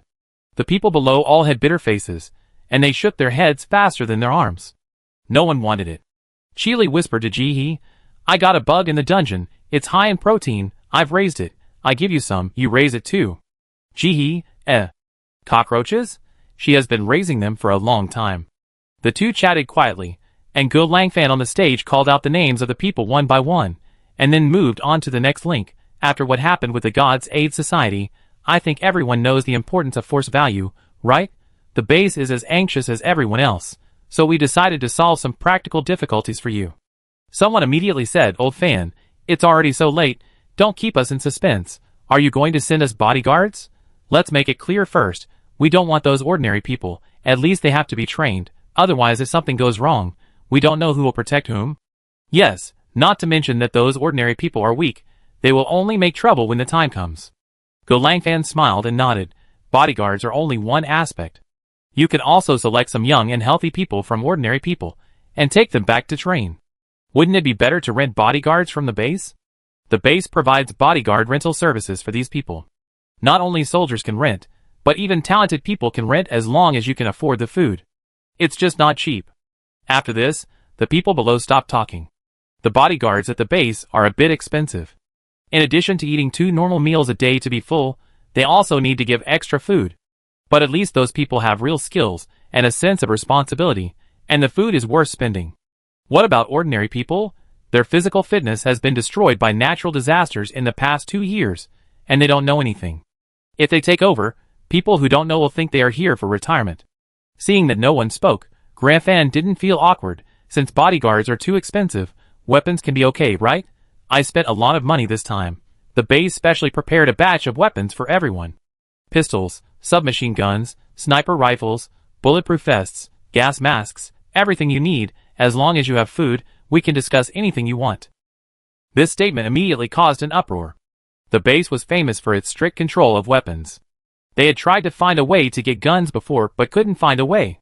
Even if they had guns, they had to hide them secretly. Now the government is selling them. Are you serious? Don't play a fishing game with us here. How can I do that? Grandfan knew that words were not enough, so he pointed at a man at the door and said, Xiao Sun, come here and explain it to everyone. The man outside the door walked in. He looked ordinary and skinny. He stood in the crowd, and a series of pictures appeared out of thin air above his head, with corresponding prices, so that everyone could watch at will. This is a gifted person. Everyone looked at each other. Is this for real? Quite a few people actually walked up to take a look. We don't know how to use it, why buy a gun? Grandfan smiled and said, Hey, we have already thought of what you said. As long as you buy a gun, we will provide coaches and special venues for practice. As long as you have food, we can provide door-to-door pickup and drop-off services. We will teach you until you learn. We will be absolutely responsible. Everyone nodded, that's fine. That's right. Why are the guns so expensive? A pistol costs 40 kilograms of rice. A submachine gun costs 60 kilograms of rice. If it was before the natural disaster, it would be free. It was ridiculously cheap. At that time, it would cost hundreds of yuan to buy a replica gun. But now, the price is really expensive. You have to know that those professional bounty hunters are all talented people, and they can only get 10 or 20 kilograms of food from criminals at a time. This is because the market was good before. The bounty has been reduced during this period. It is dangerous to catch criminals, but it is not that high. Now a gun costs 40 kilograms of rice. It is simply out of this world. You can't say that. Go Langfan smiled. Did you buy a gun? You bought a gun license and a deterrent to your neighbors. After you buy a gun, your neighbors will know that you have a gun and will definitely not provoke you, right? Everyone just nodded. But think about it. No. If they buy guns, won't their neighbors buy guns too? Then won't it be a double negative? Go Langfan smiled like an old fox and asked back, if your neighbors all buy guns and you don't, can you still sleep at night? I can't sleep. Who knows if this sleep is the last sleep of my life? Chapter 581. The deserted scene suddenly became popular. They didn't care whether others bought it or not, but I had to buy it anyway. Chile touched Ji-hee with his arm and whispered, in fact, many people present now have obtained guns through various channels, but they are not openly displayed. The base usually turns a blind eye to it. Ji-hee nodded, looked at the hot sales scene, and sighed that there were still many people who had food. After deciding to buy, many people were taken to the next room by special sales staff. After one person finishes buying, the other person will be taken out. There are 2 people guarding the door, not allowing people to enter and leave at will. You can't leave if you don't buy? Chile nodded, as if to admit it. Do you want it? Yes. Ji-hee nodded. Why should she refuse if she could openly let others know that she has a gun? Chile then whispered to Ji-hee, then don't take out food, take out props. Will the base agree? Why not? Chile pointed at the slightly younger person next to him with his chin. See, they are all talented people. If you ask them to take out props, they may be able to give out a few. If you ask them to take out 40 kilograms of food, how many people in the room can take it out? Whether a gifted person is good or not, now it depends on how many mouths to feed at home. If you are alone, then it is no problem, you will live better than most people. If there are many people to feed, then it is hard to say. Ji-hee nodded and said nothing more. As the number of people gradually decreased, it was soon Ji-hee and his turn. Ji-hee walked to the room dedicated to selling goods and took a look. Oh, isn't this Zhang Xuqiang? When this person saw Chile, his eyes were not eyes, his nose was not a nose, and he rolled his eyes, full of impatience. You're here to make trouble. If you don't want to buy anything, get out of here. Chile was unhappy, crossed his arms, and looked down at Zhang Xuqiang. How do you treat your respected customers? Only those who buy things are customers. You don't buy anything. Why are you acting like a customer here? Zhang Xuqiang got angry when he saw Chile. He was also knocked unconscious, and he didn't wake up until everything was over. Not only did the daylily go bad, but he also got a good scolding from his grandfather and starved him for 2 days. Chile, this kid, was lucky. I don't know what kind of shit he got. First picked up the food in the base, made a great contribution, and then sent the puppeteer back, double credit. If it weren't for this, he would definitely be one of the salesmen now. How do you know I won't buy? I originally wanted to buy 200 guns, but seeing your attitude, I won't buy any. Do you know how many customers your base will lose because of you? Chile showed the villain's success to the fullest. Looking at Zhang Xuqiang's angry face in front of him, he smiled so proudly. When they were young, they didn't get along. If they didn't fight when they met, they would feel uncomfortable all over. Ji-hee didn't interfere between them, but only looked at the pictures. Finally, he chose a gas mask, a bulletproof vest, an AK-47, and 500 rounds of bullets. Zhang Xuqiang was busy fighting with Chile, and casually said a number. How much? Ji-hee felt that his ears were not working well. Can you say it again? 800 kilograms of grain. Zhang Xuqiang finally glared at Chile, indicating that he would settle the bill later, and turned to explain to Ji-hee, 1 bullet for 1 kilogram of grain. After that, he added, you'd better buy more. This is a friendly price, and there will be no such store after this village. Are your bullets made of grain? 1 bullet for every pound of grain? You are robbing. The bullets are not expensive, so why do you shoot for no reason? This is for the sake of ordinary people. Don't say I am fooling you. Just wait, after this month, the price of our bullets will go up. He didn't fool Ji-hee with this, because he couldn't produce bullets now. 1 less bullet is used, so it will be more expensive. Selling guns is not the most important purpose of the base. The purpose is to sell bullets. Ji-hee, In the end, she didn't pay 800 kilograms of food, but chose to use 200 kilograms of food, 5 air-dried chickens, a ham, 20 eggs, 20 kilograms of dried vegetables and 10 props as compensation. Originally, Ji-hee wanted to pay more props, but Zhang Xiuqiang saw that Ji-hee's props were worthless and refused to take them. He said with a bitter face, "Auntie, you've got enough. If you take more props, the base will blame me." Now it's not the beginning. Before, props were still popular and everyone wanted them. Now, except for attack, healing, and protection props, nothing else can be sold at a high price. I don't want a base either. Also, what's the use of this thing? Zhang Xiuqiang held a prop that looked like a black ball, and his mouth twitched. Will throwing it into the water make it bitter? Do you really think the base is a junk collector? Isn't it that I can give you 2 kilograms of food? I'm taking care of you. Isn't bitter water just coffee? Isn't this a drink? You have to give me at least 20 kilograms of food. Zhang Xiuqiang glared. How can it taste the same? Why not? This is a drink. The two refused to give in, and finally agreed on the price of the props after a struggle. Except for the controversial price of the props, no one else had much to say. The 200 kilograms of food she had received from the puppet master had been in her hands for only a few days before she returned it. Other things could also be pushed onto the puppet master, so there was no problem. After the account was settled, the smile on Zhang Xiuqiang's face froze. He had thought he would buy fewer bullets, but he didn't expect that she would actually take out something. The total price is right. What to do? He has a share, and the base doesn't allow selling so many bullets. He thought this person couldn't afford so much food, and wanted to piss off Chili, so he agreed. Who would have thought this girl was so powerful? Chili didn't say anything until the end, then he urged with a sly smile, "Where are the bullets? Hurry up and give them to us. How do you treat distinguished guests?" He admitted that he did it on purpose.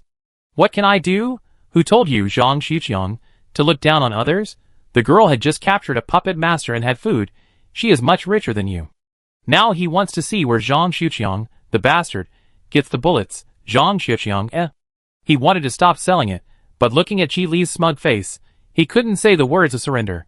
It would be better to kill him than to make him surrender to Chi Li. He stiffened his neck and said stiffly, "Why are you in such a hurry? I'm going to get it for you now." After saying that, he turned around and was about to walk out. But his steps were a little stiff. Chi Li's voice came from the room. "Why are you leaving? Don't you have a space button? Can't you just give it to us now?" Zhang Xiuqiang's back froze, and he had to pretend that he didn't hear it and walked faster. He was going to find other people to squeeze out some of the share. Woo woo woo, the snacks he hid were going to be gone again. Chapter 582. After the others left, Ji-hee glanced at Chi Li. "Don't you think you are a little childish?" "No." Chi Li was shaking the bugs in the room, like tap dancing. "There are more bugs in this room than the previous one. I seriously suspect that the base did it on purpose." "Get rid of your suspicion."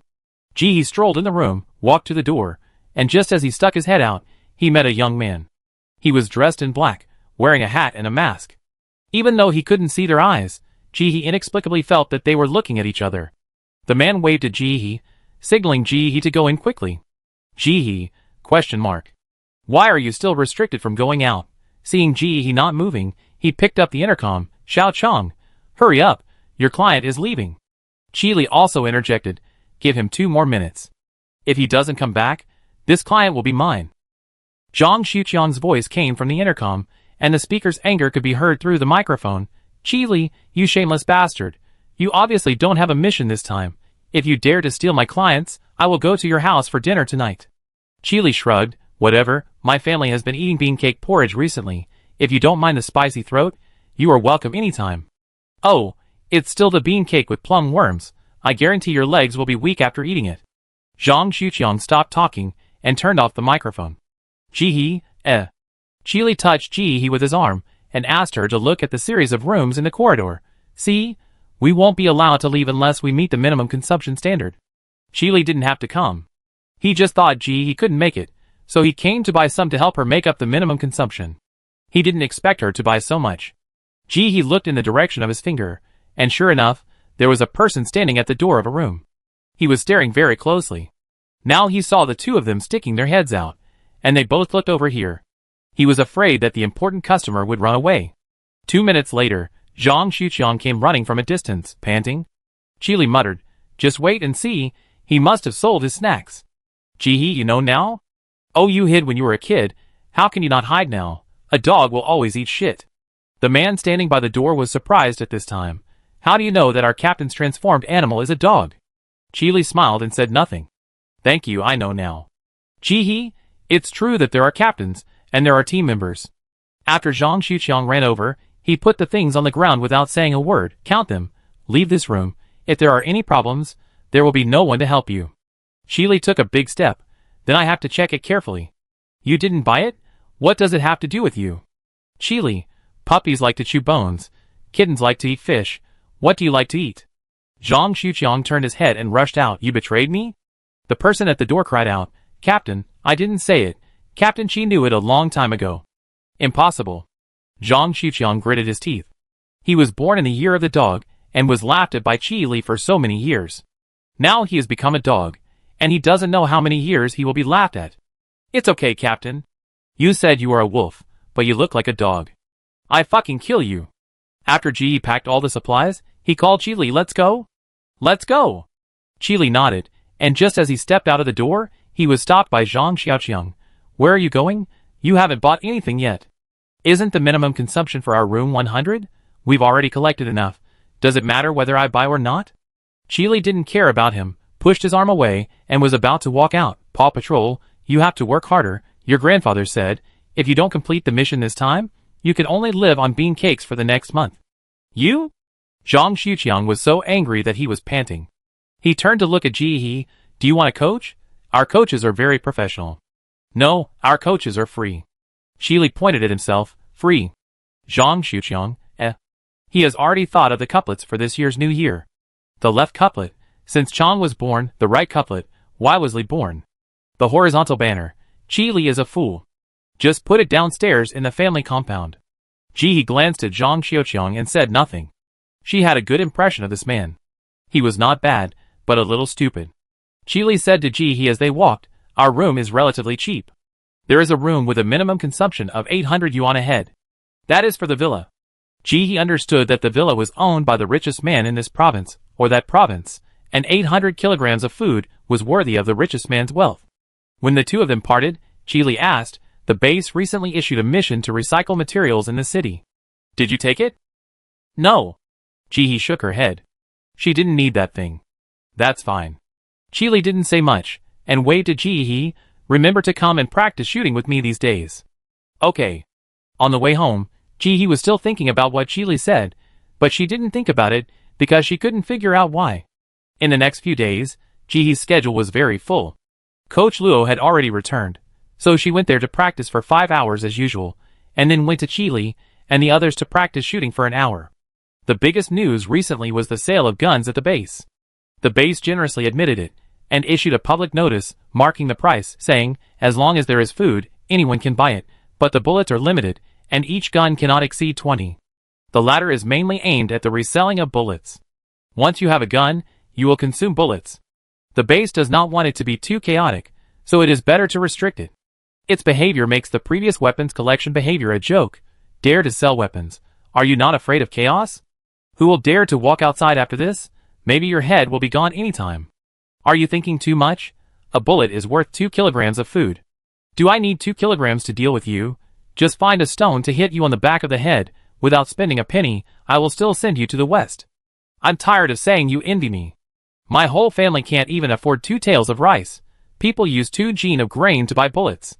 In general, only a few people can afford it, and most people can't. This thing is just like buying a car and refueling it. Having a car without refueling is useless. There are also talented people who buy it, but very few. Now they have the ability. If they really want to kill people, their own ability is not bad, and guns are only icing on the cake for them. Maybe at the beginning when they were weak, they still needed it, but now it's just like that. This matter was discussed for a few days, and then it passed. As the temperature gradually dropped, everyone talked about supplies the most. But for Chi Li, there was another thing worth his publicity. Chapter 583. It was Wu Bai who sent him a message, and said that in order to thank him, he sent him a box of grass-flavored pork canned food. Just this canned food made him so excited that he didn't sleep all night. He called everyone to show off, and even put the canned food on display, and took a photo of it. From then on, he sent messages to Wu Bai on time every day according to the 3 shifts of morning, noon and evening. It was just like a chatterbox. If he didn't know him, she really wanted to block him. None of his words were useful. He either asked her if she had eaten or asked her if she was cold, hungry or hot. During this period, he had Chue Rat's family and a bumper harvest. That was a life of luxury. He didn't have to do any work every day, just open his eyes and walk around in the space and patrol. Chue Rat's family would pick the ripe vegetables and put them in a bamboo basket for he to take away. Even the fallen leaves would not be wasted, they would be picked up and stuffed into their mouths, and he never had to worry about it. He was very satisfied and appointed Chue as the head of the planning group to manage their family. From now on, she only needs to manage the drooping head, and the job will be done. Da Fengshu is also obedient, but since waking up after the power outage, it seems to have become dumb and does not speak unless asked. He saw that he did a lot of work, so he did not think much about it. Don't try to guess what the robot is thinking, you can't guess it. During this period, the space chickens laid eggs on a large scale, with thousands of them. So he asked Da Fengshu to make tea eggs, fried eggs, egg cakes, egg pancakes, tomato scrambled eggs, and other fried egg methods in the space to consume a batch. Milk too. Yogurt, egg tarts, cheese, etc. Da Fengshu, I can't do it. He treated the unpaid employees with such a gentle attitude. Baby, I don't allow you to say that. He pointed to the figure spinning around the white scale tree in the distance. Did you see that ball? That ball said it can do it, but I believe you are better. You can definitely do it, right? Da Fengshu didn't say anything. He narrowed his eyes. Our family speaks according to strength. Did you see that ball? Call me boss, who is good at everything, can wash clothes, cook, mop the floor and wash dishes. If you can't do that, I let the boss come and teach you? Da Fengshu, I can do it. He was very satisfied. I want to eat strawberry cake. Remember to make some cream. Our farm cows are producing milk. You have to milk them on time. After saying that, he flashed out of the space, leaving Da Fengshu standing there in pieces. At night, when Da Fengshu was learning how to beat egg liquid by watching the video, Yuanqiu appeared stealthily, took a few photos first, and then said in a pinched voice, Hey, isn't this our marshal? Why did you beat the egg liquid? Your SSS level talent is used for this. I don't know who was talking about me a few days ago. How come I can cook for Bai Qilin now?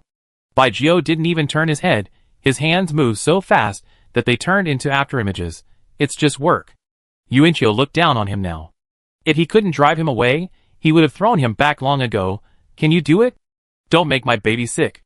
If not, you step back and I do it. Da Fengshu inexplicably thought of what the man said during the day, asking him to recognize Yuanqiu as the boss. He was silent and quickened his hands. I can do it. The ball was so sensitive that it sensed the weakness under Bai Jiu's strong appearance and immediately stood up. What can you do? This place should slow down. Can you not keep going so fast? Don't put so much. Reduce the sugar. Bai Qilin doesn't like to eat so much sugar. You? Bai Jiu, If he had known this would happen, he might as well be Bai Qilin. Just when he thought he would wait quietly for the extreme cold to come, the base issued another notice. Recruit civilian talents to join the rescue team. The main task is to rescue the salvage fleet trapped in the city. Previously, a group of people were recruited to salvage supplies in a distant city. I thought nothing would happen. After all, they had salvaged before. Who would have thought that when they went there this time, the original city was full of various plants. There are also many mutant animals in the plants. The fleet went in for a short time and couldn't come back. Now they are in urgent need of rescue. This incident also caught the base off guard. They had never thought that salvaging at sea would be dangerous, so most of the people on the boat were ordinary people working. In addition to the official talents of the base, only 20 people were hired. If there were no accidents, it would be enough to protect the safety of ordinary people and prevent them from drowning. But who knew it was so dangerous outside? The base did not hide the details this time, and informed the talents of the specific situation, allowing them to consider it as appropriate. It was unclear whether the animal was strong or weak, whether it was poisonous, and whether it could return safely. When he saw the words unknown animals, she had an idea. I wonder if these animals are the mutant animals she needs to upgrade her space? She wanted to go and see. The reward was written below the recruitment form. Each person was given 20 kilograms of rice, 5 eggs, and 5 cans of meat. Meals were not included, and they had to prepare their own food.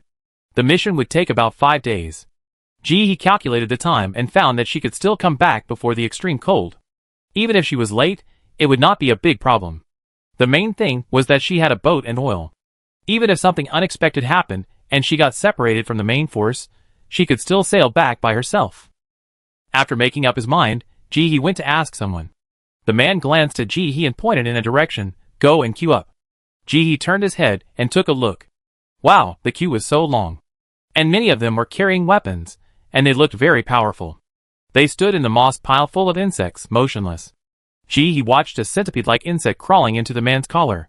The man didn't take it seriously, just reached out and took it out, stuffed it into his mouth, and ate it raw. Ji-hee, If it was a competition of eating raw insects, she might not even have to compete.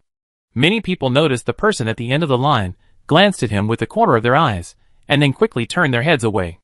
At first glance, he was not strong. He was not tall, skinny, wearing a mask, wearing patched clothes, and no weapons. At first glance, he was here to try his luck. These people shifted their attention away from Ji-hee and continued to observe others. This mission lasted for 5 days, but the reward was very generous. Many people planned to make a fortune at this time before the extreme cold came. Ji-hee stood there for a while before a bug crawled onto her body. She moved her arms and shook it off. Her act of shaking off the bug attracted the contempt of many people. She didn't even dare to eat a mere bug, so it was obvious that she was not very strong. The door in front of her closed and opened again, and she kept moving forward. Ji-hee stood there for a while before it was her turn.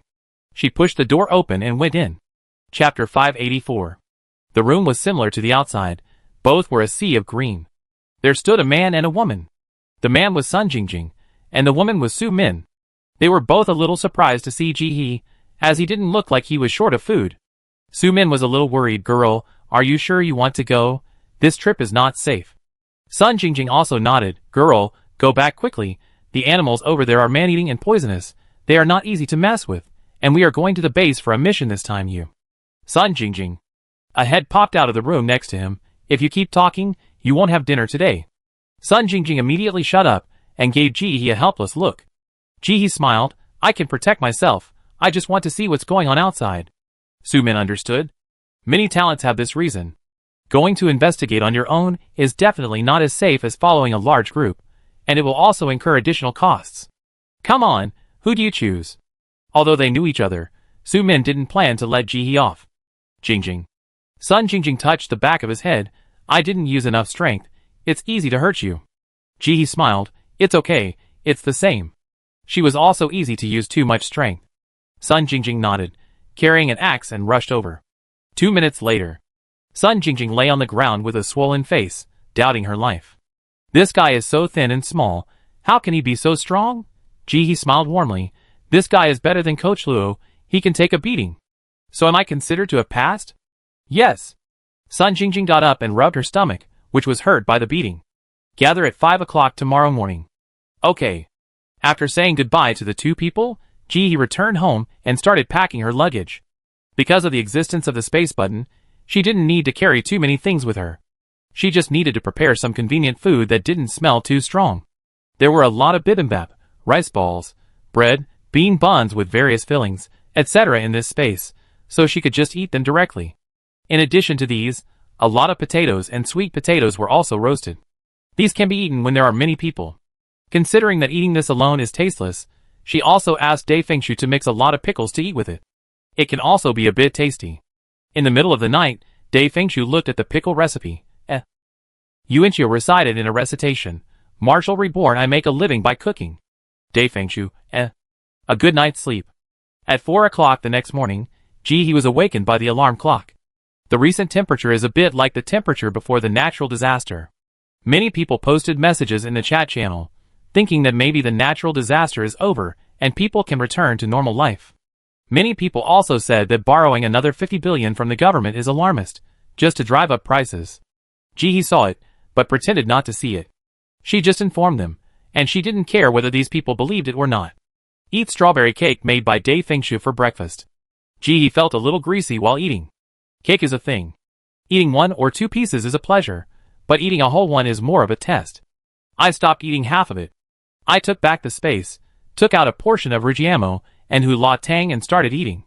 This was made by the chef, and it tasted very good. Yuanqiu stood aside like a vicious stepmother to Fengshu. How do you cook? Why can't Ji-hee eat the cake you made? Do you dislike our Ji-hee? Doofenshmirtz, Gee, okay Yuanqiu, it's okay, I'm just fed up. It's not Doofenshmirtz's business. Yuanqiu suddenly stiffened. Bai Qilin said it for Hey Qilin. Woohoo, his kid said it. Doofenshmirtz glanced at Yuanqiu. It's time to pick up the eggs. He nodded casually, and waved his hand to put him into the space. He touched Yuanqiu again. I still like you the most. You should be nicer to Doofenshmirtz. Think about it, with Doofenshmirtz, do you not have to shovel cow dung? And you don't have to milk? Yuanqiu nodded with tears in his eyes. But isn't that what Doofenshmirtz should do? If he wants to stay now, he has to work, but he can't say anything. Then can you take me with you? He shook his head. Be obedient, you have to look after the house.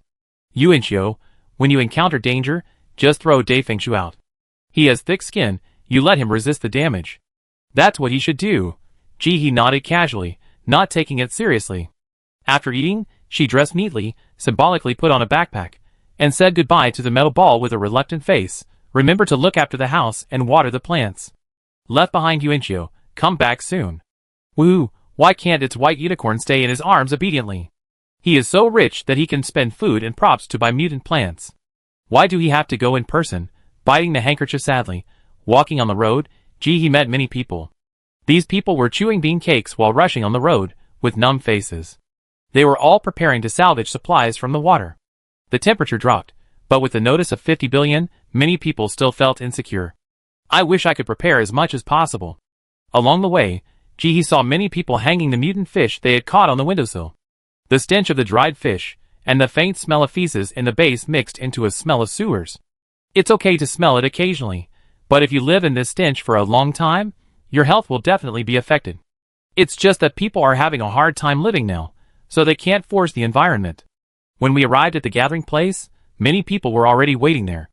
The crowd was very quiet.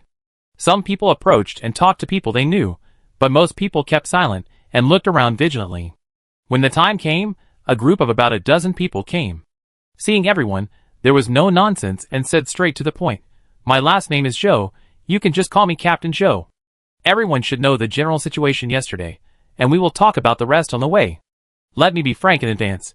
We are on this mission to save people. Everyone must be responsible for their own lives. If something happens, don't expect someone to save you. If someone wants to give up now, it's not too late. After the man finished speaking, he looked around with a serious look. Seeing that no one gave up, he nodded with satisfaction. Okay, let's go now. After saying this, Captain Joe took the lead and trotted forward. The talented people behind him hurriedly followed. It seemed that they did not expect to be so nervous at the beginning. Some people were still a little uncomfortable and ran in a mess, but they could keep up with the speed. The man in front seemed very anxious, and he led the team members to the destination without looking back. He ran in the crowd, maintaining a normal speed, neither standing out nor falling behind. Chapter 585. Chile sent her a message yesterday and told her everything he knew. The situation over there is not very good, many people died. The animals and plants have grown to giants, and have developed special abilities. Many plants have become carnivorous, and there are turbid beasts hidden in them. At the beginning, there was no defense, and many ordinary people in the fleet accidentally got stained with the blood of turbid beasts, and were infected. Now the remaining ordinary people can only hide, relying on those few talented people to hold on. Their mission this time was to bring back as many people as possible, and also bring back some important supplies. Chile didn't know what supplies they were, so he said that this mission was not easy, and told her to run away if she encountered something she couldn't solve. No matter what the mission was, it was not as important as life. If they didn't return to the base in the extreme cold, it would be a big deal. Chi said that she knew it clearly, but Chi Li was still worried and persuaded her to give up several times. He also said that if she was short of food, he had 40 kilograms of food hidden and hadn't told her family, so he could give it to her. He was speechless. She had not been pretending to be poor recently, and had shown her personal strength several times, buying guns and treating people to meals. Why did this person still think she was poor? Captain Joe ran silently the whole time, without saying a word, and his speed was getting faster and faster, and later it became a sprint. Many people were a little uneasy about this attitude, and some people had the idea of retreating, but considering the food, they still gritted their teeth and followed. After getting on the boat, he counted and found that there were about 30 talents. Including Captain Joe and his group, there were 50 people in total. He divided them into 10 teams. Ji-hee and her team had 3 men and 2 women. The 2 official talents of the base, 1 man and 1 woman, one named Daxing, and the other named Guagua. Daxing said very little, only introduced his name, and said nothing about his abilities.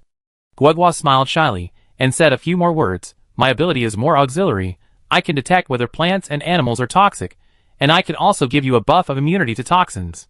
My combat ability is a little weak, but don't worry, I won't hold you back. Ji-hee mumbled. A person with a talent for detoxification. Very precious, and this ability is also very suitable for fighting in the rainforest. The other 2 men were originally frowning at the fact that there were 2 women in their team, but after hearing about Guagua's ability, their expressions also relaxed a lot. When doing tasks, it is inevitable that Guagua will be used, so it is always a good idea to build a good relationship in advance. The tall man introduced himself. Just call me Lu Zi, my ability is combat related, and my weapon is this. After saying that, he pointed to the big knife beside him. As for the rest, no one said a word. After the tall man finished speaking, another young man next to him, who looked younger, said with a smile, My name is Zhongyi, I can attack and defend, but I'm not sure about my weapon. After everyone finished speaking, they turned to look at Ji-hee. Ji-hee didn't say much. Ji-hee, close combat, my ability is great strength. As soon as these words came out, Lu Zi frowned, his tone was a little dissatisfied. Can you be more specific? What if you are so ambiguous and delay the battle? His words were a bit bullying. When the others introduced themselves, they only said 1 or 2 sentences. The gifted person named Daxing even only introduced his name, and didn't say anything else. And they also said 1 or 2 sentences, but it was Ji-hee who wanted her to say more. Ji-hee knew that it was nothing more than seeing that she was thin and small, and wanted to establish her authority. Sometimes people are similar to beasts. They always want to establish their own authority in a group. So no. After Ji-hee finished speaking, she looked at the man with encouragement. Come on, as long as you make the first move, she will passively counterattack. You? The man seemed to be irritated by Ji-hee, looking at Ji-hee with anger, raised his hand, but found that no one in the whole boat stopped him. They were all watching with great interest. Zhongyi even applauded. Even the girl named Guagua did not speak, her eyes were full of interest, a typical person who likes to watch the fun. Lu Zi quickly put down his hand, the angry look on his face disappeared instantly, turned his head, and just pretended that nothing had happened just now. Ji-hee raised his eyebrows. This guy is not as stupid as he looks. The boat returned to silence. The others were a little disappointed that there was no fight. Daxing spoke at this time. Let's go at full speed. If everything goes well, we can arrive in about 7 hours. There is nothing you need to do during this time, but it is best to ensure your condition. Don't eat food with strong smells, which will attract mud beasts or other animals. No one will wait for you. Everyone nodded. Even if Daxing didn't say anything, they knew about it. Daxing kept silent and focused on driving the boat. Others sat on the boat and found things to do. Some looked outside, some closed their eyes to rest, and some even carved wood carvings. Ji-hee took a look at the wood carvings carved by the man named Zhongyi. How to say it, it's hard to tell what it is for the time being, but it can be seen that he is an expert. He has a very skillful hand, and holds the knife very steadily. Even on the shaking boat, he didn't carve crookedly. Ji-hee looked left and right, and finally chose to organize the space in his mind. I have collected a lot of plants recently, some are delicious, some are not. She was curious before, and when the pollution level was reduced, she tried it curiously. Most of them tasted average, with no taste, a little light, but some were delicious. One of them looked like a big blue pepper fruit, with a sweet and delicious taste, very addictive, cold and delicious. Very good. But when they were collected, the pollution level was generally very high, reaching more than 50%. No one dared to eat this level of food even if it tasted good. While tidying up the space, everyone was doing their own thing, and no one was talking. At noon, Ji-hee felt a little hungry, but no one else moved, so she didn't move either. Continued to tidy up the space. After another 2 hours, the group still didn't move, and had no intention of eating. When Ji-hee's usual meal time came in the space, Duffingsho prepared her lunch box. Seeing that Ji-hee didn't take it, after a moment of silence, he continued to prepare several different flavors. Now there are more than 30 boxes. If we don't eat it, Fengshu will be anxious. She waved her hand, and a lunch box appeared out of thin air, and opened it. It was a lunch box of pickled radish mixed with chili oil. The staple food was roasted sweet potato. For fear of choking, she also prepared preserved egg and lean meat porridge. It was specially put in a thermos cup so that it would be blocked and others could not see it clearly. Ji-hee ate a mouthful of dried radish and a mouthful of sweet potato, and it was delicious. Although her roasted sweet potato was cold, it was very sweet and soft, and it was not choking at all. Ji-hee ate one in 3 bites. Chapter 586. Others didn't look at Ji-hee on purpose, but people who haven't had enough food for a long time have a particularly sensitive nose when they smell the aroma of food. Even if you don't look, the smell can penetrate thousands of mountains and rivers and get into your nose.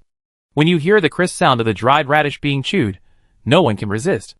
Lu Zi's eyes quietly opened a crack, and he turned his eyeballs, vaguely looking at Ji-hee, the dried radish in his hand. Seeing that Ji-hee didn't speak, he opened his eyes and cleared his throat. The mission will take several days. During this period, we have to be self-sufficient. You can see that the food is not durable. Unlike me, the food I brought is durable. So what are you waiting for? Come and exchange with me. Ji-hee didn't even raise his head while eating, as if he didn't hear anything. Zhong Yi's woodcarver stopped carving and turned to stare at Ji-hee eating. I used to like eating pickled radish the most, but now I can't eat it anymore. Dried radish is not hard to find. Many people can find ways to get it, but the hard part is the seasoning. Chili, oil, salt, none of them are cheap. Ji-hee didn't say anything, and he sped up the speed of eating the dried radish, biting it with a crunching sound. Zhong Yi, Guagua also came over, moved her nose, swallowed hard, and then took out a slightly black and yellow steamed bun and a dark lunch box from her bag, unscrewed it, and held it in front of Ji-hee. Let's exchange. Don't look at my pickled vegetables, which are black. They are just this color, and are somewhat similar to olives. I made this from the dungeon. My family has been eating this recently. It's delicious. She even tested it with the pollution monitor. Ding, pollution level 19%, edible. Ji-hee glanced at it and nodded. I picked up a piece of pickled radish for Guagua, and exchanged it for a piece of olives. Guagua was not greedy, and she was satisfied with this piece. Zhong Yi watched them exchange, and smiled, and took out his lunch, a baked potato with ketchup. He came over. Girl, I have potatoes and sculptures. Do you want potatoes or sculptures? I just want a piece of pickled radish. Ji-hee glanced at his lunch box. Half a potato will do. Zhong Yi smiled and cut the potato in half. Both sides were about the same, and handed it to Ji-hee. Ji-hee also gave him a piece of pickled radish with chopsticks. Zhong Yi smiled with genuine emotion. He carefully picked up a piece and put it into his mouth. His eyes lit up instantly. With this change of dishes, the relationship between the three of them soared like a rocket. While eating, Zhong Yi sighed that Ji-hee's pickled radish was so delicious. You really don't mind adding seasonings, not only chili oil, but also sugar and vinegar? I'm taking advantage of you. If you need my help in the future, please don't hesitate. Guagua also nodded and chewed the dried radish for 60 times before swallowing it. Don't worry, if you eat your pickled vegetable today, I will be the first to save you if something happens. She only put salt in her olive paste, nothing else, and the difference between it and this dried radish is as big as the difference between the last in the class and the first in the class. Lu Zi saw that the three of them were eating happily, snorted, took out the bean cake and a cucumber. Vegetables are precious. It's not enough to eat them directly. Why do you have to pickle them? Humph. You are so picky. He took a big bite of the cucumber after saying that. The three ignored him and pretended not to hear him. Lu Zi listened to the three of them talking happily and smelled the fragrance of the dried radish. The cucumber in his mouth that he usually didn't want to eat seemed a little bit off. Ah, the cucumber is good, but it's a little bland. The water plants and fish in the water near the base were basically fished out. There was nothing but water. The farther away from the base, the more water plants there were in the water. By the afternoon, the water plants on the water had grown densely and formed a thick layer. The boat in front was still moving forward, and the boats behind had already set their sights on the water plants. If this water plant is edible, no matter how polluted it is, it can be sold to a 50 billion store in exchange for food. Since they were idle, they had some ideas. The leader in front saw it and only said, "Be careful and take responsibility for any accidents." He didn't care. He couldn't control it. These people tried to fish secretly, which made it easier to cause trouble. The people on Ji-hee's boat were the same. Zhong Yi stopped carving the wood carving in his hand, and as the boat moved forward, he held something similar to a rake and reached into the water to fish. Ji-hee watched with her own eyes. This thing was transformed by the wood carving. She also had some guesses about Zhong Yi's talent in her heart.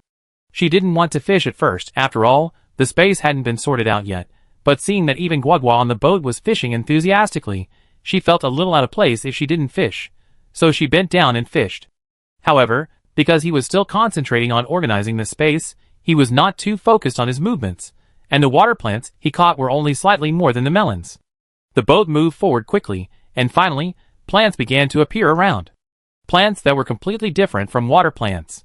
The trees that he had seen before all grew from the land, but now the roots of these plants all grew from the water. They were similar to reeds, but they looked completely different, thicker, and more colorful. There are red, green, pink, and purple. At first, there were only a few sparse plants, but as the boat moved forward, the plants began to grow lush. There were more species. It was like a jungle on the water. Captain Joe had already raised his vigilance, turned off the engine of the speedboat, and rowed manually. Everyone stop salvaging, don't make any noise. We have entered the Lost City. Stay alert. Be quiet throughout. Remember, our mission is to successfully rescue people. Yes. After Daxing finished his reply, he turned around and looked at everyone. His dead eyes showed no emotion. He just looked at the others without saying anything. Guagua raised his hand first, and made a zipper motion on his mouth to show that he would not speak. The others nodded one after another. Daxing lowered his head in satisfaction, and took out the oars, and distributed them to everyone except Guagua. Paddle forward manually. Daxing had been concentrating on driving the boat before. He had not eaten a single bite of food or said a word, just like a robot. This time, after sending out the oars, he sat down and started rowing without caring about whether the people behind him knew how to do it. He didn't even bother to find a way. He sat in his seat and looked around vigilantly. Captain Joe had a map and knew where the fleet was now. If everything went smoothly, it would take less than 5 days to go back and forth, at most 2 days. Captain Joe was vigilant throughout the whole process. The others followed quietly behind him. Chapter 587. Some strange-looking animals, and their nests can be seen in the water jungle. Some are similar to ducks, but much larger than ducks, at least 1 meter tall, with a mouth full of sharp teeth, and looked difficult to mess with. The base had previously given a simple message about the mission, saying that the ship was trapped because it angered a group of bird mutants. But he was skeptical about this. The talent of the base is not stupid. Why would they mess with the mutant birds if there is no benefit? Eat meat? You must be kidding. You didn't even know how polluted the bird meat was before you went hunting? Can you eat it? Will you go hunting with a group of ordinary people who are holding you back? While thinking about it, he saw that the clothes on many people changed color, from the original various colors to colors similar to the surroundings, like chameleons. All the clothes in the game mall, as long as the price is more than 1 silver coin, will have this function. And among the 5 people on Jihee's ship, only her clothes did not change, and she was still wearing the black clothes she wore when she went out. Guagua looked at her sympathetically, while Dalla rolled his eyes. Jihee, This guy, he pretended to be poor before, but he didn't buy anything. Now he is among the rich. Why is it so strange? Jihee smacked his lips, and thought that this poor persona was a bit boring. Otherwise, she should take the initiative to jump out. Before, she had no strength and had to hide. Now she is fully grown. Even if she reveals her identity, these people can't do anything to her. Thinking of the prop she drew from the space this time, Jihee thought that maybe it's time for her to show her identity as the richest person. Just as she was thinking, Guagua came over and said, "Girl, I really like your pickles. I didn't finish them at noon. You can sell the rest to me, and I give you 60 copper coins. Is that okay?" Jihee, I have money. Guagua looked at Jihee with sympathy and shook his head. I understand. Don't feel hurt. I'm not taking care of you. I'm just doing business. Jihee, I have a lot of money. Just as she was about to say something, she saw Daxing's head turning around. Guagua also saw it. She stuck out her tongue and retracted it. No more words. Jihee, Why can't I explain it? During lunch, she did say a lot of ambiguous things to establish her character, but they were all false. It was true that she was rich. She was very rich. The fleet continued to move forward. Jihee couldn't find a chance to explain, and she didn't want to change clothes in front of everyone, because that would make her look very deliberate. In the end, she had to become the only gifted person in the entire team who wore ordinary clothes. Many people secretly glanced at her. Jihee, She pretended not to notice, and turned to look at the mutants outside. How should I put it? It was really strange. The body was fat, the head looked a bit like a mouse, but it didn't have mouse feet, and its limbs were all fins. Its mouth was open, with several rows of fine and dense teeth, and it kept eating all kinds of insects in the water. It looked like a carnivore. The insects in the water were also very big, more than 2 times bigger than those in the base. When eating plants, they were very fast, and a group of them pounced on them and could fight with the mice. Everyone saw the surrounding situation and became extra vigilant. Be more careful. He wanted to find an opportunity to catch a mouse to see if the space upgrade was recognized, but he didn't find an opportunity. He had to temporarily hold it. This road was taken by the team before, so it should be smooth, but as he walked, Captain Joe found that the road ahead was blocked. Clusters of scarlet plants at least 3 meters high blocked the way forward. These plants were fangs and claws, dancing in the air, and looked like they were not easy to mess with. Captain Joe now had 2 options. One option was to go around, but he didn't know how far he would go and whether there would be other accidents. The other option was to go straight ahead and fight his way out. Captain Joe didn't take any direct action, but made a gesture. Guagua jumped over without saying a word. A few minutes later, she whispered to Captain Joe, "It's slightly toxic and can't be eaten, but as long as you don't smear the white juice on the plant on your body, it won't be a big problem." Captain Joe nodded, indicating that he understood. "Then just cross it directly. The people inside are still waiting for their rescue. A day later will kill many more people, and they can't wait. And even if they take a detour, there is no way to guarantee that there are no other dangers on the detour. Although everyone is dissatisfied, they are all hired and have no say, so they can only acquiesce." He frowned, but didn't say anything. This red plant doesn't look like it's easy to mess with, but she is just guessing, and there is no evidence. In addition, she is not the one who makes the decision, so she has to keep silent. Captain Joe led the way, and everyone followed behind, rowing into the bushes one by one. Knowing that the plants were slightly toxic, they did not plan to cut the plants at first, and they just pushed them away as much as possible, which made the rowing speed a bit slow. After rowing for half an hour, they did not go far, and the team was still very long.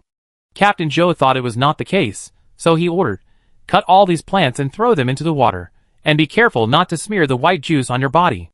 So 2 people on his boat sat directly at the bow, holding 2 big knives and started cutting grass. As a large number of red plants were cut, a large amount of white juice slowly flowed into the water along the cut. When He rowed past, the white juice of the plants continued to flow down. She couldn't help but take a few more glances. Will the plants be cut open, leaving so much juice? There were 2 boats with a total of 4 people in charge of cutting, and the speed of advancement became much faster. Before everyone was happy. When they entered the middle of the plant, the red jungle, which had been quiet, suddenly began to make a rustling sound. And it came from behind everyone. Captain Joe frowned and made a gesture, "Be alert." At the same time, he did not forget to tell the people in front, "Cut quickly." Yes. The faster the knives in the hands of the 4 people swung, the more liquid was left when the red plants were cut. He turned her head and looked behind her. Her ears were more sensitive than others. In addition to the rustling sound, she also heard a buzzing sound. Just then, she keenly discovered that the plants seemed to have grown taller. Chapter 588. According to the height of the bowman's body when he squatted, when cutting, the cut plants were slightly higher than the bow. When everyone sat in the boat, the plants could only reach the middle of everyone's upper arms. But now he found that the plants had grown to the shoulders of the people behind him. This plant will grow taller. Everyone was already nervous, and Jihee's small voice instantly attracted everyone's attention. Even Captain Joe looked over. Jihee's expression did not change. She pointed to the plants next to her. "When we rode past before, these plants could only reach the middle of our upper arms, but now, they have reached the shoulders of the people behind us." Following the direction of Jihee's finger, others also found it. But someone sneered, "I don't know how you got in. You are so timid. Isn't it normal for plants to grow fast? When we passed by outside, we saw some plants growing faster than this one." Captain Joe only said 4 words, "Speed up." The whole team had to speed up, and even the sound of rowing became much louder. Many people looked at He with squinted eyes. They didn't dare to have any opinions about Captain Joe, but they didn't dare to have any opinions about Jihe. The tattered clothes and skinny body showed that she was not very capable. No one else said anything, but she spoke up. "TSK, she is the only one who has big eyes." I don't know who said this, but someone behind him smiled faintly. Guagua pursed his lips, a little unhappy, and wanted to say something, but thinking that Captain Joe didn't let him speak, he could only hold his breath and turn around to touch Jihe in a soothing way. "It doesn't matter, we are poor. So what? People are poor, but have high aspirations. Gee, She understood. She was not poor, really. You would never imagine how wealthy she was. At this moment, the last speedboat was suddenly attacked. The plants next to him grew rapidly, lifting the boat into the air. Under the boat was a strange crimson creature. It was about 2 meters tall, with 8 legs and a long mouthparts, and looked like a giant bug. It turned out that these plants grew on the back of this bug. After these bugs surfaced, they directly overturned the last speedboat in the fleet. Fortunately, the people on the boat reacted quickly, and did not fall into the water. Some stepped on the back of the insect. Some took the opportunity to jump onto other people's boats. But the boat was not so lucky. It was stuck in the plants. Others were busy escaping, and no one cared about the boat. One person threw a rope to the boat in front and shouted, "Pull me, and I give you a handful of rice later." The strong man holding the rope heard a handful of rice, and did not hesitate for a second. He pulled the rope, and pulled the man onto his boat. "Thanks, buddy. Rice. I owe you, I give it back later." The boat, save the boat. Captain Joe looked at the boat, feeling distressed. It was all borrowed. If it was damaged, he would have to pay for it. A talent in the base suddenly turned into a giant mantis, flew up, and instantly appeared next to the speedboat, and put the boat into space. Then turned around and flew away. The crowd only saw clearly at this time that they were not entering the plant forest. They were entering the backs of a group of insects. These bugs lay in the water, with red plants growing on their backs. As they moved forward, they cut off the plants on the backs of the bugs. The white liquid was the blood of the bugs. All the plants in front and behind them moved, and the bugs also emerged from the water, making strange noises and rushing towards everyone. They covered the sky and the earth. Captain Joe shouted, "Open the way, let's rush out." As soon as he finished shouting, a gifted person stood up and took off the hat on his head. Under the hat, his forehead was covered by something like a lens. The lens became brighter and brighter, and finally, after 2 seconds, a laser was fired. Wherever the laser shone, all the plants disappeared. Captain Joe took this opportunity to suddenly press the engine, and the head of the speedboat suddenly raised up, leaving the water, and rushed out standing. The group of talents behind him were not to be outdone, and each one rushed faster than the other. In other words, the talent of the base controlled the speedboat, otherwise there would definitely be a collision. The other talents were not idle either. Those with long-range attack capabilities were responsible for blocking the insects around and behind them. Each showed his special ability. Zhong Yi's talent was to manipulate wood carvings. This time he manipulated a giant hammer. Whenever a bug pounced on him, he would use the hammer to hit the bug's head. It was like playing whack-a-mole. Each hit made a sound of metal collision. Lu Zi's weapon was a broadsword, but the length of the sword was no more than 2 meters. In this case, he had no advantage at all. Unless he jumped out, he could not help the battle at all. He felt a little aggrieved, turned his head, and looked at the woman who said he was strong, ready to find some balance. As a result, I saw. Meteorite at a glance? Gee, he has many weapons. During this period of free time, she used her creativity to make various strange weapons. What she took out today was a huge wolf-tooth ball with a golden chain behind it. Originally, there were 2 props, a wolf-tooth ball and a golden chain. She felt that the wolf-tooth ball was too short, and it was not convenient for her to swing it, so she asked Da Fengshu to help her weld it together. Originally, Da Fengshu was unwilling, but he only lifted the ball slightly, and he dared not keep silent. He picked it up and did it. He could do anything. At this point, he had to praise his own wit. Sure enough, competition leads to progress. This is an eternal truth. Before, there were only Yuanqiu and Chuichuishu. Chuichuishu was honest and believed everything he said. He was simple and naive. Even the most cunning Chuida just wanted to eat 2 more leaves. He was no match for Yuanqiu, and was always ordered by Yuanqiu to feed the chickens and ducks. With the big harvest this time, the situation was different. Although the two had never quarreled in front of her, she still found that they did not get along well. Before, when she entered the space, Yuanqiu always tried to avoid labor. Now, whenever she entered the space, Yuanqiu would follow her in every time, never letting her and Da Fengshu have contact alone. Fake busyness in secret. As for Da Fengshu, although he didn't like to talk like a mute, as long as he mentioned that Yuanqiu was better than him, it was like turning on a mysterious switch. There was nothing he couldn't do. This time, the weapon was made by him. He didn't understand the principle. Anyway, it was connected to the huge wolf-tooth ball with a chain, and it became a long-range weapon that could be wielded by himself. He stood at the bow, holding the chain with her left hand, and swung her right hand in a circle, doing a 360-degree rotation. All the insects that came close were knocked away by her wheel. The whole process was smoother than dove, without any pause. Standing at the bow, she looked like a man standing alone against 10,000 men. Chapter 589. For a moment, several ships in front and behind saw that the huge insects flew out at a speed faster than they pounced on them. They hit their own kind, and several of them fell into the water together. However, the movements of the thin figure's hands did not pause at all, as if she was not hitting a huge and ferocious insect, but just fanning a ladybug away. This feeling of lifting a heavy weight with ease can only be felt by those who really fight against insects. Although they didn't show their trump cards, they used all their strength every time. But they were not as relaxed as she was. I just don't know when this person came to the base, and they didn't know it at all? Gua Gua looked at Ji with shining eyes. Sister, you are too handsome. Who knows, looking at this person's back, she feels safe. And Lu Zi felt a little cold wind on her back. Cold sweat is coming out. This person said that he is strong, but he didn't say that he is so strong. This hasn't transformed yet. How strong will it be after it transforms? Isn't it a humanoid female ape? I only heard that there is a very rude silverback gorilla in the base. This woman can't be it, but he heard that the silverback gorilla is a male, which doesn't make sense. He was a little rude before. I don't know if it's too late to apologize now. Gee, he doesn't care what others think. She swung the wolf-tooth ball. She used 60% of her strength, hitting one by one, and all the bugs couldn't get close. With her help, the pressure on the ships in front and behind was reduced, and they could even spare some energy to help others. The ships escaped faster. This scene was naturally noticed by the people in front. Captain Zhou's mouth twitched. Qili sent him a lot of messages yesterday asking him to take care of this girl. Now seeing this situation, it's hard to say who will take care of whom.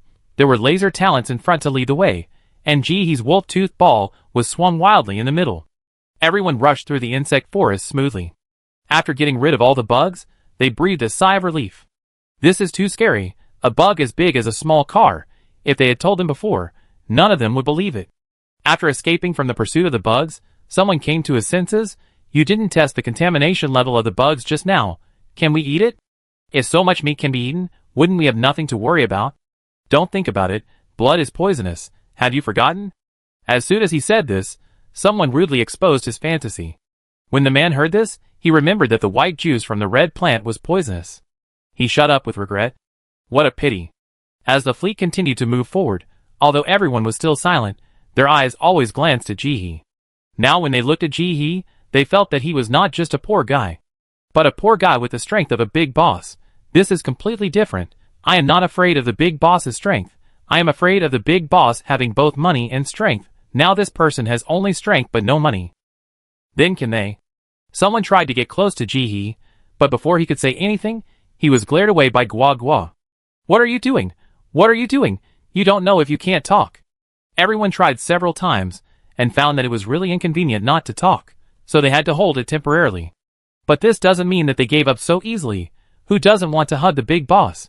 With the big boss, you can do tasks sideways in the future, especially this big boss is poor. It was tailor-made for them. Captain Zhou was aware of the attitude of the people behind him, but he was busy looking at the map and had no time to care about it. This area was a bit like the previous one. The water plants grew in a disorderly manner, but not so densely and in a regular pattern. It was hard for everyone to pass through, but they could still walk. But Captain Zhou did not relax at all. According to the rules of the animal world, those insects stopped chasing. It was impossible for them to be kind. There was only one possibility. That was because they entered the territory of other creatures. But according to the map, the fleet is just ahead, and they have to take this road. They can only be more careful. With the previous bugs, everyone was like frightened quails, and they would grab their heads at the slightest sound. When Guagua was nervous, she suddenly heard a sound behind her, and she turned back subconsciously. She saw the big guy using a fishing net to fish out animals in the water. Guagua. Shock. The big guy is so brave. Not only is he not afraid of bugs, he now dares to take the initiative to attack. She is not afraid of catching a monster bigger than her. Gee, he has not forgotten the purpose of her coming. The insects were too big before, so she couldn't make them disappear in public. But if it is a smaller one, like the mouse-fish-like creature before, it is still possible. Anyway, she is not afraid of others knowing that she has a space button. Previously, she pretended to be poor in order to live a good life, and now she exposes her strength in order to live a good life. The purpose has not changed. Anyway, other people have seen her strength before, so if you are not afraid of death, just come. I don't know if it's because of her indifferent attitude. When she raised the net to fish, no one else said anything, just pretending not to see. Even Luzi became a tactful mute, and didn't say a word to spoil the fun. Gua Gua was still clapping silently. He felt relieved. After fishing for a while, she caught a strange fish. It looked ugly, a bit like a product of radiation. It was obviously a fish, but it had 3 pairs of big claws. It was also blue. After knocking it to death, she tried it, and found that the space did not recognize it. She was a little disappointed. She thought it was a mutant animal. Before throwing it away, she took out the pollution monitor and measured it. The result showed that the pollution level was 45%. Garbage among garbage. Throw it back into the space, and continue to fish. Everyone seemed to be paying attention elsewhere, but in fact, their eyes were slanted, looking at Jihi. When they saw her fish up an edible fish, their heartbeats quickened. As a result, when the pollution level was so high, the heartbeat dropped again. It was like a roller coaster. Some people were secretly happy. So what if he was a big boss? He was just like them. He had his luck in bad times. It seemed that if they thought this way, they could be on par with him. All along the way, everyone was on edge, thinking that they would soon find danger, but it turned out to be smooth. Nothing was encountered. Jihi also caught several strange creatures one after another, but none of them met the space upgrade standards. Some had high pollution values, and some had low pollution values. After she tested them, she put them all into the space. Everyone was curious at first, but later, seeing her actions, they just thought it was a quirk of the big boss. Chapter 590. Captain Joe kept an eye on the map. When he saw that he was finally reaching his destination, he breathed a sigh of relief and made a gesture. Go forward for about 10 minutes, and we will meet the big ship of the base. Don't make any noise, and listen to my orders when the time comes. Everyone's expression was stern. The base's ships have been surrounded by strange creatures, and they knew this from the beginning. If nothing unexpected happens, what awaits them ahead is mutant animals. The speedboat rowed forward a short distance, and everyone heard a series of loud noises. It sounded like a mixture of flapping wings and birdsong, mixed with human screams. Captain Joe didn't need to say anything at this time. Everyone subconsciously held their breath and slowed down the speed of rowing. Fortunately, there was a dark green plant bush in front of them, which gave them some shelter. Gua Gua came to check as usual. Contact will cause itching and swelling of the skin, but it will subside after 24 hours. Everyone breathed a sigh of relief. It was just itchy, wasn't it? They were not afraid. He didn't care what others thought. She immediately found a hat and mask, and put on her glasses. She didn't want to get red and swollen, but she had the conditions. After everything was ready, Captain Joe asked the main force to wait behind, and their boat went to the front to take a look at the specific situation. The dark green plants grew very lush, and only the figures of the people next to them could be vaguely seen through the gaps between the plants. Many people didn't take it seriously at first, but after rowing into the plants, they would inevitably use their hands or oars to push away the plants that blocked the way. With this back and forth, the exposed skin will come into contact with the plants. It will soon become red and swollen, and the itching is unbearable.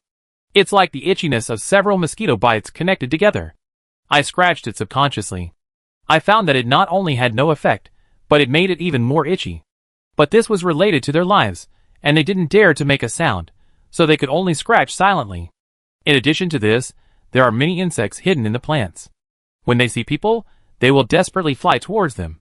Some were as big as someone's arm, and some were as big as a fingernail. They looked very strange, and had sharp teeth. With one bite, a large piece of skin and flesh was torn off. The talents could only slap them non-stop. They had to be careful not to touch the dark green plants while slapping them, which was extremely painful. He didn't want to use insect repellent at first, but she got impatient after slapping them. There were too many insects and they were shameless. If she slapped one away, 2 would fly over. She simply stopped making things difficult for herself. As soon as the insect repellent was applied, the surrounding insects flew away instantly, and Jihi breathed a sigh of relief. There were no insects approaching her, but before a second had passed, she was discovered by other people on the same boat. Gua Gua immediately came up, quietly rubbed to the left side of Jihi, made a flattering expression, and kept gesturing. Jihi understood, nodded, and agreed. Gua Gua breathed a sigh of relief, put his hands together, kept thanking, and showed an expression of being alive. Boss, save her life. Finally, she is far away from those bugs. she felt like she was about to be eaten by bugs. Except for Daxing, who was concentrating on driving the boat, the others all leaned back without leaving any trace. Even Lucy, the chatterbox, moved his butt silently. This place is simply the home of bugs. Someone quietly took out the pollution monitor and started testing, thinking that if the pollution level is low, they can take it back and eat it, which can also be considered as an income. Who would have thought that most of these bugs are inedible? It's useless to grow so big. Captain Joe came back after a while, and without saying anything, he gestured to everyone to check the situation one by one. The boats moved in an orderly manner, one retreated, one approached, and soon it was Jihee's boat's turn. Daxing gestured to everyone to check one by one. Each person had half a minute. When it was Jihee's turn, she carefully pushed aside the plants. In the distance, a huge metal object similar to a cage blocked out the sun. All the ships in the base were wrapped inside, and more than a dozen huge bird creatures were constantly inserting their sharp beaks into the gaps to attack the humans on the ship. These birds had long necks like snakes, and were very flexible. They kept turning their heads in the air, and had 2 pairs of wings on their short, thick and fat bodies, which looked strange no matter how you looked at them. The hull of the base ship was in tatters, with several holes drilled out. There were several gifted people standing on the deck, constantly using their talents to try to push back the sharp beaks of the strange birds. There is no counterattack. The biggest effort is to push the mouth out. He observed the surroundings again. There are several places similar to bird nests in the distance. These bird nests are connected together, and look like huge semicircular pits surrounded by plants. Half a minute passed quickly, and he only had time to see these, then retreated to his original position and continued on the way. After everyone checked the situation, Captain Joe took out a prop, blocked everyone's voice, and said seriously, "Now everyone has seen the situation inside. We now have good news and bad news. The good news is that all the ships in the base are there, so we don't have to go through the trouble of looking for them again. The bad news is that the talent of this group of mutant birds is cages. Now if the cage is not broken, the people inside will definitely not be able to get out." He didn't say anything. Captain Joe must have said something incomplete. Why did these birds use cages to trap those people? Why not just eat them directly? Why bother? As for breeding, this is not very reliable. They are not iron-headed earthworms. There is a lot of food. The effort spent on breeding is not as reliable as hunting. Someone in the team soon asked her question. "Captain Joe, why don't you tell the truth at this time? There must be a reason why the base's ships were surrounded. If you don't tell the truth, we can't die for this little food. The big bird just now looks much scarier than the bug that just came. Its mouth is like a knife. It can kill half of the body with one bite. If we really fight, few of us can survive." Captain Joe glanced at the person who was speaking, paused, and chose to tell the truth.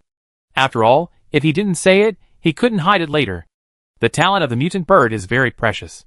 The people in the base caught the cub and wanted to take it back to the base to see if it could be raised. Everyone, good man, you caught someone's child. Who else would they bite if not you? Let it go. Someone in the crowd immediately spoke up. Let the young birds go. They won't be trapped anymore, and we can return to the base smoothly. Chapter 591. I'm afraid it's difficult to handle. Captain Joe looked unhappy. If we had released it at the beginning, we would have released it. Now the young bird is dying. Even if we release it, I don't know if it can survive. If the group of birds see it like this, I'm afraid not only will it not be released, but the rest of the people will not be able to survive. Everyone, you want to raise it, but you don't even care about it. How can I say that you are good? Now is not the time to worry about these things. Captain Joe said, everyone is speaking enthusiastically, but if you ask to buy healing props, then you should keep silent. The existing healing items in the base are limited and cannot be taken out. Those injured young birds are not 1 or 2, but 6. If someone can take out 6 healing items at once, then say this. After saying this, he looked expectantly at the man who just opened his mouth as if he wanted to say something. The man looked away, his mouth tightly shut, pretending that he had never thought of opening his mouth. What a joke, 6 healing items? He couldn't take out any of them. Captain Joe looked away and continued, the base now has a way to get out of that cage. You don't have to worry about this. Your task is to lead those birds away and ensure that the base ship leaves the territory of these birds smoothly. There are about 16 birds inside, and each of you is responsible for one. You can act as a team or individually. It's up to you to discuss it. I only care about the final result. After leading the birds away, all our boats will wait for you in the outer circle on the other side of the city until 12 o'clock tomorrow night. Once the time is up, If you don't come back in time, the boat will go back to the base by itself. If you want to come back, you can only swim back by yourself, so I suggest you don't be late. Everyone, The bird is more than 3 meters tall, with a beak 1 meter long, and it reflects light like a knife. If it happened before the natural disaster, it would be a horror movie. You still let them go? Everyone was about to complain, but Captain Joe spoke up. If you don't want to, there will be no food. Everyone, You have to pay for the food for the speedboat out this time. 3 kilograms of rice. Robbery, robbery? Everyone was speechless. Forget it. For the sake of food, it's not impossible to fight. Since they have been selected by the base, most of them still have some strength. They are just a little panicked now, but they are still stable. Captain Joe saw that everyone was silent, and showed everyone the original city map around them, the gathering place, and the buildings that had been there before. The several ships in the base are almost loaded. The official talents have to escort the ships back this time, so they will not help them to lure away the strange birds. When there are 10 minutes left for the sound insulation effect of the props, Captain Joe asked everyone to formulate their own tactics. On Jihee's boat, Daxing and Guagua were the base talents. They sat on the boat the whole time, and did not participate in the battle, so they naturally did not speak. As for the other 3, Lu Zi was the first to lose control, when he saw the 2 people who did not know what they were thinking. The people on other boats were chatting enthusiastically, but on their boat, it was terrifyingly silent. One was still carving with sculptures, and the other was still fishing. At this time, he was still fishing. Is this person sick? Can't he fish it back near the base? He glanced at Jihee, then glanced at Zhongyi. We will go to lure the big bird away in a while, so you don't have anything to say. Zhongyi, I take care of one. Jihee nodded. I take care of one too. Lu Zi, why didn't you cooperate? Zhongyi turned around and said he agreed. Okay, you should introduce your talents and abilities first, in detail, so that we can understand each other and cooperate. Lu Zi, forget it. If you don't want to cooperate, forget it. I can do it myself. After saying this, he didn't say anything. Zhongyi smiled and continued to carve with his head down. Who doesn't know what's going on in the dungeon? Still cooperating? The few of them had known each other for less than 24 hours in total. It was nonsense to say that they had any tacit understanding. Not hindering each other was the greatest help to each other.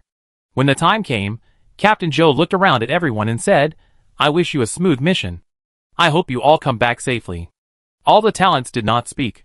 They transformed on the boat, either from the water or from underwater, and headed straight for the big bird.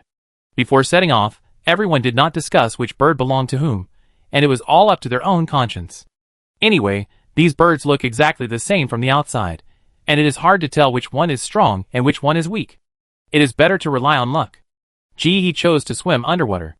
As soon as she entered the water, she felt the fresh water vapor wrapping her whole body. The water is very clean, the pollution is not high, and there are no fish or water plants. These strange birds may be omnivores. Looking up from the bottom, these big birds are extremely large, forming a huge shadow in the water. Jihee swam in the water and kept observing. The metal cage in front of them was an oval-shaped cage that completely covered the entire space, leaving no space underwater. Even if those people wanted to abandon the ship and walk underwater, they couldn't do it. Hearing the sound of the speedboat, she emerged from the water. Under the protection of the 2 ships, Captain Joe quickly approached the base ship. The sound of the ship attracted the attention of the strange birds, and several birds flew straight towards Captain Joe. The gifted people who followed behind immediately followed and led the birds away. The sound of the speedboat attracted the attention of many people on the ship. Some people rushed out and wanted to shout, but were chased back by the gifted people on the deck. Shut up. Do you want to call the big bird back? Go down and notify everyone to line up on the deck. If you delay things for personal reasons, no one will wait for you. Oh, okay. The man was in a hurry and crawled downstairs to greet others. Captain Joe manipulated the speedboat to dodge flexibly. The talent sitting on the 2 speedboats behind him used shields to help withstand the damage of the big bird. The hired talents were not idle either. One after another, the big birds were led away. Hey, come and hit me! Some birds didn't want to leave, but the gifted obviously had their own ways. In the end, all the big birds were taken away, and Captain Joe successfully approached the metal cage. At this time, everyone on the base ship had jumped into the water, one by one, lying on the metal cage with shining eyes looking at Captain Joe. They knew that the base had not given up on them. Captain Joe said nothing, made a gesture, and a gifted person on his ship walked a few steps to the bow, stretched his hands along the metal cage, and touched the base ship. The next second, the huge ship was shrunk at a speed visible to the naked eye. Smoothly floated out of the big metal hole. Chapter 592. The same happened to the rest of the boats. The other gifted person on Captain Joe's boat was not idle either.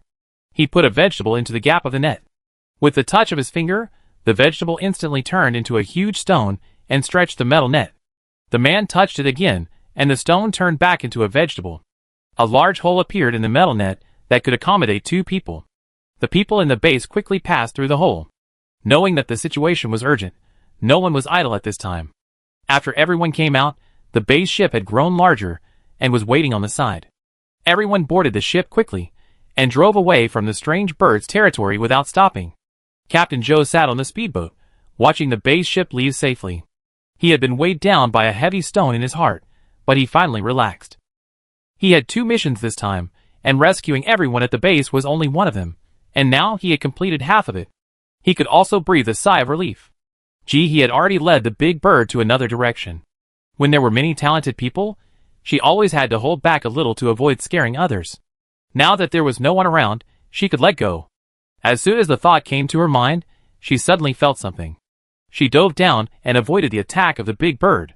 She turned nimbly in the water, and saw at a glance that the big bird that attacked her also rushed into the water behind her, swimming flexibly in the water, opening its big mouth, trying to attack her. It felt like this was a combination of water and air. It was amazing. Her hands were covered with white scales. Instead of retreating, she grabbed the bird's beak with her left hand and pried it open, and pinched the neck with her right hand, using all her strength to squeeze it.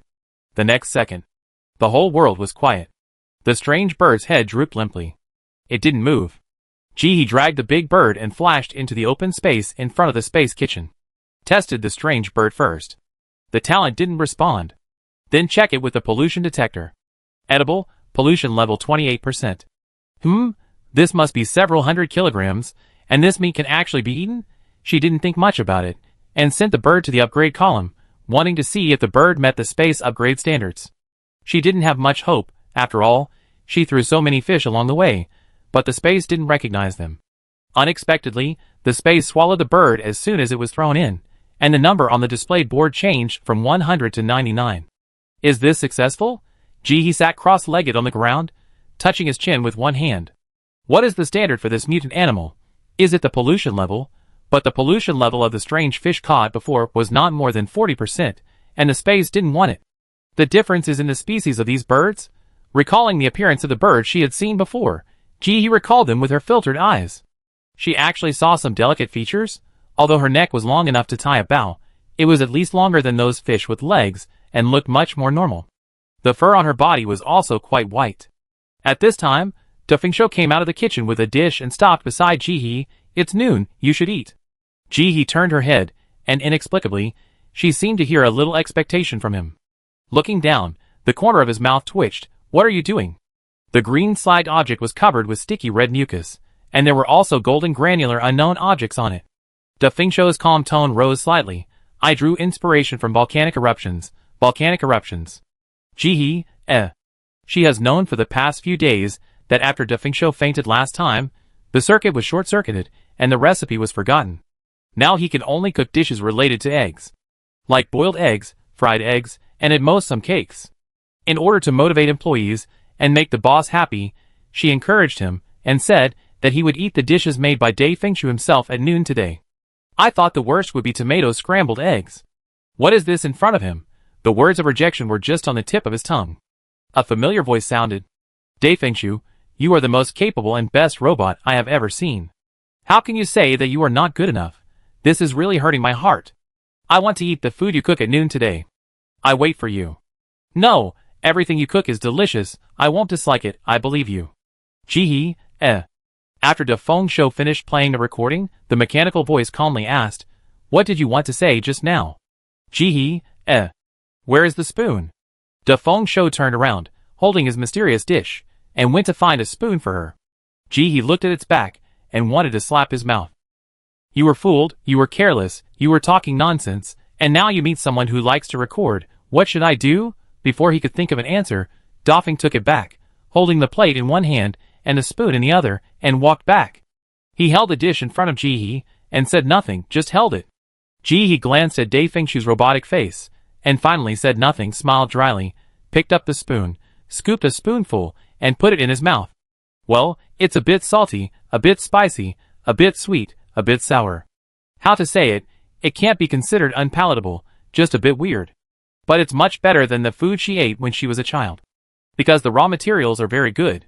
It's delicious, and the taste is rich. After Ji-hee finished praising it against his conscience, he was about to take a second bite, but Dai Fengshu took the plate away. If you don't want to eat it, why should you eat it? Ji-hee was stunned for a moment, then smiled, but you have been cooking for a long time, right? Dai Fengshu didn't say anything. The meal in front of him was the most successful dish he had made after a busy day and several hours of thinking. But it was still not successful enough, and did not satisfy the people in front of him. At this moment, it seemed to have returned to the time when he was still a white unicorn and had not turned into a black unicorn. He tried his best, but still couldn't satisfy everyone. If it doesn't taste good, don't eat it. Ji-hee stopped Dai Fengshu. Why? Don't waste food. After saying that, he took the rice bowl made by Dai Fengshu and started eating. It was just that the first bite was a little strange. If you eat too much, this red one tastes a bit like spicy strips. It's quite delicious. Ji-hee didn't have the habit of wasting food. She quickly ate a large plate of food and returned the empty plate to Dai Fengshu. Thanks for the hospitality, I like it very much. Dai Fengshu stood there, looking at Ji-hee's smiling face, and suddenly became mute, unable to say a word. After leaving the space, Ji-hee turned around and swam back. She wanted to go to the bird nests that were connected to each other to see if there were any eggs. On the way back, she encountered two gifted people fighting with big birds. She glanced at them, and swam away underwater without alarming either side. They could still handle it, so she didn't intervene. Soon she returned to the place where the base ship was parked before. It was quiet all around, and all the big birds and ships had disappeared. Chapter 593. Ji-hee jumped onto the bird's nest first and found that it was actually very solid, like land. He could walk back and forth on it without worrying about falling. It was just that the bird's nest was a little empty. There was nothing in it except bird feathers. He kept searching until he found the last bird's nest, but it was all empty. Ji-hee's mouth twitched. This base is really cruel. They stole all the bird eggs and baby birds, and didn't even leave them a thought. How could they not fight you to the death?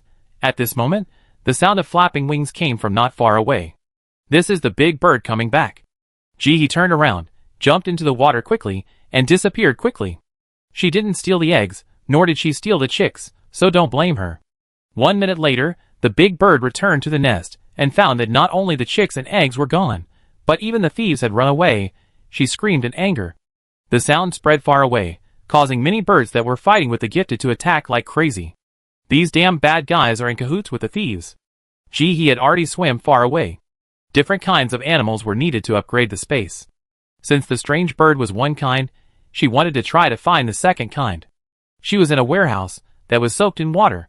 She opened the door casually, and saw that most of the things inside were empty. I don't know if they had been moved away a long time ago, or just recently. The outer wall of the warehouse had long been rusted and covered with strange shellfish. Some rooms were also inhabited by some strange fish and insects. She tried to catch a few, but the space didn't recognize them. She didn't get discouraged and continued to jump and catch them. Maybe the space also looks at the face. Soon she found a kind of ugly and cute creature, which looked a bit like a gecko, as long as her forearm, but the whole body including the head was round. It was stretching its head and eating water plants. Ji-hee tried to get close, and they were alert instantly and hid. When she swam 2 meters away, they would swim back and continue to eat. She was a little curious, so she found a way to catch one and tested it. This time her talent was actually useful. Water lizard, strong vitality, only eats grass, saliva can detoxify. Note, eat it, your saliva will flow like a waterfall, and it will never stop flowing. If you are not afraid of embarrassment, just eat it. I didn't expect that there would be treasures in my hometown. Detoxification? That's good. Now not only most insects are poisonous, but even some of the moss growing at home is poisonous. After eating it, many people's eyes and lips swell to 5 or 6 times their previous size. Unfortunately, there is no antidote, so she can only endure it. It is normal to run into a person with a deformed and bruised face on the road now. If she can keep this lizard alive, she can sell its saliva in the future. It should be easy to sell. But now she has to try whether the space recognizes it. After handing this water lizard to the space, the mutant animal display column suddenly changed to 98. He felt that he seemed to have guessed a little bit of the rules of mutant animals in this space. That is, these mutant animals must have some talent. For example, big birds can build metal cages, and lizards can detoxify with their saliva. And those small fish and insects in the water are useless except that they are unpalatable. Knowing this, she had a plan in mind, and she could be more purposeful when she went back to the space to recycle. In no hurry to leave, he spent some time catching grass-sleeping water lizards, and caught a total of 12. I think there should be both male and female, so I turned around and swam away this time. Before leaving, she even picked the water plants that the lizards liked. She transplanted a batch of them into the space and raised them. For them, he even used a fishing net to circle out a piece of water. Seeing that the lizards were quite adapted to the space, he looked at the time and saw that there was still time, so he didn't rush back, but continued to search around. In addition to some steel bars, there were also some supplies that would not be damaged by water, such as feed bowls, ceramic bowls, etc. He picked up a lot of useful ones. Even a mosquito leg is worth a bit of meat. I can sell it for weeds later. It was almost the appointed time, but I didn't find anything else useful. He returned to the appointed place according to the time. When she floated out of the water, Guagua found he at the first time, breathed a sigh of relief, and reached out to pull her up. You are finally back. I was worried about you. Lu Zi on the boat also breathed a sigh of relief when he saw he coming back, but he pouted unceremoniously. Does she need you to worry about her? I have a lot of confidence in myself. He refused the hand that Guagua extended and jumped onto the boat. After getting on the boat, he found that the condition of several people on the boat was not good. Lu Zi's left arm and chest were pecked by the bird, leaving a big hole. It was simply bandaged with old cloth, and it was still bleeding. Zhongyi didn't see if he was injured, but his face was pale, his eyes couldn't open, and he looked like he was dying. It didn't look good either. Guagua held and whispered to her. Lu Zi just got rid of the big bird and encountered another mutant animal, and was almost eaten. Lu Zi almost jumped up when he heard that. Stretching his wound, his face turned pale, but he still refused to admit defeat. Who was almost eaten? If I wasn't afraid of being late for the meeting, I would have killed the monster long ago. Although he said so, he thought he was a bit strong on the outside but weak on the inside. Zhongyi also opened his eyes. Then I delayed you, right? Or should I send you back? Lu Zi choked and stopped talking, turned his head and pretended to look outside. Guagua opened his mouth to explain silently that Zhongyi found Lu Zi when he was retreating and saved him, otherwise Lu Zi would be in danger of his life. After Guagua finished speaking, he still felt a little sympathetic. There are many strange animals around here. You must not walk around randomly, otherwise you will enter the territory of those animals, and it will be difficult to get out. He thought, are there many around here? Why didn't I encounter any? She had been underwater before, and occasionally came up to take a look, but she didn't encounter any. You are lucky, many of us have encountered them. He then realized that there were about 16 talents when they came here before, and only 10 of them came back this time. The several large ships of the base that were rescued earlier had already disappeared. At this time, there were only 10 minutes left to the agreed time. The 10 minutes came quickly. Captain Zhou glanced at his watch and said he would wait for 5 minutes. If no one came after 5 minutes, they would go back immediately. In the past 10 minutes, 2 more people came. Now there are 12 talents on the ship, and most of them have pale faces and don't speak, obviously injured. Chapter 594. That means 4 people died. The death rate is not low. The 5 minutes were up quickly, and no other talents were coming. Captain Zhou said in a heavy tone, no more waiting, let's go. The casualties were heavier than he thought. After hearing this, everyone breathed a sigh of relief. Although they felt sorry for the 4 lives, at least they survived. So now as long as they return to the base smoothly, they can get food, right? When they thought of food, many people smiled. He secretly kept a watchful eye. She always felt that this road was not a direct way back to the base. Not long after the boat sailed, 2 turbid beasts appeared in front of him, but the team was large, and he didn't need to take action, and the turbid beasts were divided up by the base talents and the talents hired later. The faces of those who got the energy stone looked much better. Even the injuries on their bodies didn't seem to hurt so much. Energy stones are good things. The boat sailed for more than an hour, and the surrounding grass did not become less, but more dense, and the mood of the talents also changed from happiness to anxiety. But they were still able to remain calm, and didn't say anything. Half an hour later, when their exposed skin was bitten by insects, someone finally couldn't help it. Captain Joe, this road is not the way back to the base, right? It was originally a tentative question, but Captain Joe nodded and admitted, we have another mission, and we will return to the base after completing the mission. As soon as these words came out, the anxious gifted person sat up straight instantly. He was immediately unhappy and shouted, the mission we accepted was to help the base rescue people. Now that the mission is completed, you should send us back. Yes, send us back quickly. Captain Joe's voice was steady, and without fluctuations. Your mission is to join the rescue team. Rescue is just an explanation of the mission, not the final mission. The mission takes 5 days to complete. Only 2 days have passed, and there are still 3 days. The base has not violated the treaty.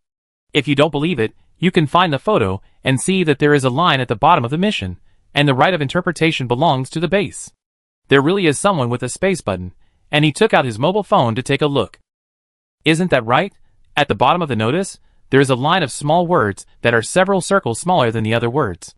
The base reserves the right to interpret all the above contents. The gifted person still refused, I don't care, this is a bastard rule, I won't let you do whatever you want, I want to go back to the base. Captain Joe nodded, very happy, okay you go, I won't stop you, but we still have to complete the task, so I won't send you off. The man, What a joke, even if he could keep up physically, he didn't know the way back. The others looked at each other. Although they didn't say anything, their attitudes were very clear. They were not happy. After waiting for a while, Captain Joe said, no one is leaving, right? No one said anything, but their resistance was very obvious. He just pretended not to see it, and continued, I just gave you a chance to choose. Since you don't want to leave, then complete the task well. No one responded. Don't worry, this task is an extra task. We won't let you work for nothing. We will give you food. Hearing the word food, the resistance of the crowd eased a little. If Captain Joe came up and said that they had to do extra tasks, that is, to give them food, they would not be willing to do it. But he first proposed the task, and expressed that he would not send them home, so that they had to ask for rewards when they had to do the task, and the attitude of the crowd naturally eased a little. The fleet moved forward, and Captain Joe began to explain, the task later is very simple, catching frogs.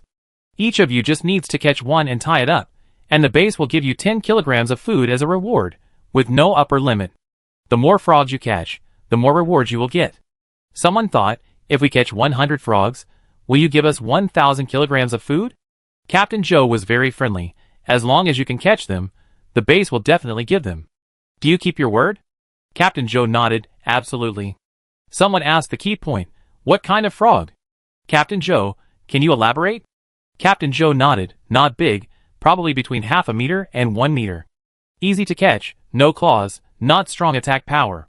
As long as you are quick, it won't be a problem. Everyone nodded. It sounded okay. After listening to it, Jihi felt that this mission was not that simple. She glanced at Guagua, who was sitting on the side and eating biscuits quietly. In the previous mission, Guagua had been sitting on the speedboat and had not stepped forward at all. If he had simply tested the red plant, he could have used props. What was the point of her coming out as an assistant, preventing trouble before it happens? She didn't believe that the base had such a kind heart. Guagua was very sensitive. Feeling Jihi's gaze, he took out a biscuit and handed it over. Want to eat? I bought it from the system mall, it's delicious. No, you eat it. Jihi shook his head and refused, and simply stopped thinking about it, and took out a piece of pork jerky and started eating. 2 girls were eating, and 3 men were hungry. Luzi glanced at the 2 of them, and before he could say anything, he was stepped on by Zhong Yi. He glared, and the words were on his lips, but when he saw Zhong Yi's smiling tiger face, he didn't know why, and the words on his lips were held back. He rolled his eyes, and turned his head away, just pretending that he didn't see it, and didn't feel annoyed. Humph, I don't know who he is jealous of. Guagua didn't know if he saw the eye contact or not, but he didn't look up.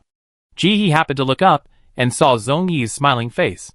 Jihi, look away, and pretend not to look at each other. There is no point in inviting him to eat at this time. Zhong Yi felt a little sorry. Why didn't these 2 invite him to try? He would definitely not refuse. There were many animals along the way, and from time to time, you could hear strange cries, and the buzzing of insects. Captain Joe kept using props along the way to avoid trouble. Jihi guessed that they were concealment. After rowing for a while, Captain Joe asked everyone to stop the boat in the bushes, and take turns to rest for 4 hours, eat and sleep. Although the time was short, it was better than nothing. Because there was limited space on the boat, everyone could only sleep sitting up, including Ji-hee. She didn't find clothes or blankets, so she hugged her legs, lowered her head, and closed her eyes to take a nap. Who knows when there will be an accident in the wild? She didn't dare to fall asleep. She was so sleepy that she drank some black coffee to resist the sleepiness. Guagua leaned on her left side, took the insect repellent, closed his eyes, and fell asleep. The other people on their boat also avoided the harassment of insects, with the help of Ji-hee's light, and rested comfortably. Chapter 595. The people on the other boats were not so lucky. They were constantly harassed by insects for 4 hours, and did not get enough rest. When the time was up, everyone continued to row. They bypassed several different animal territories, and did not dare to make a sound. At dusk on the third day, Captain Joe finally waved his hand, and asked everyone to stop. The frog's territory is ahead. Everyone follow behind Guagua, and do not touch anything. It is also best not to touch the frog directly when catching it later. Frogs are poisonous. If you touch them directly, no one can say whether you can be rescued. The most important thing is, you only have 10 minutes from entering to leaving. When the time is up, no matter if you catch him or not, as long as Guagua starts to walk out, you must follow him out. Do you understand? Everyone looked at Guagua vaguely. Got it. Guagua looked ahead and said nothing. Captain Joe did not explain much. After everyone nodded, he gave everyone 2 minutes to prepare. Ji-hee did not prepare much, and she was not afraid of poison. This place looked no different from the water surface before. If I had to say it, I could only say that there was a layer of purple smoke floating in the air, and the color of the plants was darker and blacker than other places. But the degree of lushness was the same, not very sparse. When the time came, Daxing saw Captain Joe's gesture and jumped into the water first. Then Guagua sat in a red footbath bucket and was dragged forward by Daxing in the water. The others looked at each other, without saying a word, and jumped into the water and swam forward. Ji-hee was signaled by Guagua and swam forward close to the red basin. After swimming for only a few meters, she smelled a strange smell, a bit sour and a bit smelly, hard to describe. She thought about it, glanced at the people around her, and dived into the water. After entering the water, she felt much better. The sour smell finally disappeared, and she felt much more comfortable. Everyone was swimming on the water, and she was underwater. In this way, they swam for about 10 minutes, and then everyone stopped. Ji-hee also saw several thick plant roots growing in the water in front of him, each as thick as a telephone pole. She floated to the surface, and saw the frogs lying on the huge blue leaves. These frogs were indeed not big compared to the big birds that had just arrived, but they were already giant frogs compared to the pond-sized frogs before. The small ones were half a meter long, and the big ones were 1 meter long.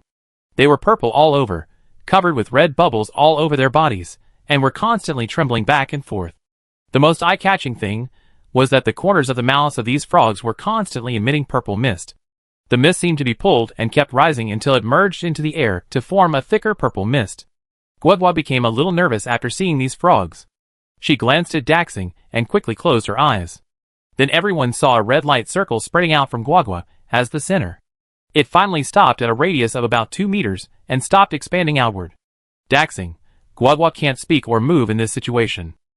This area is the maximum area of her buff. Be careful not to exceed the light circle, otherwise no one can save you. Okay, follow me. Daxing dragged the footbath bucket with Guagua forward while talking. Everyone followed them without saying anything.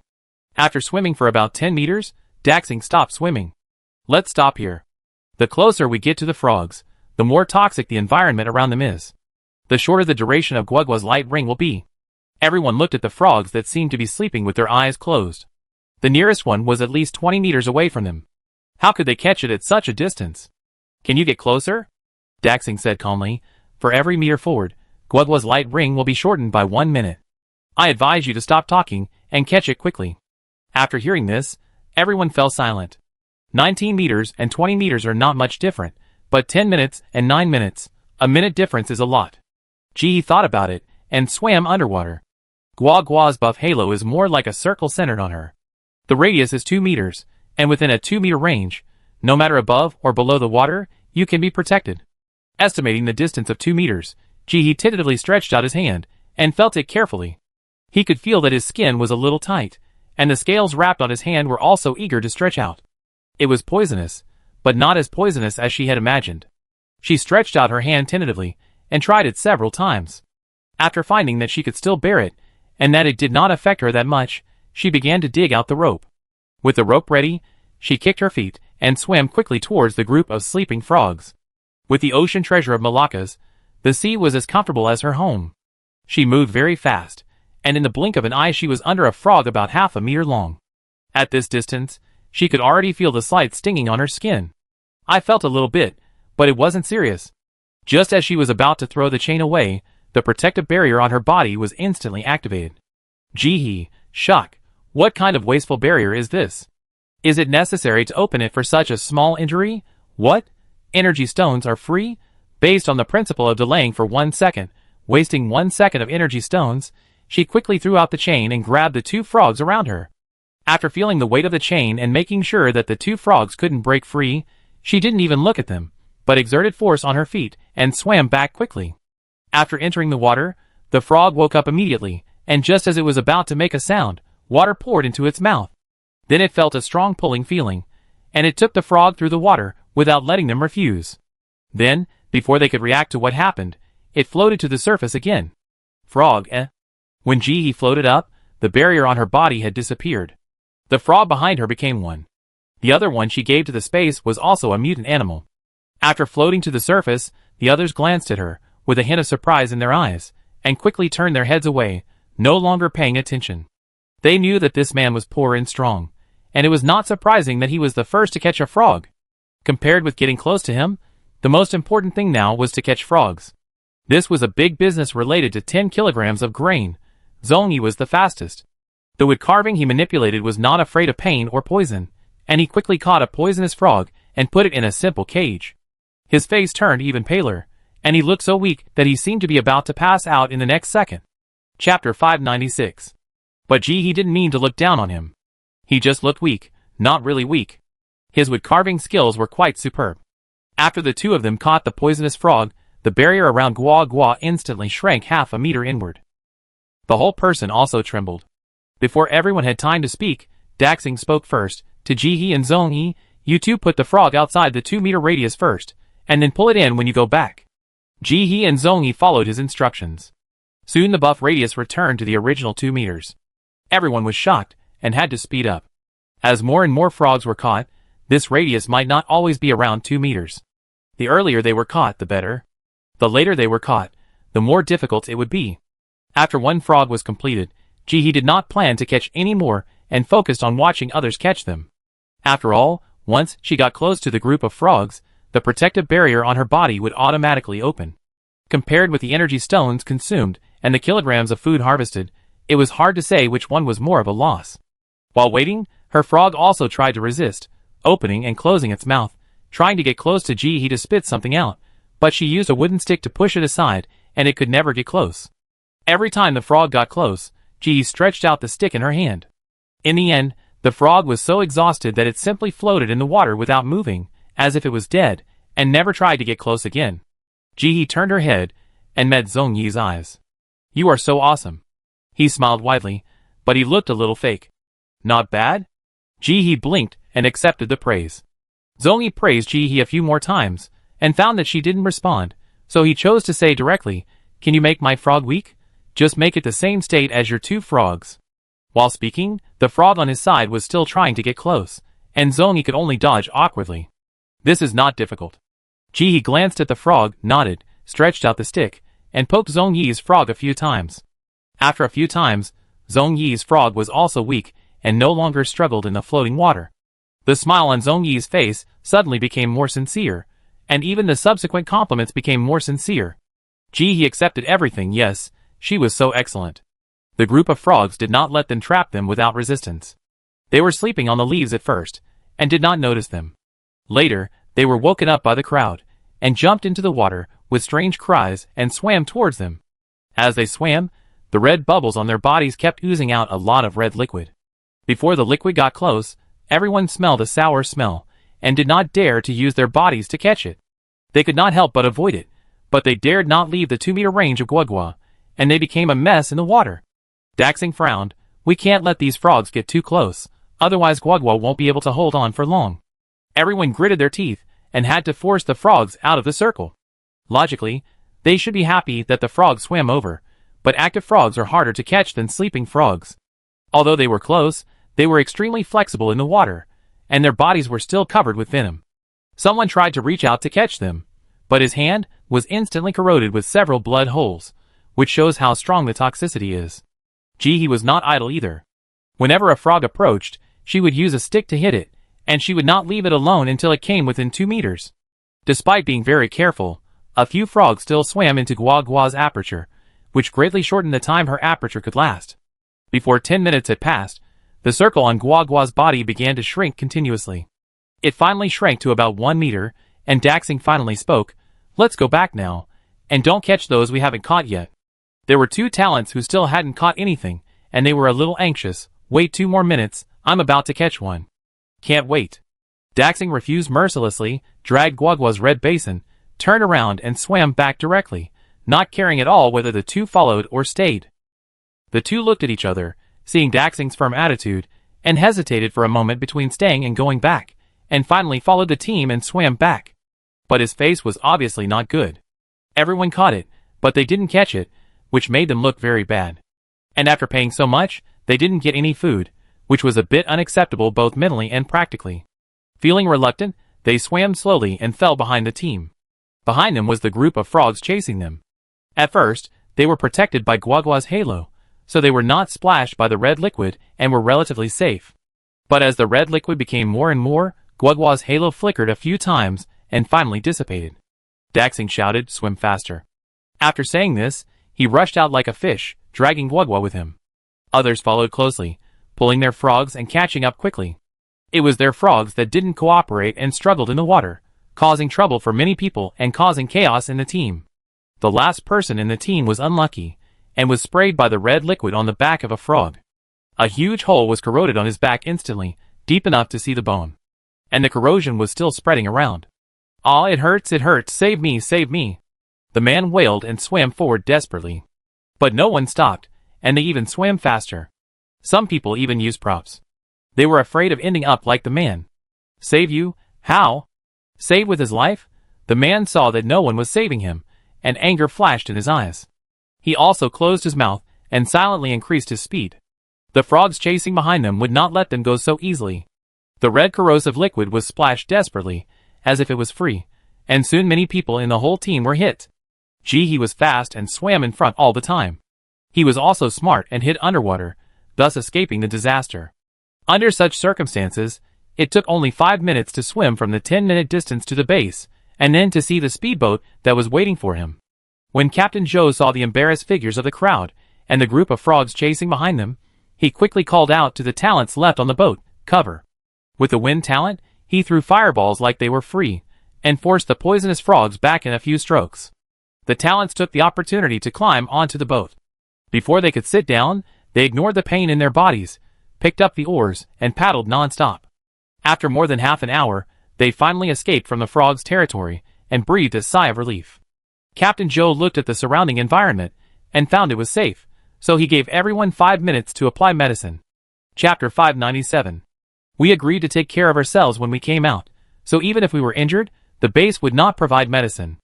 If there is no medicine, we can only survive on our own. Taking advantage of this time, Captain Joe found the props and knocked out all the poisoned frogs, so as to prevent the frogs from escaping when we return. He was not injured, and while the others were applying medicine, he took the initiative to stand up and take charge of watching the frogs on their boat. Lu Zi was grimacing in pain, and even the smile on Zhong Yi's face disappeared. His shoulder was corroded with several bloody holes, and he had just wiped it with the potion sold in Jia's shop. The whole person was glowing blue. Guagua's face was still a little pale, and the wounds on his body had been medicated. He was lying listlessly on the boat.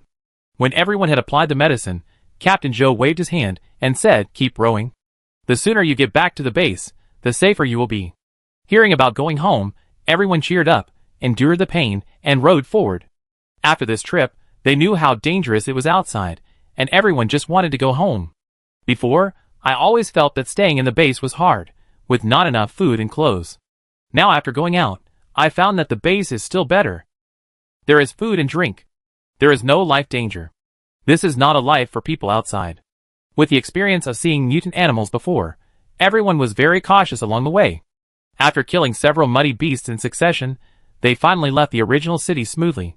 Looking at the underwater plant jungle that was gradually moving away, even Captain Joe breathed a sigh of relief. Finally, I came back alive. Along the way, there was no time to stop for food or water. I felt like my arms were not my own. The talent threw away the oars and leaned back.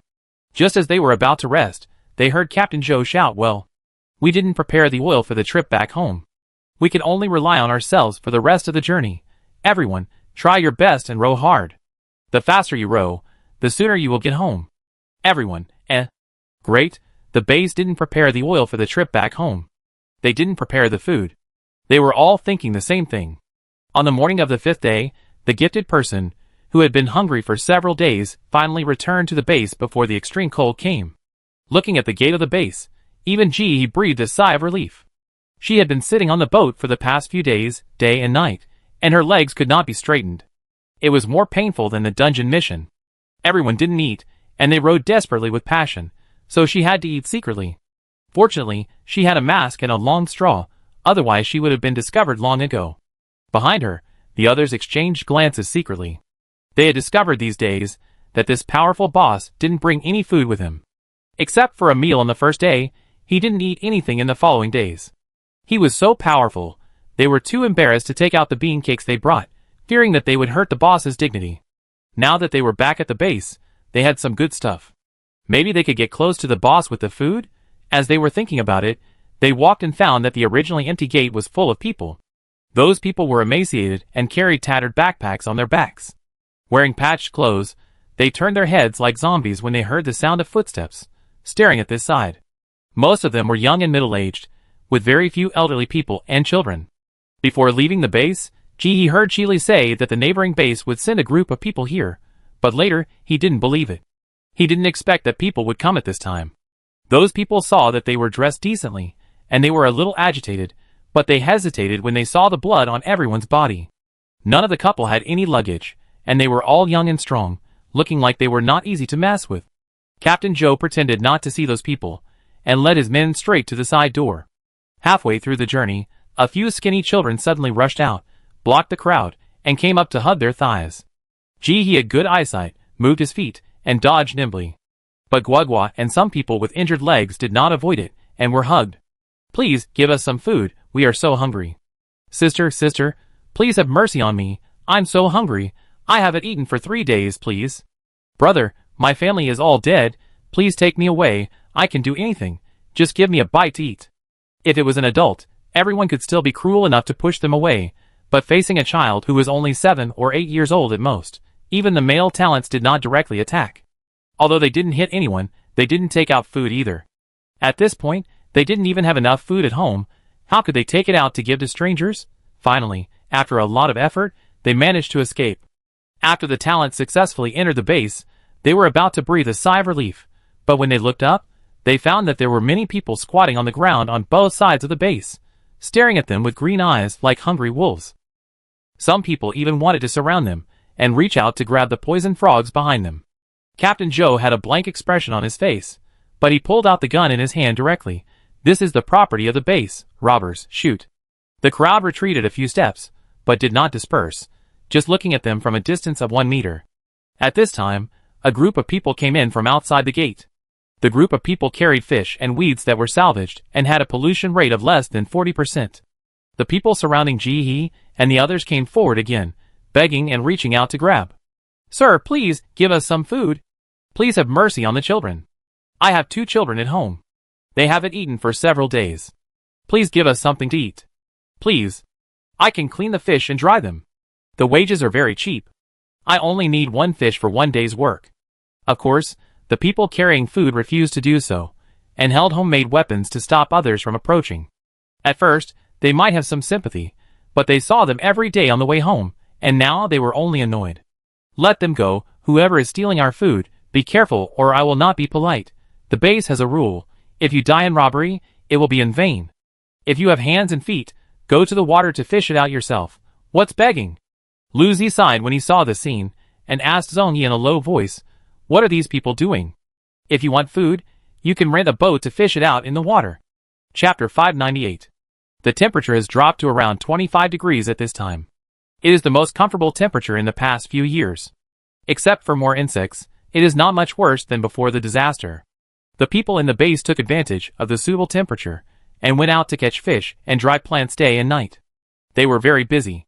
When you walk by and look up, you can see people drying fish and wild vegetables on the house. Since we know that the cold winter is coming, we can't put all our hopes on the base.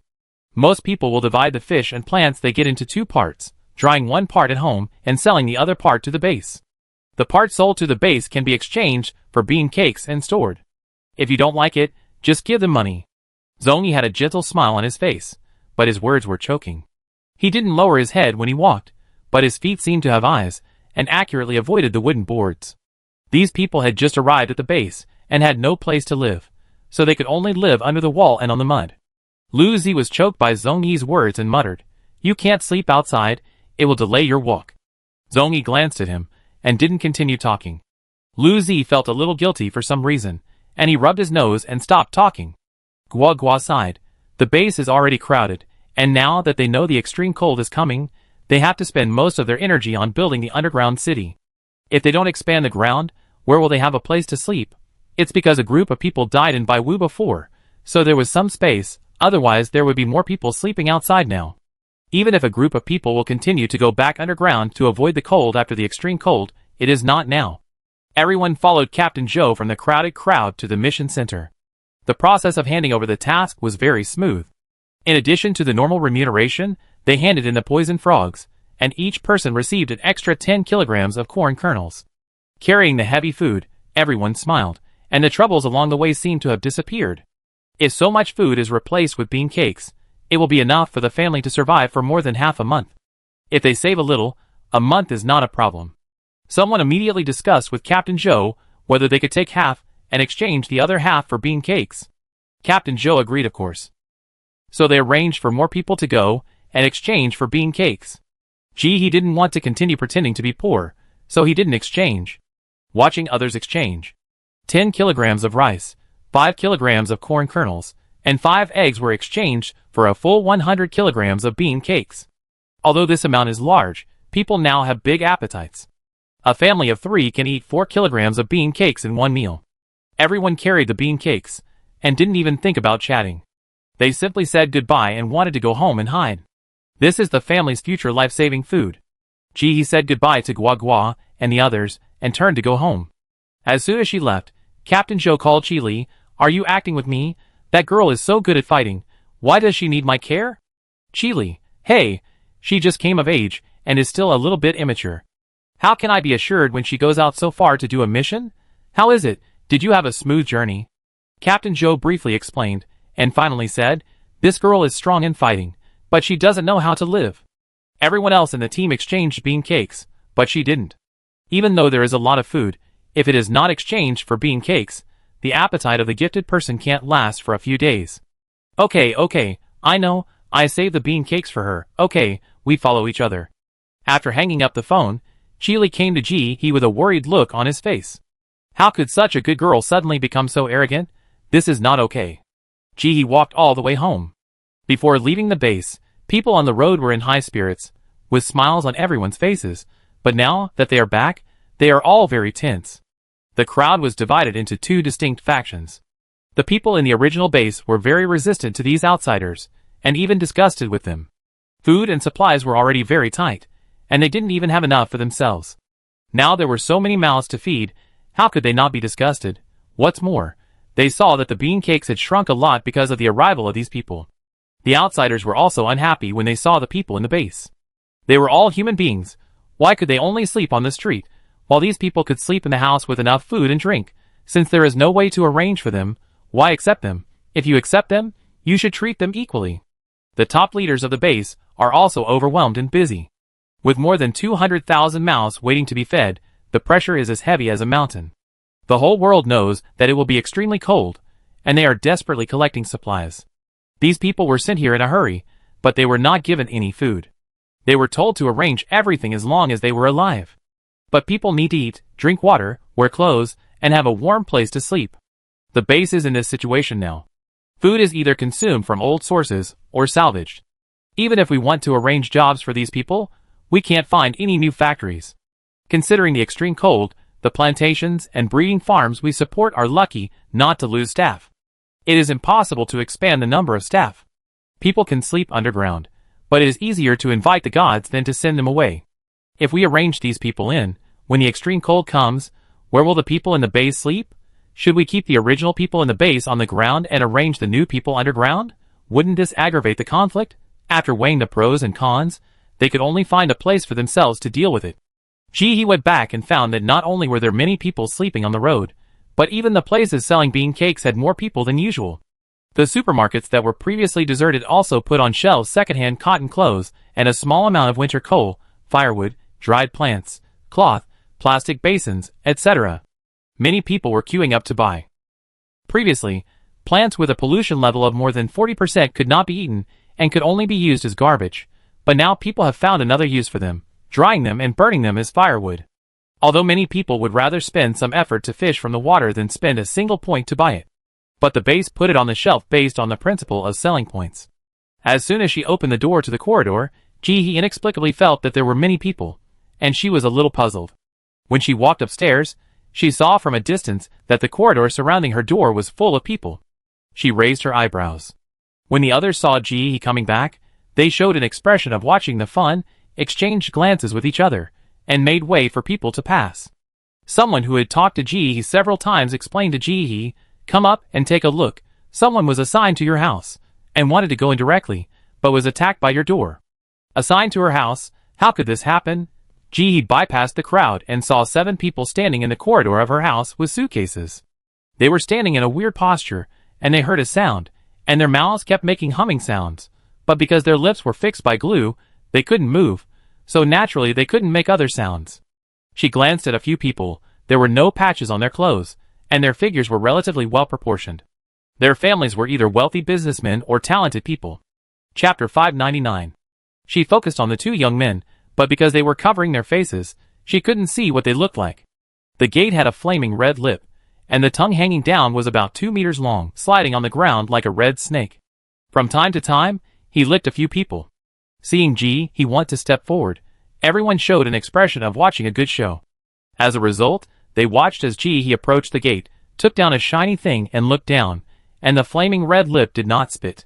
The tongue under her feet seemed to be dishonest, and tried to stick to Ji, but she stepped on it. It looked like it wanted to move, but didn't dare to, and was finally stepped on obediently. It was completely different from the previous look of spitting out gods, when it met gods, and spitting out Buddhas, when it met Buddhas. Ji sent the surveillance footage to Chi as soon as everyone returned to the ground. This time it was re-recorded. She saw it once, and understood what was going on. These people wanted to pry open the door, when they saw she was not at home.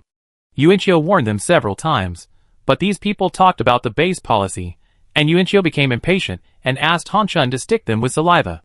The aunt downstairs, who brought the chicken into the house, had recovered her spirits. Seeing Ji looking down at the video, she said, "What are you waiting for? Let the person in quickly. She was arranged by the base, and she has a share of the house. This is a reasonable and legal behavior, not prying open the door, it's going home." She had already realized that she was deceived, and there was no ghost following the girl. Plus, the woman wanted to send the chicken upstairs, but the girl didn't want to, so she took it away. She hated Ji directly because of the new and old hatreds. She just felt that everything was due to Ji. If she had agreed earlier, the chicken would not have been able to enter her house, and her family would not have died, and things would not have been lost. Nothing would have happened. Now seeing that a stranger was going to enter Ji's house, she was so happy.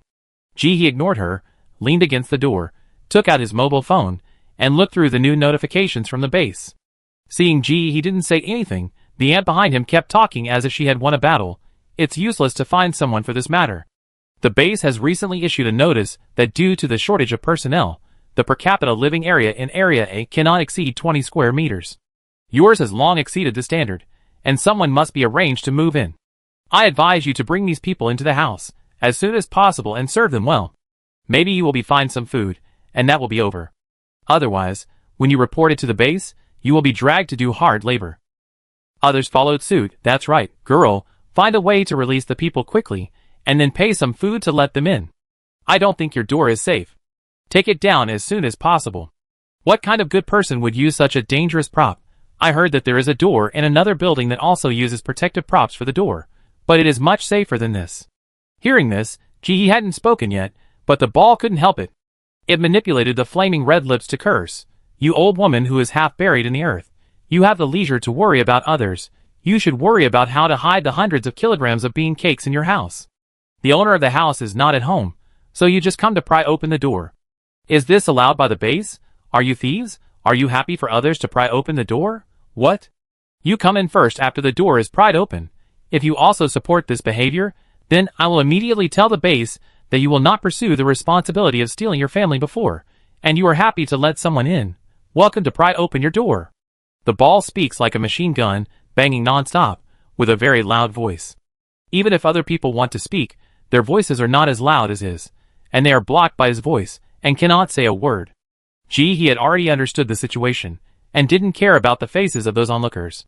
He told Yuanchio to watch the door, and ignored the people stuck by the glue, and went downstairs. You just left like that? You don't care about your door cursing like that?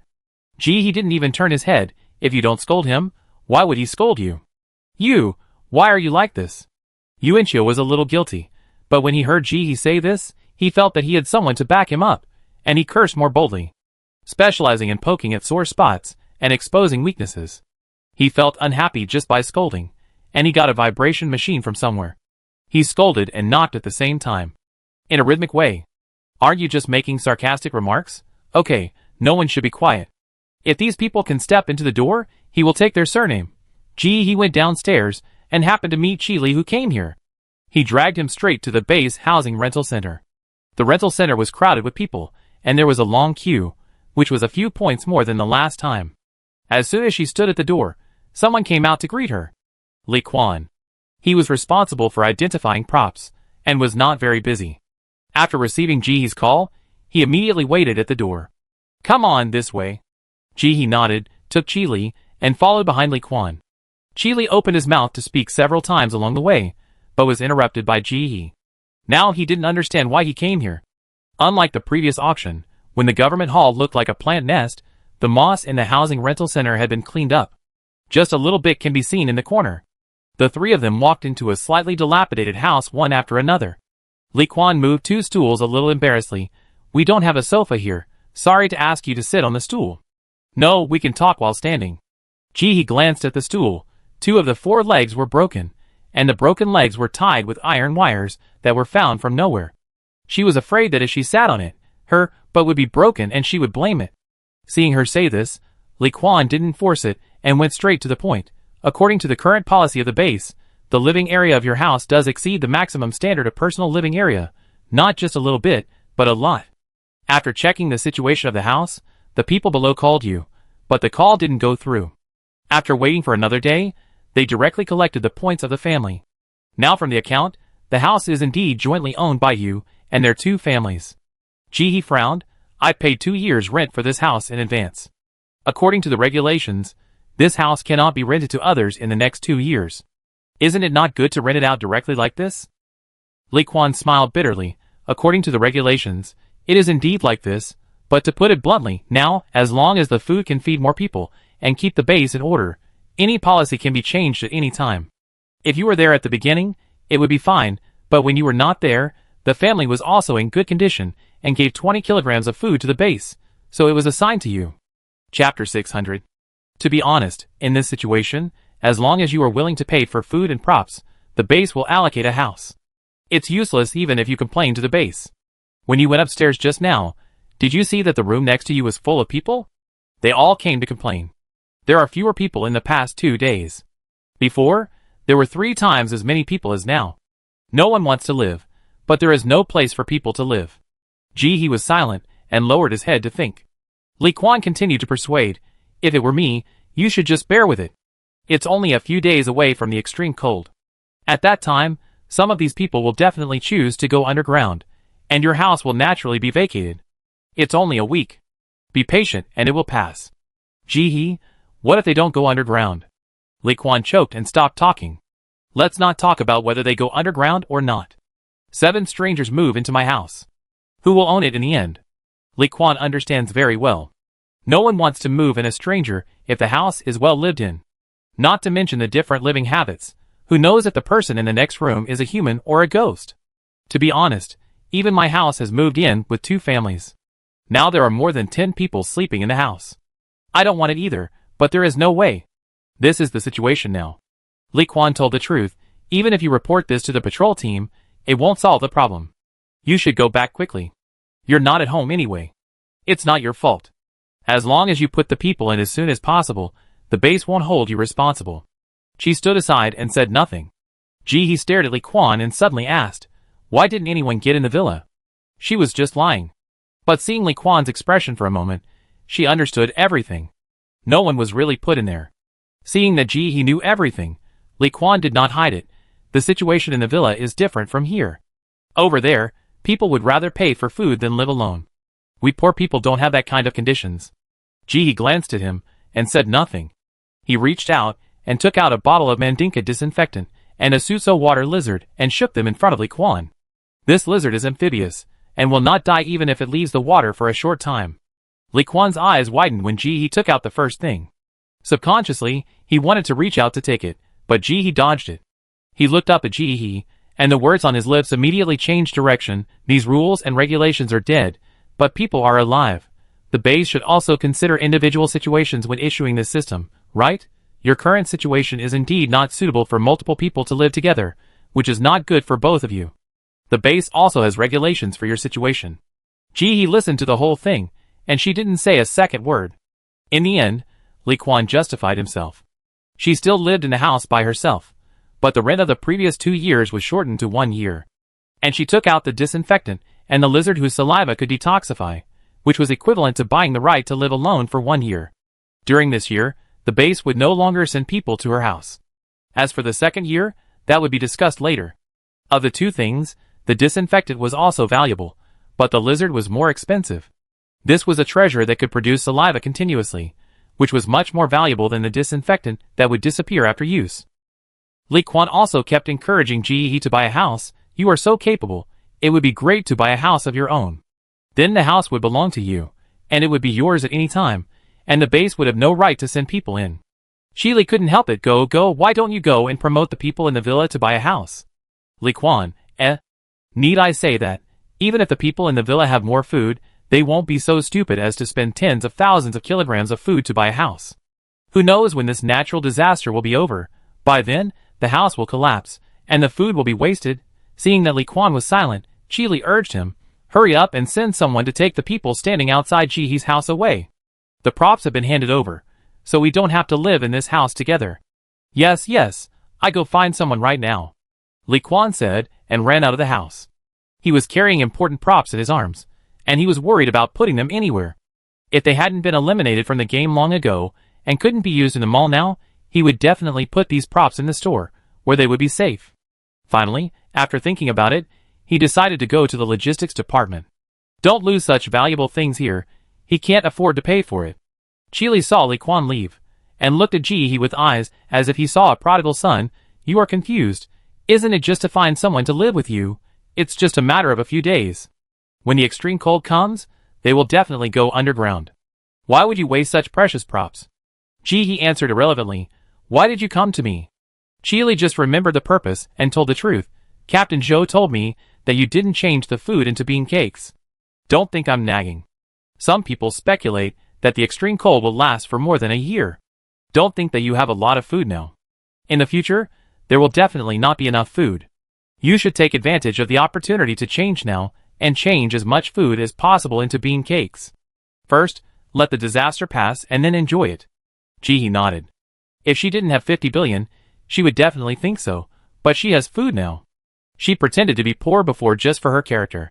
If she pretended to be poor again, she would not only have to eat bean cakes in front of people, but also take them into her home. This is not okay. I have plenty of food, you don't have to worry. How much food can you have? The little food you earn is limited. There are several talents in our family, and they still eat bean cakes now. Li was heartbroken and told her many stories about the second generation of rich families, who spent money recklessly, and ended up going bankrupt. Jihe was helpless. I really have a lot of food. Li stopped talking. He suddenly realized that this was a rebellious adolescent. Okay, you have a lot of food. If you have so much food, why don't you want to exchange 10 kilograms of food for bean cakes? Gee, he was about to open his mouth when Chili interrupted him. Unless you don't have a lot of food, you won't be reluctant to exchange 10 kilograms of food for bean cakes. Gee, how come this logic is closed? Finally, she looked at Chili's anxious face and nodded. I'm so poor that I can't afford it. Chili looked like I knew what I was saying. You're poor, so you should exchange for bean cakes. Gee, this bean cake must be exchanged, right? Finally, she had no choice but to nod, and all the rewards were taken away by Chili, ready to be exchanged for bean cakes. He finally asked Chili, why don't you believe that I have a lot of food? Chili laughed. I've known you for so long. How could I not know your situation? If you have so much food, I will wash my hair upside down. Chapter 601. Gee, your hair must be washed. When everything was done, and the staff of the housing rental center were sent away, Gee smiled and nodded to the aunts and uncles, who came upstairs to watch the fun. Without saying anything more, he closed the door. He left a group of people outside the door, feeling very anxious. He wanted to knock on the door, but was afraid of the flaming red lips that cursed people fiercely. But he was unwilling to let it go, so he had to chase out, and wanted to stop the people of the housing rental center to ask what was going on. When they went downstairs, they found that the staff had disappeared. After much discussion, they decided not to just let it go, so they went to the housing rental center to ask for clarification. Among them, except for the family on the 15th floor, which was crowded and had no new people, each of their families had several new people. The family with the most people had 10 people. During this period, they had quarreled over trivial matters. They couldn't sleep well at night.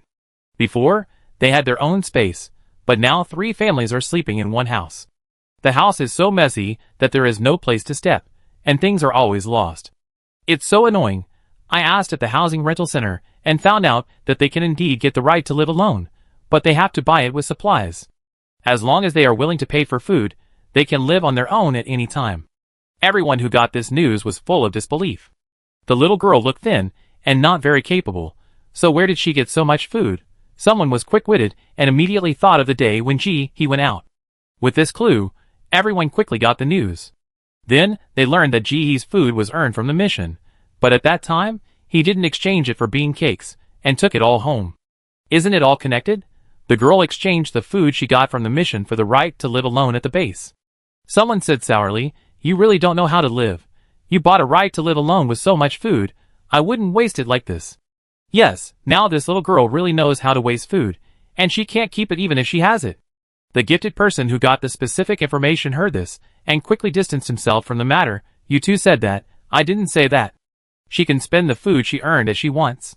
It has nothing to do with me. The 2 old ladies saw this attitude and knew something was wrong. They hurriedly asked around and finally spent 10 bean cakes to get the man to confess. Don't mess with her. That girl is a daylight tribe.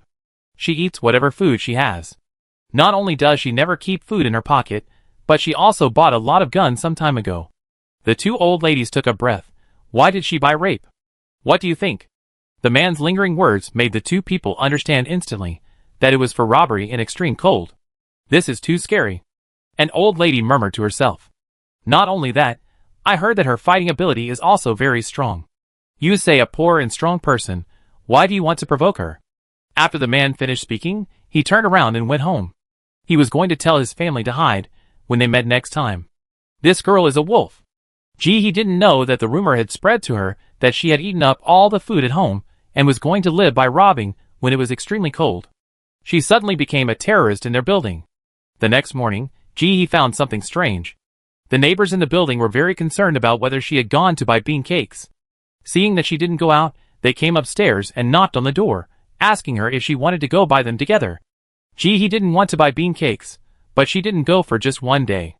The next morning, the neighbors downstairs were more anxious than her.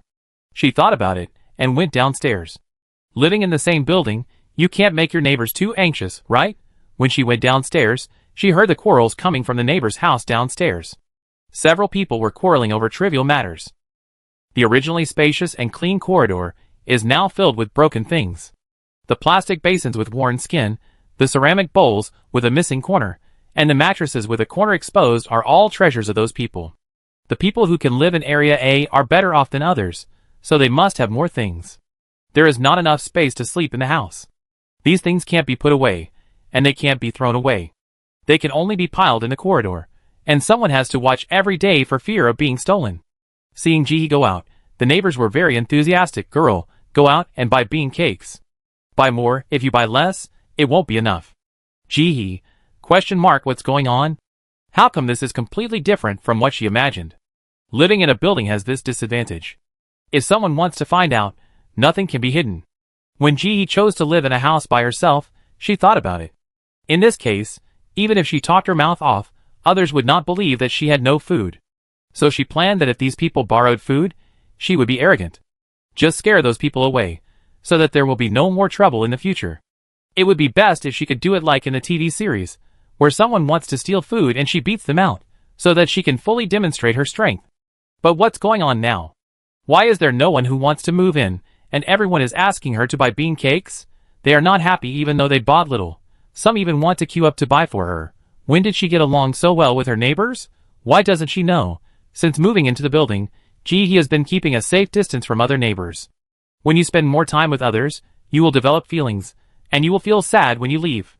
The white fog some time ago seemed insignificant, but in fact, after people returned to the ground, rotten and smelly corpses were found in many rooms. Some corpses were gnawed by insects, and only bones were left. At least 1/3 of the people in the entire D area died. How many people will die in this extreme cold? In order not to be sad, it is better not to have too deep emotional involvement. Walking on the road, Ji-hee found that a new hypnosis studio had opened in the base, helping everyone sleep for free. There was a super long queue at the entrance, and you couldn't see the end at a glance. Many people in the queue were new to the base. Their eyes were red, and they hadn't slept for many days. There was nothing they could do about it. There were many people in the base, and there was only one prop. Even if 200 people could be hypnotized in 1 minute, many people couldn't get in line. They could only let the most serious cases come first. As for how to judge the severity of the case, you can tell at a glance. The whites of their eyes were bloodshot, and the areas under their eyes were dark blue, and they looked like they were haunted by ghosts. They must be the ones who needed sleep the most. Those who didn't reach this situation should line up to come to the hypnosis studio here. After walking a few more steps, Ji-hee saw the hypnosis props in the base, which was being used by one person, and several people were standing around to protect it. Chapter 602. There are also 2 staff members to help pull people. Ordinary people walk slowly too slowly, so after hypnotizing one person, they can just pull them away violently. In this way, more than 100 people can be hypnotized in 1 minute, which is much more efficient. With this prop, the chaos in the base has been effectively stopped. Many people's anxiety has been relieved, and they are not so irritable. Even the probability of turning into a turbid beast has been significantly reduced. More energy is focused on hoarding supplies. Food, firewood, medicine. Everything they need. I just don't know how these people will feel when they know that there will be no food in the first half of the extreme cold. How many people will die then? With the arrival of the extreme cold, her weed recycling was affected a little. Before, they had as much as they wanted, but now people can't find fuel for the winter, so they set their sights on weeds with a pollution level of over 40%. The amount sold to her every day has decreased a lot. Thinking that there will be channels to obtain energy stones after the extreme cold, Ji-hee didn't force it.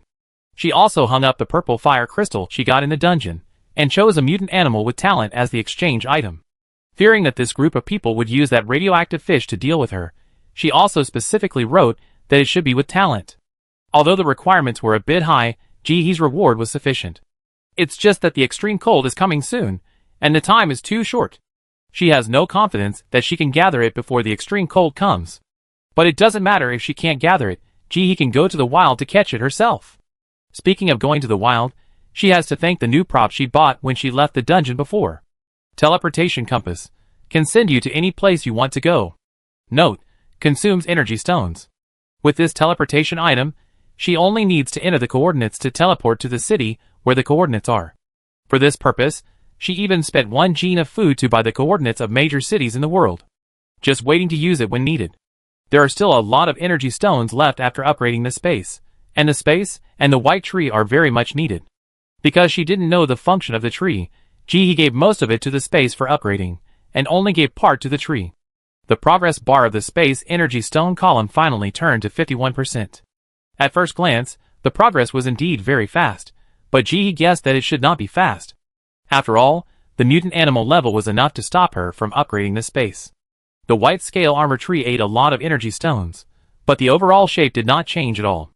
It was still the same, but 2 lonely leaves grew on the bare branches. It looked particularly pitiful. Ji didn't know how long she had to wait, and she had to wait until it could come slowly. The temperature outside has been maintained at 22 degrees for the past few days, and then stopped. Some people who don't know the situation outside the base are still looking forward to the end of the natural disaster and returning to normal life, but those who know the situation outside are not so optimistic. The original city has long been occupied by various monsters. Even if the natural disaster ends, people may not be able to reclaim the land. What's more, the words of Wu Bei are like a shadow cast on everyone's hearts, making them particularly anxious, and they feel that no matter how much food they stockpile, it is not enough. At first, the people in the base could catch hundreds of kilograms of fish by rowing out for an hour. Now that there are more people, all the fish near the base have been caught. They need to row out for 3 hours, or even longer to catch dozens of kilograms of fish. The time spent has increased, and the reward has decreased. In addition to the heavy physical labor, everyone's appetite has become larger. A gifted person, if he wants to eat enough, can eat 15 to 20 bean cakes per meal. If he eats steamed buns, he may eat 30 per meal. Such a large appetite is scary just thinking about it. We have to increase the working time. Those who go out to fish can't sit still, and the same goes for those who stay in the base. The food caught must be tested for contamination one by one, and the edible ones are put aside, and the inedible ones are picked out. After the contamination test, the fish and plants must be dried. At this time, people begin to miss the extreme heat again. How strong the sun was back then. No matter what kind of food it is, as long as it is exposed to the sun for a while, it will be guaranteed to be dried. Unlike now, it won't dry even after drying for a whole day. In order to prevent others from stealing, every household has to leave someone to guard the food. Even so, there are still many thefts every day. At this time, in order to protect their own food, more people have to stay at home. Several situations led to the fact that on the day, when the extreme cold came, many people still did not gather enough food. Time soon came to the day of the 50 billion notification. Early in the morning, the base closed the outermost gate, and those who were still on the ground hid in their homes. The entrance to the underground city has also been closed. Children and women are the first group of people to be arranged underground, followed by families with conditions. These people, whether they pay for food or points, can be allocated a resting place that is larger than the white mist period. These places are also far away from toilets and vents, which are relatively good. Finally, there are the poorest people who can't pay anything, have no coins, and only have one life. These people are not allowed to live in the base completely for free, and they have to work to pay off their debts. Extreme cold is not like white fog. White fog can still keep people alive on the ground. If it is really extreme cold, these people will have no food and cotton clothes, and will freeze to death. The base cannot just watch, so they have to take all these people underground. No matter what they do, they have strength. At most, they can dig underground and make some contributions. These people carried their own food, bedding, tents and other supplies, and lined up to enter the underground yesterday. A large number of people went underground, and Area A was no longer as crowded as before, and the living environment was greatly improved. There are still many people on the ground, and these people have made preparations for winter in advance. Although the life in the underground city during the white fog period was only 2 months, these 2 months were enough for them to resist. Now they would rather spend more materials, prepare more cotton clothes, charcoal, and food, and live a comfortable life on the ground. It's just extremely cold. As long as you wear more clothes and warm yourself by the fire, it's much better than extremely hot. If you are hungry, it doesn't matter. At worst, you can stay at home and eat less, and you can survive it anyway. Besides, the base is not ignoring them, and they will sell bean cakes regularly. These people have good ideas, but when the time comes, it may not be what they think. The base is also happy for them to take care of themselves. It just so happens that the underground city is not big enough, and these people are willing to stay on the ground, so let them stay on the ground. Anyway, there are staff on the ground. Some of the gifted people have long-haired animals as their beast bodies, and these gifted people are left on duty by the base. Chapter 603. Ji slept until she woke up naturally. As usual, she asked Yuanqiu about the temperature. After learning that it was still 22 degrees, she did a set of exercises in the house and started to eat. For breakfast, she had shrimp dumplings, rice rolls, and pan-fried capelin. Yuanqiu helped her pick up the dishes with chopsticks. Dafingqiu did not move within half a meter of her. This situation often happens recently. Wherever she goes, Dafingqiu follows her. When she asked him why, he said it was okay, and he would follow her next time. After a few times, he simply stopped asking and let him do what he wanted. Just think this robot is a bit of a follower. She ate while Yuanqiu picked fish bones for he with chopsticks. In between, he rolled his eyes at Dafingqiu. Act like a spoiled child, begged by Qilin to die, like a dumb person, not taking the initiative at all. If he continues like this, when will he be able to leave this place? Dafingqiu lowered his head and said nothing. It's not that he didn't see Yuanqiu's disgusted look. But when he thought about acting like a spoiled child to an underage female and asking for treatment, he felt like there were bugs crawling all over his body before he even opened his mouth. His whole body was tense and stiff. Facing Yuanqiu's particularly disdainful eyes, he slowly took another small step forward. Seeing he didn't react, he took another small step closer. Yuanqiu despised. Dafingqiu, move again. Yuanqiu despised. When he finally moved to within 1 centimeter of Ji's calf, no matter how Yuanqiu despised him, Dafingqiu didn't move. Yuanqiu moved his butt and touched Ji's arm, but he pushed him away with his elbow in disdain. Stop it, we're eating. He immediately looked at Dafingqiu proudly. Look, it's been touched. Dafingqiu pursed his lips and said nothing, expressing his attitude with his body. He moved forward half a centimeter, but still didn't touch he directly. He moved so lightly that he didn't even notice. She concentrated on eating the shrimp dumplings, feeling particularly comfortable. When others could only eat bean cakes, her meal alone could be exchanged for a family's food for a month. Before, the base encouraged people to raise chickens at home, so people brought their own chickens to the underground city. As a result, due to various reasons, a large number of them died within a month. The remaining half died one after another in the next month. The surviving chickens were all the chosen ones, and were protected by their owners as if they were treasures. They had to find out the reason for losing even a hair. There were still some eggs circulating in the market during the rainy season, but now there were no eggs. Even at the villa, eating cucumbers with salt was considered a hard dish. He did not stand out from the crowd, and let his bald chickens disappear with the wind. Anyway, the exchange station would be closed during the extreme cold period, so it was quite timely for these chickens to disappear. In order to cope with the extreme cold, the base has stopped breeding livestock. The existing livestock have been labeled as protected species and moved underground to be used as fire for humans. The most popular food people eat is bean cake. There are all kinds of bean cakes: insect bean cakes, prune bean cakes, mutant fish bean cakes, and seaweed bean cakes. Prune bean cakes were criticized the most before, but they will become the best sellers this time. Nothing else, just that they are regarded as a medicine for constipation and have become a treasure. Since it is a medicine, is there anything wrong with it being unpalatable? No. Good medicine tastes bitter, and is good for the disease. Bitterness proves that it is effective. In addition to bean cakes, the food that was saved also included radioactive mutant fish and seaweed that were dried in the sun. It is hard to describe these two, each of which is unpalatable in its own way. Bitterness is not strange, but the fishy, greasy, and stinky and disgusting when you bite it. But in order to survive, people can only swallow numbly. When he ordered food again, this time, Chef Ge and Chef Sheng took the initiative to reduce the reward to half of the original price. He persuaded them, and seeing that they insisted, she agreed. Each of them gave a few pieces of purple fire crystals, and told them to tell her that if they had any difficulties, she would definitely help. After all, they had been eating for so long that they had no feelings for people, but they had developed feelings for the food. After dinner, the extreme cold had not yet come, so he went back to bed to read a novel. After being busy every day, she finally had a break, and she enjoyed the rare time of relaxation. Dafingqiu was lying on the side of Ji's bed, motionless, as quiet as a mute. Ji glanced at the top of its head, said nothing, and let it go. The ball was mopping and wiping, looking very busy. The temperature outside did not change at all during the whole day. It was warm, and the sun was very gentle. It was quiet. People all over the world were feeling anxious, irritable, and happy. Was 50 billion wrong?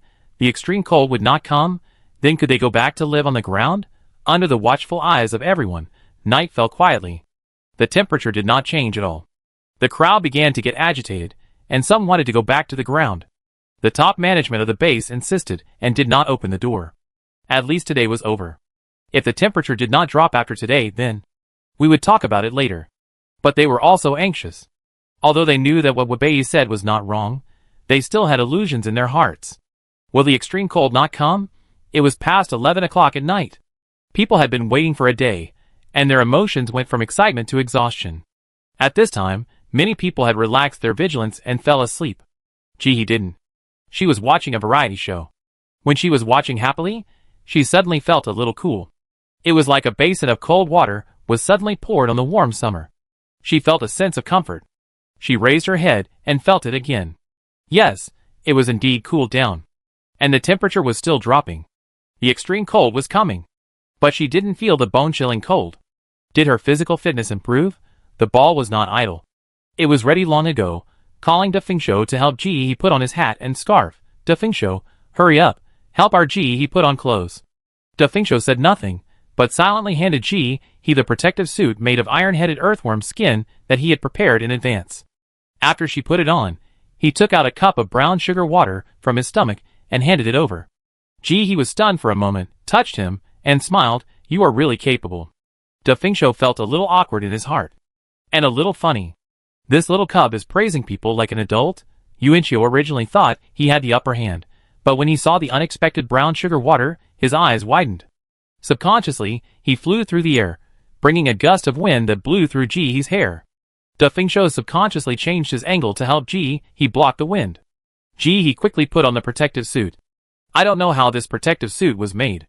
It's light and fits the body. It doesn't look bloated and has its own defense. It can be seen that Chung Jun really put a lot of effort into it.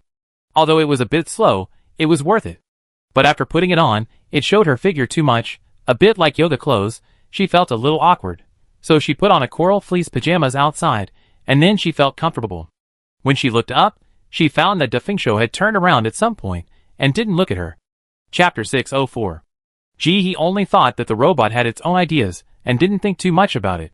She only had a few protective suits made of iron-headed earthworm skins, so she didn't plan to sell them for the time being. However, the fur and feces of the quasi-floating cloud beasts that she had hoarded before could be sold during this period. She had hoarded the feces before to survive the winter, but now that she had better purple fire crystals, she naturally didn't need them. I just don't know if ordinary people still have weeds. It doesn't matter if they don't have any. Mutant animals and energy stones will also work. Chung Jun had asked her before, but Ji didn't respond. The extreme cold hadn't come yet, so people were hoping for the best, and she couldn't sell at a high price. If she didn't lack energy stones, she could sell at any price, but now she hadn't collected enough energy stones to upgrade her space to level 7, so she naturally wanted to make more money. After putting on her clothes, Ji asked Yuanqiu to open the window and look out.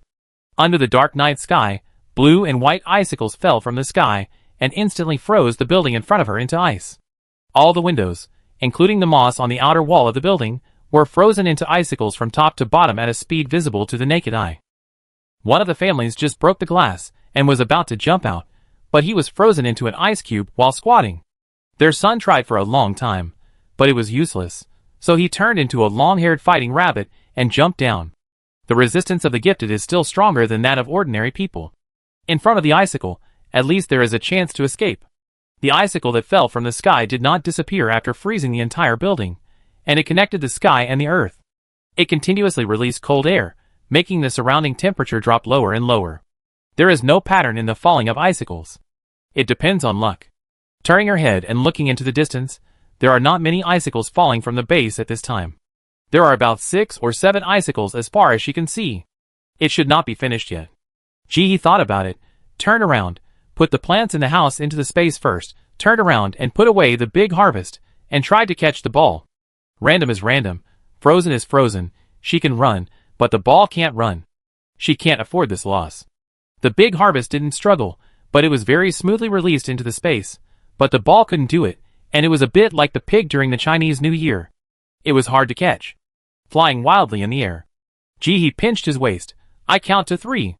The ball stopped. What are you doing? It's so cold outside. You don't trust me. You just stay at home. Even if the universe explodes, you can't die. In the roar of hoarseness, the ball gambled all its dignity. Since the emergence of the white unicorn race, no one has died due to an accident. No. The cause of death is depression. Gee, he just thought it was stubborn again. Be obedient. I can't lose you. I can't lose you. The ball was shocked by the words, and felt a little hot all over. It opened its mouth, and the emotions in its heart surged out. At this moment, it wanted to confess everything to Ji-hee. What if you say it out loud? You can't become an adult. What if you say it out loud? You will turn into a black unicorn. It doesn't believe it. It's Ji. He is so emotionally stable that he won't turn into a black unicorn easily. As soon as it opened its mouth, it was pounced by Ji-hee in the next second. In the second before it was about to land, it did not forget to turn into a flying carpet to wrap Ji-hee and hang in the air. As a result, Ji-hee took the opportunity to send her into space. Let's go! After entering the space, the ball spun wildly, leaving an afterimage in the air, and then went straight to Bai Jio. Just now, Bai Qilin said that she couldn't lose me. Wow, I'm really not a human. I shouldn't have lied to her. Now I should confess everything. Help her get the energy stone back. Bai Jio said calmly. This morning, Bai Qilin just told the potato digger that he was the most capable drooping rat in the entire universe. Yesterday, she told Dahua, who had given birth, that she was the hero of the old Ji family. The day before yesterday, she told me, who was feeding the pigs, that I was her hope. When he said the last sentence, Bai Jio's voice was a little low. His face was a little hot. Are children's emotions so straightforward and passionate now? Is he a little out of date? Stop, stop, stop! Yuanqiu interrupted Bai Jio. You have been awake for so long. When are you going to leave? Bai Jio was silent. No words. Yuanqiu turned around, full of impatience, and kept urging, you don't care about your body? He is still unconscious over there.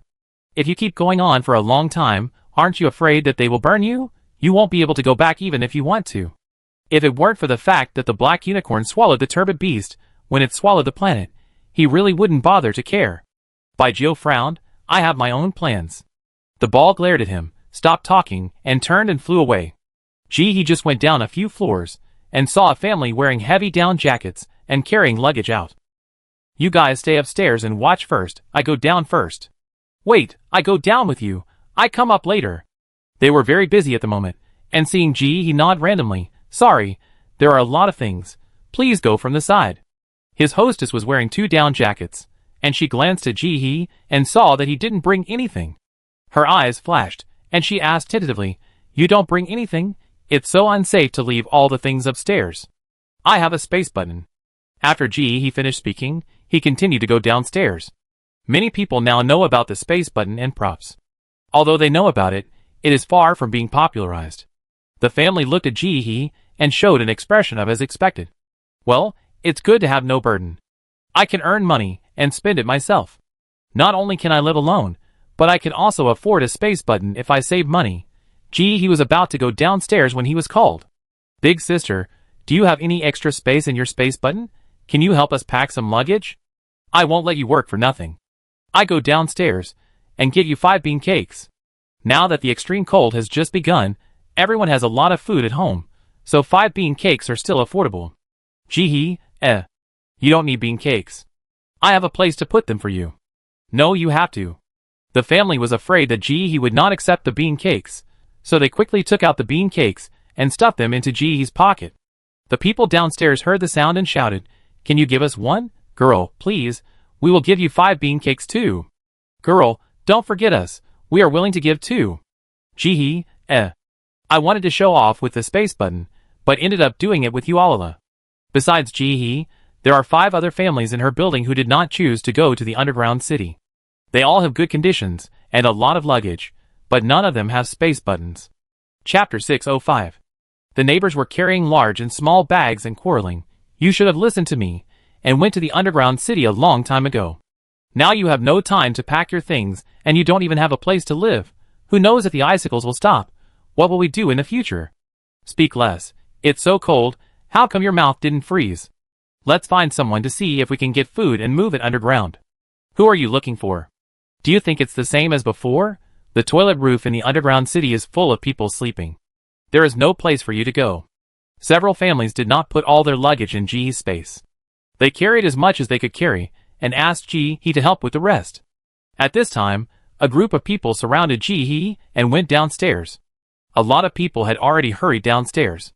These people had luggage at their feet, and were tied with dried fish and luggage. They were worried about being frozen by icicles, but they were reluctant to leave home too far, fearing that thieves would steal things from their homes. In the end, they simply stood 3 meters away from the house, looking up and looking around from time to time, alert like a frightened groundhog. After he went downstairs, she took out the supplies from her neighbors. Many neighbors who were worried that she would not return the supplies were relieved. She was also a little ashamed of her petty mind. "Girl, let's stay together, so we can take care of each other. Yes, yes, my son can turn into a mammoth, we can hide in his fur, we won't be cold." He shook her head. "Uncle, I'm not cold, I go over there and take a look." After saying that, he didn't leave, waiting for these people to ask her why she wasn't cold. As a result, the uncle nodded in understanding, glanced up and down at "Uncle understands, you go." Question mark. "No, what do you understand?" She stood there and wanted to explain, but the uncle turned around and did something else after saying this. She paused and had to walk away. 5 billion is really a lot. Since you have notified them, why don't you notify them in full? If she had said that the extreme cold was like this before, I would not have stayed on the ground. Now my house is frozen, and I don't even have a place to sleep at night. Before the man finished speaking, a woman stood up to refute him. "Do you want me to feed you the food? I told you the news for free and it was wrong? You can't poop, so you want to blame the Earth's gravity? What did I say? I just said it casually. Why do you have to? I said it to you." The man was a little angry and waved his fist, as if he wanted to fight. "You can't say 50 billion. I'm an 18-year-old child. Why should you say that to me?" The girl who refuted him was louder than him, and full of momentum. Seeing this scene, the two families hurriedly separated. "Oh, stop it, stop arguing. It's so cold, I'm going to get cold." After the two were separated, the surroundings fell into silence again.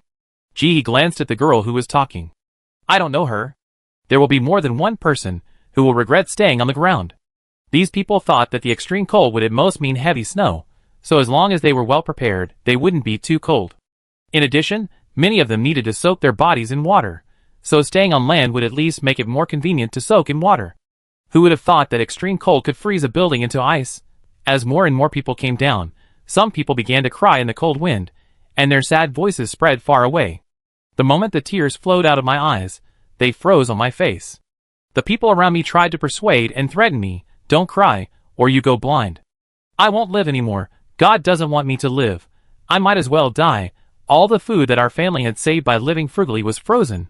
I didn't bring any bean cakes with me. How can I live?" The more the woman thought about it, the sadder she became. Her tears soaked her clothes. The old man and his daughter had both become gifted. They had thought that life would be better in the future. Now all the food was gone. How could she accept this? During this period, the family had been saving food for the winter. They only dared to eat half full. They also bought 2 kilograms of flour at a high price in advance for the new year. Now all of it was frozen in the house. There were also her tomatoes and cabbages that had already grown. Now it's all gone, all gone. It's a sin. As the woman cried, many people also cried with tears in their eyes. They just wanted to cry why God wanted to kill them. Why do we have to go through this every time we think life is about to get better? At the moment when the house was about to freeze, the gifted person only had time to take his family out of the house, and there was no time to collect the supplies scattered throughout the house. All the food and winter supplies were frozen in the building. Now they dare not even approach. They can only stand far away and watch. The thick ice freezes not only the house, but also their hard work and their lives. "Mom, don't cry, our family is alive. This is better than anything else." "Yes, you see so many people, they are frozen to death. We have the base. The base will not ignore us. Didn't the base say that it will sell bean cakes on time? When the time comes, we can just use the points to buy bean cakes and eat them, and we can still survive." He didn't say anything. The man who was speaking obviously still had good expectations for the future, but did he know that there would be no food in the first half of the extreme cold? With so many mouths to feed, could the base's inventory really last that long? I don't know what she thought of. Jihee's mind moved. It can't be said that having food depends on luck. If he is really the chosen one, he won't starve to death. While she was thinking wildly, she felt something falling in front of her. Look up. The sky was full of white snowflakes, scattered in large pieces, and soon covered the earth. If this scene was seen before the natural disaster, it would definitely be a joyous occasion, and children would even go out to play snowballs and build snowmen happily. But now, no one standing outside felt happy, and they only felt colder in their hearts. Ice alone was not enough, and it was snowing. It's already minus 30 degrees. Someone in the crowd muttered. No one spoke, and everyone watched the snow falling in silence. The temperature continued to drop. After crying for a while, everyone stopped. Feeling the cold, people kept pacing around, trying to warm themselves up by exercising. He raised his foot, and slowly walked towards the icicle building in the distance. After just a few steps, he felt a cold wind blowing directly on his face, as if it was going to blow into his bones. In the past 2 years of natural disasters, it was dry and hot at first, and the water evaporated. Later it was humid and hot, and the weather was steaming with sweat, and the whole world was wet. The house and food kept getting moldy and hairy, and the clothes were always wet and stuck to the body, as if living in a steamer. But at the moment, when the cold wave came, the whole world suddenly became extremely cold. Chapter 606. The whole world fell into darkness, and with the cold wind whistling in my ears, I felt abandoned by the whole world. This kind of cold is not the dry cold in the north, nor the cold in the Mission of Rika continent, but it is a bit like the cold in the south. The damp cold air is almost blowing into people's bones. Even if it is not cold, he still subconsciously wraps his clothes tightly. The neighbor who was watching he from a distance, hiding under his son's belly, saw the scene and shook his head with a smile. The child is not big, but he still wants to save face. Let's also pay attention to the child's face, and don't expose her in front of her. I think she is not old, and has a strong self-esteem. His wife also nodded. If it was before, she would still be in school. Oh, it's all because of this world. He walked until he was 1 meter away from the icicle before stopping. He casually pulled out a weed and threw it on the icicle. At the moment the two touched, the green plant froze in the posture of being thrown, and the white ice spread instantly, finally wrapping the weed inside. Like a crystal work of art. I want to touch it. She moved her fingers, but restrained herself. There were so many people watching around. If she got frozen, she would have to pull her hands out, which would be embarrassing. As the temperature dropped, the people who had been hiding in the house before could not be seen, and they were standing downstairs with big and small bags. He realized that there were more people who chose to stay on the ground this time than she thought. These people stood together as families. There were as few as 3 people, and as many as 10 people. There were basically no people standing alone like Ji-hee. Many people noticed her. A gifted person turned into a 4-legged, long-necked monster with thick black hair and approached Ji-hee. Are you a support-type gifted person? What is this icicle? Did you figure it out? Ji-hee shook her head. An icicle is just an icicle. What else can it be? The monster glanced at her and said nothing more. It turned around and left. There were many hairy people among the gifted people. If the previous scorching heat was torture for them, then this temperature was just right for them. If the temperature doesn't drop anymore, this temperature will be heaven for them. Many long-haired talents turned into beasts to block their families and protect them from the cold wind. It was quite peaceful. In a quiet environment, a cry of surprise reached everyone's ears. Hurry up, son, your dad has fainted. It's okay, don't panic, Mom. My dad is stupid, and the chance of him turning into a turbid beast is not high.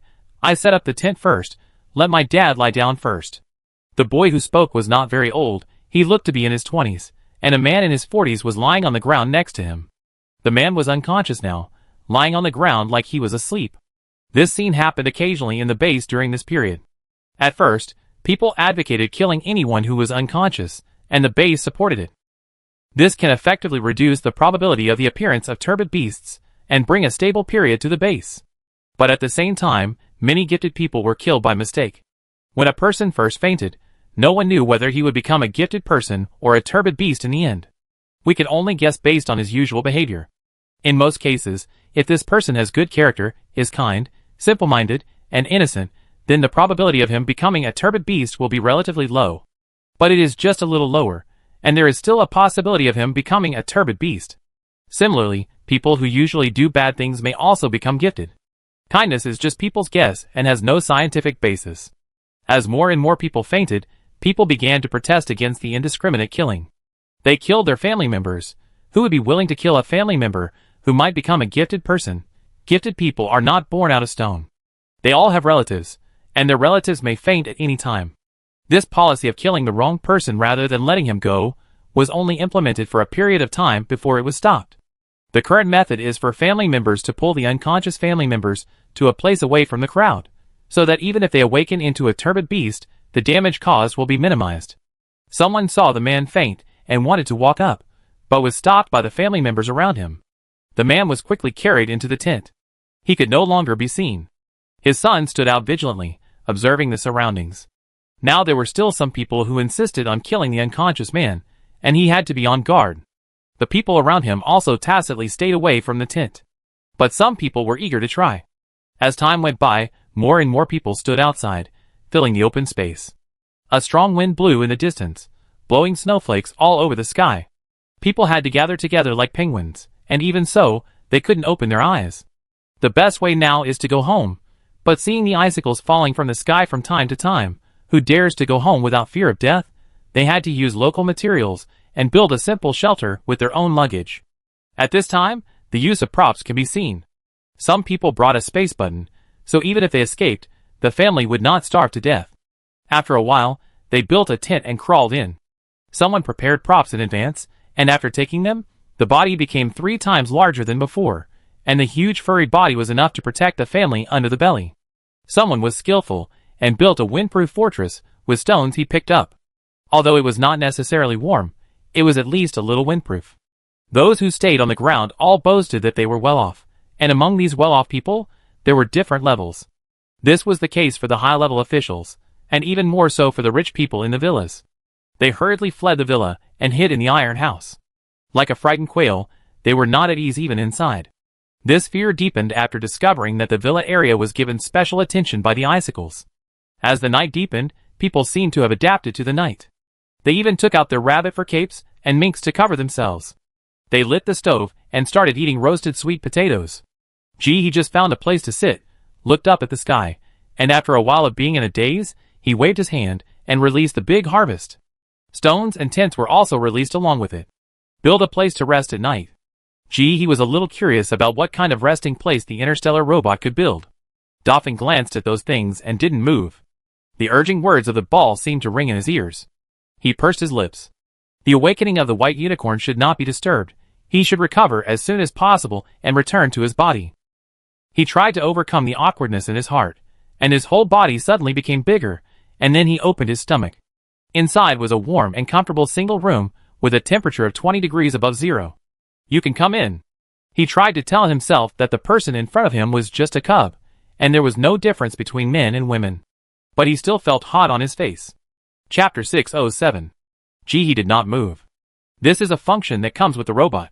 Doomsday lowered his head and pursed his lips. If you don't want to come in, I set up a tent for you. She was just in a daze. I don't want to come in. After saying that, she went in. Doomsday lowered his head and closed the door, blocking all the cold outside. People around were envious of this scene. Is this prop expensive? What are the conditions? Hey, it's incomparable. A lone commander, one person can feed the whole family. Do you think she has any food? I don't know which character in the game she is. What's so great about it? If I didn't have so many people at home, I could be so carefree. Hey, look, something is flying over there. Wow, it's too exaggerated, too rich, isn't it?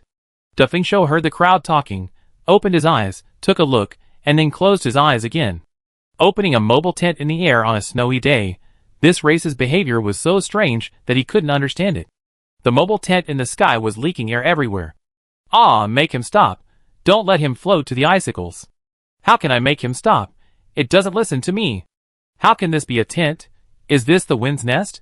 It's colder than outside. My nose is frozen. Let me go.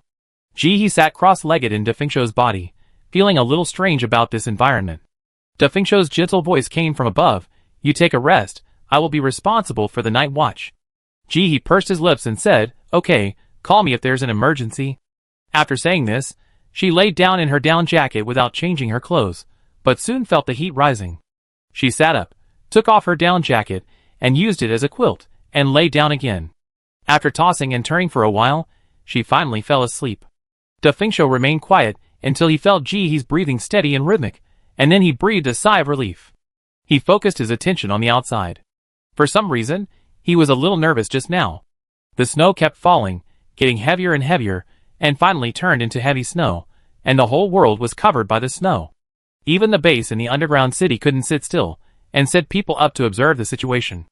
They didn't organize people to go indoors to hide, because the government buildings were frozen, and no one dared to respond even if they asked everyone to go indoors. This icicle doesn't only freeze high-rise buildings, it's random. It's just that when it falls, if it hits a building, it will freeze instantly. If it doesn't hit a building, it will fall directly to the ground, and at the moment it falls to the ground, it will be frozen with a radius of 2 meters around it. Who doesn't know where the next icicle will fall? At first, people could still hide in the tents with peace of mind, but as 2 tents were frozen by icicles, ordinary people inside were frozen to death, and after the gifted were frozen half to death, no one dared to get into the tents. Everyone carried their luggage and squatted outside looking up at the sky. Once they found that the icicle had a tendency to fall in this direction, a group of people quickly ran to the other side. This night was very busy for them. They carried their luggage and stepped on the heavy snow, changing several places in one night. I just felt that there was no safe place in the whole world. In the cold, some people fainted and awakened to become gifted people, while others became turbid beasts, and were later killed by gifted people amid the cries of their families. Extreme cold is fair, people feel cold, and turbid beasts also feel cold.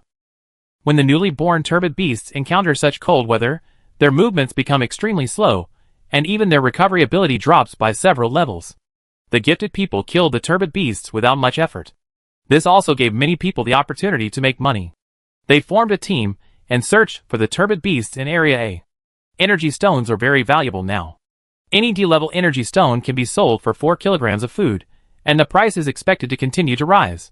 If they kill a few more turbid beasts, they can live a good life. With those who specialize in killing, there are naturally those who sell information. As long as the turbid beast appears, the first person who shouts at the top of his voice and is heard by the team can get a reward of 2 bean cakes. The reward is not much, but it is better than nothing. In the dead silence of the night, a few shouts would appear from time to time, "Dirty beast." The grief of the death of a loved one and the joy of obtaining the energy stone, 2 completely opposite emotions, actually occurred at the same time. The sky gradually brightened. Jihi woke up, ate a bowl of hot casserole noodles, and had a big harvest stomach. Standing in the cold wind, she moved her nose, wanting to get rid of the smell, but she didn't expect to smell anything. She turned her head in surprise. "Da Fengshuo, did you smell it?" Da Fengshuo suppressed his upturned mouth corners and said nonchalantly, "Yeah. Deodorization is basic training." "Jihi, thank you." "Yeah." Da Fengshuo pursed his lips, shrunk his body, and did not say he was going back, but just followed Jihi. In the second half of the night, there were fewer icicles falling. About 1/10 of the houses in the entire base had been frozen by icicles. Area A. Originally, every building was more or less occupied by people. Now some houses were frozen by icicles, and could not be lived in at all. Those people could not go underground, so they naturally had to find extra houses in other buildings that were not frozen. Now their eyes were fixed on the houses that were not frozen by icicles. The outdoor temperature has now reached -69 degrees Celsius. It is the same as the lowest temperature in the Arctic. In this environment, even those who have transformed into furry animals cannot survive outside for a long time. Their thick fur is not enough to support them to survive in a -69 degree environment for a long time. They are only resistant to cold, not immune to cold. Besides, they have families. A group of people surrounded the staff patrolling the base, and refused to let them leave. "Our house was attacked by icicles. Where can we sleep now? The food we stockpiled before has been frozen. Now we have nothing. Can the base give us some subsidies? If not, we can take them down with us." The base said it would sell bean cakes before. When will they sell them? Everyone had a lot to say. The base had no extra conditions to accommodate them in this situation. The staff had bitter faces, and could only agree with him and all. "The base will definitely sell bean cakes. Don't worry. Wait patiently. I've remembered your questions. I report them to the higher authorities. Don't worry. In a word, report them to the higher authorities." The leaders of the underground base were not idle either. They held a meeting to discuss the matter. In the end, they decided not to build a shelter. The underground was busy with expansion. How could they have the time to build a shelter? Let those who stayed on the ground find an empty house to live in for the time being. When the weather gets warmer, they can return the houses to their original owners. The base does not charge rent, nor is it responsible for helping them find houses. They have to rely on themselves. Chapter 608. The people on the ground were not happy. "Why can't we build a shelter? Our fuel was frozen by the icicles. What can we burn now?" The base also knows that shelters are good, but shelters are not so easy to build. It is not as simple as just vacating an empty house. Not only must the indoor temperature be at least above 0 degrees, But also personnel must be arranged to maintain public order, provide food and ensure people's mental health, etc. The base suffered a lot of losses last night. 2 grain warehouses were frozen by icicles, and they had to find a way to dig them out. They really couldn't take care of the people on the ground. Anyway, you won't die, just get over it. As for food and water, it's not a big problem. It keeps snowing, and they just tested it, and the pollution level is not more than 40%, but there are black spots in the melted water, which looks a bit disgusting. But it doesn't affect people's drinking, just filter it and boil it. As for food, the base will open the gate of the underground city every 2 days in the future. Those who want to buy bean cakes can line up at the entrance of the underground city at that time. After appeasing the people on the ground, we have to appease the underground. The natives of Area A in the underground city were also paying close attention to the situation on the ground. When they heard the news, they were furious. They didn't want to stay underground anymore and wanted to come up. Before, Bai Wu was robbed and the supplies were not recovered. Now his own house is going to be occupied openly. After the extreme cold, will the home still be a home? The base was helpless. Then what do you say we should do? You are underground, and they are on the ground. You say you don't want them to live there, so they won't live there? How can this person be so obedient when he is about to freeze to death? It's useless for you to go up now, unless you don't come down, otherwise once people leave, the house will be occupied by someone else, and it will be a waste of time. This is the truth, but some people are still not happy, saying that they want to go home to get their things. Some even said that they want to move back to the ground to protect their homes. These people must have hidden things at home, and now someone is going to enter. They are naturally nervous. But most people can still keep calm. Especially those whose homes have been robbed once before. They have learned their lesson this time, and did not leave any valuables at home. When we moved underground before, we would rather be tired and move more times to empty the supplies. Now the house is empty. If these people are willing to live there, then they can live there. So the base gave those who were unwilling to move the supplies 3 hours, and closed the gate on time after 3 hours. If these people did not come back in time, they would have to wait until the gate was open in the morning of 2 days. It sounds like a long time, but it is not enough. There is only one entrance and exit in the underground city, and many people want to go in and out. They have to queue up for at least 20 minutes. After coming out, they still have to walk home. It takes more than 10 minutes to walk home to the nearest house in this weather. And most people need at least half an hour to walk back home in this heavy snow. You move this family. Everyone kept silent. On the other side, those people had been freezing outside all night and thought they could move in immediately. Now they are not allowed to move and are not happy. They surrounded the base staff and kept shouting. It's cold. Why do we have to wait for 3 more hours? Yes, we promised not to take their food. Isn't that enough? Can't you let us in first? My dad is old and can't stand the cold. This group of noisy people is still a minority. Most people are watching coldly. Many people's eyes are shining. Many of them had already taken action in silence when it was dark last night. What time is it now? The supplies stored at home have been frozen by icicles, and it is still unclear whether I can survive. Who cares about your rules and regulations? Especially those who saw the icicles fall last night. They are now in a state of anxiety. After today, they are afraid that there will be no tomorrow. How can they still be so obedient? Last night, wherever the icicles fell, except for the gifted, ordinary people were all frozen into ice sculptures. No one was spared. Seeing this natural disaster coming fiercely, who would care about morality? What your home is my home, take it. He stood behind the crowd and listened for a while. He didn't hear the new policy of the base, so he turned around and walked home. Those gifted people whose homes were frozen had to wait outside for 3 hours, but she didn't have to. The house she lived in was fortunately not frozen by icicles last night. She could just go back now. The snow kept falling, and had already covered Jihee's knees. Every time she lifted her feet to walk, she had to pull her legs out. It was very strenuous. Da Fengshu didn't say anything, but silently walked from behind Jihee to the front, leaning on his body to help her wade out a path that was easier to walk on, so that Jihee would feel much easier if she followed the path he waded out. Jihee smiled and touched Da Fengshu to express his gratitude. Da Fengshu lowered his head and said nothing, concentrating on clearing the way ahead. When they were almost at the door of their house, a cry of surprise came from afar. A gifted person, who had turned into a hairy monster, was testing the icicle with a leaf. This time, the leaf did not freeze into ice when it touched the icicle, but slid down along the icicle. This happened several times in a row. Many people saw the scene, and those who were still in a state of decadence immediately widened their eyes. It won't freeze me anymore, so can I go home to get something? Get what? The whole building, even the stairs and the door are frozen. I don't know how long it will take to break them open. There's a lot of work to do, but I still have to eat. I've been hoarding supplies for so long, I can't give it up. Take out a piece of cake, and I lose one less piece of cake. After a woman said this, she turned into an animal similar to a mouse, stood up, and used her sharp claws to start removing the ice from the first floor windows. The ice looked thin, but it was actually very thick. The woman smashed for a long time, but she only smashed less than half a meter to get the supplies. But at this moment, her claws were frozen, and some of them were numb. Seeing her smashing, many people couldn't stay any longer, and they didn't even bother to ask the base staff, and turned around to smash.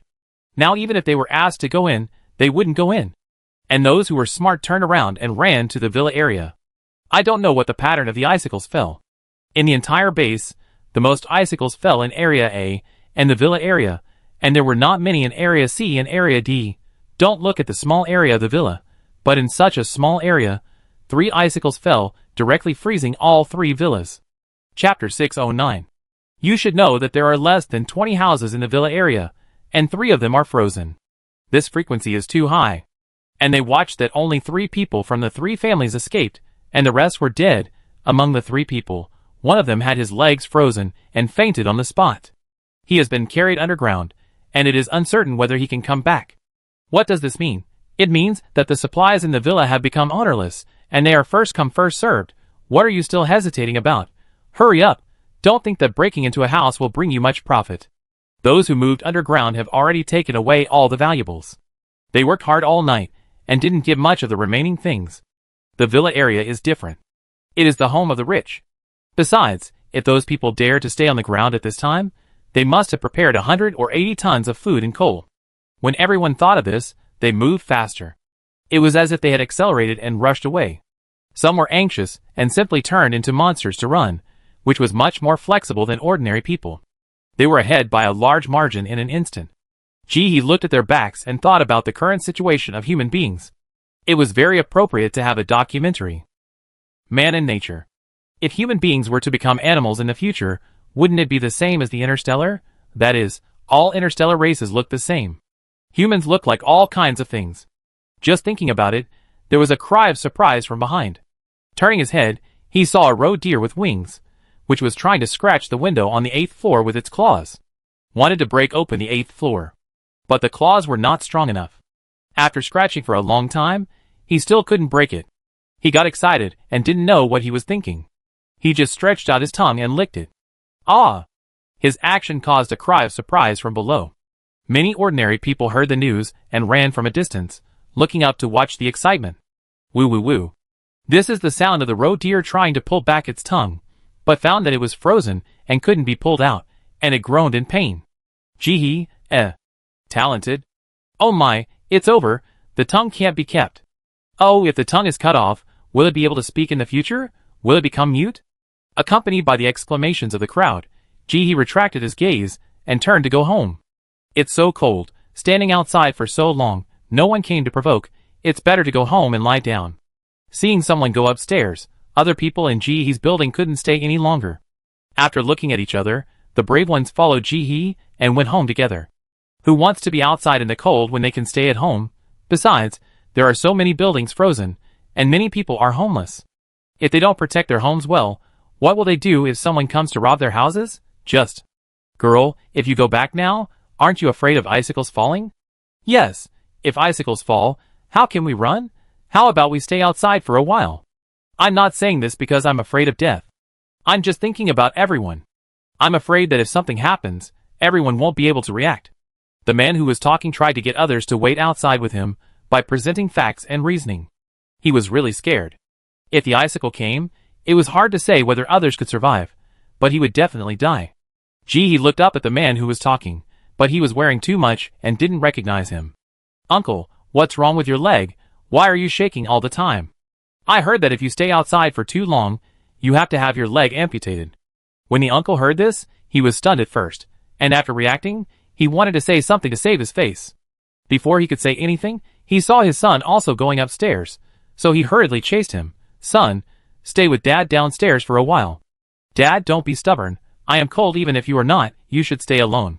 The son was not happy, broke away from his father, and went upstairs. His cotton pants were frozen through, and now he wanted to go home early to warm himself by the fire. The man turned around and pulled his wife, then stay with me for a while.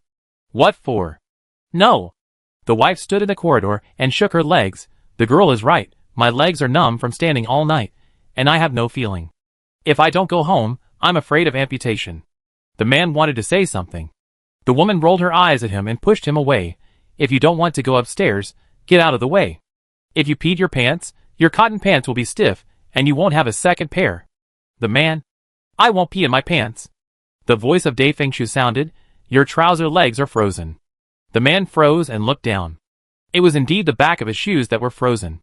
The man's wife shouted, You peed your pants because of the cold? Everyone's eyes shot over.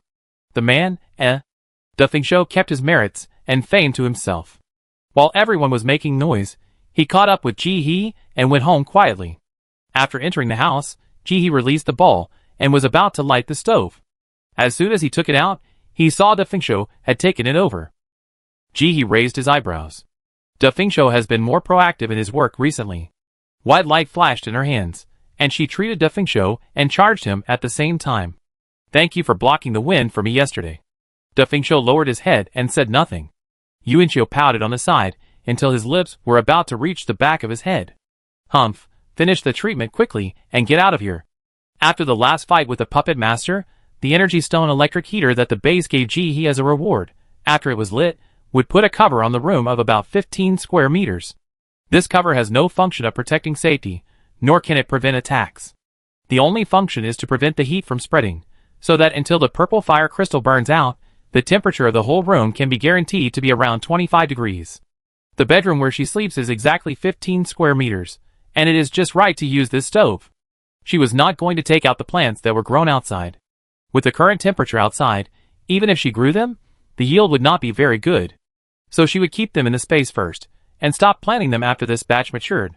In the base, the icicles stopped falling, the gate of the base's underground city opened, and a group of talents were sent up. They had a lot of work to do.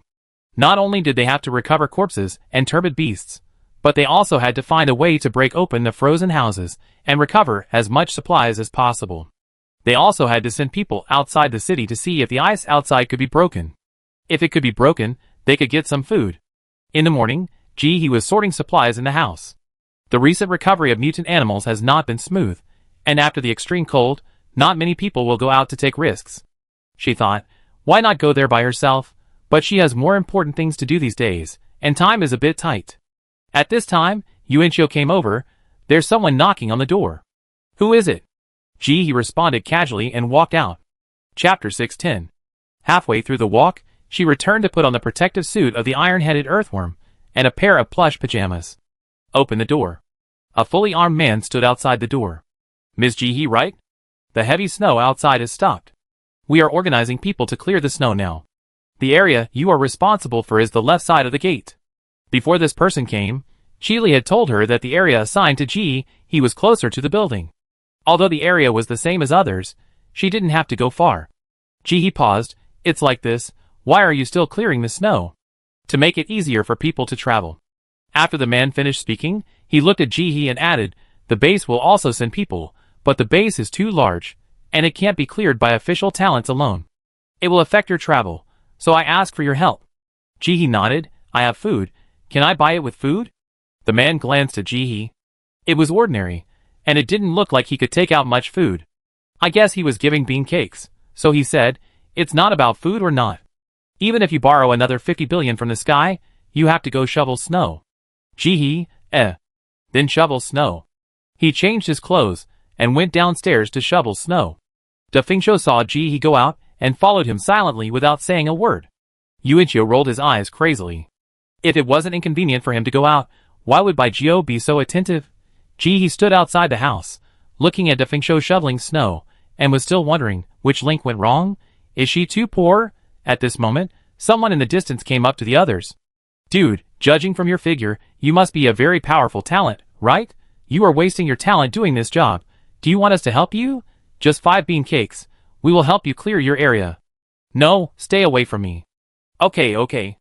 Others were driven away, but these people were not angry and continued to ask other people. The base assigned snow removal to every household left on the ground. It didn't say that it had to be done, but it was linked to credibility. If it wasn't done, it might restrict the person from buying bean cakes. In this way, it had to be done even if they didn't want to. But it was still humane. They didn't ask them to clear the entire base. They just had to clear the main roads. He thought these people would come over on their own initiative. But this group of people took a detour and went to the side. She had sharp ears and could clearly hear them chatting. Brother, that girl is wearing a brand new down jacket. Why don't we go to her? You don't understand this, right? Sometimes you can't just look at the outside of a person, you also have to look at the inside. Although her clothes are new, she is thin, and you can tell she doesn't have much food. Ah, at this time, you have food but don't buy food, you only know how to buy clothes, useless. Yes, let's save more food, and clothes are just for warmth. It doesn't matter if they look good or not. Forget it, she can clean it up quickly by herself. The hands were very fast, and soon all the snow was cleared. He put away the shovel, and turned to go home. Before, she pretended to be poor, and was very successful. All the neighbors said she was the poorest. Now she stopped pretending, and was ready to expose the tip of the iceberg. Why didn't anyone believe she was really rich? But she was not willing to explain. After thinking about it, she decided to let it go. After entering the door, he was about to take off his coat, and Yuanchio came over. The neighbor downstairs is looking for you. Yuanchio pretended at first, and didn't say anything to the outside world, acting like a serious prop. But since he summoned the big red lips to stick to a few people during the last white fog period, it seemed that his Ren and Du meridians were opened. It is too lazy to pretend now, and directly talks to the people outside. The people in the corridor were scared at first, but now they are used to it. After opening the door, a man who was wrapped tightly, and wearing a patched old down jacket stood outside. He only showed a pair of eyes at this time, with his hands in his sleeves, stamping his feet, walking around in the corridor, and his eyes lit up when he saw Ji coming out. Big sister, hello, I am a neighbor on the 3rd floor. I came up to ask you, we are planning to move to your downstairs. Do you have any objection? Ji shook his head. You are welcome. The man's main purpose for coming here was not this, and after hearing this, he naturally continued. New people will probably move into our building in the future, and we don't know what kind of people they are. We are going to form a temporary alliance. Do you want to join us? After saying this, he looked at Ji expectantly. Ji waved his hand, not in high spirits. I won't go. After saying this, he was about to close the door. The man was a little anxious when he saw him refuse. They had some guesses about Ji's strength. There were more ordinary people than talented people in their alliance. If Ji joined, it would definitely be safer. So they pulled the door that was about to close and persuaded him earnestly. We know you are strong, but 2 fists cannot beat 4 hands. You are not safe alone. After all, we have been neighbors for such a long time, and we know each other well. If something really happens, we can help each other. Who doesn't have a time when they can't help? Even tigers can take naps. Our alliance will definitely bring more benefits than disadvantages. If something happens, we can have someone to discuss it with, right? Ji pointed at the door with one hand. Do you see my door? My good helper? The kind that doesn't sleep for 24 hours. Yuanchio was very proud. That's right. The man saw that Ji insisted, and then he said with regret, then I go back first. You think about it. If you agree, you can come to the 16th floor to find me. You're welcome anytime. After saying that, he turned around and went downstairs. Watching him leave, Ji closed the door. The man was right. Tigers also have time to nap. If possible, she does not reject having helpers. But she can only accept completely loyal people like Yuanchio and Dai Fengshu. The alliance of those people is not stable, and going in will only cause trouble for herself. Ji exposed her strength to live a good life, not to quarrel endlessly over trivial matters. Besides, these neighbors are usually just nodding acquaintances, and they don't know their character at all. If something really happened, it would be good for everyone to flee when disaster strikes. If they really step on each other, it would be looking for trouble. Why did she join in the fun? Yuanchio also supported Ji. Just don't join. They are bad. They said bad things about you yesterday. Just live here with peace of mind. I have more than 10,000 anti-theft modes, which will definitely make you sleep peacefully and lie comfortably. Ji smiled and didn't expose Yuanchio. She felt that the more than 10,000 modes here should be put in double quotation marks. It didn't snow for the next 2 days, so he didn't go out, but the people downstairs would go out every day. They had no water to drink, so they had to collect snow. Chapter 6:11. After the cold weather, the water pipes in the base froze and cracked. If they wanted to drink water, they had to go outside and get it in a basin in the snow. It was fine on the first day, but on the second day, when someone went downstairs to get snow, he saw a yellow mass in the snow and a black object next to it. The man started to curse. "That wicked guy is peeing downstairs? You are so angry that your urine is so yellow? Is he wicked? Everyone needs to drink the snow downstairs. How can others drink it if you pee and poop like this? You're not afraid of giving birth to a son without an asshole if you do such a wicked thing. Don't let me know who you are, or I make you eat everything." The man cursed for a long time, and cursed everyone in the building out. Many people saw the two piles downstairs, and followed suit. Every household in District A has a toilet. We used to despise people in Districts B, C, and D for urinating and defecating everywhere, but we didn't expect that there is one downstairs in our house now. And he urinated in the water source. Can you grasp the point now? Is it about this splash of urine now? The water pipes are frozen and cracked, and there is no water. It will be difficult for every household to go to the toilet in the future. If everyone pees downstairs in the future and pollutes the snow, will we die of thirst? Or do we have to drink urine? Otherwise, we will send someone to watch over it, so that there will be no water to drink in the future. Who will watch?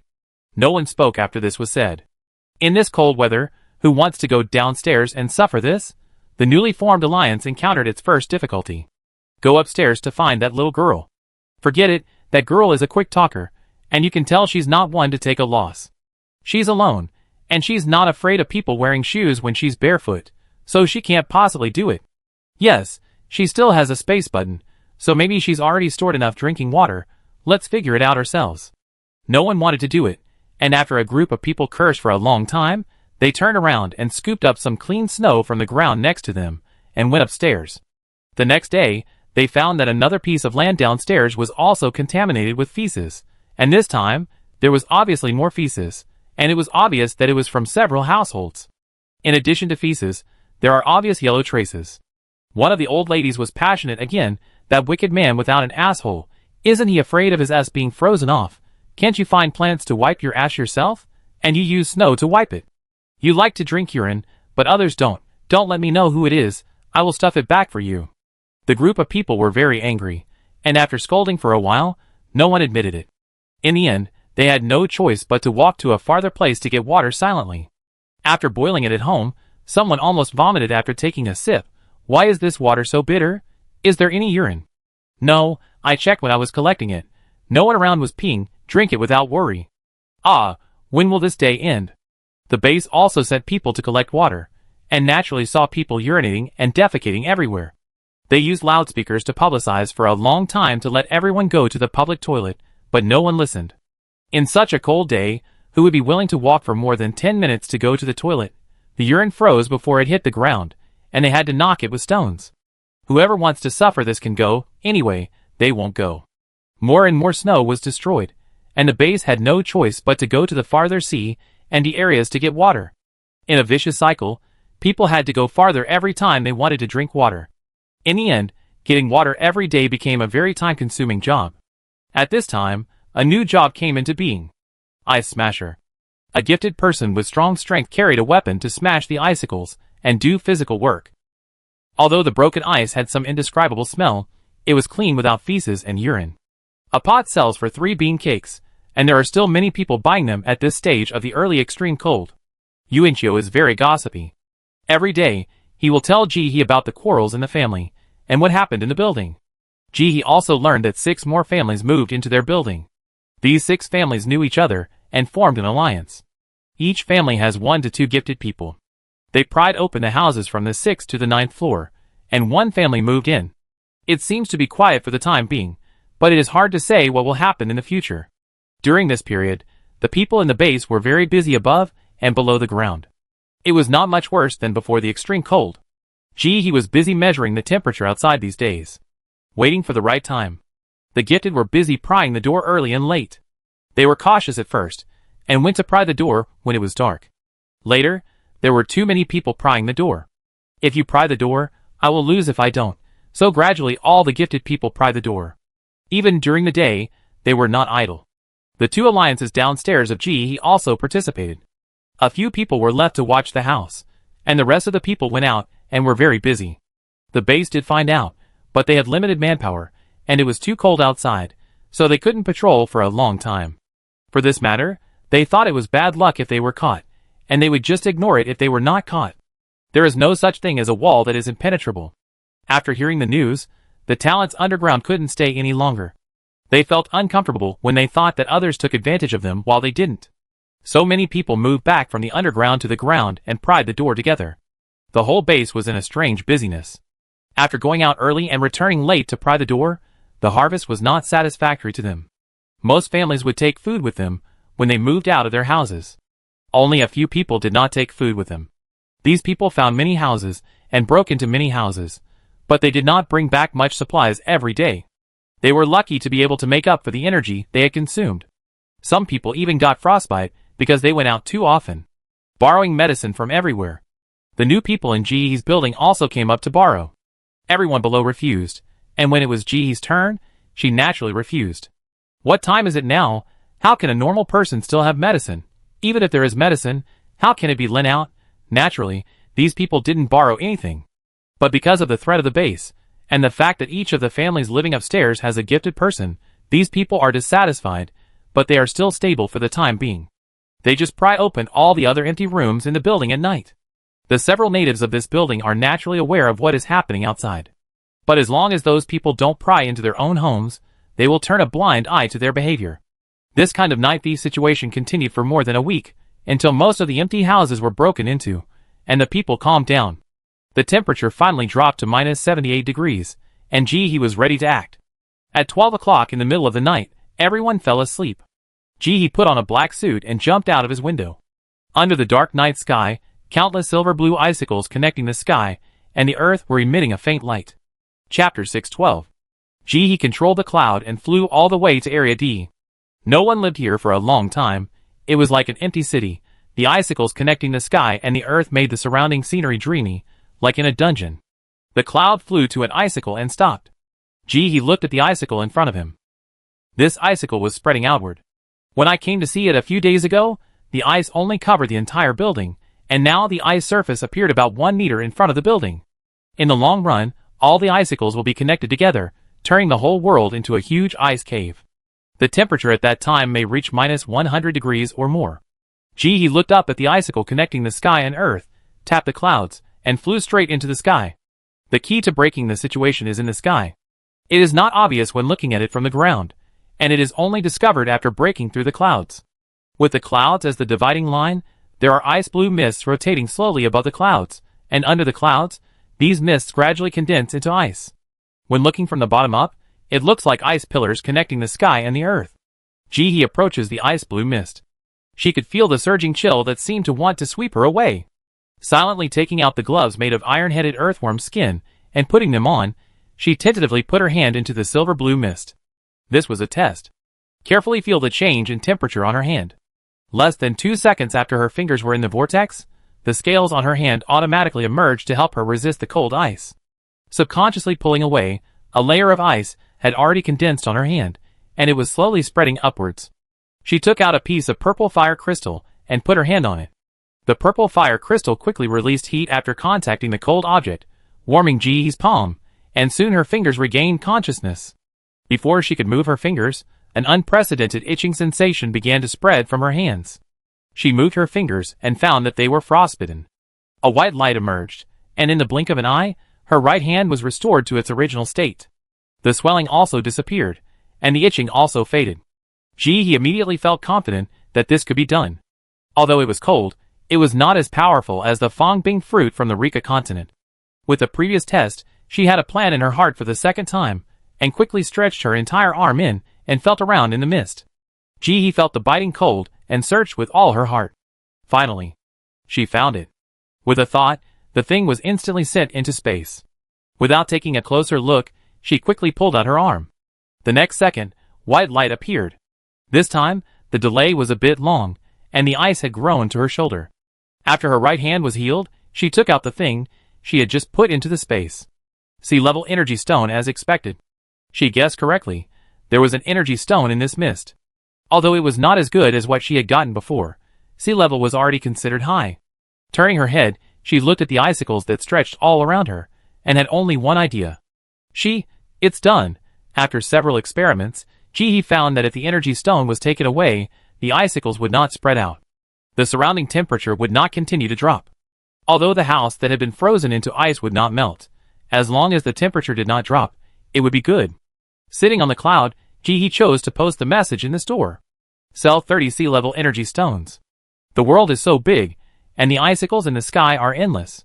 She can't get all the energy stones even if she is exhausted by herself. Moreover, as time goes by, the temperature of the world will continue to drop. Will we be able to stay here? By then, I am afraid that even the gifted people will not be able to bear it. Energy stones are endless. She sells the news, and the gifted people get energy stones. With more money on hand, the price of energy stones drops. She can slightly raise the price of the material she sells, and earn back the energy stones. Same. Besides, she is only selling the news, not that she will not get energy stones. Before the news is sold, she can get another wave of energy stones. She knew that information was time sensitive, meaning it was a one-time transaction, not a long-term business. So she chose to pay in advance, and announced the clues in 3 days. With these 3 days, those who want to buy will definitely buy, and those who don't want to buy will have no use waiting. Once the 3 days are up, the system will immediately send a clue based on the buyer list. The content is very simple, just one line of words. There are sea level energy stones in the mist above the ice blue clouds. And she can take some energy stones from the heads of bases around the world within these 3 days. Borrow another 50 billion from the sky. As a low-key celebrity, every move of his is watched by the whole world. As soon as the news was posted, countless organizations immediately held meetings to discuss. Some organizations were stubborn before, struggling whether to buy or not. Now they are not struggling. There is only one word. Buy. The painful thing is that the price is too expensive. Not to mention small organizations, even large organizations are reluctant to pay. Their current energy stones can only be obtained by gifted people from dungeons. There is no other channel besides this, so they are not struggling about whether to buy or not, but how much money to buy. So all kinds of handsome men and beautiful women schemes appeared again. The purpose is only one, to reduce the price. He was busy getting energy stones. How could he have time to reply to messages? He simply entrusted the system with full authority. And the system really hates those who seduce minors. So the handsome men and beautiful women schemes of this group of people not only did not have a positive effect, but also had a counterproductive effect. Everyone found that Xiang Tian, who was still aloof before, suddenly changed his style. Someone, boss, can you give me a discount? Xiang Tian borrowed another 50 billion. You have 1 A-level energy stone, 16 B-level energy stones, and 48 C-level energy stones in your warehouse. Do you want me to continue? Someone, no. No need. Someone, boss, can you tell me what kind of news it is? Let us be mentally prepared. Borrow another 50 billion from the sky, about how to pick up energy stones for free. Someone, can you elaborate on it? Borrow another 50 billion from the sky. Do you need me to feed you? Someone, wipe your sweat then. That's not necessary. Although I was bluntly retorted by 50 billion, I felt relieved for some reason. If someone can say that, then the news must be true. Have you ever seen a fraudster so ruthless? No, right? Although they are relieved, the big organizations have money, and the small organizations don't have so many energy stones in their warehouses. What should they do? The considerate system appears again. The newly launched Energy Stone Loan Service relieves the worries of small organizations. Borrow 30 pieces, and return them within 30 days, so you only need to pay back 35 pieces. What are you waiting for? So, countless people went to the system to borrow money. Then hand the energy stone to Jihe. A certain consciousness on the other side was so happy that it laughed. Lucky star shines. The white unicorn is mighty. It is not yet an adult, but it is so prosperous. What will happen if it grows up? Wang Wang Wing. Chapter 6:13. As for the danger of picking up energy stones, it was all thrown to the back of a certain consciousness. It's free to pick up, and you only get hurt a little, so what's the point of whining? The underage cubs can pick up. Why are you whining? Humph, you're so old, you're just being pretentious. As soon as the 3 days came, the message was delivered on time. Those who can afford to buy this message are basically certain organizations. After all, 30 C-level energy stones are not something that an individual can afford. But food is so tempting. Members of major organizations have families and parents. They are invulnerable, but their parents are not. In addition, many organizations have been infiltrated by double agents, triple agents, and 8 agents. After the news was sold, it became known to everyone in less than an hour. The system also contributed a lot. It put on a vest and mixed in with the crowd to sell. Why can others be scalpers, but it can't? This is unfair. It sold it. Not only sold it, it also made a lot of small moves, silence other scalpers and prohibit trading, only let him sell. For this, he was scolded a lot. The news spread like wildfire. I'm telling you, don't tell others. There is an energy stone in the icicle above our heads. It's sea level. Have you heard that there is a B-level energy stone in the icicle above our heads? Hurry back to the ground. There is an A-level energy stone in the icicle above our heads. It's free, you just need hands. The news spread and changed its meaning. It didn't take long for ordinary people to know about it, not to mention the gifted. The whole underground city was in an uproar. People who were hiding underground could no longer sit still. They looked for clothes and returned to the surface. At this time, they were not afraid of cold or hunger. They just felt full of energy, endless energy. The heat in their hearts was enough to melt the cold and ice. Even ordinary people were tempted. They knew that this energy stone was equivalent to food. One was worth several kilograms of rice. It is no exaggeration to say that if you really had one, you could buy the life of an ordinary person. Isn't this worth their madness? The gifted no more. The props brought out from the dungeon can be used directly if they have average effects. But if they are powerful, whether for defense or attack, they must be activated with energy stones. Energy stones are like batteries for props. No matter how good the props are, without energy stones, they are useless. And sea-level energy stones are definitely high-end among the energy stones they have obtained, whether in the dungeon or on the turbid beast. If you want to get one, you have to sacrifice your life. And now, such important news is sold so easily. When the news first came out, everyone was shocked.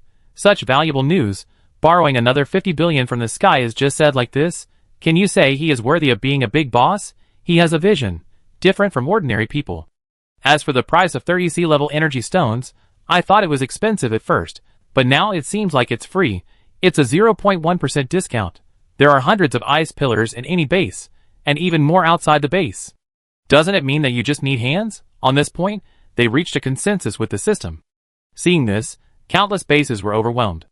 Not only did they have to find a way to obtain energy stones, but they also had to stop the irrational behavior of the talents in the base. It's not that they want to hold all the energy stones in their hands. It's just that no one knows the situation in the ice pillar above. If they act rashly, what if these talents really have an accident? These are the cornerstones of the base. If there are too many casualties, what will the base do if the turbid beasts come in the future? But no matter how much the base persuades them, these talented people insist on going up. We are not going to pick up energy stones. We just go up and take a look. I suddenly remembered that I forgot to take something at home. Let me go up and I will go get some supplies and come back. My grandma has a terminal illness. Before she died, she asked me to go up and take a look. For my grandma's last wish, please let me go up and take a look. Hurry up and let me go up. I'm allergic to the smell of shit in the underground city. My trachea hurts. Some bases have not lost their credibility, and the people below are willing to trust them.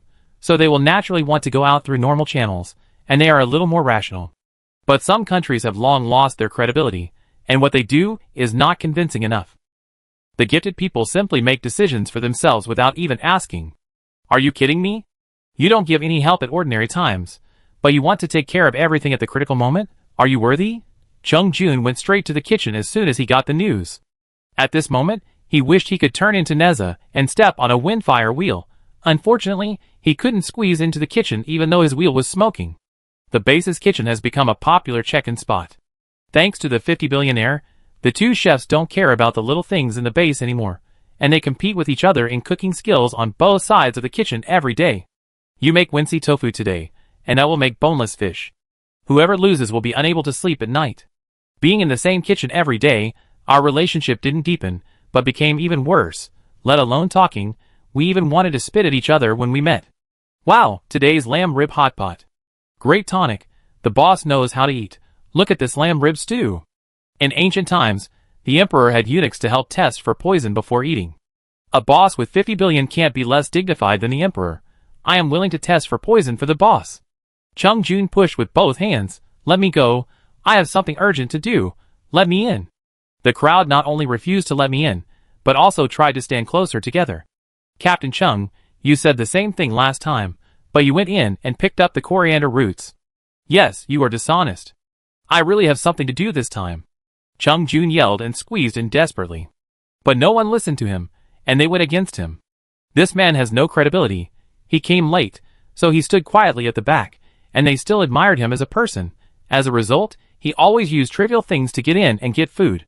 What the hell? Bah! When Chung Jun squeezed into the kitchen panting, his clothes were squeezed open, and he looked extremely embarrassed. Chef Sheng didn't even turn his head, but Chef Ge greeted him with a smile. Captain Chung is here. Chung Jun originally came with business, but his eyes immediately fell on the big pot of lamb ribs, and what he wanted to say became, the lamb ribs hot pot is so delicious. The people outside the door booed. I knew you were not doing anything. Neither of the two chefs responded. This dish belongs to the boss, and it is impossible for people to eat it, not even a mouthful of soup. Chung Jun realized what he said, blushed, and quickly talked about business. As a result, Chef Sheng directly refused, no. Chapter 6:14. Chef Gu also looked embarrassed. Xiao Chung, I would like to go, but you see my current situation, I really can't leave. Chung Jun persuaded him a few more times, but Chef Gu was still willing to talk nicely. Chef Sheng simply didn't even turn his head and concentrated on cooking his lamb ribs. In the end, he had no choice but to turn around and leave. Chef Gu hurriedly called Chung Jun. Since you are here, try the pickles I pickled with chive leaves, with bean cakes. It tastes a bit good in your mouth. Thank you, Chef Gu. After Chung Jun left, Chef Sheng snorted coldly, flattery. Chef Ji's expression remained unchanged. I have the right to dispose of my own things. Chef Sheng rolled his eyes. If you don't do anything wrong, you don't have to worry about ghosts knocking on your door. After that, he walked aside and started to mix the radish skin. Chef Gu gave his assistant a look, and the assistant made an okay gesture and secretly started recording. Chef Gu was satisfied and continued to stew the lamb ribs. He wanted to see whose salt this old guy used to mix his pickles. Last time, the old man secretly recorded a video while he was mixing pickles, trying to make trouble for him. Don't think he didn't know. Luckily, he is an upright person, otherwise he would have been framed by the thief. Now they cook, except for the skills, nothing else. From meat, vegetables, seasonings, oil, salt, soy sauce, down to water and gas tanks, all need to be provided by the boss. The boss is generous. In addition to the deserved compensation, all potato peels, radish peels, and coriander roots belong to them. These good things, they naturally don't want to throw away. After work, I made pickles and pancakes. Salt is needed to make pickles, and it is hard to say where the salt and seasoning come from. One kitchen, 2 gangs, 800 people, staring at the person opposite, their eyes are almost squinting. They all want to find a reason to squeeze the person opposite and monopolize the boss's orders. It's almost like a palace drama every day. They hate each other when they see each other. Gee, he was in a good mood these days. He made a lot of energy stones. Not only did he get the amount needed for this space upgrade, but he also had a lot left for next time. Seeing Chung Jun's message, she elaborated on it for the sake of the two chefs. She also returned the teleportation prop that Chung Jun had given her before, and also gave her a pound of fat pork. She now has a better prop, so she doesn't need this prop with a limited number of uses. This prop also helps her, and a pound of fat pork is considered rent. Borrow another 50 billion from the sky. There are energy stones, but it cannot be guaranteed that there are in every pillar. The ice pillars with energy stones will spread outward. Without the energy stone, the icicles will not spread outward. Chung Jun, why did you return the props? Is there anything we did wrong? Please tell me. Borrow another 50 billion from the sky. No, I just don't need it. Chung Jun was humble for a while, and finally accepted it when he saw that the boss really didn't want it. As for the 1 pound of pork, he was reluctant to say no. It was just right to make a big fat soup to give to the soldiers in the base, who were going to the ice layer to get the energy stone. Think about it. Everyone hasn't tasted meat for a few months. This fat pork will definitely be delicious when it goes into the pot. After closing the private message, he handed over the newly collected mutant animals to the space. The energy stones needed for the upgrade of the space this time are easy to collect, but there is still a lot of shortage in the mutant animals column.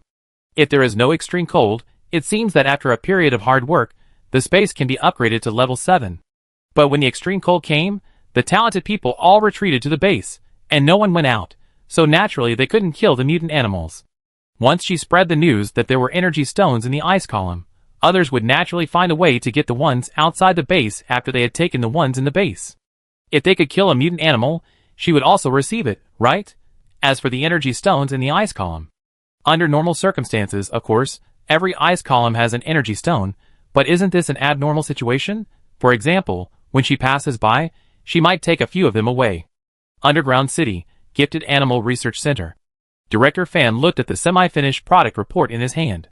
You are a little slow, you need to speed up. The temperature range must be mastered. Can it be done before tomorrow? Still slow. Do you know how many years it takes for a drug to go from clinical to market?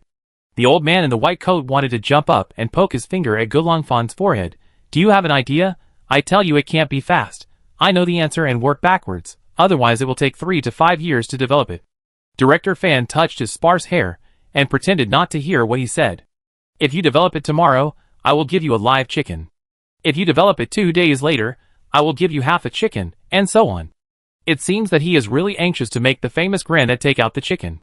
Do you have any common sense? The raw materials for the experiment are limited.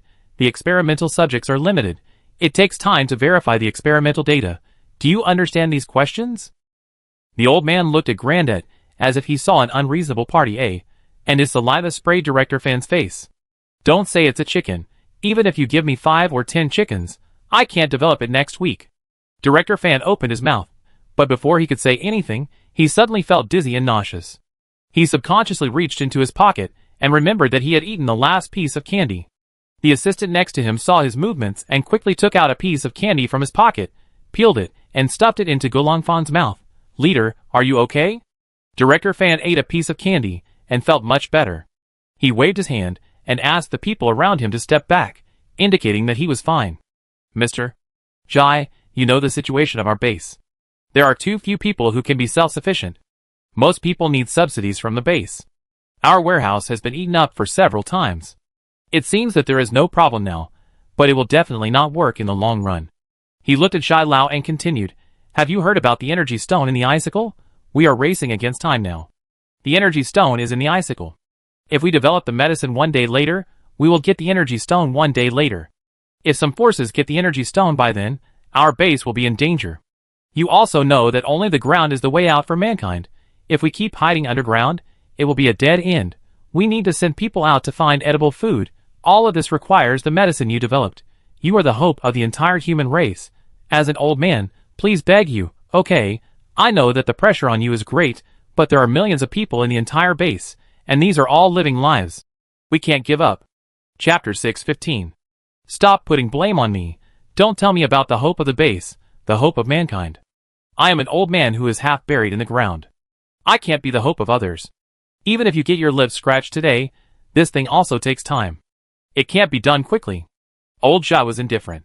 He has lived for so many years, and heard so many good words. How could he be fooled by a few words? Besides, even if my medicine is developed, its essence is a toxin. It is burdensome to the human body. Ordinary people can't use it at all. Only those with the physical fitness of talents can afford it. Director Fan sighed and continued, you know that there are energy stones in the bodies of turbid beasts? Yes, what's the matter? Although Mr. Jai is not a gifted person, he is not completely unaware of this kind of thing that everyone knows. Some organizations are creating turbid beasts to mass-produce energy stones. When Director Fan dropped this bomb, Mr. Jai was shocked. Are they crazy? The turbid beasts are contagious. The land they pollute is barren. Yes, they are crazy. These people will do anything to get energy stones. They can do anything crazy. If they have enough energy stones and get ahead of us, the consequences will be disastrous. Old Jai, we can't delay. Energy stones are now strategic resources, and we have to fight for them. These people are simply courting their own destruction. Old Jai looked very ugly. I do it as soon as possible, but I have to make it clear that there is no time to do experiments in such a short time. I can't say if there will be any sequelae. The base will appreciate your contribution. Director Fan was overjoyed, grabbing Jai's hand and shaking it back and forth. Very happy, don't worry, I will definitely arrange half a chicken for you. Humph, you haven't fulfilled your promise of half a caddy of pork belly, and 2 caddies of cornmeal last time. Jai pulled his hand away in disdain. To one side of the 2 people talking, in the transparent glass laboratory, the frogs that Ji He and his team brought back last time were kept here, and a special person was responsible for extracting the poison. Their toxins are the raw materials for heating props. According to the images seen by the foreknowledge type gifted, with a potion made from frog poison, people can move freely on the ground without fear of severe cold. The day after the message was sent, the entrance and exit of the base's underground city was opened, and a team of fully armed gifted people walked out. They were the vanguard sent by the base. The 50 billion boss said that there were energy stones in the ice column, but he didn't say how to find them. They still had to find a way themselves. The gifted used the props, and a jet-like thing appeared under their feet, taking them up to the sky. It was the first time for several people to use it, so they were not very skilled. They adjusted their bodies after a while in the air. They controlled the jet to fly higher and higher, heading straight for the clouds, and gradually disappeared. He carried a shovel, and just went downstairs.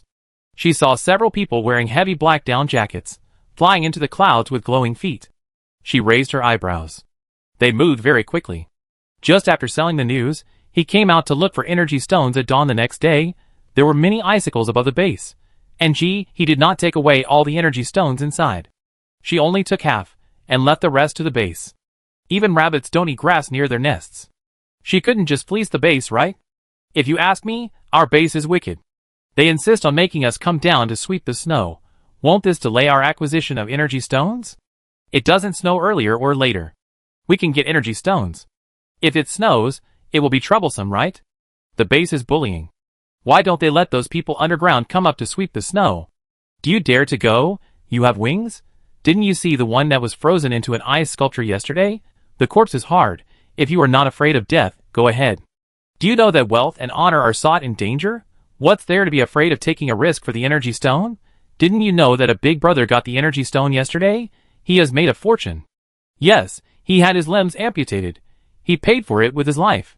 Hey, have you heard that there are talented people from the A City base coming here? When Jihe heard this, he had an idea. Come here at this time? Is there something going on? She wanted to hear what the two had to say, but they just said this and turned back to the energy stone. Apparently, the energy stone is not as attractive to the talents in City A. Jihe, keep talking. Why don't you talk? Snow sweeping is not as important as gossip. God is also interesting. It didn't snow for several days before, but as soon as the news of 50 billion was sent out, it snowed again. The base didn't mind being tired, and went door to door to notify every household, asking them to send people to sweep the snow. Although the talents didn't want to come, they still came for the sake of bean cakes. Jihe was not here. She came here to listen to gossip.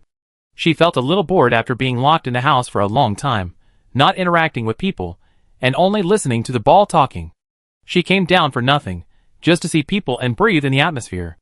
On the other side, the talent who flew to the base in the sky used a series of methods and various props, and finally successfully explored the fog on an icicle. As a result, he found that it was empty. What's going on? They didn't give up, and turned around to start exploring the second one. This time they were lucky. Although they wasted a lot of props, they successfully got a sea-level energy stone. So they came to the conclusion that the information was correct. Not every icicle has an energy stone. It depends on luck. Holding the energy stone in their hands, feeling the body being frozen stiff, several people did not delay and flew down quickly, ready to return to the base to report. Their mission this time was not to get a lot of energy stones, but to confirm the credibility of this matter. The base will be responsible for the follow-up. In the following period of time, all the major bases went crazy and used various means to obtain energy stones. When they found out that the news of 50 billion was true, they changed their previous disdain and felt that the distance between the icicles above their heads was still too far. They wished that all the icicles could be close to each other. But not all bases have this strength. Some small bases have no way to get these icicles. Knowing that there are energy stones in the icicles is different from being able to get them. The temperature in the icicles is far more than -100 degrees Celsius. If you dare to reach out without protection, amputation is considered good, but your life will be gone. And the energy stones in the white fog are not waiting for you to catch them. Chapter 6:16. Energy stones will float in the mist. Catching them is like catching a running mouse alive. It takes a lot of effort. Small bases are struggling to obtain energy stones to stop the spread of ice, while large bases are racing against time to get all the energy stones above their heads before going to get other bases. Everyone thinks the same thing. So the international community, which has not been in touch for a long time, borrowed the game chat channel again. They began to point fingers and condemn each other. Today, our country said that the energy stone was suspected to be stolen by a certain country, and tomorrow K country has something to say, making indirect accusations. But now the international network is not working, and in order to let their speech be heard here, they have to entrust the talents here to speak on their behalf.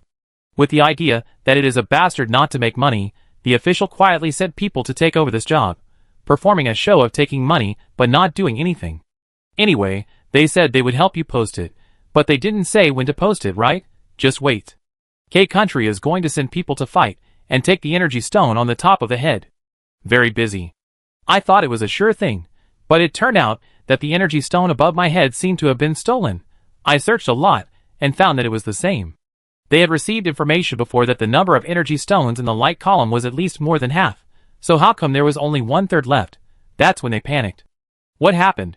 He said that his energy stone was stolen before, but he was just pretending. Could someone really come here to steal the energy stone? They have always been the ones who took other people's things, but this time it became their own things that were stolen. How could they not be angry? What was previously just a war of words and condemnation pretending to be wrong turned into real anger, with full firepower, scolding whoever they saw. At the same time, they began to investigate who stole the energy stone from the icicles above their heads. But after investigating and investigating for several days, they were busy day and night, but except for catching a few of their own talents, who broke the law, no one was caught. In the end, it had to be left unresolved. But they were unwilling to give up, and turned around to ask for the airspace of our country that followed behind them, and flattered them. From now on, the icicles above your heads are ours, write our names. Our country bowed and begged for mercy, but got nothing in return. On the contrary, it was scolded by its own people. You don't want energy stones, but they do. They are all on our heads. Why can you give them away just like that? Shame on you. The system mall is very up to date. After the energy stone loan service, the space button has been launched. Don't miss it if you pass by. Take a walk, take a look, and have a look. Limited time discount. Countdown to the last 8,888 days. With just 3 sea-level energy stones, you can have a space button with a size of 2 cubic meters. With just 6 sea-level energy stones, you can have a space button with a size of 5 cubic meters. Customization is also supported here. As long as the energy stones are in place, you can have any size you want. Whatever pattern you want, you can have any pattern. This mall is pinned to the top of the store, and even has a chat channel that scrolls 24 hours a day to ensure that anyone who clicks into the game chat channel can see it. It can be seen that the mall is really serious about making energy stones. Many people are excited. First, 50 billion people are notified of the channels for obtaining energy stones, and then, there are mall space buttons for wholesale. What are you waiting for? Just try your best and take the energy stones home. At this time, the citizens of country are suddenly heard that after their own territory was first submerged and then frozen, even their own airspace did not belong to them. How could they not be angry? Everyone did not care what the superior said and took it directly. The emperor was willing to sacrifice his life to dethrone. The number of citizens is much larger than that of the official. The official had to collect energy stones and stop the civilian talents, so they had no time to spare. So, when K country finished its work, it went to our country and found that our country had less energy stones than their country. After working so hard for so long, what they got was not worth the fuel. He was so busy during this period that he almost caught up with the extreme heat. Relying on the transmission props and coordinates, he raced against time to dig out energy stones. For bases that she likes, she will take less, half or even less. For bases that she doesn't like, she will take more, all depending on her mood. Anyway, she gets energy stones quickly. She can get more than 10 at the speed of others getting one. Other talents need to be equipped with a professional team every time they get energy stones. The team must have at least 1 auxiliary talent, 2 people to receive, and the most resistant person to grab. After getting an energy stone, you have to rest for 2 to 3 days before you can continue. But he doesn't need it. As long as her talent is not used up, she can keep taking it. It doesn't matter if her talent is used up. She has healing mushrooms, and she can use them now. In between her busy schedule, he went back to the space to eat. Da Fengshou stood not far away, watching he eat voraciously, and his calm voice seemed to be puzzled. Why are you so tired? He glanced at him. Of course, it was for the energy stone, otherwise what else could it be for? Because she is sick? Itchy all over when you rest? Maybe a hobby? Da Fengshou seemed to have never thought of this answer, and was stunned for a moment. He looked at his stupid look, smiled, picked up the rice and took a bite. What is your hobby? Eating planets. Da Fengshu answered this question very seriously. Gee, he just thought he was joking. Why do you eat planets? Sometimes it's a need, sometimes it's a love. When a planet is completely occupied by turbid beasts and cannot be saved, the cosmic consciousness needs him to swallow up the planet. But he didn't like it. Every time he finished eating, he would be enveloped by strong negative emotions and feel extremely painful. At this time, he would swallow a complete planet. The energy of 2 planets is a burden for him, but this pain will make him forget those negative emotions. At this time, a clenched fist appeared in front of him. Guess what's here? Just as Da Fengshu was about to start scanning, he retracted his hand. Can't scan, can only guess. Da Fengshu shook his head. I don't know. Because I don't know, I have to guess. Gold coins? Energy stones? Da Fengshu tried it out. He observed these days that this white unicorn cub seemed to like money and energy stones very much. No. He spread her palm, and inside was a planet lollipop. She smiled and said, I give you a planet. Looking at the planet-shaped lollipop on Ji's palm, Da Fengshu suspected that his machine body seemed to have a malfunction. Otherwise, why did he feel that the chip was a little hot? Chapter 6:17. While the gifted were obsessed with finding ways to get the energy stone in the icicle, ordinary people were facing a new round of challenges. After the extreme cold came, the insects that had been impossible to get rid of before seemed to disappear in an instant. Their skin, which was bitten one after another, finally had a break. As a result, they didn't have time to be happy for a few days. The disease spread silently among ordinary people. First, an old man on the ground suddenly coughed and had a runny nose. She didn't take it seriously. After breakfast, she just chatted with her neighbors to kill time. After all, everyone has had a cold. No matter what, it will be fine in more than a week with your own immunity.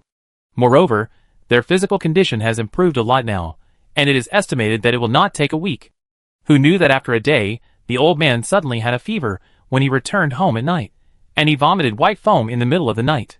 When the family members finally found the medicine and wanted to feed the old man was gone. It was only 3 days. This was just the beginning. After a few days, more and more elderly people and children in the whole building were sick.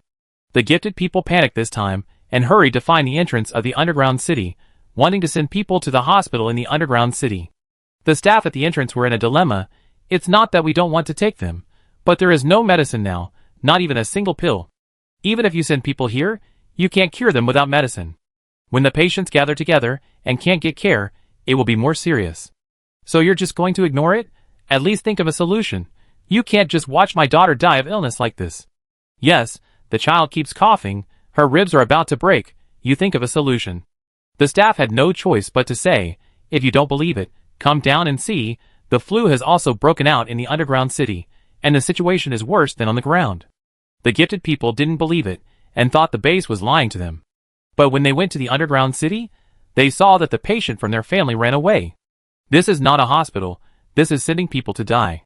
Countless sick people were lying in several tents, not to mention bedding, not even saliva, the room was cold and gloomy, and there was a foul smell. Coughing and vomiting were heard one after another.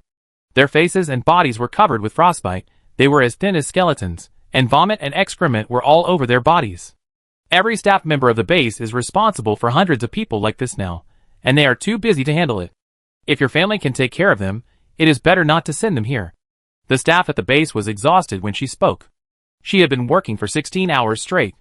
If she didn't have children to take care of at home, she would never do this job. It was a torture for her to watch so many people wailing desperately and dying in pain every day without being able to do anything. Then won't the base think of a solution? The gifted people who had patients at home were extremely anxious. The old lady upstairs died within 3 days of her illness. They couldn't wait. I want to, why not? The staff member smiled bitterly. She was helpless when talking about this. You have to give the base some time. This disease has been discovered for only 2 days, and it's coming on strong. Those who are responsible for researching medicine are not gods. How can they find the right medicine within 2 days? Go back and hold on. Drink more hot water, eat more, increase your own resistance, and hope to wake up quickly. Are you sick? Drink more hot water if you have heat stroke. Drink more hot water if you are bitten by insects. Drink more hot water when you are hungry and thirsty. Drink more hot water no matter what you do. That is hot water, not magic wine. You will have to pee if you drink too much. Go back to the small building to go to the toilet, and you will be cold again. Awakening? Awakening can cure all diseases? It means we can awaken whenever we want. You have been studying for so long, but you still can't figure out how to awaken. Now you ask us to go home and awaken just by talking. I think you are awakening. Only a few people with talents can reach the energy stone, and most of them can't. Now they have nothing to do, and they are full of anger. They become long-haired animals, and block the entrance of the base dungeon and curse every day. The base had to give an explanation. The base was in a state of panic. They could only speed up the research to find the right medicine. Every morning, at the entrance of the dungeon, there were more than a dozen long-haired animals blocking people in various ways, which seriously affected the pace of the base's collection of energy stones. Finally, there was no other way, so they simply pushed out a sick ordinary person named Wang Jueshing. Every day, if he did nothing, he would stand up and be scolded on behalf of the base, and when those people finished scolding him, he would go home. This person volunteered. He thought clearly that he was sick anyway, and would not live for a few days, so he might as well earn some food for his family. As a result, after working for a few days, I got sick and depressed. I suddenly woke up, and I woke up successfully. In the end, I recovered from my illness. The job of guarding the gates suddenly changed from no one willing to do it at the beginning to being rushed for. People who have no connections will not get their turn. Everyone suddenly realized. No wonder the base didn't find the reason for awakening. It turned out to be scolding. Who could have guessed this weird way of awakening? So, every day there were several patients standing at the gate of the dungeon waiting to be scolded. It's true that they actually got a little bit of the awakening method. Awakening means that the energy in the body has accumulated to a certain level, and it is matched with extreme emotions. If the energy in the body is not accumulated to a certain level, even if you are scolded, you cannot awaken. Similarly, if the energy is accumulated to a certain level, but the person's emotions have been very stable and there are no fluctuations, you cannot awaken. Both are indispensable. Now being scolded every day can at least ensure that one of the conditions for awakening is met. As for the other one, it's hard to say. Although Jihe is busy, he still goes home to sleep every day. That day, she got up early, and was eating when she saw Yuanchio sticking half of his body out of the door mysteriously. Who's outside? Yuanchio retracted his head and said with great interest, "You don't know, it's been very lively recently." "Can you elaborate?" Jihe took a sip of red bean porridge, and was very satisfied. Dai Fengshu's skill in making red beans is really amazing, and there is nothing bad about it. A large number of ordinary people in the underground city failed to awaken, and turned into turbid beasts, killing many innocent people. The people living in the underground city are too dense, and the base now encourages people to return to the ground and live separately. Yuanchio made a long story short, and then gloated, but the people who went underground didn't have enough fuel, and they came back to the ground? Wait to freeze to death? He added a spoonful of 3 cups chicken. What about those talents who awakened recently? Are they not afraid of freezing? Most of the talents who awakened in this kind of weather have thick fur, so they don't have to worry about freezing to death. They can live alone and avoid being implicated. Chapter 6:18. If you ask him, thinking about those conspiracies all day long, it would be strange if the awakening success rate can be improved. It's already the middle and late stages of awakening. If you don't hurry up and find a way to awaken successfully, and think about those things all day long, it would be strange if you can succeed. You neither cultivate some special products belonging to your own nation, nor cultivate your relationship with Baiqilan, but think about fighting for those expired materials all day long. What will you do when you return to the universe in the future? Thinking of this, Yuanchio secretly glanced at Jihe and reached out to pick up another lotus root box for her. Seeing Baiqilan eating so happily, it suddenly thought of something. This nation is not without specialties. Baiqilan loves the food you cook. If you become Baiqilan's personal chef, you can also rise to the top with your family. Jihe dipped a little chili powder in the lotus root box and took a bite. It tasted good. How could a gifted person be willing to vacate the place? The underground environment is not good, and the people at home are easily implicated by the turbid beasts. Yuanchio picked up another lamb leg with chopsticks for Jihe, and considerately helped to dip it in chili powder. The main reason is that most of the gifted people who awakened later were awakened by ordinary people. They have nothing but fur. If they come up to live, they can't even transform into a human without a cotton coat. Jihe nodded, and was about to speak when there was a knock on the door. The ball went out and came back. "It's Chili." Jihe nodded, walked out and opened the door. "You're here?" Chili was wrapped tightly, and there was a man holding a camera standing behind him. He nodded after seeing Jihe, and began to recite with emotion, "Hello, All the gifted friends, I hope you can help each other and give the late awakeners a job opportunity. Now the base represents the late awakeners to provide the following jobs: housekeeping, nanny, water carrier, hospice care, psychological counseling, etc. I hope you can contact the base in time if you need it. With a beep, the video was turned off. Chili lowered his shoulders and immediately changed. Just listen to it. Why hire a nanny at this time? It's embarrassing. Gee, I'm eating. Do you want to come in and have a bite with me? Chili shook his head. No, I want to find 10 people to recite. Okay, close the door and call me if you have anything. After saying that, he called the person behind him and went downstairs without looking back. They appeared in less than 1 minute. Gee, As soon as she closed the door, she heard another knock on the door. She raised her eyebrows. Did he regret it and come to eat? Gee turned around and opened the door. It turned out that there was a stranger outside the door. Gee, what's the matter? The man smiled and said, I am a new neighbor. A new neighbor will move into our building soon. I want to ask you, do you want to join our alliance? We will protect each other and guard our house together. Gee shook his head, no. The man was about to close the door, and he put his hand on it. I'm not lying to you. You know, if you go out and take a look, the icicles falling in other areas are denser than our buildings. There will definitely be more people coming here, and our building will be full soon. If you don't join us, you may not be able to protect the house by yourself. We don't ask for much. Just give us 2 kilograms of rice, and when someone comes to rob your house, we will come to help you. Gee stared at the man's hand.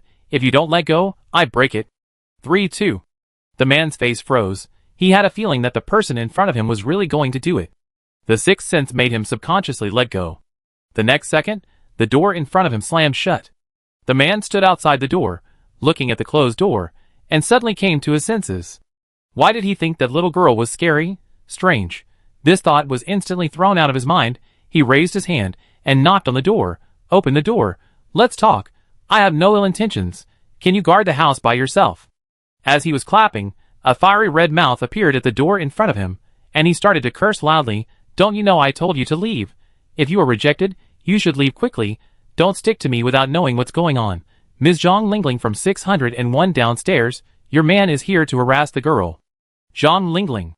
Man, fuck. He's after the supplies, not for sex. Lao Wang, get back here. His wife called out from downstairs, and the man hurried downstairs without caring about anything else. Wife, listen to my explanation. Yuanqiu rolled his eyes, and the henpecked husband was still trying to show off. Humph, time passed quickly.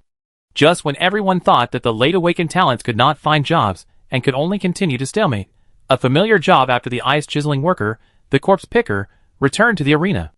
As the disease spread more and more patients died. The base was too busy to handle the work, so they hired them to pick up the bodies. The salary for this job was not high, and the talented people looked down on it. Ordinary people could not carry it, so it was their turn. So many late awakened people found jobs this way. Picking up some bodies and breaking some ice every day, at least they could barely make a living. At this time, the base also announced the cause of the disease, which was airborne transmission. As long as you try not to go out, don't come into contact with patients, and don't stay in public places, you won't be infected. Or even if it is contagious, the symptoms are mild and will not cause death. It makes no difference whether this is said or not. Who wants to go out if they can stay at home? Isn't this a helpless thing? But despite the scolding, fewer people go out. Even the gifted people don't go out. They choose to use ropes to hang wooden buckets and put them down to get water, which can also avoid contact with outsiders. The base, which was quite lively before, has returned to being deserted. But he keenly discovered that his building was filled with people at some point, and even the 2 brothers and sisters opposite moved back from the underground.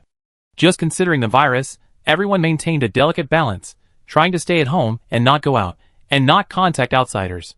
He also had a peaceful life, going out early and returning late every day to get energy stones. Time passed quickly for more than a month. During this period, the base paid a huge price, and finally developed a symptomatic drug. After it was distributed, the flu was temporarily controlled.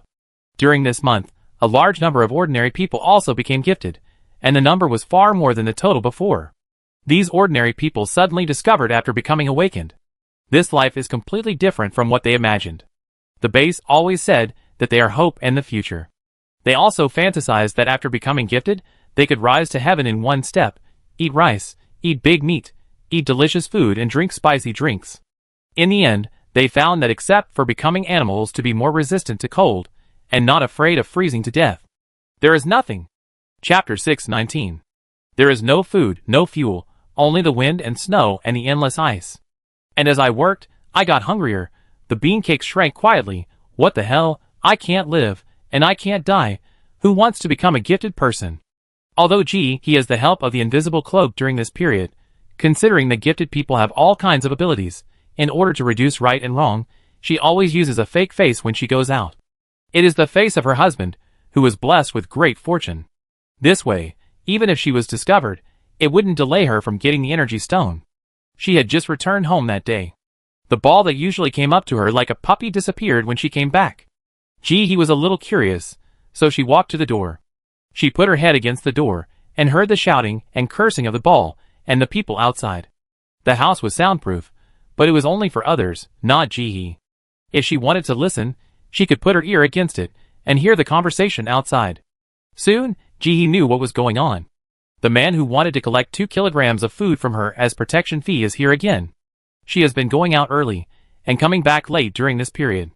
Although she has not been involved in the neighbors' affairs, she knows something.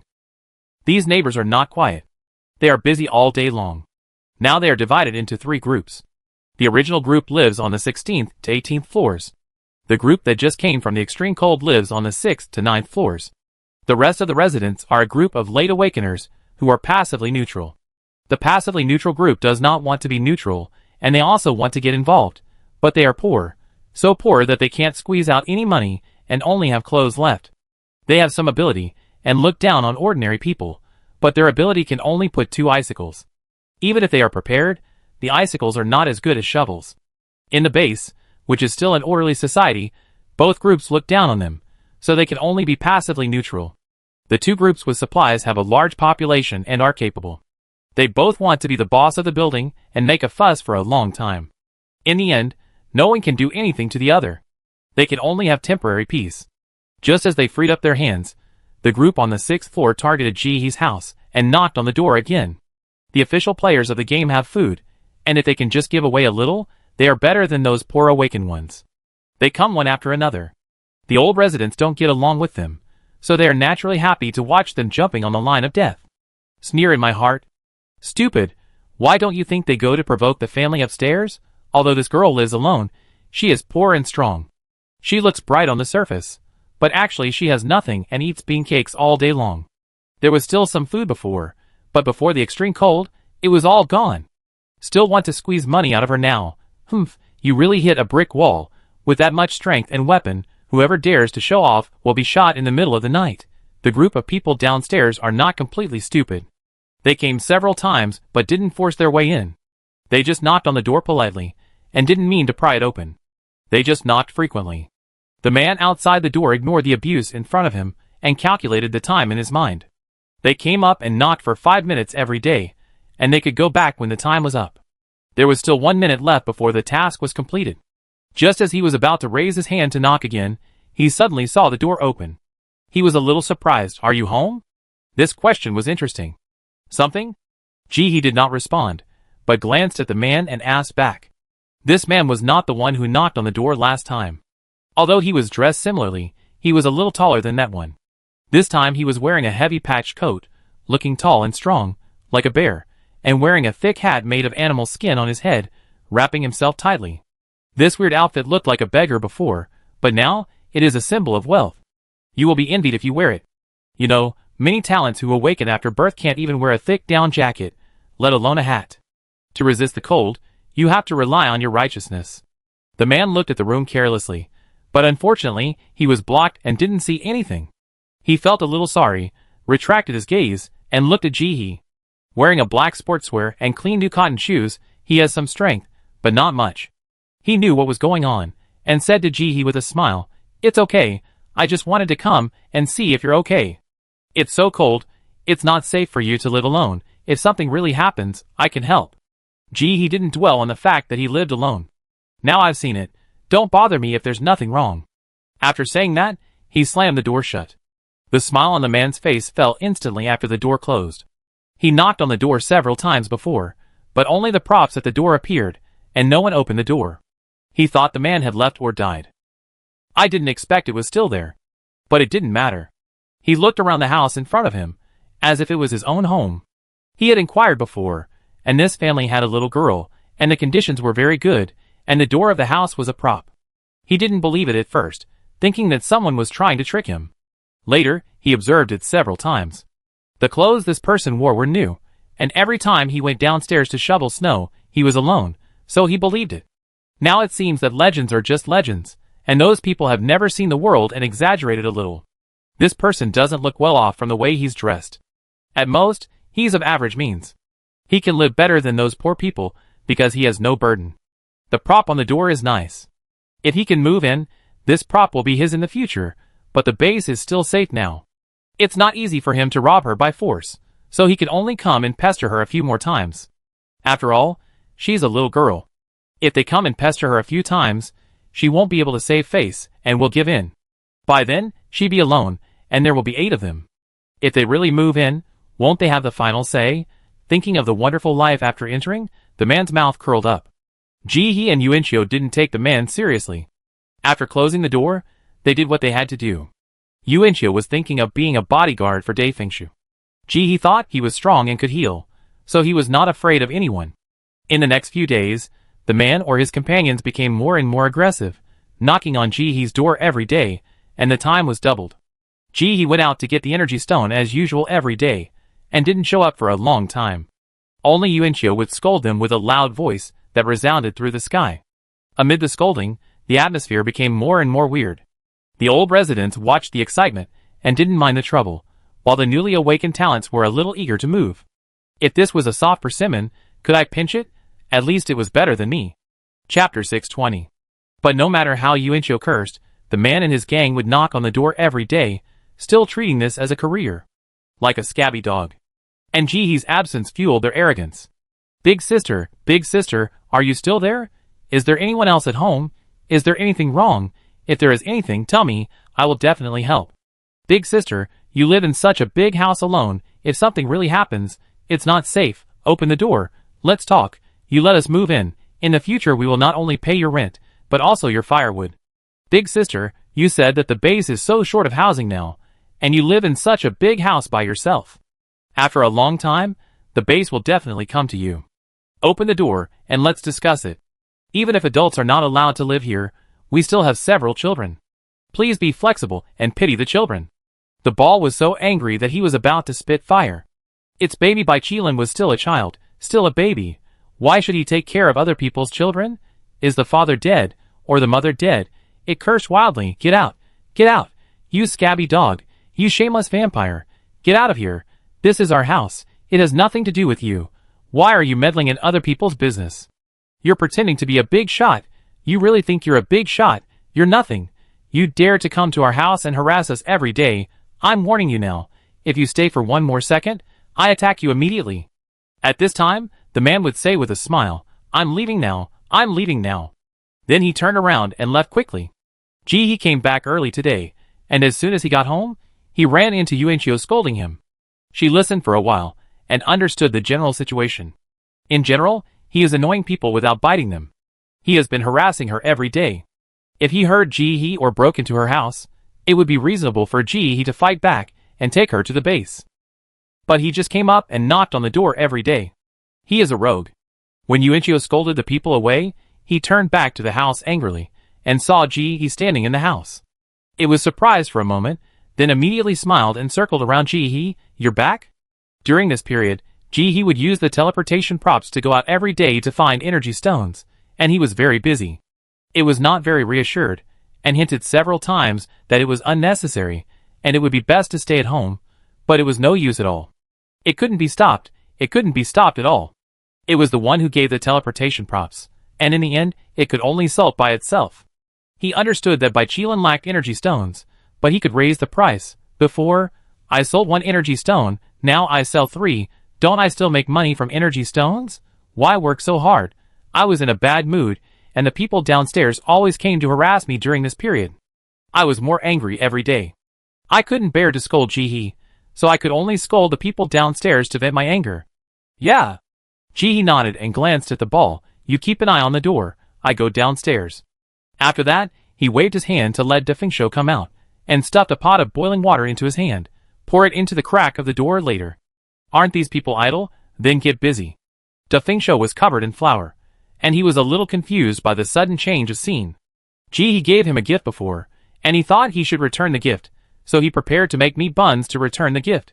He was kneading the dough now. Ji looked at him and asked tentatively, Steamed buns? No steamed buns. Defingsho said this and looked up at Ji.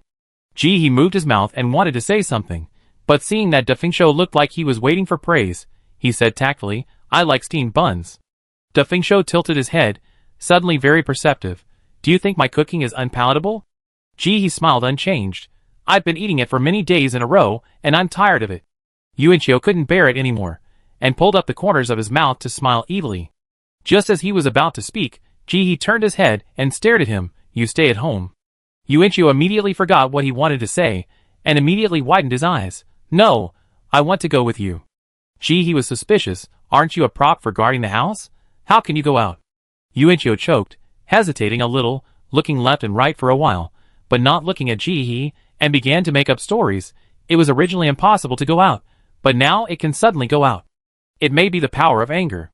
Defingshu was holding a basin of boiling water, and when he saw Yuanchio like this, he sneered. Yuanchio stared. What are you looking at? He is more handsome than you. Ji glanced at Yuanchio, pretending not to see the awkwardness on its face, and skipped the topic. Then let's go. After saying that, he opened the door and walked out. Everyone has their own secrets, and so do props. She doesn't want to hold all the secrets in her hands now. It doesn't matter whether Yuanchio and Defingshu are strange or not. What's important is that they will always be with her, and will not betray her. That's enough. Seeing that he didn't ask any more questions, Yuanchio breathed a sigh of relief and immediately threw away the guilty feeling just now. He turned around, carrying a broom, rushed out of the house, caught up with Ji, rushed straight in front of her, and rushed downstairs in a hurry. Finally, it's time for it, Nyo Hulu Ball, to fight back. You are waiting for this consciousness. Ji's action of going downstairs was not intended to cover up at all. As soon as she went downstairs, several families living downstairs heard the sound. They put their ears to the door, and listened carefully to the sound outside. After the families formed an alliance, in order to save charcoal, they discussed that they would gather together during the day and rest separately at night. In this way, they only need to burn one firewood during the day, which can save a lot of fuel. Being together every day, it is inevitable to chat, and in addition, it is boring in winter, so the whole building will gossip for a long time about anything that happens. And the hottest news these days is that the group of idiots downstairs dared to touch the big troublemaker upstairs. For this matter, not only will they not stop it, but they are also happy to lie under the door every day to watch the fun and wait for the downstairs to get into trouble. Who doesn't know that the family upstairs is a tyrant? Being poor and tyrannical is bad enough, but the guy upstairs is both. In this situation, why bother her? The birthday man hangs himself. This girl is quite brave. She just went downstairs by herself. What are you afraid of? She carried her guns and a box of bullets on her body, and see if the people downstairs are weak. If you ask me, at this moment, the power of an individual is limited. Even if she has bullets, what can she do? Does she really dare to shoot in front of me? If she had joined our alliance earlier and helped each other, this would not have happened. Then go and tell her, and see if she can get used to you? I won't go. Why don't you know why that person bought so many guns?